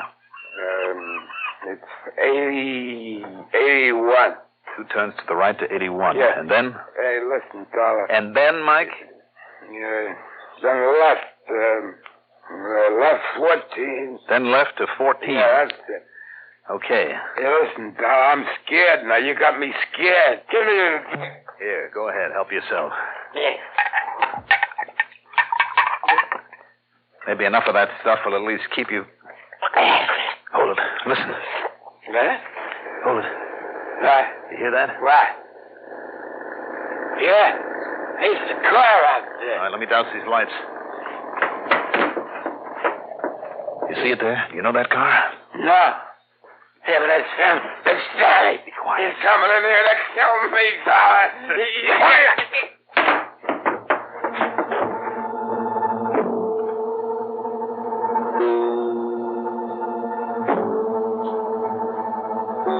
As the car pulled to a stop, I quietly slipped over to one side of the door and grabbed the knob. I drew my gun and waited. For a long moment, there was no sound out there. Then a car door opening and closing quietly. Then footsteps on the wooden sidewalk. Then as I felt in touch the doorknob, I turned it and swung open the door. Say, what's the matter, man? What's going on here? Why are you palming that cannon? Sorry, Jimmy. I was expecting somebody else. Man, I hope so. Hey, what happened to him, to old Pirelli? Oh, well, he... Oh, yeah. Yeah, I see the jug now. Mm-hmm. Falling down drunk again, huh? Oh, but, here, Mr. Dollar. The reason I stopped by is I forgot to give you this key to the trunk of my car in case you need it. Oh. Okay, Jimmy, thanks. And, listen, I've been thinking. Mm-hmm. Your name is Dollar, huh? Johnny Dollar, that investigator? Man, I think you're the most. Look, Jimmy, if Johnny Dollar was around here, if he was setting a trap for some crook... Yeah? And if anybody blabbed about it to anyone, Johnny Dollar might end up very dead. You understand that? Don't worry. Don't you worry. Just let me know how you make out, will you? I'll let you know. Yeah. And thanks. Thanks, Johnny. Item 6. In the next 3 days, $41 for more telephone calls to George Hardy.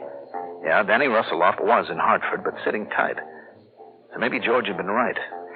But how much longer I could keep old Pirelli under the influence without doing him serious harm began to worry me. And I was afraid that if he got sober, he might turn on me. Then the 4th day. And listen, Johnny. I mean, mister. As soon as you get through making that call, I want to tell you something. Yeah, okay, Jimmy, sure. And I hope you haven't been worried about my telling anybody you're here because I haven't told anyone. Hello? George? Johnny Dollar? Yeah. Thank goodness you called. When I got back here from lunch, Pete Larkin, that private eye you had me call. Yes? Early this morning, Danny Russelloff got away from him. He did. Pete's lost him entirely. So, Johnny, if I were you... Okay, George. Now, what I was going to tell you... Jimmy, I'm sorry. I haven't time now. But about that other car that started down the road. What? Yeah, down at Pirelli's place. When? About an hour ago. But then it came back to the highway. Did you get the license? Oh, I didn't get the number. It was Connecticut, though. All right. And then after he came back to the highway? Down that way. I see. Look, Jimmy, is there another road around here that goes to the bay? Yeah, the old fishing club, below Pirelli's place. Okay. Here. A sawbuck? Yeah. But why? What did I do? I'll let you know. I started down the road to Pirelli's. But no. Because if it had been Danny, the reason he turned around to come back to the highway was because he'd seen my car there. So instead, I took the road to the fishing club. And there it was, beside the abandoned clubhouse, a rental job with Connecticut plates. Leading away from it were footprints in the sand, leading toward Pirelli's. As I got close to the cottage by crawling on my belly behind the sand dunes, I managed to work my way around to one of the windows. I waited and listened. Not a sound inside. A trap? Maybe so. Maybe Pirelli's still hoping for a crack at the $100,000 and taking a chance at going over to Danny's side. Well, there's only one way to find out. I raised up just enough to look into the room. There on the floor lay Mike Pirelli, dead, a bullet hole in his forehead. So he hadn't told his half of the combination. That meant there was only one way Danny could get the dough out of that safe now. And the door to the cellar was wide open. Yet if I tried to lift the noisy old window and climb in without some other sound to cover, but Danny himself gave me that. By the time the noise of his nitro job on the safe had died away, I was inside the house and halfway down the cellar steps. All right, Danny. Raise them up over your head. Huh? Don't move. Get those hands up high. Oh, yeah? Yeah, mister? Well, look. You reach for a gun, Danny, and I'll pull the trigger. Oh, no, you don't. You see this? This bottle, mister? Nitro. It's nitro, and I can throw it even with a slug in me, and you're dead. If I can hit that bottle from here. Now, back up. Drop the gun. You try throwing that bottle of nitro, Danny. Yeah, at you. Set it down now, gently. Set it down. No, I'm throwing it now.